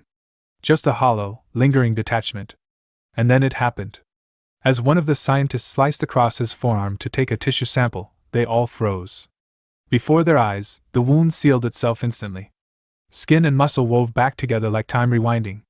One scientist gasped. It worked! It actually worked! Another approached, eyes wide with feverish awe. Nifrim, tell us, is the regeneration perfect? Do you feel anything strange? Still dazed, Nifrim looked down at the stump that had once been his arm, now completely regrown. My severed arm, it came back. Instantly. Their reactions were euphoric. Yes, shouted one of the scientists. This is it. With this breakthrough, we can mass-produce invincible soldiers. A few days passed. But perfection came with demands. When they handed him a slab of raw meat, pale and veined with something unnatural, he shook his head. I won't eat it, he said. Without hesitation, they beat him to the floor. Again. And again. You damned brat! One screamed, kicking him in the ribs. Just eat it! Why do you make us do this? Another added, frustrated. He has to intake to activate the ability. Don't you get it? For his self-repair to function, he must eat that meat. As blood trickled from his lips, Nifrim thought in silence, why does it have to be that? The memory shattered. The orc's corpse hit the ground with a loud, final thud. Blood pooled around it. The other orcs turned in alarm. What the hell? One barked. That human, his legs were gone. Another shouted. Impossible! I crushed them myself, I smashed them to pulp. But Nifrim was already gone. A sudden howl echoed through the camp as Nifrim appeared amidst them like a phantom. His fist collided with an orc's face, the impact snapping bone and sending the beast flying, howling in agony as blood sprayed into the air. The orcs roared in unison and charged him, weapons raised. He weaved between their strikes, effortless, fluid, like death given form. One orc's head snapped sideways under the weight of Nifrim's spinning kick. Another's throat was opened by a punch so sharp it was as if he wielded a blade. The air filled with panic as orc after orc fell, cut down in swift, brutal movements. An orc tried to flee, running toward the distant encampment for reinforcements. But Nifrim hurled a dagger, and with a sickening thunk, it pierced the back of the orc's skull. The body dropped like a sack of meat, never reaching the alarm. From the edge of the skirmish, the vice leader of Kaltum's forces narrowed his eyes. He studied the human, watched how his wounds sealed on their own, how the fire in his eyes never faded. This is no human, he muttered. That has to be an undead. A cursed abomination, no human can do that. Then, barking to the mages behind him, he ordered. Prepare sorcery! Do not waste soldiers here, not without Kaltum's orders! The orc sorcerers scrambled into formation, arcane glyphs forming beneath their feet as they began their incantations. Nifrim, panting slightly, clenched his fists. Damn it, he thought, the effect is wearing off. I couldn't even avenge them properly. Just then, the vice leader turned to one of his warriors. What about the rest of the humans? The ones captured earlier? All sent, the orc replied. To the main force. The vice leader's eyes darkened. Purcell, he whispered. A voice echoed in Nifrim's head, one buried deep, from the lab. Remember, the head scientist had said, voice grave. Never eat the flesh of other demi-humans. Your regeneration responds to the essence of your own kind. If you consume another species, it won't restore you. It'll corrupt you. You won't die immediately. But you'll wish you had. Launch it! The vice leader roared. Cackling with delight, the orc mages unleashed a barrage of fireballs. Flames rained down upon the spot where Nifrim stood. The explosions scorched the air, smoke and embers dancing skyward. The vice leader exhaled in relief. Good. It's done. We cannot waste more time here. Move the troops. But one mage froze, eyes wide. He's still standing. The mage stammered. He's alive. Even after that. How can he still be alive? Through the smoke and fire, a shadow emerged. It was Nifrim, burned, bloodied, but walking forward, munching on raw orc flesh. His body rapidly regenerating. Well, he thought grimly, the scientist wasn't wrong, it doesn't kill you immediately. And that's more than enough. Seeing him still alive, the vice leader shouted in fury. Don't let him reach the main force! Kill him now! One orc, backing away in fear, cried out. He's eating our kind's meat! The vice leader paled. Everyone, attack! He's just one human! Kill him! But Nifrim burst from the flames like a reaper of vengeance. His flesh knitted itself together with every bite he took. I'm coming now, Purcell, he thought. Moments passed. The battlefield was silent, except for the gurgles and gasps of dying orcs. The vice leader fell to his knees, trembling as he looked around. His entire unit slaughtered. No, impossible, he muttered. We're the Kaltum clan. Strongest among all. How can one human? Nifrim stepped toward him, his eyes hollow, burning. The vice leader held up his hands. Wait. Let's talk. What do you want? I'll speak to our chief, I swear. Nifrim raised the bloodied axe. No need. And with a single swing, he ended him. A short time later, the blood had begun to dry. Nifrim walked among the wreckage of the orc war camp. Then he found the carriage. He opened its door, and froze. Inside were the mangled corpses of the villagers, piled like cattle. He dropped to his knees, overwhelmed. So that's what they meant by humans in transit, he whispered. Their food supply. Tears mingled with the dirt on his face. I'm sorry. I couldn't save you. I should have been the only one to die. Only me, I'm sorry, Purcell. A faint voice called his name. He looked up, heart thudding. There, slumped near the edge of the carriage, bloodied and barely breathing, was Purcell. Her eyes fluttered open. Nifrim. Amidst the bustling activity of people moving supplies and equipment, Mel's observed the scene with a nostalgic gleam in her eyes. She turned to her companion, the creature named Tuons, and said with a theatrical sigh.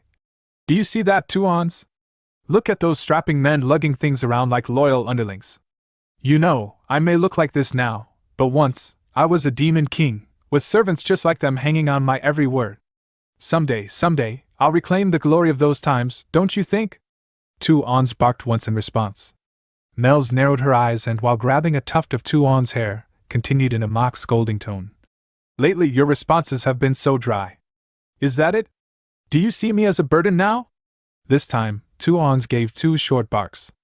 Mel's frowned. And now you're talking back? Just then, Patrick approached the two of them. What are you doing? He asked casually. Mel's turned toward him. Is it really alright to have this many outsiders walking around inside the dungeon? Patrick shrugged.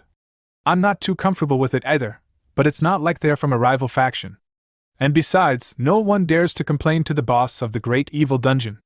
Mel's mused aloud. Sometimes I forget this place is one of those great evil dungeons. Patrick exhaled. That's not something for you to worry about. That's the boss's concern. Mel's tilted her head. No, that's not what I meant. I was talking about how easily you got your hands on a mythic-grade magical tool. Patrick blinked. Oh, that's what you meant. Mel's thought back to the earlier moment, when Patrick had left her beaten and sprawled on the ground, and said, I'm so bored I could watch a war. Do you have any magic tools that let you do that? Or maybe a spell or two? Still lying flat, she added dryly. That's a very cruel thing to say after pummeling me, Sir Patrick. Patrick replied. I found some useful tools in Ms. Ursabet's collection. Mel's raised an eyebrow. Good to hear. Though, I barely stopped you from stealing and using the crystal orb of Obscuritas. You know, the second strongest demon king's relic? At that moment, Ursabet entered the chamber. You didn't have to trouble yourself coming all the way here, she said smoothly. My servants could have handled the moving. Or, were you perhaps here to welcome me personally? Her gaze drifted to Mel's. Well, hello there, little miss. It's been a while, hasn't it? Mel's gave a polite nod. Good to see you, ma'am. Ursabet looked at her with a sly smile, slowly sliding her tongue across her lips. Mel's blinked, confused. Patrick averted his gaze, muttering, Ms. Mel's, I'm very proud of you. Mel's tilted her head further. Why are you suddenly saying that, Sir Patrick? Ursabet took a step closer and whispered, eyes gleaming. My, look at that flawless skin of yours. Now thoroughly unsettled, Mel's turned to Patrick. What is happening right now? Why are you avoiding eye contact? Why are you saying this to me? Sir Patrick, say something. Before he could respond, Ursabet moved swiftly, wrapping her arms around Mel's and pulling her in. Skin this immaculate must mean that what's underneath is just as refined. All right, Patrick, this one's mine. That was the deal, wasn't it? Mel's voice wavered. Wait, what deal? Taking this one? Patrick? Ursabet continued. Just a mirror to the Devourer, and the rest of the items go to room 4. I'll be staying here for a few days. That arrangement should suffice. Patrick replied. That's how it turned out, Ms. Mel's. Mel's, betrayed, mumbled. But I even made popcorn for you. Ursabet giggled, holding her tighter. And she smells so sweet too. I'm looking forward to these few days together. We'll have so much fun. As Ursabet began to walk off with Mel's in tow, Mel shouted. You shameless bonehead! Curse you, Sir Patrick! May your entire life be plagued with misfortune! Ursabet called back. Oh, and by the way, you need me near the mirror to activate it, remember? I'll be right there. Just as soon as I've had my taste of this one. Two Ons looked sadly at Patrick. Seeing this, Patrick muttered with a heavy sigh. Don't look at me like that. I'm sad too. A short while later, Ursabet and Patrick entered a chamber filled with fluffy popcorn. Ursabet stopped at the door. What is this? Patrick replied.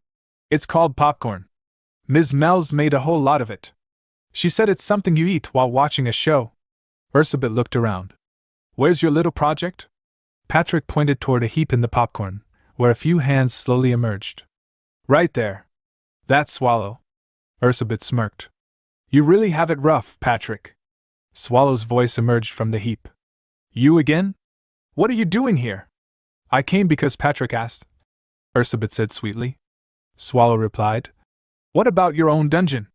Who's protecting that? Ursabet scoffed. You've got it backward. The dungeon exists to protect me. Swallow grunted. That makes no sense. Though, maybe it makes a little sense. Ursabet leaned closer. So, you're just going to sit back and do nothing? Swallow replied. The Empire's been bothering me lately with their raids. I don't like Karak either, so it's in my interest to let them clash. Ursabet narrowed her eyes. I heard you imposed a time limit on resolving the Merchant Guild's supply raid. What was that about? Swallow replied coolly. Is there anything I haven't told you already? I thought it'd be more fun. Ursabet pressed. Is that really the only reason? Swallow paused, then answered. I was curious too, how far Karak would get. Ursabet looked unconvinced. Is that so? Swallow turned to Patrick. Where's Renee? Patrick answered. She went to comfort Ms. Mel's. Swallow blinked. Comfort her? For what? Ursabet thought to herself, I can't read this guy. Was all that chaos over food just for fun? Is he really this detached, or is there something more? Patrick interrupted her thoughts. So, how's the popcorn? Swallow replied. It's fine. Just smells weird. Ursabet suddenly turned to the magical screen that flickered on nearby. It's starting. She leaned back and thought, if all of this has been set up for something, then what exactly are you planning, Swallow? Swallow muttered. Let's see how well he's holding up. Ursabet exhaled and rubbed her temples. Whatever. It's all too much of a headache to think about. Meanwhile, in the Empire's central strategy chamber, tension gripped the air. The doors flew open, and a breathless messenger stormed in, shouting, Urgent report. The situation is dire, please forgive the abruptness. Palestine has fallen. The gathered high-ranking officers and nobles gasped in alarm. But it hasn't even been 5 hours since the battle started, one exclaimed. At this pace, they'll reach Liège in no time. All eyes turned to Ethelbreaz, who sat in silence, deep in thought. Suddenly, a voice rang out from the entrance. I will go. A figure in crimson armor stepped forward, Cardi, commander of the Red Dragon raid force. Cardi stepped forward without hesitation. I will lead the raid force myself. Ethelbreaz turned his gaze to him, the weight of the moment pressing on his shoulders. I cannot allow that, he said, his voice calm but firm. To speak plainly, the battle situation is grim. This isn't about doubting your ability, far from it, but with the limited manpower we can mobilize, all you'll manage is to buy time. Even if they're just orcs, they're still part of the great evil dungeon's ranks. If the Red Dragon raid force is annihilated by them. Before he could finish, one of Cardi's subordinates interjected sharply. Officer, with all due respect, watch your words, stand down. Cardi cut in, his tone authoritative yet composed. I'm speaking. Yes, Captain. The subordinate relented, stepping back. Cardi turned to Ethelbreaz and addressed him by his full name. A.R. Ethelbreaz Gar Livestein. You may not trust me, but I trust you. I believe things will unfold just as you've calculated. Ethelbreaz gave a short nod. Yes, very likely. So I will go, Cardi replied, his voice unwavering. For the future you've envisioned. Those words made Ethelbreaz flinch slightly, as if an old wound had been reopened. He sighed. You're bringing up something ancient. Fine.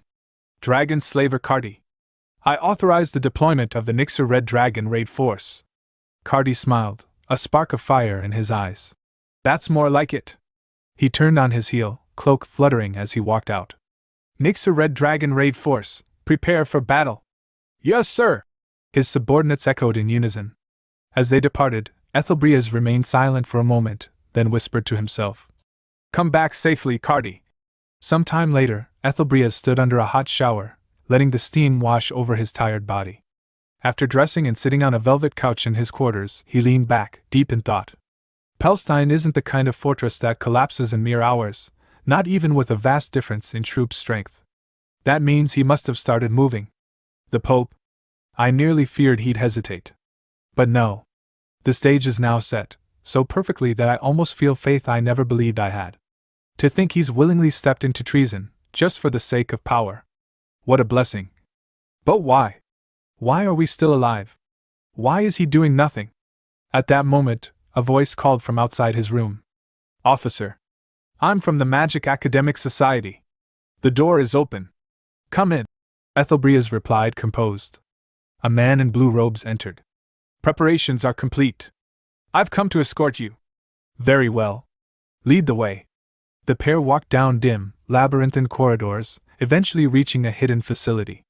As they arrived at a vast chamber glowing with arcane light, the robed man said, You may remove your hood from here. No one here is your enemy.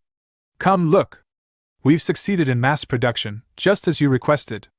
Ethelbreaz stepped forward and scanned the room filled with rows of black obelisks, pulsating with restrained energy. Excellent, he said simply. The man gave a respectful nod. Thank you. By the way, how would you like us to deal with the infiltrator from the Pope's faction? We've extracted everything of value. There's nothing left for us to gain from him. Ethelbreaz thought for a moment, then waved a hand. Keep him. He may serve a purpose. Once he was the Pope's right hand, even if that identity is now lost. Consider him a gift. I trust you've already thought of how best to use him. The man chuckled, his voice tinged with theatricality. I do enjoy adding a touch of drama to my work. As the robed figure turned away, Ethelbreaz remained still, his thoughts turning inward. Now, all the pieces are in place. To force the Pope to reveal his hidden hand. To drag into the light the 36th masterpiece he guards so dearly. Only that material, when melted down, can forge the weapon we need, Apocalypse, which will be wielded by none other than Win Historia. It's the only way to stop the one they call Swallow. And it was I who orchestrated this entire war. Suddenly, a sharp jolt of pain coursed through him. He gasped, dropping the cane that had been supporting him. His knees gave way and he collapsed to the cold floor, blood dripping from his mouth. The robed man rushed to him. I'll get painkillers. Please hold on. Ethelbrias coughed harshly, his vision dimming. Monsters like me should not exist. This world doesn't need necessary evil. That's just a lie to make peace with ourselves. What it needs is a small, bright light. Someone like Wen Historia. Meanwhile, in the training ground under moonlight, Wen Historia stood panting, her body bruised and scraped. Former hero Rashmare crossed his arms, watching her sternly. If you're going to call me out in the middle of the damn night to train, at least try to focus, brat. Wen blinked, distracted. No, wait. I felt. AR was calling me.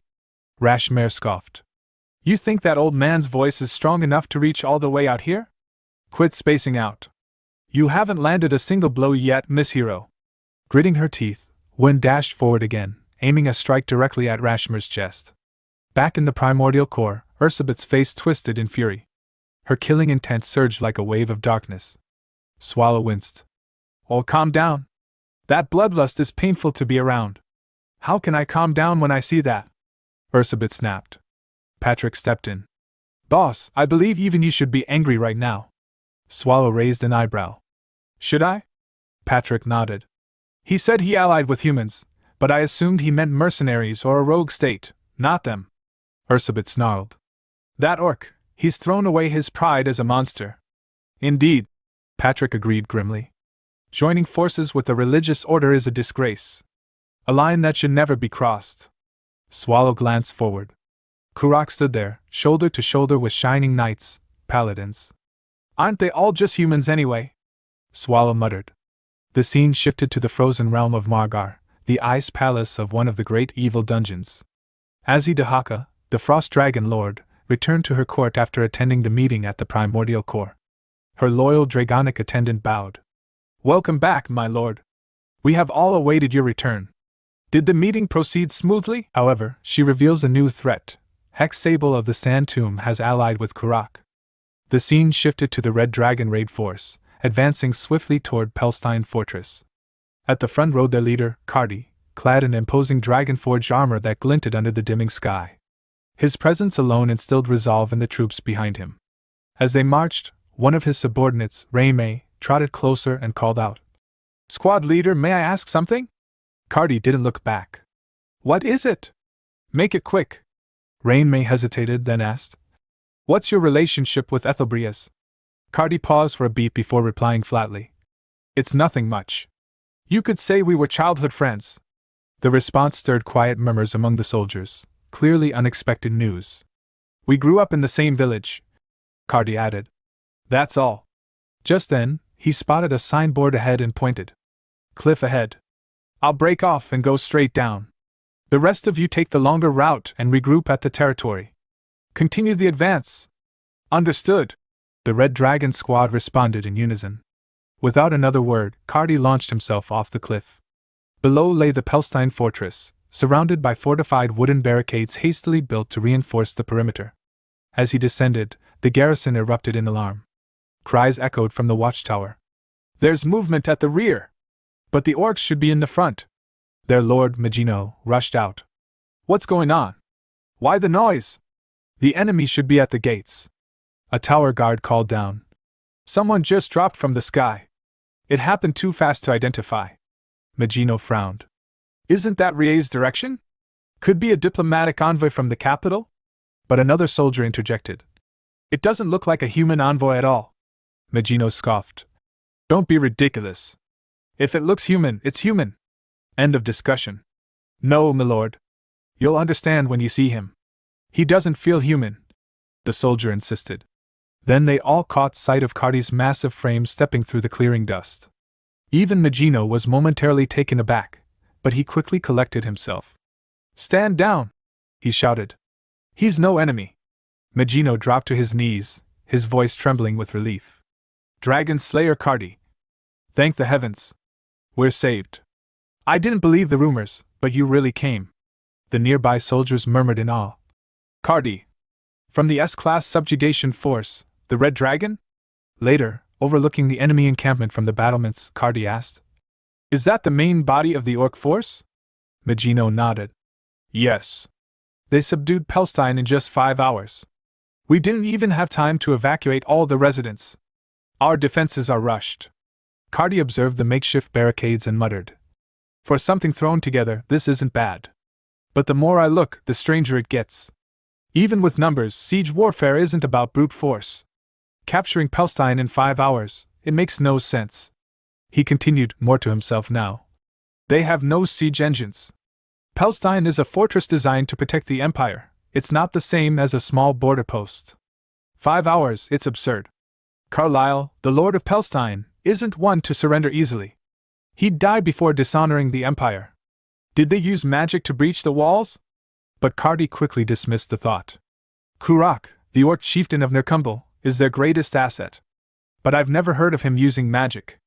Could Ethelbrias know something? Was he hiding something all along? He shook off the thought. It doesn't matter. A defense plan is already in motion.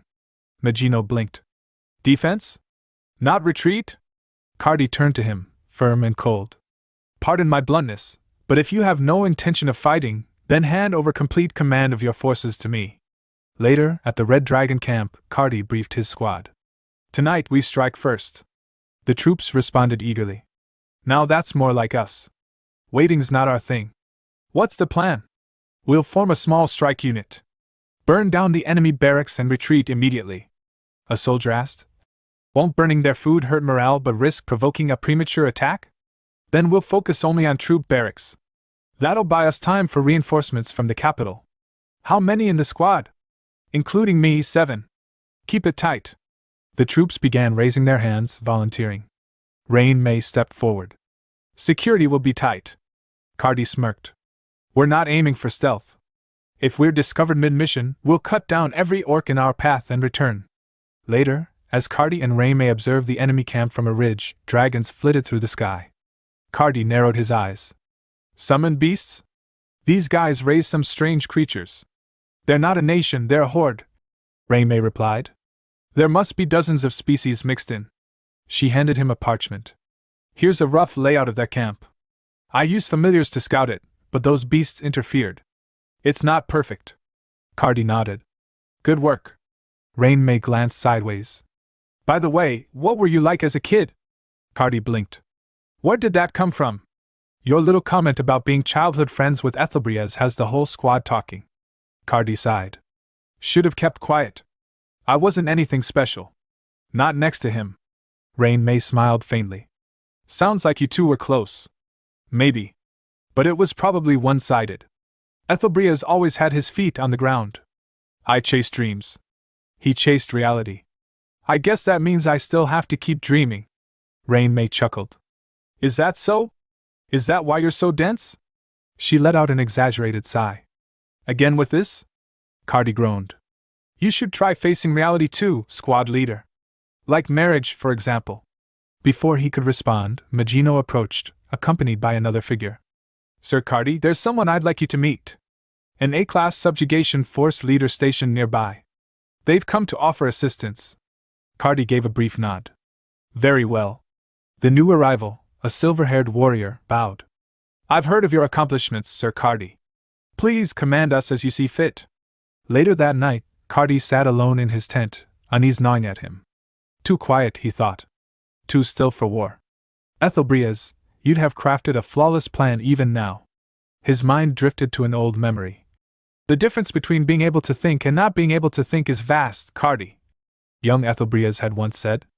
Really? I'm not convinced. I just act. Why overthink it? Because someone has to think. I'm not like you.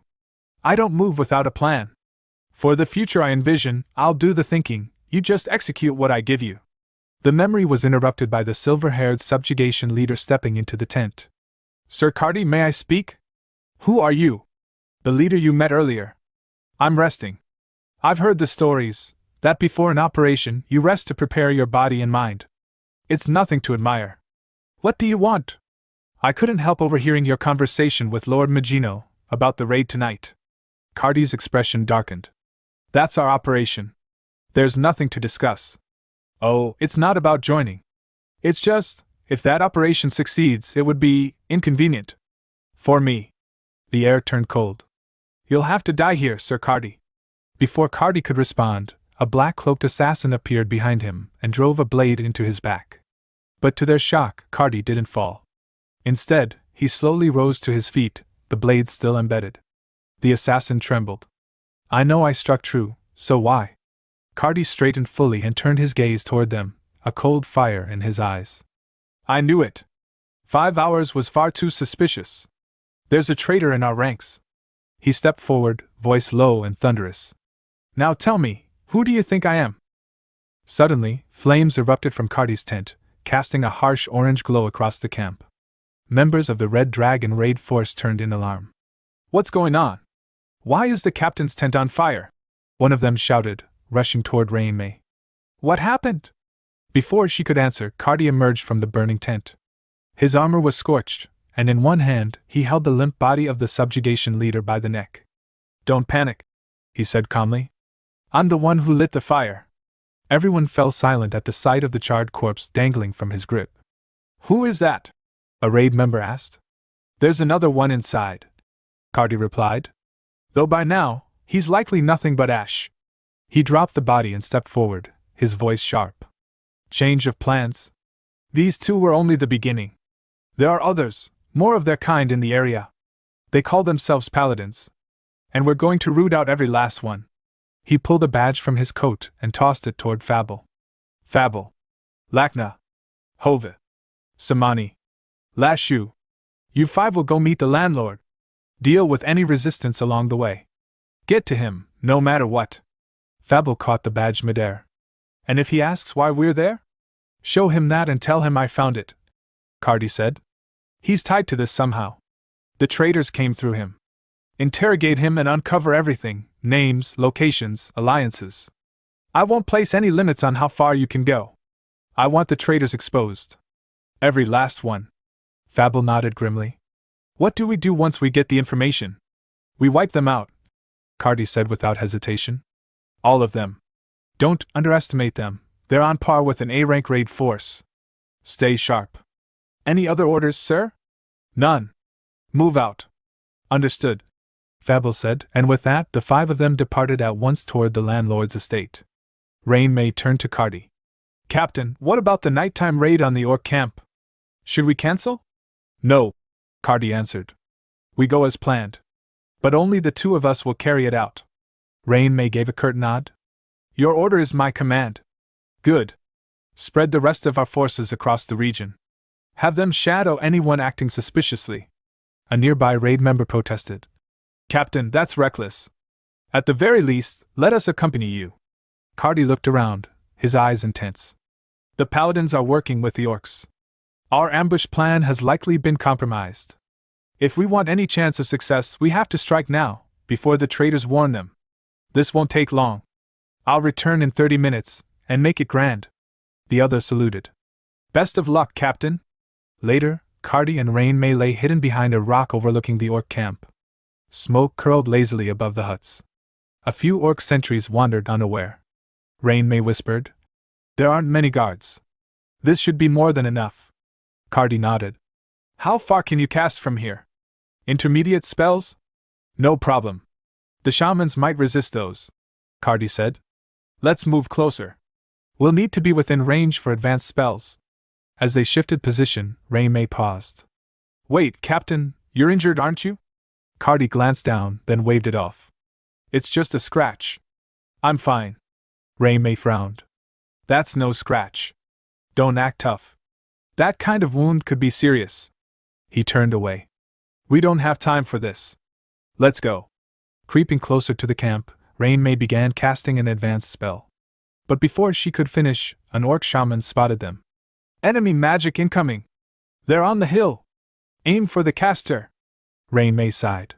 They noticed faster than expected. Finish the spell. Fire the moment you're done, Cardi ordered. A squad of orcs charged the hill, one roaring. Kill the human shaman! Cardi stepped between them. I'll protect you. Rain-Mei smiled. Then, like always, I'll make it nice and flashy. As Cardi cut down the charging orcs, Rain-Mei finished her incantation. She unleashed Vulcan's rain, a blazing inferno that engulfed the camp in flames. Watching the destruction, Rain-Mei exhaled. It's done. We should retreat. Cardi stood still. Go. Rain Mei turned to him. What are you talking about? His expression hardened. You'll take over command. I'm not coming back. From the blaze, a massive figure emerged, an orc gatekeeper, towering and armored, stepping through the fire like it was nothing. Cardi stared at him. That one, taking him down is worth more than killing 1,000 grunts. Rain Mei's face tensed. But you're not at full strength. That's a gatekeeper of the great evil dungeons. Cardi drew his massive blade. I've already told you, I won't die. Rain Mei stepped beside him. But if you do, everything ends, Cardi. Don't worry. I'll win. Then let's win and go back together. If it comes to it, Cardi muttered. I'll use that. Rain Mei's tone sharpened. You won't. I won't let you. We just need to win, remember? Cardi laughed softly. Fine. Then go all out from the very start. The gatekeeper lunged toward them, and the battle began. Elsewhere, within the primordial core, Swallow and his companions watched the scene through Ursabet's enchanted mirrors. Swallow narrowed his eyes. That red-haired human is holding his own better than I expected. Patrick nodded. Right? He's skilled. You watching Mel's? Mel's scowled. Don't talk to me, traitorous bonehead. Patrick shrugged. That human, he's called the Empire's Dragon Slayer. Mel's raised an eyebrow. You mean the woman? She's pretty decent with magic. No, Patrick said with a grin. I meant the knight. Then he laughed. But whatever. Renee clapped her hands. I'm quite moved. Look at them, lowly humans, yet they understand romance. A man and a woman fighting back to back, trusting one another with their lives, and in that crucible of battle, love begins to bloom. She turned dramatically. Well? What do you think of that, Mr. Swallow? The battlefield romance. The stirring passion between warrior and mage. Swallow looked visibly uncomfortable. I think I've had enough popcorn for today. Meanwhile, at the orcs' main camp. From afar, the flickering blaze of a distant fire lit up the horizon. The orcs gathered, murmuring among themselves. The tent's on fire! Is that magic? One asked, squinting toward the distant glow. Just then, Shaman Daru emerged from his own tent, his face calm. It's just as the commander predicted. They really came here, he said, his voice tinged with quiet amazement. I didn't expect it to line up so precisely, but now, the real question is, what will you do? Commander Kurak approached him, arms crossed. You're referring to the preparations? He asked. Daru gave a slight nod. We followed your instructions to the letter. Kurak's expression tightened. Good. Then let's move. At the primordial core, Mel's watched the battle from the magical glass mirror, clearly unsettled. I just don't get it, she muttered. Patrick glanced at her. Don't get what? Mel's gestured toward the ongoing conflict. I mean, look at them. After pulling off a successful surprise attack, wouldn't it make more sense to retreat right away? Why stay and keep fighting? It just seems reckless. Patrick sighed. You're not wrong. But I'm sure that human had his reasons. He probably saw the true scale of the orcs' forces. Maybe he realized there was no way the defenders could hold out alone. The orcs could have won simply by sheer numbers. And yet, they bothered to build a forward base. Why? To let their reinforcements rest. It's intimidation, setting up close to the humans to make them panic before the final blow. He continued. With numbers like that, most lesser soldiers would break before fighting even starts. That's why the humans stayed behind, to take down the gatekeeper of the great evil dungeons, boost morale, and by even a single day of delay against the orcs' advance. Mel scoffed. For someone who looks like a brainless brute, he's oddly strategic. Patrick shook his head. Not exactly. As a warrior, maybe his decision was noble. But as a commander? It was reckless to the point of stupidity. Mel's frowned. What do you mean? Patrick's voice darkened. He underestimated Kurak. No commander should leave their post for too long, right, boss? Swallow, silent until now, muttered. I wasn't asleep. Meanwhile, at the battlefield, Cardi drove his sword into the ground to stabilize himself, catching his breath. Before him lay the lifeless body of the monstrous gatekeeper. He turned to Rain Mei, who stood nearby, barely managing to remain on her feet. You all right? He asked. Rain Mei nodded weakly. As expected of a gatekeeper. I nearly ran out of mana. Cardi checked her condition. Can you still use cure? Once the flames died down, the enemy will charge in. We need to retreat fast. Rain May answered with effort. Yes, sir. Cardi immediately shifted into a defensive stance. Then I'll begin preparations. But as the wall of fire gradually dissipated, no orcs came rushing through. The battlefield remained eerily still. Rain May narrowed her eyes. What's going on? Why isn't anyone attacking? Their captain just died, shouldn't they be swarming us? Cardi's expression shifted. Don't tell me, they went after the main force? Rain May's eyes widened. They moved while the commander was away, while we were distracted with the gatekeeper? Cardi clenched his fists. Damn it! They used the gatekeeper as bait. Without wasting another second, Rain May activated her teleportation spell. The two vanished in a flash, and reappeared at the devastated main camp. What greeted them was carnage. The camp lay in ruin, their allies butchered. Bodies of soldiers and civilians alike littered the ground. The remaining orcs spotted them. Humans! They used magic! Kill them! They roared. Cardi, gritting his teeth in fury, charged at the oncoming wave. Rain May! Stay close, don't fall behind! Captain Cardi! She shouted, trying to calm him. But inside she realized the truth, he's lost in his guilt. Wounded, exhausted from the last battle, and yet he keeps pushing forward. Suddenly Cardi barked out. Rain May! I'm heading to the landlord's quarters. You, find the evacuees and join our unit. She moved to protest, but he cut her off. I'm fine. What they need right now isn't me, it's you, Vice Captain Rain May. You can still save lives. Tears welled in her eyes as she bit her lip and prepared another teleportation spell. If you die, I'll never forgive you, Cardi. Cardi gave a weary laugh.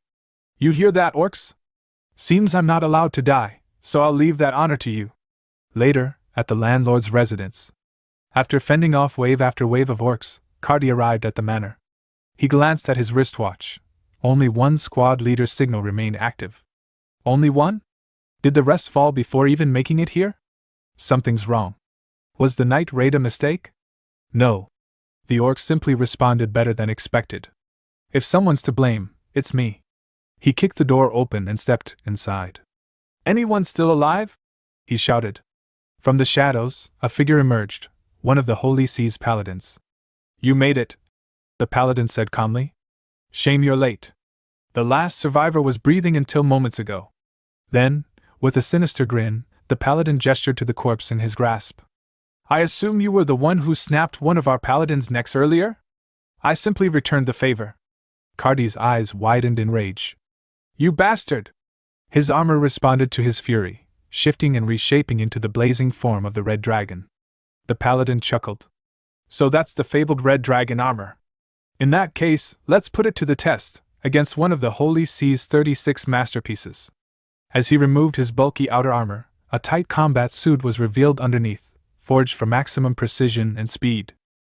Meanwhile, the Red Dragon raid force was in the midst of evacuating civilians, forming a protective perimeter around the fleeing crowd. Their squad leader stood at the front, giving calm yet urgent orders. The Red Dragon raid force will buy time for your escape. Soldiers, secure the safety of every citizen, no matter what it costs. A distant war cry echoed. Suddenly, the orcs began their assault. The squad leader raised his sword and shouted, Hold your ground! Do not let them through! But the tide was overwhelming. There are too many of them, squad leader! One soldier cried out as they clashed with the enemy. The leader gritted his teeth and roared back. Then we hold until the very end! Charging into the fray, he slashed an orc cleanly across the neck. Blood sprayed as the beast's head flew off, but there was no time to rejoice. All around him, more of his comrades were falling under the brutal assault.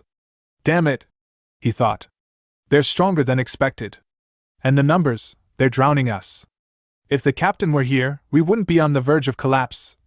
As the situation turned dire, a sudden flash of light pierced the battlefield. A sharp crack of thunder followed as arcs of lightning ripped through the enemy lines. Dragon lightning. Recognizing the spell immediately, the squad leader turned toward the source and exhaled in relief. It's her, the vice captain, he muttered to the nearby civilians. You're safe now. Rain May landed gracefully at the center of the chaos, her hands already glowing with another spell. She raised her voice with commanding resolve.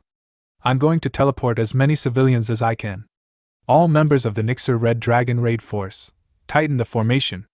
Guard the rear and prepare for an organized retreat. Yes, ma'am, came the united reply. Rainmai's eyes flicked nervously toward the direction of the castle, where a muffled boom could be heard. An explosion? Inside the castle? Cardi, please hold on. I'm coming. At the castle, flames burst violently through shattered windows. Inside, the air was thick with smoke and heat. Cardi stood amidst the destruction, chest heaving, his body cloaked in searing dragon fire armor. He had just launched a devastating fire spell against his opponent, a paladin dressed in ivory steel, now wreathed in smoke. But the figure stepped forward through the haze, largely unharmed. Well now, the paladin mused, brushing embers off his shoulder. You've turned into a dragon, Sir Cardi? The heat is impressive, disorienting even. But, it seems your spell wasn't enough to damage me. That couldn't have been your best, right? Let's see more. Cardi gritted his teeth and lashed out. With a roar, his tail-like appendage struck, slamming the paladin in a blazing arc. But again, the man emerged without injury. The paladin observed. You aimed to melt rather than obliterate. You incinerated everything in the path of your strike, except me. It's impressive, but still not enough. I want to see more of that rage. Without replying, Cardi raised both arms high and brought them crashing down. The blow shattered the floor beneath as the paladin was driven into the ground. Dust and rubble exploded outward from the impact. But Cardi wasn't finished. Mana surged in his chest, and he unleashed a blazing torrent, dragon's breath, straight into the crater. As the molten blast consumed everything in its path, Cardi landed nearby and caught his breath. I did it, just in time. Any longer in dragon mode and even I would have been finished. I can end it now. His armor shimmered and began to recede, until a low, mocking laugh echoed through the smoke. From within the bubbling lava, the paladin rose, still alive. What a spectacular show, he said, voice calm and unshaken. I had to brace myself for that one. But alas, not even a scratch. That was everything you had, wasn't it? If you have nothing left, then this is the end, Sir Cardi. A short time later, Raymay arrived at the castle ruins, eyes wide in horror at the devastation. She sprinted through the burning halls, shouting, Captain? Cardi! Where are you? Please answer! A blast from behind tore through a stone wall. Cardi's body slammed into it and crumpled to the ground, bloodied and broken. Cardi! She cried out, rushing to his side. Are you okay? Barely conscious, he gasped. Raymay, you have to leave. Now. Tears welled in her eyes. No! You need treatment. Let me help. He cut her off, voice pained. Don't waste your mana. I said run. But why? The paladin entered from the smoke, voice amused. You've survived 6 fatal blows already. Thanks to that wonderful trait of yours. What was it called again? Yes, Indomitable Spirit. Quite the marvel, truly. Sir Cardi, the Dragon Slayer. Raymay began to cast a spell, but Cardi stopped her with a sharp command. You can't fight him. That's an order. Get out of here. Go tell Ethelbrias what's happening. We're out of time. The paladin gave an exaggerated sigh. What devotion. What loyalty. It warms even my wicked heart. Cardi, still glaring at the enemy, spat out the truth. The entire paladin order, they're traitors. Every last one. The Pope's dogs. Remember that, Raymay. Take this message back. Prepare the counteroffensive. Despite his protest, Raymay placed a hand on his chest and cast a healing spell. I'll be waiting for you. I told you, save your mana. The paladin chuckled. Before you vanish, would you be so kind as to deliver a message for me as well? I would have contacted Ries after conquering Pelstein, but alas, those ignorant orcs destroyed the transmission devices. A foolish race, truly. Anyway, His Holiness has a warning for your side. You shall soon face the punishment of God. He added with a grin. And from me, personally, I look forward to seeing what your so-called warriors can really do. Cardi pushed himself up, determination burning in his battered frame. Raymay, go. He lunged at the paladin, grabbing him by the waist and slamming him into the floor with explosive force. To act. He thought. That is my reason to fight. By acting, I eliminate hesitation. Ethelbrias. I've done all I could. Now, it's your turn to think. Raymay, her cheeks stained with tears, completed the teleportation spell and vanished in a burst of light. Meanwhile, Cardi stood tall amidst the rubble, bruised and bleeding, yet unyielding. Mana surged around him once more. The paladin, slowly rising, licked his lips in anticipation. Yes, good. Show me to the very end, that indomitable spirit of yours. Cardi growled, voice resolute. We perish together, paladin. The scene shifted to one of the mages of the Red Dragon raid force. Planting his wand firmly into the ground, he invoked a spell, Entangle Roots. Immediately, thorn-covered roots burst from the soil, snaking and coiling around the legs of onrushing orcs, stopping them in their tracks. As he controlled the spell, the mage muttered to himself. There are still civilians trapped inside. I have to hold this position, no matter the cost, even if it means my life. Suddenly, a shockwave rippled through the area, throwing off his focus. A moment later, a powerful explosion shook the battlefield. His eyes widened as he saw the flames in the distance. That blast, was that the captain's dragon roar? Without hesitation, he dashed toward the source of the explosion. What he found made his heart sink: Captain Cardi, wounded and kneeling amid the rubble, his right arm missing. Captain? What happened? Your arm? The mage cried out, immediately attempting to cast a healing spell. Damn it, why isn't it working? Cardi's voice was strained but steady. You're here. Give me a situation report. Still channeling the healing spell with trembling hands, the mage responded. The castle has fallen. 53 civilians are still inside. They couldn't escape in time. 14 of our members remain. They've formed a protective circle around the civilians, but they're too afraid to move. What about the escape routes? Cardi asked. The nearest one is through the northern gate, the mage replied. But the orcs have already seized control of that area. Despite his injuries, Cardi began pushing himself to his feet. There's still a chance. We move now. The mage reached out to steady him. Captain, you're in no condition to fight. It's too dangerous. But Cardi's expression was firm. This happened under my command. I have a responsibility. The mage clenched his fists. It's not just your burden to bear. We all carry the weight of this. Cardi looked at him with resolve in his eyes. You already know whose lives matter most right now. Mine has reached its end. Let me use what's left of it, for the Empire. Without waiting for a response, Cardi limped toward the remaining Red Dragon members who were still shielding the civilians.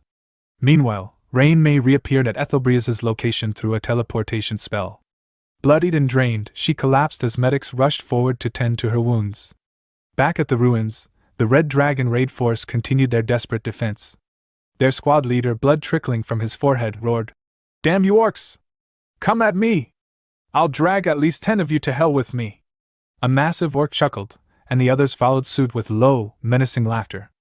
I go! One of them grunted, stepping forward. One of the Red Dragon members muttered, That big one's going to be a problem. The squad leader narrowed his eyes. So what? We're here to protect them, until the very end. As the orc lunged with dual axes, a blur of movement interrupted his charge. Cardi appeared, grabbing the orc by the skull and slamming it into the ground with devastating force, killing it instantly. The squad looked at him in shock, noticing his missing arm. Captain? Are you all right?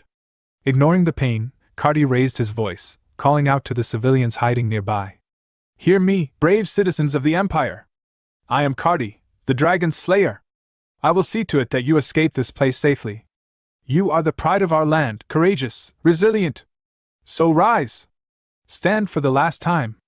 I will carve a path through the enemy. Follow me. One by one, civilians emerged from hiding. Seeing their determined expressions, Cardi nodded approvingly. That's the resolve I want to see. He turned to his troops. Nixer Red Dragon raid force. Prioritize the civilians' safety. Follow me, I will open the path. Yes, sir! They shouted in unison. Let's go! They charged forward with renewed energy, facing the orcs that blocked their only escape. Elsewhere, Rain May, still weeping, reported everything to Ethelbrias, the dire situation of the Red Dragon raid force, and the Pope's horrifying betrayal. Moments later, the civilians and soldiers reached a large bridge. One of the members yelled, We're almost there! Just across that bridge, almost safe! But their hope was short-lived. A fresh wave of orcs appeared on the other side. One of them scowled. Impossible! How did all the humans escape? Cardi immediately stepped forward, blocking their path. Captain? All civilians are across. We should. The squad leader began. Go, Cardi ordered.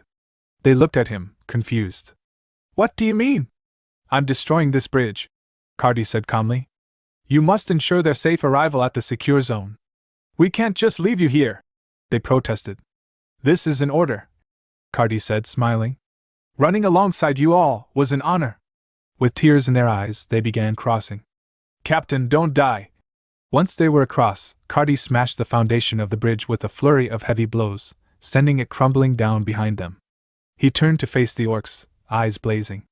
You shall not pass. An orc laughed. One man? What can you possibly do? Another muttered.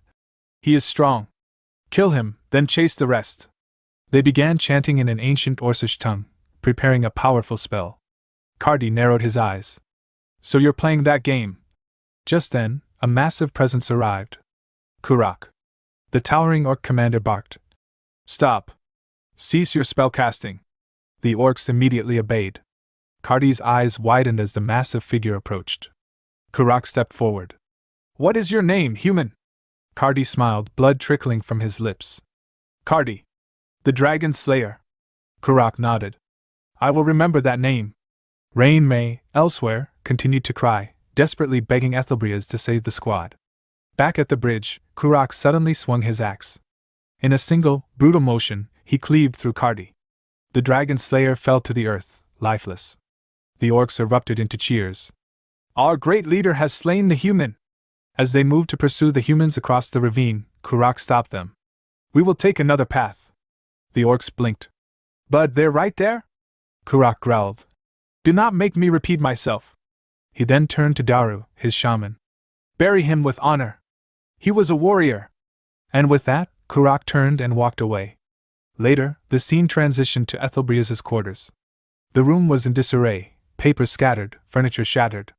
Ethelbrias sat silently on the floor before a shattered window, eyes hollow.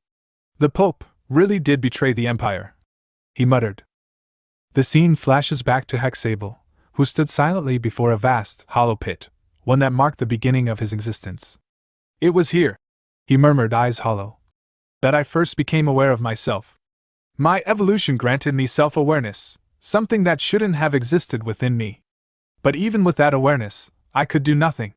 I was still just food, fodder meant to be devoured by a higher being. He paused, the memory clawing at him. I had already accepted that fate. I resigned myself to being nothing more than nourishment for an overwhelming predator. But then, he appeared. The predator, massive and godlike, towered over the pit. And yet, even that overwhelming force flinched when he arrived. Won't you end up swallowing all the sand too, if you go through with this? The predator asked, half mocking. Swallow, indifferent, simply replied. Doesn't matter. It's your last supper anyway. Hexable continued his recollection. He looked far weaker than the predator. But even a lowly thing like me could see it the moment he arrived. That man, he was myth incarnate. What happened next burned itself into Hexabel's mind forever. The predator, one who had once consumed everything without resistance, was obliterated. Instantly. Without even the time to react, he was reduced to nothing more than feed. To him, even the predator was just sustenance. Hexable whispered in awe. He had turned to Swallow then, desperation flickering in his eyes. Am I allowed to dream a new dream? Swallow looked at him and shrugged. I don't know about dreams. But if you're that curious, follow me. I do need a few monsters to guard the dungeon. I want to be like him, Hexable had declared. Back in the present, Hexable stared toward the horizon, eyes burning. It won't be long now. Just a little more. The scene shifts to the primordial core. Swallow lay on the ground, his stomach swollen like a balloon. If you eat any more popcorn, your stomach's going to burst, Patrick commented with a deadpan voice. Mel's quipped. I'm starting to think you really will evolve into a pig, boss. Renee, ever loyal, smiled softly. I still like Mr. Swallow, even like this. Patrick threw up his hands. Seriously? How do you shovel that much food into your mouth? It's like it all vanishes into your gut. Swallow clutched his belly and groaned. Ugh, I think I'm gonna throw up. Ursabet smirked, cold and sharp. The moment you do, I'll cram more down your throat. Go ahead, test me. Swallow sighed. Look, it's not even about enjoying it. I just thought I should eat something while I watch. Renee chimed in with concern. Mr. Swallow, your diet isn't balanced at all. Should I bring you something else? No, Swallow replied flatly. Ursabet turned toward the battlefield feed. Anyway, things are about to get a lot more interesting. I think they're actually about to fight seriously. Patrick nodded. Yes, the Annihilation War is finally beginning, Ursabet added. Things will stabilize once that red dragon bastard is dead. Swallow, leaning back, murmured. Yes. That human, he fought well. Patrick echoed. Cardi. He was skilled. Though he had weaknesses. Swallow asked. Who was he? Patrick answered. That red dragon guy. His name was Cardi. Mel's raised a hand. Sir Patrick, I have a question. What is it? There are a lot of orcs, right? I assumed they'd want to fight a large-scale battle in the plains. But it seems like the humans picked this battlefield. Patrick frowned.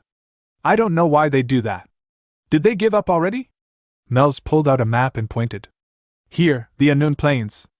The humans are on slightly higher ground, yes, but it's still flat terrain. There's no real advantage for them.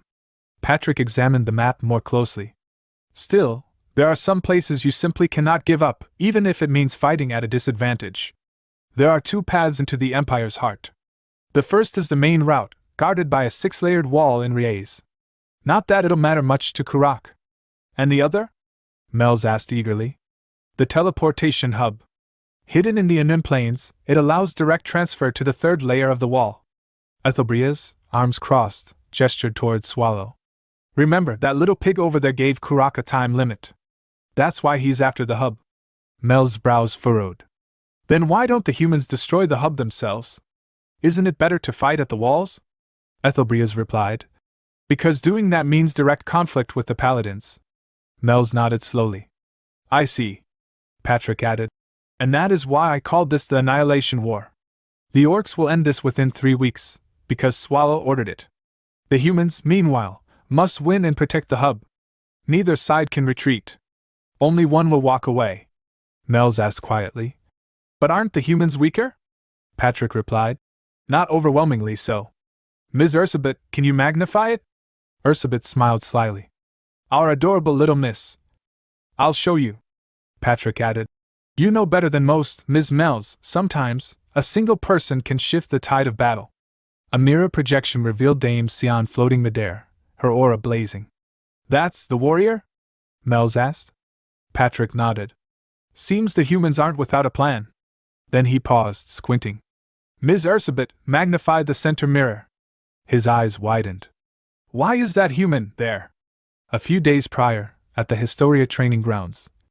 Wynne waved joyfully. Sir Ethelbrias! Welcome! Ethelbrias smiled. How's training going, Ms. Wynne? She groaned. Exhausting. This man's ruthless, but I like that. Ethelbrias turned to the one training her, Rashmare. Sir Rashmare, may I have a moment? I don't mind. They stepped aside, leaving Wynne to resume training. Ethelbrias spoke solemnly. Sir Cardi has fallen. I see, Rashmare said. Was it Kurak? Or the gatekeepers? Ethelbrias shook his head. He was too strong for the gatekeepers. Kurak dealt the final blow, but the one who truly broke him was the paladin. The Pope's hand, then, Rashmare muttered. It's clear now. And that paladin took no damage from Cardi. Rashmare blinked. That sounds exaggerated. Cardi's power isn't something you just shrug off. Ethelbrias nodded. Normally, I'd agree. Is the paladin wearing one of the 36th masterpieces? I believe so. Then, is it time for the warrior to step forward? Ethelbrias smiled faintly. Or perhaps you could go instead. I refuse, Rashmare said immediately. I won't get caught in your schemes. I understand. At that moment, Swallow's curse flared faintly across Ethelbrias's face. Rashmare noticed. That mark magic? Ethelbrias raised a hand to cover it. Yes. Trouble, if Wynne notices. He asked. How's she doing? Rashmare's tone softened. Hard to describe. Byrne was a genius, and so am I. It took Byrne a week to adapt to swordplay. 2 months to replicate it. 6 months to own it. A year to transform it into something uniquely his. But that girl? I've only taught her a few days. She couldn't land a hit on the first day. Now she trades blows with me. Of course, I still land more hits. She trains with a gauntlet that can't even release aura. If it were real, I don't think I'd withstand it. Ethelbrias bowed slightly. Thank you for your excellent guidance. Rashmare continued. She hasn't added her own color to the technique yet. Training isn't over. And you plan to send her out already? Ethelbrias replied. Preparations are ending. Now that the Pope has revealed a masterpiece, it's safe to assume they've made their move. Let's talk to win. Rashmare narrowed his eyes. Are you sure about this? About what? You're planning to expand the battlefield, to eliminate the Pope's faction, claim the masterpiece, and subdue Swallow. It sounds great on paper. But you know how many citizens have already died, thousands. That number will only rise. He paused. When Wen finds out, will you be able to bear her wrath? Ethelbrias looked out silently and said, That, too, will have its purpose, when the time comes. The scene shifted to the royal courtroom. Inside the defendant's box stood Ethelbrias, facing judgment. Presiding over the trial was none other than the Emperor's second son. The prince's gaze was sharp as he leaned forward and asked, I have a question I'd like to ask. How do you plan on taking responsibility for this, Officer Ethelbrias? Was it not due to your incompetence that you failed to secure a single victory? Do you have any idea how many esteemed nobles lost their lives under your command? How will you amend for this calamity? We've lost too many talented individuals. Even if my father forgives you, the Empire will not. Ethelbrias scoffed at the words, a small sound that carried through the chamber. The prince's composure faltered. Did you just scoff at me? He demanded. Before the tension could rise further, the prince's advisor stepped forward, bowing. Your Highness, perhaps any more than this. But Ethelbrias turned on his heel, making for the exit. Halt, Ethelbrias! The prince barked. Where are you headed? I can strip you of your position at any moment. The officer did not stop. It seems you've grown quite fond of your insignificant position. The prince sneered. As expected of low-born street scum. Without turning back, Ethelbrias replied evenly. You can try, though I'm not sure you could even handle it. Gasps rippled through the court. What insolence before His Highness! A noble exclaimed. Ethelbrias! The prince roared. Mocking me is the same as mocking the entire imperial family. But the officer kept walking until the great doors closed behind him. Later, Ethelbrias entered the emperor's throne room and knelt deeply. The emperor rose from his throne and stepped forward. There is an enemy threatening the empire, the emperor said gravely. I hear the situation is not going well, Ethelbrias. My apologies, your majesty, the officer replied. But such is war, the emperor continued. The process does not matter, only the ending. Tell me, do you think you can bring victory to the empire before this war is over? There is no other option, Ethelbrias answered. I shall. The emperor's expression softened slightly. Do not take to heart the words of my second son, who sees only what is before his eyes. I am overwhelmed with gratitude that your majesty would even consider my feelings, Ethelbrias said. Bring me results, the emperor ordered. Our enemy is an evil one who will reap thousands of lives. Later, Ethelbrias lay on a sofa in his private quarters, his right eye marked by the creeping sign of Swallow's curse. He stared at the ceiling, thinking bitterly. Damn it. I even saw His Majesty as a monster earlier. I've reached a point where I can no longer make sound decisions. My body still moves, at least. Swallow had told him he had 6 months to live. Looking at the speed of the curse's progression, he doubted he even had that long. By the time this war ends, I'll be dead, he thought. First came the breakdowns, now hallucinations. What's next? This crawling sensation in my body, is it erosion or invasion? Am I becoming something else? A laugh echoed behind him. He sprang to his feet and spun around. Nothing was there. What was that? Am I hearing things now? At that moment, Garrett entered, visibly flustered. Don't even think about making a mess again. Do you have any idea how hard it is to organize them? Ethelbrias offered a tired smile. Welcome, Garrett. You need to get ready, she said. Everyone will gather soon. I know. Any movement from the order? They won't act at this stage, Ethelbrias replied. The Pope wants to overthrow the imperial family and claim absolute power. To stage that properly, he can't afford to exhaust his forces now. The Vice Commander Raymay confirms the same. No matter how powerful the masterpiece they possess is, Garrett said, wouldn't it still be hard to take on two heroes? One alone should be enough to subdue them. She glanced at a paper in her hand. What's this list? The names of those who must leave the unknown plains. So, you want to continue as planned? Yes. We must lose this fight too. Garrett nodded, then noticed another document on his desk. The primordial core data again? Yes, Ethelbria said. But it's yielding nothing.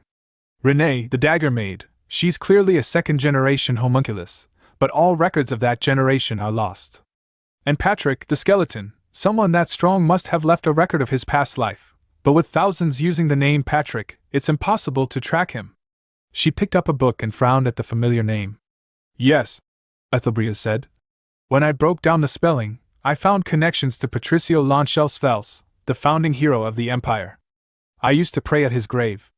Could he be that Patrick? She asked. Not a chance. His tomb has never been opened. Suddenly, pain tore through him as the curse surged. Garrett quickly handed him a potion. You can leave it to me now, she said. Leave what? He asked, opening the vial. Your duties. Not all at once, but at least some of them. You need rest. He drank, then wiped his mouth. Thanks, but no. I must end this war myself. No matter what. Soon after, all the Empire's high-level adventurers, knights, and heroes assembled. Thank you for gathering during these busy times, Ethelbrias began. Throughout our long history, humanity has struggled, founding countless nations in pursuit of true freedom. Though there were countless failures, we arrived at what we now call the Empire. He stopped mid-sentence, staring skyward. Above, in his vision, the heavens were filled with countless eyes staring down at him. The captain's acting strange, Wynne murmured. Captain, are you okay? Garrett asked. Ethelbrias collapsed to the ground. Not now, he thought. A memory flashed, him speaking to Wynne in the past. If the enemy is human, and if you must kill them before they commit greater evil. What are you saying? Wynne had asked. What would you do? He had pressed. If such a human exists, Wynne answered. I must kill them. In the present, as darkness claimed him, Ethelbrias looked at Wynne one last time. You have to remember that promise. The scene shifted to the depths of the primordial core, where a cold, spectral glow lit the chamber. Ursabet's magic mirror floated in the air, its surface rippling like water as it projected the image of the human army assembling on the battlefield. Patrick leaned forward, his skeletal fingers tapping the edge of the mirror. His voice carried a mocking edge. Isn't that a royal? I didn't expect a cowardly royal to actually show up on the battlefield. Mel, standing at his side, tilted her head. Royal? Is that like the captain of the humans? Patrick gave a slow shake of his head. They hold the highest status among humans. I'm not sure if that one will take command, though. Then what's so strange about it? Mel's pressed. I expected them to appear for a large-scale battle, yes, but not this soon. The capital isn't under direct attack, and no general mobilization order has been issued. If he came just to raise morale, that's questionable. And yet, Patrick's eyes narrowed. I don't see anyone actually leading the Imperial forces. A sudden thought struck him. He turned sharply toward Swallow, who was sprawled lazily on the ground like a resting beast. Boss, did you happen to stir up trouble in the human command, behind my back? Swallow looked offended. Why do you always suspect me? Please, just be honest, Patrick said flatly. Don't worry. I won't be angry. Swallow shifted uncomfortably, trying to recall something, his brow furrowed. Renee stepped into the scene, her voice cutting like a blade. So you really did? What did you do? Swallow waved a hand dismissively. Whatever. I think I did something, but I don't even remember. The scene shifted again, this time to Wynne Historia, standing before the closed doors of a dimly lit chamber where Ethelbrias lay resting. The corridor was tense, lined with members of the Black Wolf Knights. Garrett stood among them. Wynne's eyes locked on her. You knew about this, didn't you? Garrett hesitated, fumbling for an excuse. Wynne's aura flared, hot, overwhelming, pressing down on everyone present. Her voice thundered. I'm asking, did you know about Ethelbria's condition or not? After a pause, Garrett's voice came quietly. Yes. I did. Then why didn't you tell anyone? Wynne demanded. No one spoke. The gathered knights looked away, their silence heavier than any confession. Wen's glare swept over them. Don't tell me. I was the only one who didn't know. Still, no answer came. Her eyes found her master, the former hero Rashmir, and her voice cracked. You knew too? All of it? Rashmir's silence confirmed it. Wen clenched her fists, trembling with rage. I see, everyone knew. Everyone except me. Why? The floor beneath her cracked as she slammed her fist down. Is it because I'm not trustworthy? Fine. But if you all knew, then at least you could have made sure he didn't end up like this. Someone, make an excuse. Rashmir stepped forward, gripping her arm. Calm down, brat. I didn't train you to destroy the floor. Tears welled in her eyes. Why didn't you tell me, until he ended up like this? I feel like a fool. Before Rashmir could answer, Dame Sion spoke from the side. Because Officer Ethelbrias himself didn't want you to know. He didn't want anyone to find out, that's all. Then I want to know why. Wen demanded. I don't know either. But remember, we're in the middle of a war. Do we really have the time to waste here? You can't just say that. Rashmir muttered towards Sion. Wen's voice was cold. Everyone's hiding something. Garrett's expression darkened. Later, walking the corridors alone, Wen's thoughts churned. Ethelbrias Gar-Livestein, the captain of the Black Wolf Knights, the highest authority after the Emperor himself. A brilliant strategist, trusted by all, even above the royal family. His orders absolute. But is this the right path? Why hide his condition from me, of all people? He would have given me a reason, one I could accept. Why hide something bound to be revealed? I shouldn't let curiosity turn to doubt, but now, I'll uncover everything he's been hiding. Her steps brought her to Ethelbria's office. The door creaked open. She entered. Far away, in the human army camp, Black Wolf Knight Berizik stood before a man. So you're going to claim the title of Supreme Commander while the captain's absent? Ridiculous. Don't think too much about it, Berizik. The man replied calmly. We just follow the captain's orders. Berizik grunted. Fine. This man was revealed to be the younger brother of Stormen. Inwardly he thought, brother, don't worry. I'll serve the captain until the very end. At that moment, the Emperor's second son approached.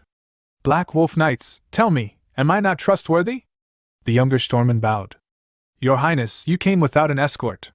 What brings you here? Of course you can't trust me, the prince said dryly. Strictly speaking, I'm an enemy. I oppose the officer, but I still acknowledge him. One day, I intend to face him in a fair contest. And for that, I must win this battle. The knight frowned. I'm too dull to grasp your meaning.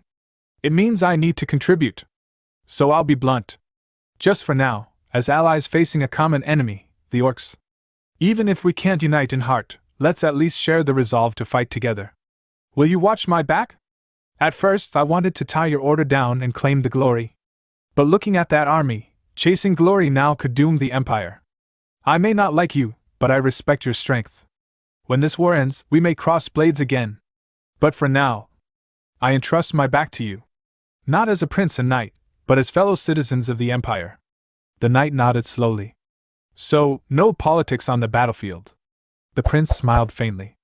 It's a pity someone as wise as you isn't one of mine. Your answer? How could I refuse? I'll give it my all. Back in Ethelbria's office, Garrett rifled through the papers on the desk.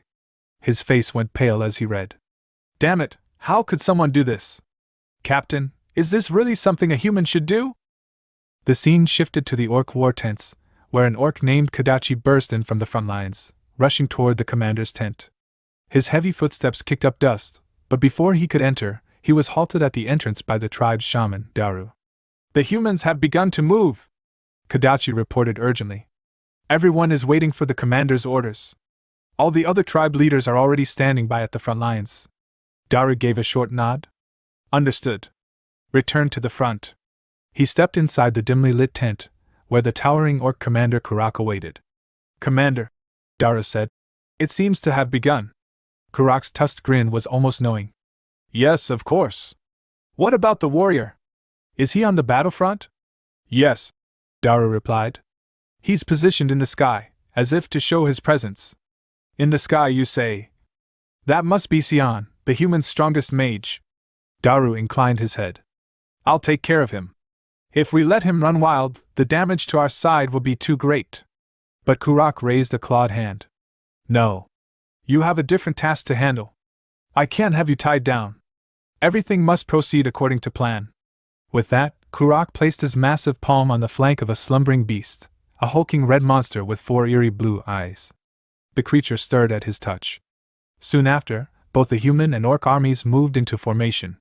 War cries filled the air as they charged, weapons clashing, blood spraying, and bodies collapsing on both sides.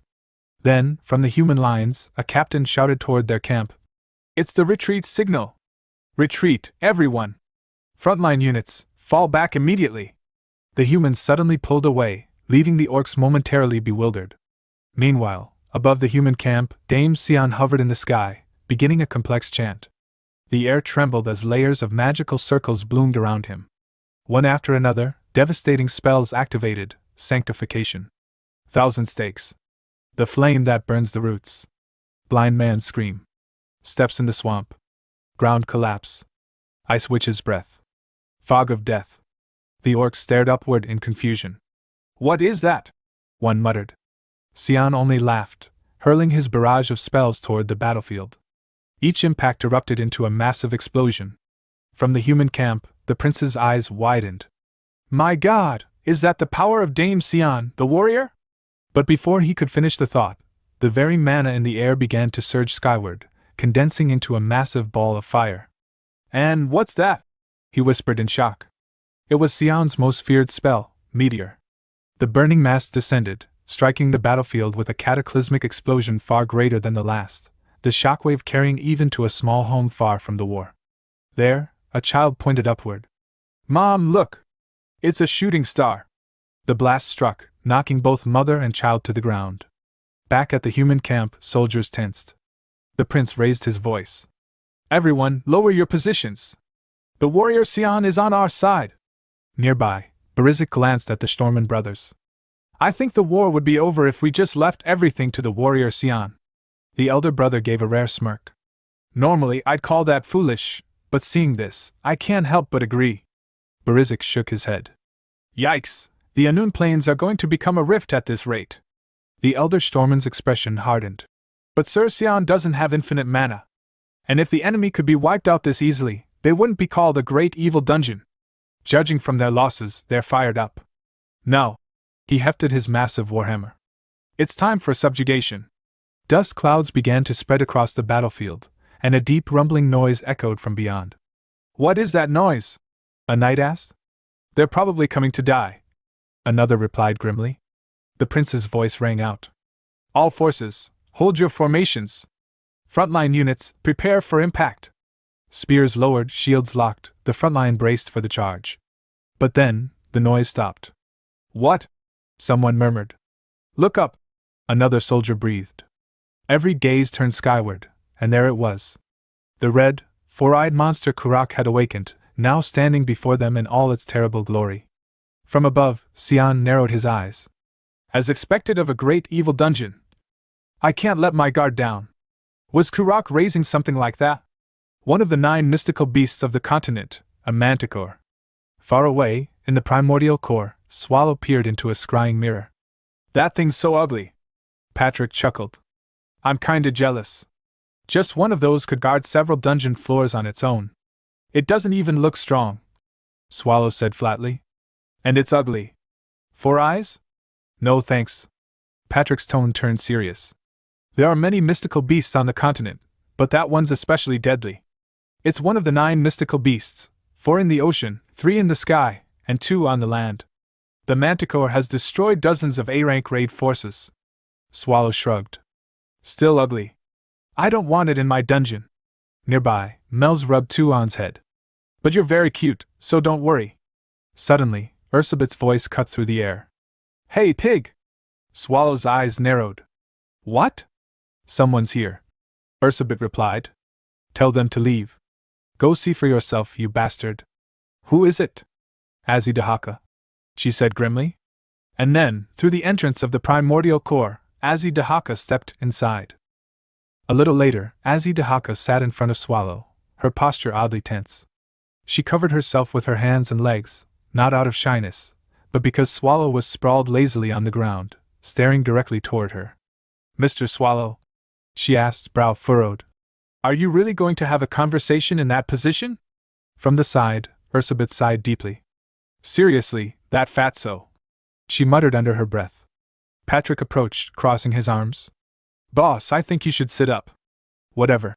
Swallow replied without moving. This is my home anyway. I'm comfortable like this. He gave Azidahaka a sideways glance. So, why are you here? If you're here to request something, I'm not granting it. Just say your piece and go home. I'm not here to make a request. Azidahaka replied calmly. I came to tell you something. I saw something suspicious last time I was here, and I figured you should know. What was it? Swallow asked. Kurak had a secret meeting with Hexable. Swallow's expression shifted to surprise. Is Hexable that age already? I didn't think she was into that. What a surprise. Before he could elaborate, Renee interjected brightly. Mr. Swallow, Renee is also at the age where she can start dating. What do you think? Swallow blinked in alarm. Wait, Renee, you need to calm down. I think dating is a good thing, Mr. Swallow. She declared undeterred. Patrick's patience snapped. I'm going to pull that resignation out again. Do you really want me to? Swallow raised his hands defensively. All right, fine. So, what about them having a secret meeting?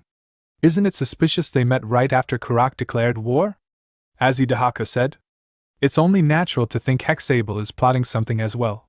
At that, Swallow's joking demeanor vanished. His eyes hardened. Patrick noticed immediately. Indeed, there's only one conclusion we can draw from this. Patrick, Swallow said quietly. Yes, boss? Swallow sat upright, face serious. Get everyone out of here except WR. And don't let anyone in. Patrick bowed. Understood. One by one, the others left, until only Swallow and Azidahaka remained. The air seemed to change, heavy and suffocating. Azidahaka shifted uncomfortably. Was the atmosphere always this heavy? Did I make a mistake? Beads of sweat began to form on her brow. Her thoughts were cut short by Swallow's voice. So, what about Hexable? His gaze was sharp, almost predatory. Fear jolted through her. She stood suddenly, the stool she had been sitting on clattering to the floor, and slipped into a fighting stance. Was I wrong from the beginning? Too naive to think Swallow had nothing to do with this. That means I walked into enemy territory on my own 2 feet. I said, what about Hexable? Swallow pressed. But she wasn't listening anymore. How much is he involved? Is he planning to eliminate me, the only witness? Her resolve hardened. She shouted, I, Azidahaka from Margar, shall not go down without a fight. Energy surged from her, cracking the ground beneath her feet. Swallow looked puzzled. Go down? What do you mean? Wait. Before he could finish, her form shifted, transforming into her fearsome dragon shape. What are you doing? Swallow asked, as if this were a minor inconvenience. She began to gather the energy for a breath attack, but then something strange happened. Shadows closed in around her, swallowing her sight. What is this darkness? No, there's something else. So this is the Swallow. I told you to answer. Swallow said again. Do I even stand a chance? She thought. No, I am the master of a great evil dungeon. Even if I can't win, I will not die easily. She drew in a breath, preparing to unleash her attack, but Swallow simply scratched his head in mild irritation. Hey, can you stop that? It's too loud, he said. I get that you're a dragon, but just answer my question. What's Hexable plotting? The tension cracked. She stopped, lowering her attack. I've asked you so many times already. Swallow continued yawning. You don't know either, do you? Stop destroying my house. A short while later, Patrick bowed deeply before her. I am so very sorry. No, I also had a misunderstanding, she admitted. This is our boss's fault, Patrick said flatly, acting all serious for no reason. Why do you have to blame me? Swallow protested. Patrick glared at him.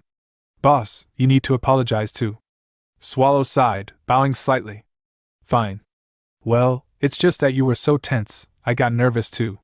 Didn't you make that mistake before? Patrick shot back. Just remembering it makes me, yes, I'm sorry. Swallow cut in quickly. But do you really have to bring up all my past mistakes? Patrick gestured to the wrecked room. Is that even important now? Do you not see why the room's like this? Gosh, you just won't back down. Swallow muttered. From her seat, Azidahaka watched them bicker. I really don't even know anymore. Later, as she sipped tea with Ursabet and Renee, Swallow and Patrick spoke quietly a short distance away. Anyway, Patrick said, you're saying they met? Can we believe that? We used lie detection magic on her.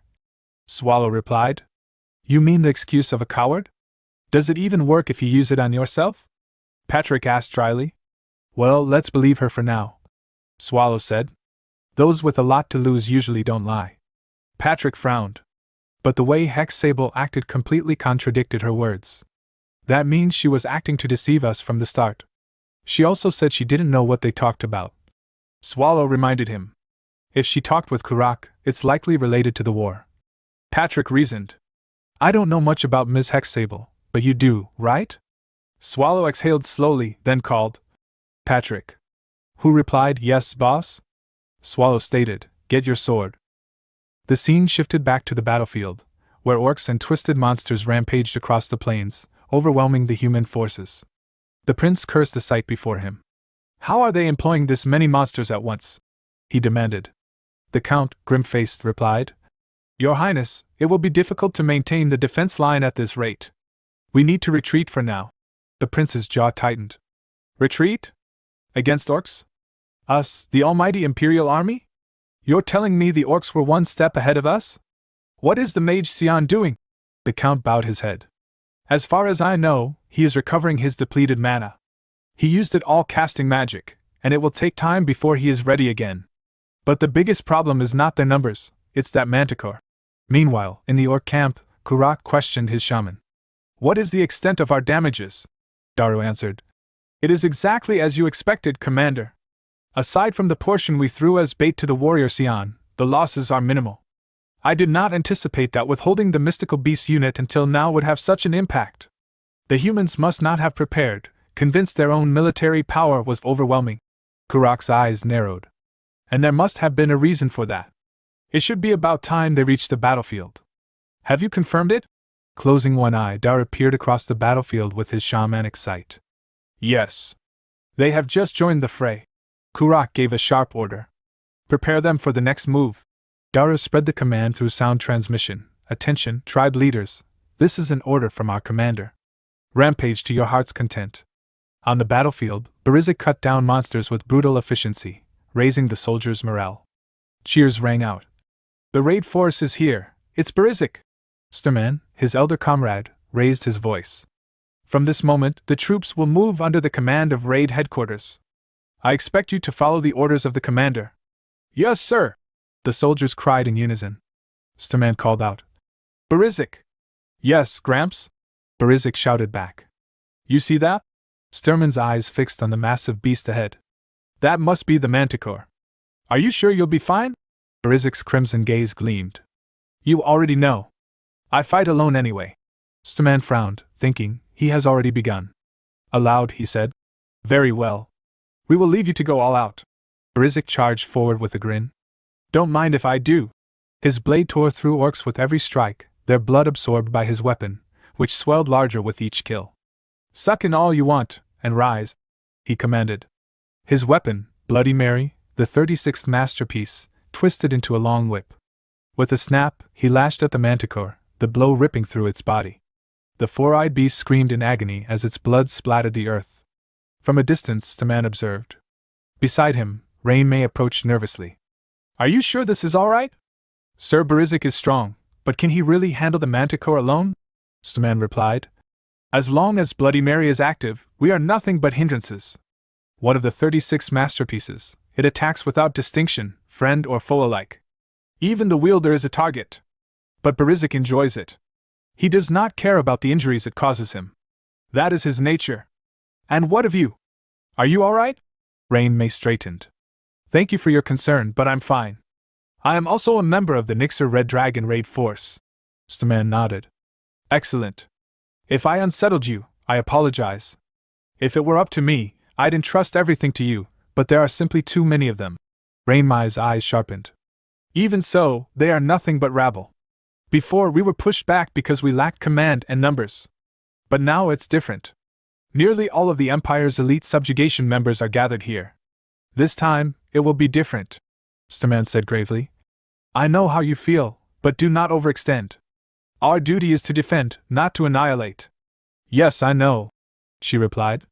Before Starman could continue, several Orc tribe leaders crashed down before them, shaking the battlefield with explosions. Rainmai's eyes widened. Was that an ambush? Starman's face hardened. It seems we cannot relax. So, their main forces have arrived? All members of the raid force, prepare for battle. Get in formation! As the soldiers scrambled, Rainmai's eyes caught on something horrific, an orc clad in dragon armor that once belonged to Captain Carty of the Red Dragon Raid Force. Fury ignited within her. Vice Captain, are you all right? One of her men asked. Fall back to the rear, she ordered sharply, though her gaze never left the desecrated armor. Meanwhile, the manticore let out its final scream before collapsing under Barizik's relentless assault. Blood streamed across the battlefield as Barizik, panting heavily, turned toward Kurak. Damn, he growled. I don't like this at all. What are you trying to do? Kurak, seated calmly on a nearby rock, smirked. I was waiting for my turn. I wanted to fight you. How can a human who is not even a warrior be this strong? Do not worry. I will give you time to catch your breath, if you don't run. Barizik scoffed. What nonsense! If you die here, this war ends instantly. Don't you realize that? Kurak's eyes gleamed. Don't worry about me. That won't happen. Barizik chuckled darkly. Fine then.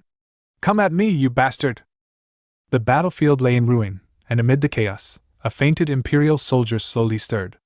His head was bleeding, his helmet gone. He muttered in confusion. What? Did I faint?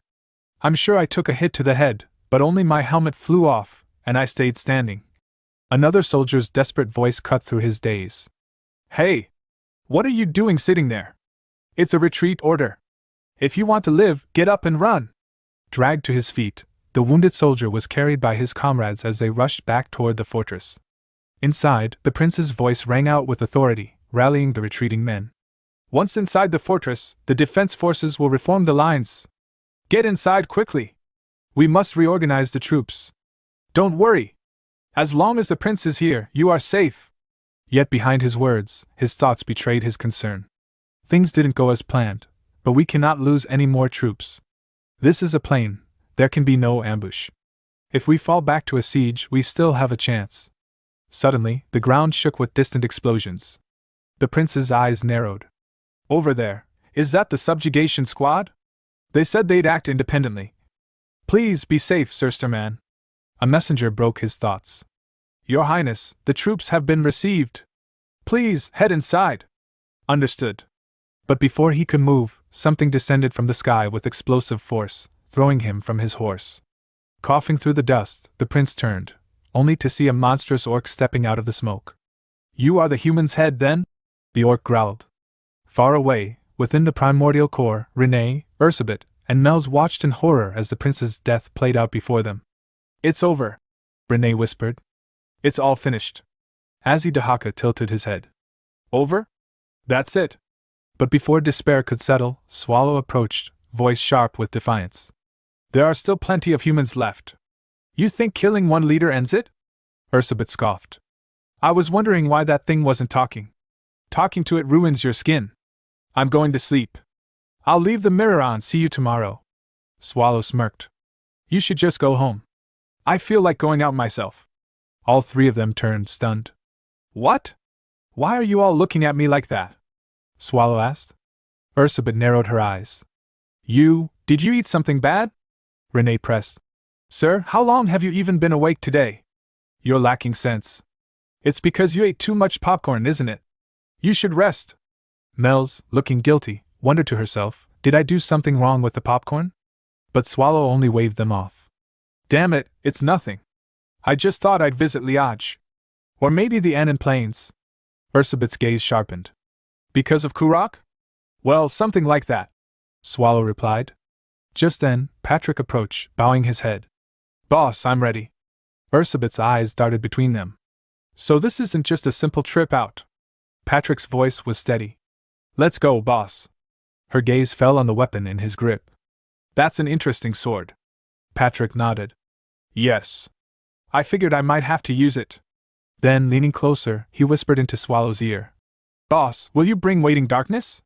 Swallow shook his head. No. Since I'm going, there's no need. Ursabit asked cautiously. Then what are you going for anyway? Swallow's grin widened. Nothing too big. Just thought I'd have a chat with Hexable. Should I send men with you? Ursabit offered. Swallow pointed at Azidahaka. No. I'll ride this one. Seems like it flies well enough. The scene shifted again, back to the battlefield. Daru approached Kurak. How was it? Kurak's eyes gleamed as he looked upon the carnage. I'd like to express my gratitude for this meeting. Humans truly do have many talented people. Daru's gaze lowered to Barizik's battered body, kneeling and broken. I'm glad you enjoyed it. Then, what should we do with the body?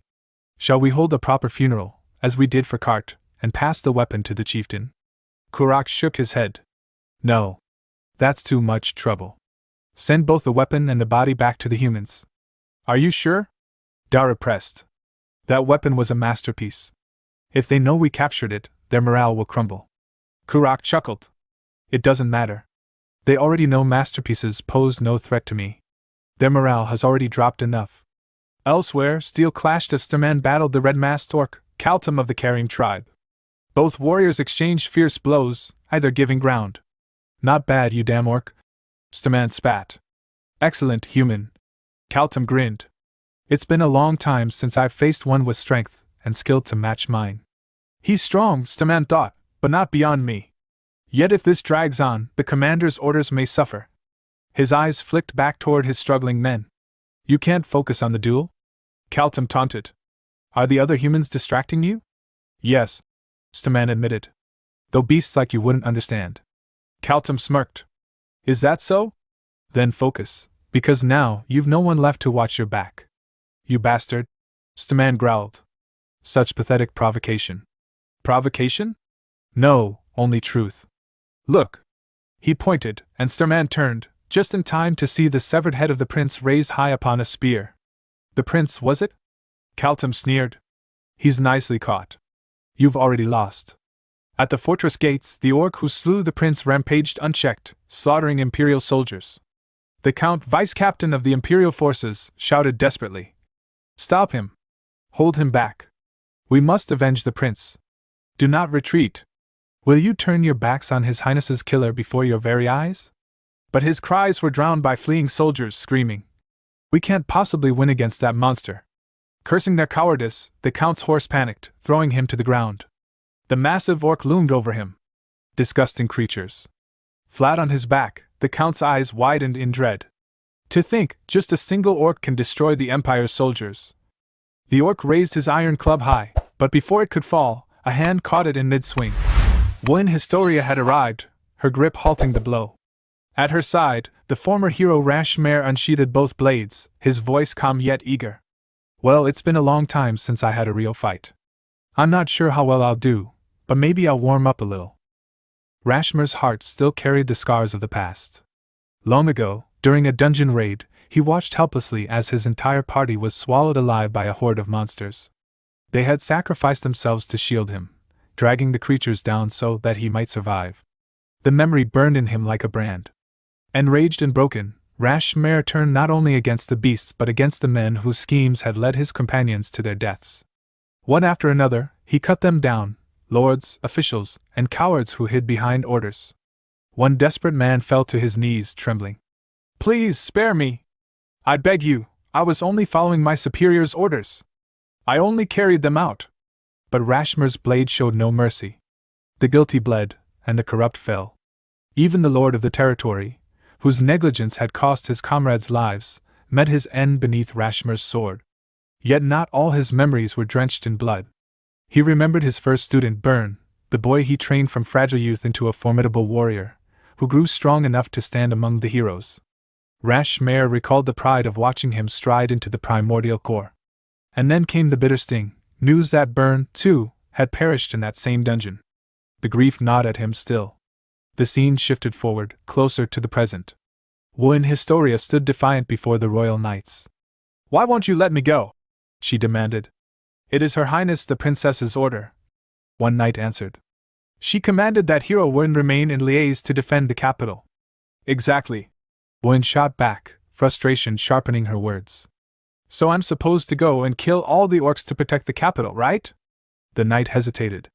I understand, but your very presence here brings the citizens peace of mind. What kind of nonsense is that? Everyone else is out there fighting. They are the Empire's strongest already. You must trust them, hero. Who said I don't trust them? That's not the point. I need to be out there right now. The heated exchange drew a sigh from Rashmare. He stepped forward, placing a firm hand on Wen's head. That's enough, kid. Before she could protest, he hoisted her onto his shoulder like a child. Calm down. You're blaming the wrong person. What? Then who am I supposed to blame? Wen snapped. Not long after, the royal castle itself trembled with whispers. Rashmare Lichtenauer, the once great hero, stood with his sword drawn and its tip pressed against the princess's throat. Who goes there? Nobles shouted. Stand back at once! Guards, protect her highness! The princess's fury blazed. You low-born wretch! How dare you raise a sword against me? I'll see your head on the castle gates! Shut your mouth at once, Rebecca! Barked the first prince, stepping forward with a scowl. I'll apologize in her place, Sir Rashmare. But tell me, when did you return without notice? Hero of the demon lord's subjugation. The hall stirred with gasps. Rashmare? The previous hero? How could a hero look like that? Rashmare's voice cut through their whispers. Given the situation, I'll skip formalities. I have one demand: send Wen Historia to the Annan Plains immediately. Your excuses are pitiful, binding her here as a mere escort in case you nobles need to flee. In a battle where the Empire's fate hangs by a thread, what fool thought it wise to split our forces? If that came from a royal's head, then truly the Empire is in peril. The princess shrieked. Why aren't you saving me? Guards, seize him! But Rashmare's cold eyes turned to Wen. Little Wen, don't let yourself be chained by the Empire. Do you think I won't cut down royals just because I'm a former hero? The first prince silenced the guards. Put down your weapons! We will grant his demand. Release the princess. And so, the Empire bent. Now, in the present, the fortress at Annan Plains roared with life. The sight of Wen Historia among them rekindled the soldiers' courage. It's a miracle! They cried. The hero is here! Rashmare glanced at her with a crooked smile. Little Wen brat? She tightened her grip on the iron club and shot back. Was that supposed to be a joke? That's awful, old man. An orc, straining to wrestle the massive club from her hands, trembled in disbelief. What is this? I'm pulling with all my strength, and she doesn't budge? She ignores me, cracks jokes while I fight for my life? He roared and put his weight into the attack. But Wen only sighed, clenched her gauntlet, and slammed him aside with a thunderous blow. Geez, you're so noisy! The orc's body crumpled lifeless to the ground. Rashmare's eyes lingered on her. That doesn't look like something I taught you. Flustered, Wen retorted. What? We're going to wipe them out anyway. There's no time to hold back. Let's move, don't fall behind, old man. With that, she darted headlong into the battlefield's heart. No consideration for an old master, Rashmare muttered before turning to the nearby count. You there, did you see any of those so-called holy knights in the battle? The count shook his head. It's chaos. I couldn't tell. Understood. Then protect the fortress. Sir, what are you planning? What else? Rashmare said, eyes hard. We have to win. Not far away, a paladin watched from the shadows. Well now. This wasn't part of the plan. For a hero to throw himself into the fray for his soldiers' sake, perhaps a hero is still a hero. But His Holiness ordered us not to fight those two yet. Better to withdraw and report. Just then, something sliced across the sky, fast and dark. The paladin stiffened. What was that? High above the Annan Plains, a dragon's wings split the clouds. Azidahaka descended, Patrick and Swallow upon her back. Patrick leaned forward. Boss, we've arrived. What will you do now? The battlefield was chaos, smoke and blood thick in the air. Down below, Wen struck with her gauntlet, orc tribe leader crashing to the ground with a single devastating blow. Watching from a distance, Kaltum of the Karim tribe froze in shock. Rashmare arrived at the scene, his eyes narrowing as he called out. Hey, are you sure you want to look away from me? Startled, Kaltum turned, but before he could react, Rashmare was already upon him, twin blades flashing. The attack was shallow, a graze rather than a mortal wound, but it was enough to rattle the orc. In desperation, Kaltum hurled his weapon at Rashmere, using the momentary distraction to retreat. Wait! Where do you think you're going? Stop right there! Wen shouted, ready to give chase. Rashmere held out his hand, stopping her. Don't chase him. There's too much at stake right now. High above, Patrick observed the clash from the back of Azidahaka, the dragon's wings cutting across the battlefield sky. Things are getting pretty interesting, boss. That must be the famous Iron Fist? I've seen many warriors, but never like her. Maybe she really is the strongest among humans. Swallow, sitting calmly on the dragon's back, replied. That girl? Yeah, she's strong. What was her name again? Moomin? Patrick frowned. Moomin? Who's that? I think that human's name. Swallow answered absently. Even Azidahaka broke her silence, asking. If that human warrior has appeared, does that mean Kurak has fallen?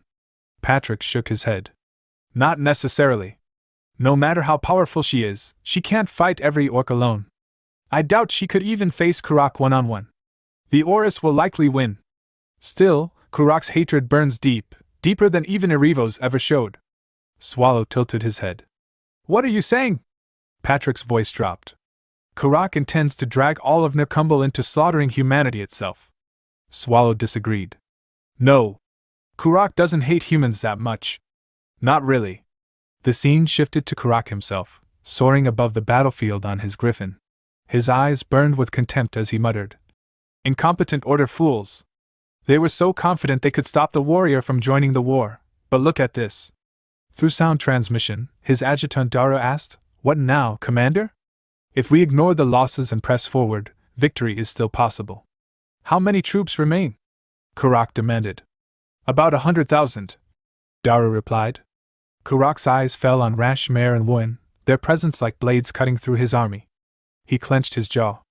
We have numbers, but without the tribe leaders, our troops will be slaughtered. Especially by that swordsman. I meant to face him myself if he chased Kaltum, but he's too cautious, too wise. After a long pause, Kurak gave the order. Signaled the retreat. Back on the ground, Rashmere and Wen stood over the fallen Starman. Tears streaked Wen's face as she whispered. I'm sorry, if only I'd been faster. Rashmere looked upon Sturman's body, and Berizik's nearby. His thoughts darkened. Too many casualties. Everyone underestimated Kurak. Even killing the tribe leaders won't be enough. At this rate, Liaise will fall. Just then, soldiers from the Red Dragon raid approached. One knelt, clutching a set of dragon armor. Are you the warrior? Rashmere turned. And you are? My name is Cabal, unit commander of the Nixer Red Dragon raid force. Rashmere's eyes fell on the armor. What's that you're carrying? Cabal lowered it with reverence. Our captain's armor. Vice Captain Rain May recovered it from the orcs, but when she saw it on them, her fury consumed her. She fought recklessly, and died alongside them. I see. Rashmere murmured grimly. A self-destruction. Yes. Cabal coughed, blood staining his lips. Then Rashmere's gaze sharpened, an enemy blade was lodged in Cabal's chest. Even as life slipped away, Cabal pressed on. This armor, our captain's and vice-captain's legacy, it must return home. Please take it. Rashmere bowed his head. I swear it. On my name. He could finish, when suddenly shouted. Paladins! Rain May told me before, paladins are working with the monsters. They tried to stop us from reaching this battlefield. They must be here too. We can't be sure. Rashmere began, but Wen slammed her heel into the ground, the impact sending shockwaves through the earth. No. I know where they are. She growled, charging forward. Meanwhile, in the skies, Patrick noted the sudden movements. Looks like the humans are retreating too. Swallow asked idly. The hub, is it moving now? The orcs are pulling back as well. Patrick explained. They'll likely destroy the hub as they retreat to their captain. From here on, the fight won't be humans versus orcs anymore. It will be humans serving the Emperor against those loyal to the Order. Swallow's expression darkened. So, what do you think will happen? Patrick's answer was grave. I'm not certain, but one thing is clear. The Empire will fall. Swallow chuckled softly. That's troublesome. Unless something else rises to replace it. Patrick leaned closer. Boss, I don't know what Hexable is plotting. But I suspect you do. Isn't that right? Swallow smirked faintly. To some degree. Patrick's eyes narrowed. So that's why you came here yourself? Boss, don't forget the promise you made me. I know, Swallow replied. That's why I'm here. Don't get so worked up, you're scaring me. Patrick gave a dry laugh. Good. Now, what's the plan? Shall we head to Liège first? Before Swallow could reply, Azidahaka trembled beneath them. Why am I suddenly so cold? She wondered uneasily. The third eye, a figure greeted a cloaked man. Deputy Officer Garrett Azanelgia, we've been waiting. All homunculi are prepared for deployment. They await your command. Should we send them out now? Some time later, the scene shifted to Kurak's command tent. Inside, the orc shaman Dara stood before him, holding a communication device embedded with a glowing red crystal. From the crystal, a voice echoed. So, you have ordered a retreat? Kurak answered without hesitation. I am the commander of this army, so I commanded my legion to retreat. Do you have a problem with that? The person on the other side chuckled softly. I wouldn't call it a problem. I simply wanted to ask for your intentions, since we share the same fate. If you had simply pushed forward, you could have ended the Imperial army. May I ask why you did not? Kurak's expression hardened. Because that is a situation that would only benefit you. I'm not quite sure what you mean. The voice replied calmly. Kurak continued, his tone grim. We have retreated, yes, but the Imperial army has already been weakened. They will certainly return to Liège. And when they do, it's obvious how the humans will feel. Now let me ask you, what have you been doing? My army has fulfilled its role and achieved victory. Meanwhile, many of my subordinates had to die because you failed to keep your promise to keep the warrior in Liège. They were talented tribe leaders who should have lived to lead their people. Because of that grief, I even feel like taking it out on you. Kurak leaned forward. So, what have you done? Answer me.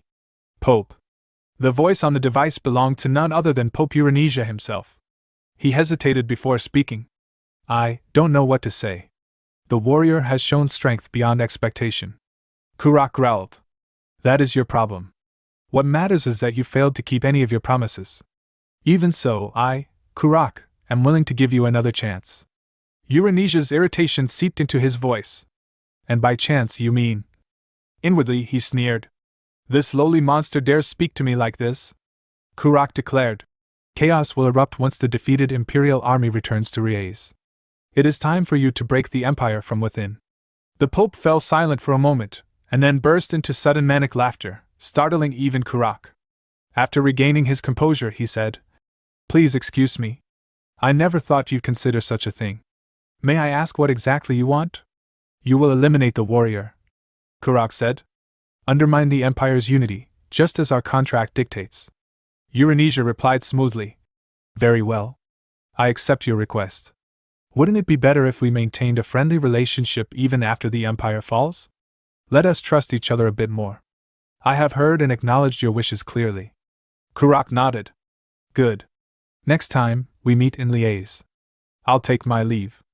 Dara lowered the device. The connection has been cut, Commander. Kurak asked. How were the funerals of the tribe leaders handled? They were conducted with the utmost sincerity by each tribe. Dara said. Tell their families I will personally grant compensation. Kurak ordered. And inform the others that the forces of the tribes whose leaders have died will be reorganized. Yes, Commander. Dara responded promptly. Kurak exhaled heavily. Many tribes have lost their leaders because of my incompetence. That is not true at all, sir. Daru insisted. This will be the end. Kurak said quietly. We march to Liège. I shall follow your orders, Commander. Daru replied. The scene shifted to the teleportation hub, where when Historia engaged a heavily armored paladin. With one clean punch, she knocked him backward. The paladin steadied himself, refusing to fall. As expected of our dear warrior, he said. Truly incredible. I shouldn't have taken any damage, yet my brain was tricked into thinking it hurt. That's all there is to it, though. You pose no threat to me. Standing a short distance away, the former hero Rashmare observed the paladin's armor and asked, Is that your masterpiece? The paladin frowned.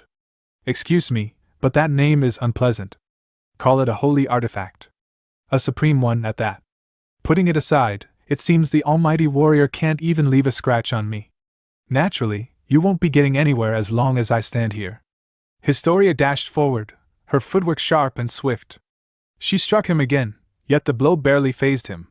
As he attempted to create distance, she hooked his leg, tripped him, grabbed his face, and slammed him hard into the ground. We'll see about that, she growled. But inside, her thoughts churned. I feel dizzy. Everything happening right now, why didn't anyone tell me beforehand? Am I untrustworthy? Or unfit to be a warrior? I want to know why. The paladin raised his shield just in time, blocking her follow-up strikes, then pushed her back and leapt to his feet. Sword and shield ready, he swung at her, but Historia slipped aside, narrowly dodging the blow. Her thoughts tightened. Why did Ethelbrias hide everything from me? I don't want secrets. I want to become someone everyone can rely on. A true warrior. Starting now, that's what I'll be. She planted her feet, then launched forward with a powerful gauntlet strike that cracked the paladin's shield. His eyes widened, Historia blurred into motion, after images streaking around him as she hit him from every direction. What is this? Impossible, he thought. Her strikes, they're piercing through the holy artifact? How? Is this what a warrior truly is? Her gauntlet cracked under the strain, then shattered completely. But even without it, her power surged, blue aura swirling around her fist. She drove a final punch into his gut, forcing a scream from the paladin as he collapsed. Defeated. Rashmare watched in disbelief. Goodness. At this point, I'm not even sure I deserve to be called the previous warrior. The scene shifted to the top of Liais's outer wall, where Deputy Officer Garrett stood alongside the leader of the Third Eye. Below them, the screams of dying civilians echoed across the burning district. Garrett's expression darkened. So this is the plan the captain prepared? The Third Eye leader answered coldly. Didn't you agree to it even after learning everything? I did, Garrett murmured. But seeing it with my own eyes is different. It's a necessary sacrifice, the Third Eye leader insisted. That's how the officer described it. Garrett clenched her fist. This terrible scene, our own citizens dying, is a necessary sacrifice? Her thoughts drifted. What would Wynn think of this? At that moment, another Third Eye member ran up the stairs. Leader, the orcs have reached our second inner castle. They're moving faster than I expected, the leader muttered. Are they rushing toward the Imperial Palace? Yes, the member replied. Kurak himself is at the front line. He is commanding their entire army. The leader turned to Garrett. Deputy Officer, you must make your decision. Before Garrett could respond, Dame Sion landed on the wall, his armor shining with magical runes. Garrett, he announced. Everyone is ready. Sir Sion, Garrett asked. Is the equipment prepared? I received it from Wynn and Rashmare, Sion replied. Those two will arrive soon. Garrett lowered her gaze. You're as strong as ever, Sir Sion. I truly don't know about this. Even though I was determined to follow Ethelbria's orders no matter what. Even now, I trust that everything he did was for the Empire's sake. At least, I want to believe that. Sion asked. Even after seeing this mess? Garrett hesitated. Now I don't know anymore. That's precisely why you must act, Sion said. Pardon? Because we are the ones who brought this upon them. We must accept punishment for our responsibility. That is all. I see, Garrett whispered. Sion rose into the air. Then I will depart to complete my mission. As he flew away, Garrett breathed out. Punishment. Then she turned to the Third Eye leader. Enforce the plan as soon as Sir Sion finishes his mission. Understood, he replied. Patrick and Swallow rode atop the dragon Azidahaka as he circled high over the city. We're at Liaise, Azidahaka announced. Already? Patrick asked. It takes 2 months by carriage. You must be really fast, he added with a sigh. Actually, I'm not impressed. You reached Miss Mel's castle in half a day last time. Azidahaka groaned internally. They're treating me like a carriage. Swallow grumbled. Can you get your cape off me? That fall was a mistake. I apologized to Mel's already. Patrick corrected him. Something like that is called a failure, not a mistake. He sighed again. Swallow stared at him. Patrick frowned. What's with that creepy look? Swallow's thoughts churned. If I push him off, at least I won't have to hear him nag anymore. No. I can't handle the consequences of that. Whatever, he said aloud, yawning. He exhausted himself thinking pointless thoughts again. Patrick muttered. So what now? I don't see Hexable anywhere. She's underground, Swallow said. She's too big to surface here. Azidahaka asked. Are we going down now? Humans are still everywhere. Not yet, Swallow replied. Circle a bit more. We'll be here a few hours.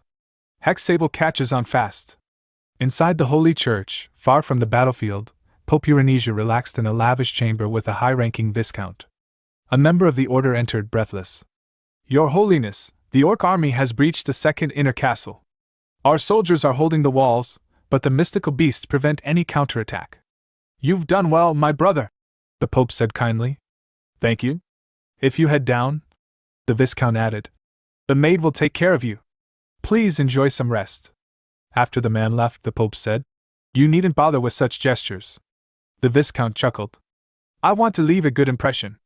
These clergy members will one day rule the empire. The Pope laughed. A grace befitting your devotion will surely be given. Another man rushed in. Your Holiness, the Paladin has returned. I'll greet him myself, the Pope said. Moments later, the Paladin entered the hall, greeted by applause. I have been waiting for you, brother, the Pope said, embracing him. The Paladin remained silent. You seem troubled, the Pope observed. Did something happen? The Paladin finally spoke. At the hub, we battled one Historia. Many brothers died. I see. It is all right, the Pope soothed. You returned alive after facing the heretic. That must mean. The Paladin leaned close and whispered.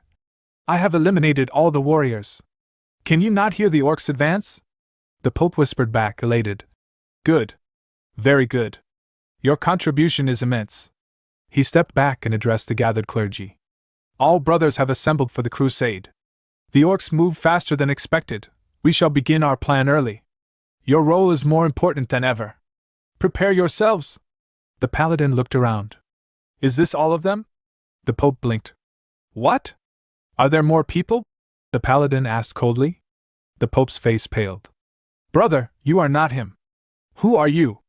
The illusion shimmered, revealing Dame Sion standing in place of the Paladin. Sion's eyes narrowed. Then I'll assume this is all of you. Hero Sion! How did you get here? Did the officer send you? No, the officer collapsed. Did Tracker Garrett discover something? The Pope stumbled backward. Whatever the case, the Empire is finished. Instead of joining those heretics, why not join our order? Not interested, Sion replied flatly. He rose into the air, magic gathering around him, and unleashed a massive explosion that consumed the hall and everyone inside. Back on the A's wall, a distant explosion flashed across the city. What was that? The Third Eye leader asked. Garrett stared at the pendant in her hand as it pulsed with a blue glow. The pendant of the Pope, she whispered. The officer secretly set it aside earlier. That was his last breath. So Sir Sion completed his mission, the leader said. Garrett nodded. Yes. Then let's end this war. Release the homunculus forces. Above, in the sky, Patrick watched the massive surge of homunculus from above and turned to Swallow. Boss, that's outrageous. Swallow stood atop Azidahaka, dark aura rippling from his body. For real. They went and did it. Why do humans never listen? Rain poured over the city as Win Historia and Rash Mare arrived at Garrett's location. They stared in shock at the homunculus flooding the streets. What was all that? Historia demanded. Garrett lowered her head. I'm sorry, Win. I wanted to tell you later, but now I can't hide it anymore. She looked toward the dying city. This is the truth Ethelbrias was hiding. The scene shifted deep inside the facility, where the Third Eye leader stood before the final sealed chamber. His fingers tightened around the iron handle. This is the last of them, he murmured, pulling the heavy door open. An eerie silence spilled out, followed by the shapes of the final homunculi, the culmination of years of forbidden research. Now, he whispered with a twisted pride, show me the result of my work. Children of Chaos. With that command, the homunculi burst from their confinement, flooding out like a storm of pale, mindless predators. Sometime later, when Kurak and the Orc army finally reached the capital, the homunculus force confronted them head-on. They lunged without fear, without thought, without even a soul to anchor them. Karak crushed one beneath his fist and snarled. What are these creatures? They have no intelligence, no reason. Are they even alive? They attack anything they see. Daru, standing at his side, asked urgently. Commander, what now? We've taken heavy casualties, but we can still advance. Karak's eyes narrowed. The Empire never had anything like this. Is this the Order's doing? We're not sure, Daru answered. But you must choose our next move. Karak shut his eyes, recalling the promise, 3 weeks. That was the time Swallow had granted him to destroy the Empire. And that time was nearly at its end. His eyes snapped open, burning red. A thunderous roar erupted from his chest, so powerful it shook the battlefield. Daru and the other orcs stared, bewildered, as the ground far off began to crack and swell. A towering mass surged upward. From beneath the earth emerged the colossal sand-hell mother, Hexable. She descended upon the homunculi, devouring them by the dozens, her immense body tearing the battlefield into chaos. Karak stepped forward, red light blazing from his eyes. There is no retreat, he declared. The Empire ends today. Across the capital, Hexabel's enormous form crushed buildings and homunculi alike. From a distant vantage point, the Third Eye Leader's eyes widened in raw horror. Impossible! That's Hexable of the Sand Hell! A boss monster from a great evil dungeon! Bosses should never appear together. Rashmare glanced at Win Historia. Everything happening now is unprecedented. Kid, where are you going? Historia turned toward Garrett. I'll be back. Historia? Garrett called after her, trembling. When this is over, Historia said with a broken smile, wiping at her tears. You're going to tell me everything. Promise? Garrett swallowed. Yes, of course. Rashmare sighed. I'm going to catch a cold at this rate. You don't have to come, Historia muttered. I'm not letting my disciple walk alone twice, Rashmare replied. I'll stay with you until the end, Win Historia. Historia nodded. Let's go. And together they rushed into the storm. High above them, Azidahaka soared in circles. Patrick looked at Swallow. Then what should I do, boss? I'll come along, said the dragon. Swallow turned to Patrick. You take the rest. By the rest, you mean Karak? And what about you? Well, Swallow said with a shrug. I need to have a talk with Hexable. And the homunculi? Do I have to? Before Patrick could finish, Swallow leapt from the dragon's back and plummeted toward the battlefield. Boss! Come on! Patrick groaned. Then, turning to Azidahaka, he muttered. Lower the altitude. Please! The dragon's voice trembled. Are you sure letting the swallow fall from this height is wise? Patrick sighed. If he died from that, I wouldn't be in this mess in the first place. Back on the ground, panic shook the Third Eye forces. Dame Garrett! The Third Eye leader shouted. The homunculi can handle the orcs and Karak, but if Hexable interferes, everything collapses. At this rate, we're finished. It will be fine, Garrett insisted through clenched teeth. We have Ms. Wynne and Sir Rashmare. A dungeon boss shouldn't be a problem. But as she spoke, a sudden agony shot through her arm, through the very limb that Swallow had severed before. She dropped to her knees, clutching it. What's happening? The Third Eye leader demanded. Garrett stared at the trembling stump. This has never happened before. Why now? Is he? Her voice trembled. Is Swallow here? Far away, inside Ethelbria's home, the old officer awoke with a violent gasp, blood still staining his chest. He staggered into the corridor, gripping the wall for support. You are here, he whispered, eyes widening with dread. I saw it with my own eyes. Karak continued carving through the homunculi with each colossal swing of his axe. Their twisted bodies burst apart, spraying fragments and blood across the ruined streets. Even as wave after wave tried to overwhelm him with sheer numbers, he pushed back, though the pressure forced him several steps in retreat. As he exhaled, preparing for the next onslaught, something stopped him cold. A familiar, suffocating darkness spread across the battlefield. Swallow's aura. Karak stiffened, confusion, dread, and disbelief twisting together. Moments later, that same aura erupted from the ground, rising in the form of massive black spikes. They skewered dozens of homunculi and formed a jagged barrier around Hexable. Then Swallow dropped from the sky, landing between all forces like a descending calamity. All of you, he said calmly. Stop right there. Up on the fortress wall, Garrett's blood ran cold. Pull the homunculi back, she ordered, eyes widening. You can't let them face the swallow. The third eye leader swallowed hard. I've been ordering them to retreat, but they're out of control. Garrett's face strained of color. No. Down below, the homunculi lunged toward Swallow. Swallow sighed as they flew toward him. You just don't listen, do you? His aura burst outward, blasting the homunculi out of the air, shredding them before they even reached him. Well, it's fine, he added with a shrug. The fewer listening ears, the better.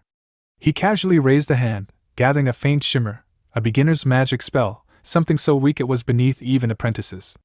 Ice ball. He flicked it toward the city wall. The moment it landed, a massive explosion tore through the stone battlements, obliterating a wide radius and swallowing Garrett and the third eye leader in dust and debris. Oops, Swallow said, waving the dust out of his face. Too much dust. Human magic is so difficult. He cracked his neck. Now then. Kurak staggered forward, still stunned. Swallow, why are you here? The time limit of our agreement hasn't expired. I'm not here about that, Swallow replied. I'll deal with you later. Then why interfere? I asked you not to get involved in the Empire War. Swallow stared at him as if he'd said something idiotic. Dude! Hexabel's right next to you, and you're still pretending you don't get it? Kurak straightened. If you're here because I didn't inform you about an alliance with Hexable, fine. I apologize. I'll compensate you. But if you intend to stop the war for that reason… Swallow cut him off. There's no way you and Hexable just shook hands out of goodwill. You probably told her to step in if the war got dangerous. And she asked for something in return, something hidden in liaise. Something you were supposed to bring her. And naturally, without me noticing. His eyes narrowed. But I noticed anyway. So here I am. Make sense? Kurak hesitated. Swallow raised a finger. I still don't fully understand, though. So I'll give you 5 seconds to convince me. 1. Kurak panicked. Wait, listen, we can talk. 5. Swallow shrugged. Time's up. Screw off. A dark blast smashed into Kurak, sending the orc commander flying across the plaza. He crashed into a building with enough force to collapse it in a cloud of rubble. Swallow turned to Hexable, voice calm. All right. Your turn. Choose your words carefully. He has a family, that's the only reason he's alive. But you? I'll kill you without mercy if you try anything stupid. Very painfully, mind you. Hexable trembled. Teacher. Swallow ignored the title. Let's see, right. How much have you figured out? From beneath the rubble, Kurak staggered upright, bleeding but alive. He spared me.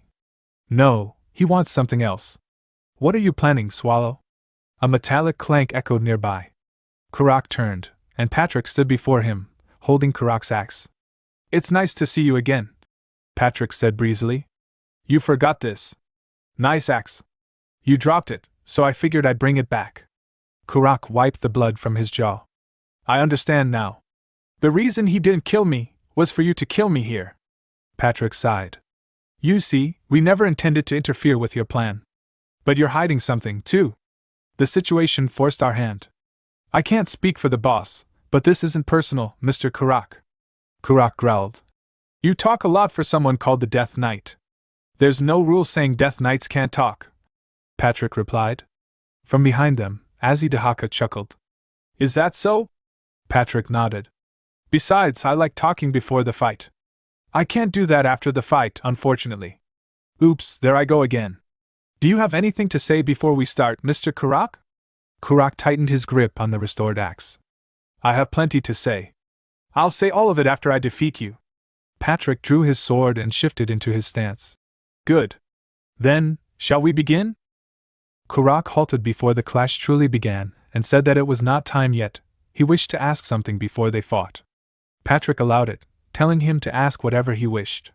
Kurak questioned whether Patrick truly believed that a mere gatekeeper of a great evil dungeon could defeat him, the Legion commander of Nerkumble, and demanded to know who had devised such a foolish plan.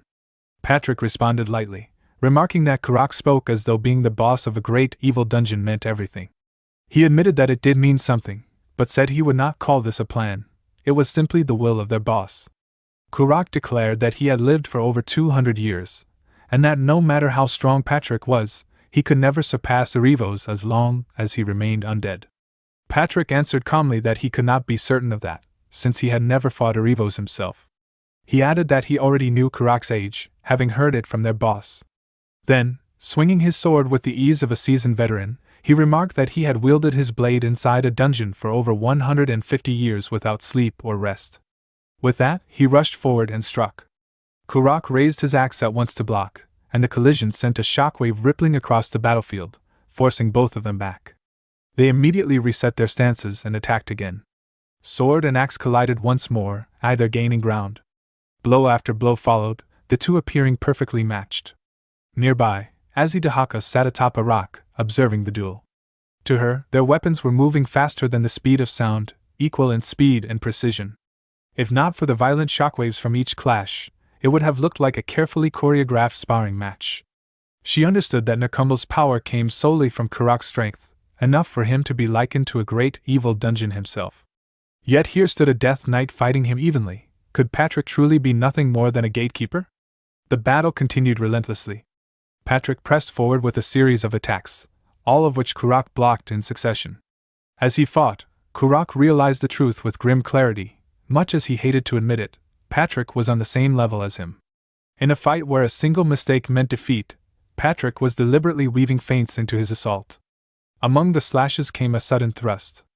Karak blocked it, but in that instant he understood Patrick's aim, the seam of his axe. Did the Death Knight truly believe the red axe would break so easily? Ordinarily, no. But if Patrick's sword truly belonged to Warrior Byrne, who was said to have perished in the primordial core, then the possibility was real. Patrick surged forward again with a wide swing. Karak released his axe, caught Patrick's sword mid-swing, clenched his fist, and drove a powerful punch into Patrick, declaring that he had expected this. Patrick immediately adjusted, countering with a kick straight to Karak's face. Yet to his surprise, Karak seized his sword arm and slammed him into the ground with full force. Dust and debris from shattered buildings billowed outward. Standing there with blood on his lips, Karak gripped Patrick's sword and admitted that he could not remember the last time he had been wounded like this. He acknowledged the greatness of the primordial core, admitting that even a gatekeeper could reach such a level. Looking down at the weapon, he declared that it was a shame. Without his weapon, Patrick would lose, and Karak would claim victory. But then Karak frowned in confusion. From the settling dust, Patrick emerged, holding Karak's axe. He asked calmly whether Karak was looking for this, praising it as a fine weapon. Though he did not usually fight with such arms, he noted its absurd durability, admitting that he had intended to break it at the seam, but it remained intact. Karak was shaken.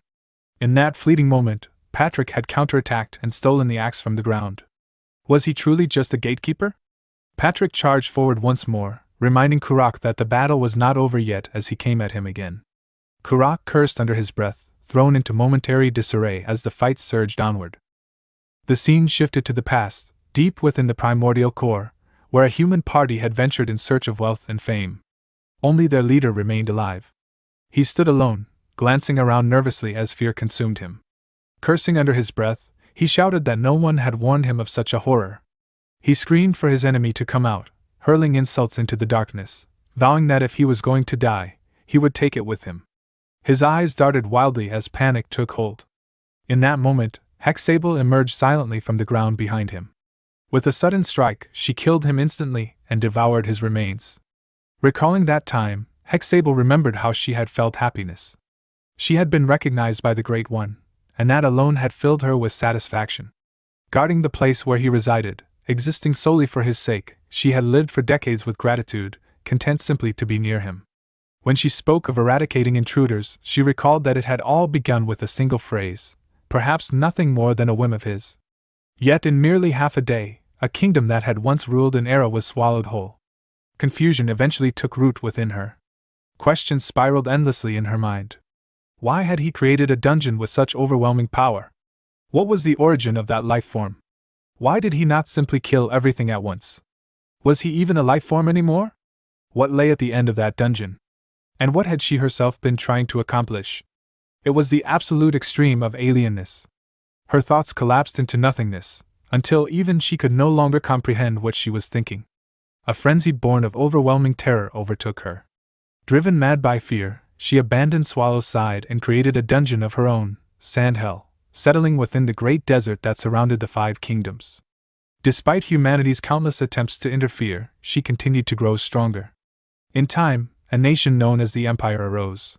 When humans attacked after designating her domain a great evil dungeon, she saw it once again. From the kingdom of Castia came a human once called a saint, later known as a hero. At the end of their battle, when she slew that hero, she saw it again. Deep beneath the kingdom, within the crumbling ruins of human civilization, lay the terror she had once forgotten, something meant to remain forgotten. Like him, it did not belong to this world. It was an incomprehensible domain. Neither she nor any of her offspring could understand it. Its mere presence drove her children mad, twisting them beyond recognition. Fearing what she could not comprehend, she buried it deep in a place only she could reach. Decades passed. Even after countless battles against the 5 kingdoms, no new hero appeared in Castia.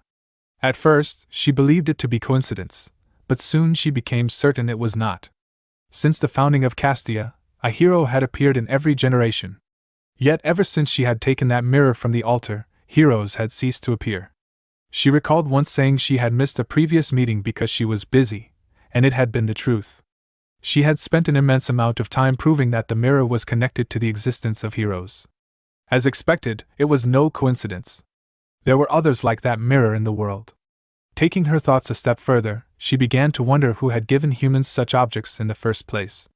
She could not explain it well, lacking the words. Though she could not fully understand it even after thousands of attempts, she had achieved results. As she spoke, Hexabel's massive worm-like form began to change. Green fluid spilled from her body as a new shape emerged. Continuing her words to Swallow, she explained that the mirror had begun to devour her, forcing understanding upon her. At last, she realized why comprehension had been impossible. It did not belong to this world. It was only natural that a being of this world could not understand it. And so she wished to understand it more. That desire, she believed, was the reason the Empire existed. The Empire now possessed 3 heroes, and among them, the blue-haired one stood on a completely different level from all previous warriors. That was why she believed the answer lay within the Empire, the special something capable of creating a hero who surpassed all others. She wanted it. She wanted to learn about it, to know more, and ultimately, to become like Swallow. She declared that this was the perfect opportunity. As she finished speaking, the transformation of her body was complete. Swallow observed her calmly and remarked that she was intelligent, admitting that his curiosity had only grown. She responded, addressing him not as teacher, but as Swallow, and asked what he was preparing for. At that, Swallow's aura flared, and he stated that she was truly, unbelievably smart. Meanwhile, the battle between Patrick and Karak raged on, their weapons crashing against one another as shock waves rippled outward with every collision. Watching the fight, Azidahaka spoke grimly, noting that at this rate the Empire would be reduced to ruins before the battle ended. Even the mere impact of their weapons generated a terrifying momentum, reminiscent of the chilling winds of the White Mountains. At that moment, she sensed an unfamiliar aura behind her and turned sharply, startled. She wondered what it was and soon spotted Hexable in the distance. At first, she thought the presence belonged to Hexable, but something about it felt different, almost as if it were something else entirely. Before she could finish her thought, the scene shifted into the past. In the primordial core, Swallow lay calmly upon his throne. Nearby, Patrick sat on the ground and spoke, remarking that Swallow had been the mastermind all along. Swallow questioned what Patrick meant by that term. Patrick explained that Swallow was like a mastermind working behind the scenes, always seated backstage and watching everything without ever intervening directly.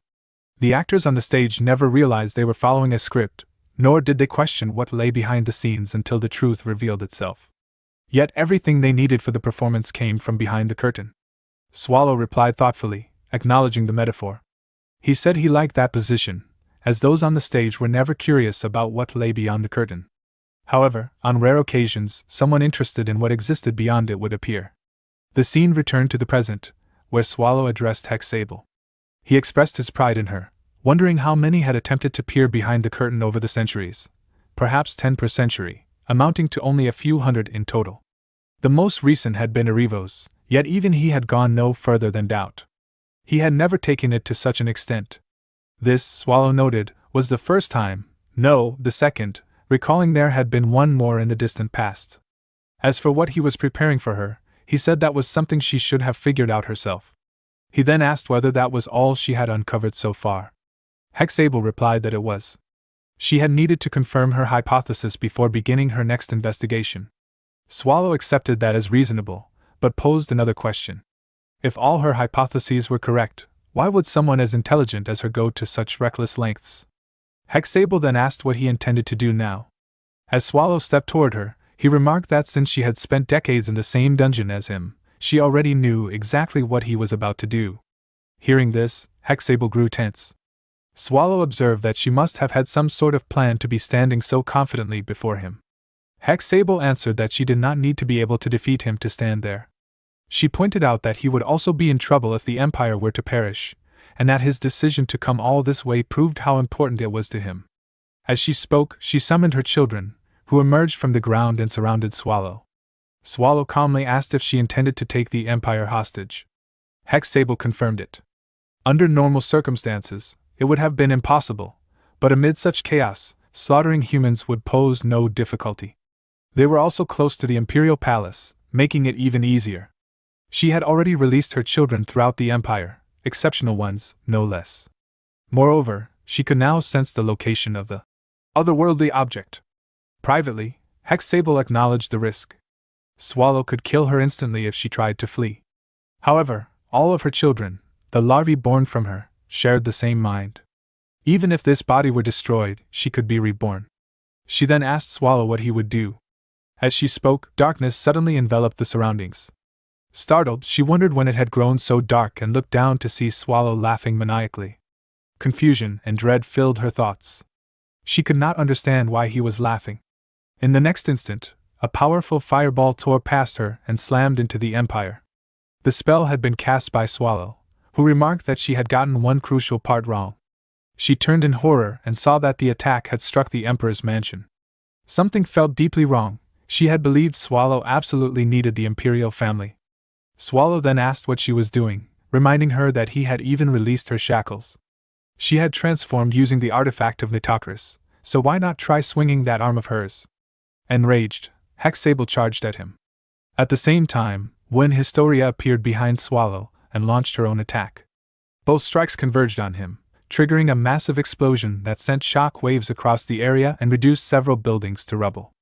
Elsewhere, Patrick witnessed the devastation from afar and cursed to himself, thinking that his boss had done it again, and that he was always the one left to clean up the mess. Kurak asked if that attack had come from Swallow. Patrick confirmed it, saying it was essentially Swallow's basic attack.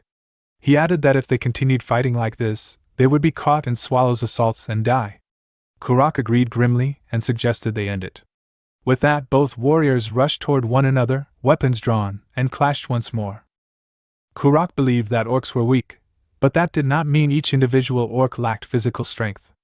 To him, the strength of a species was never determined by a single being. Orcs were being weeded out as time passed because they had failed to advance. Blaming it solely on their supposedly shorter lifespans compared to other races was, in his view, a false excuse. Their lives were not much shorter than those of humans, who continued to progress every day.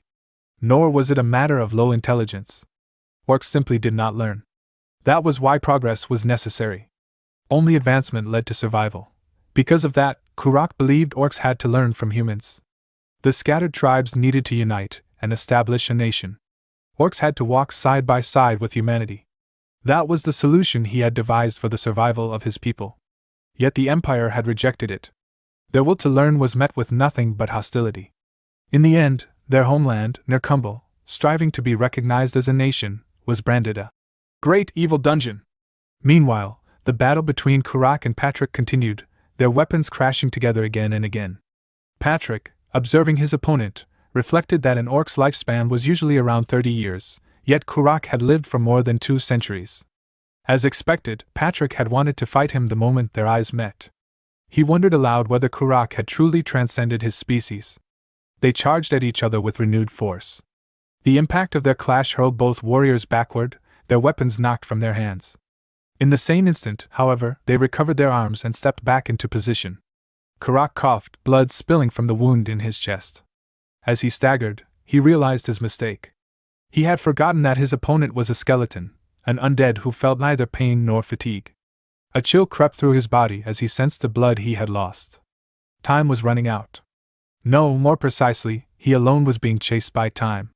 He had not wanted to use this power, but he could not afford to die here.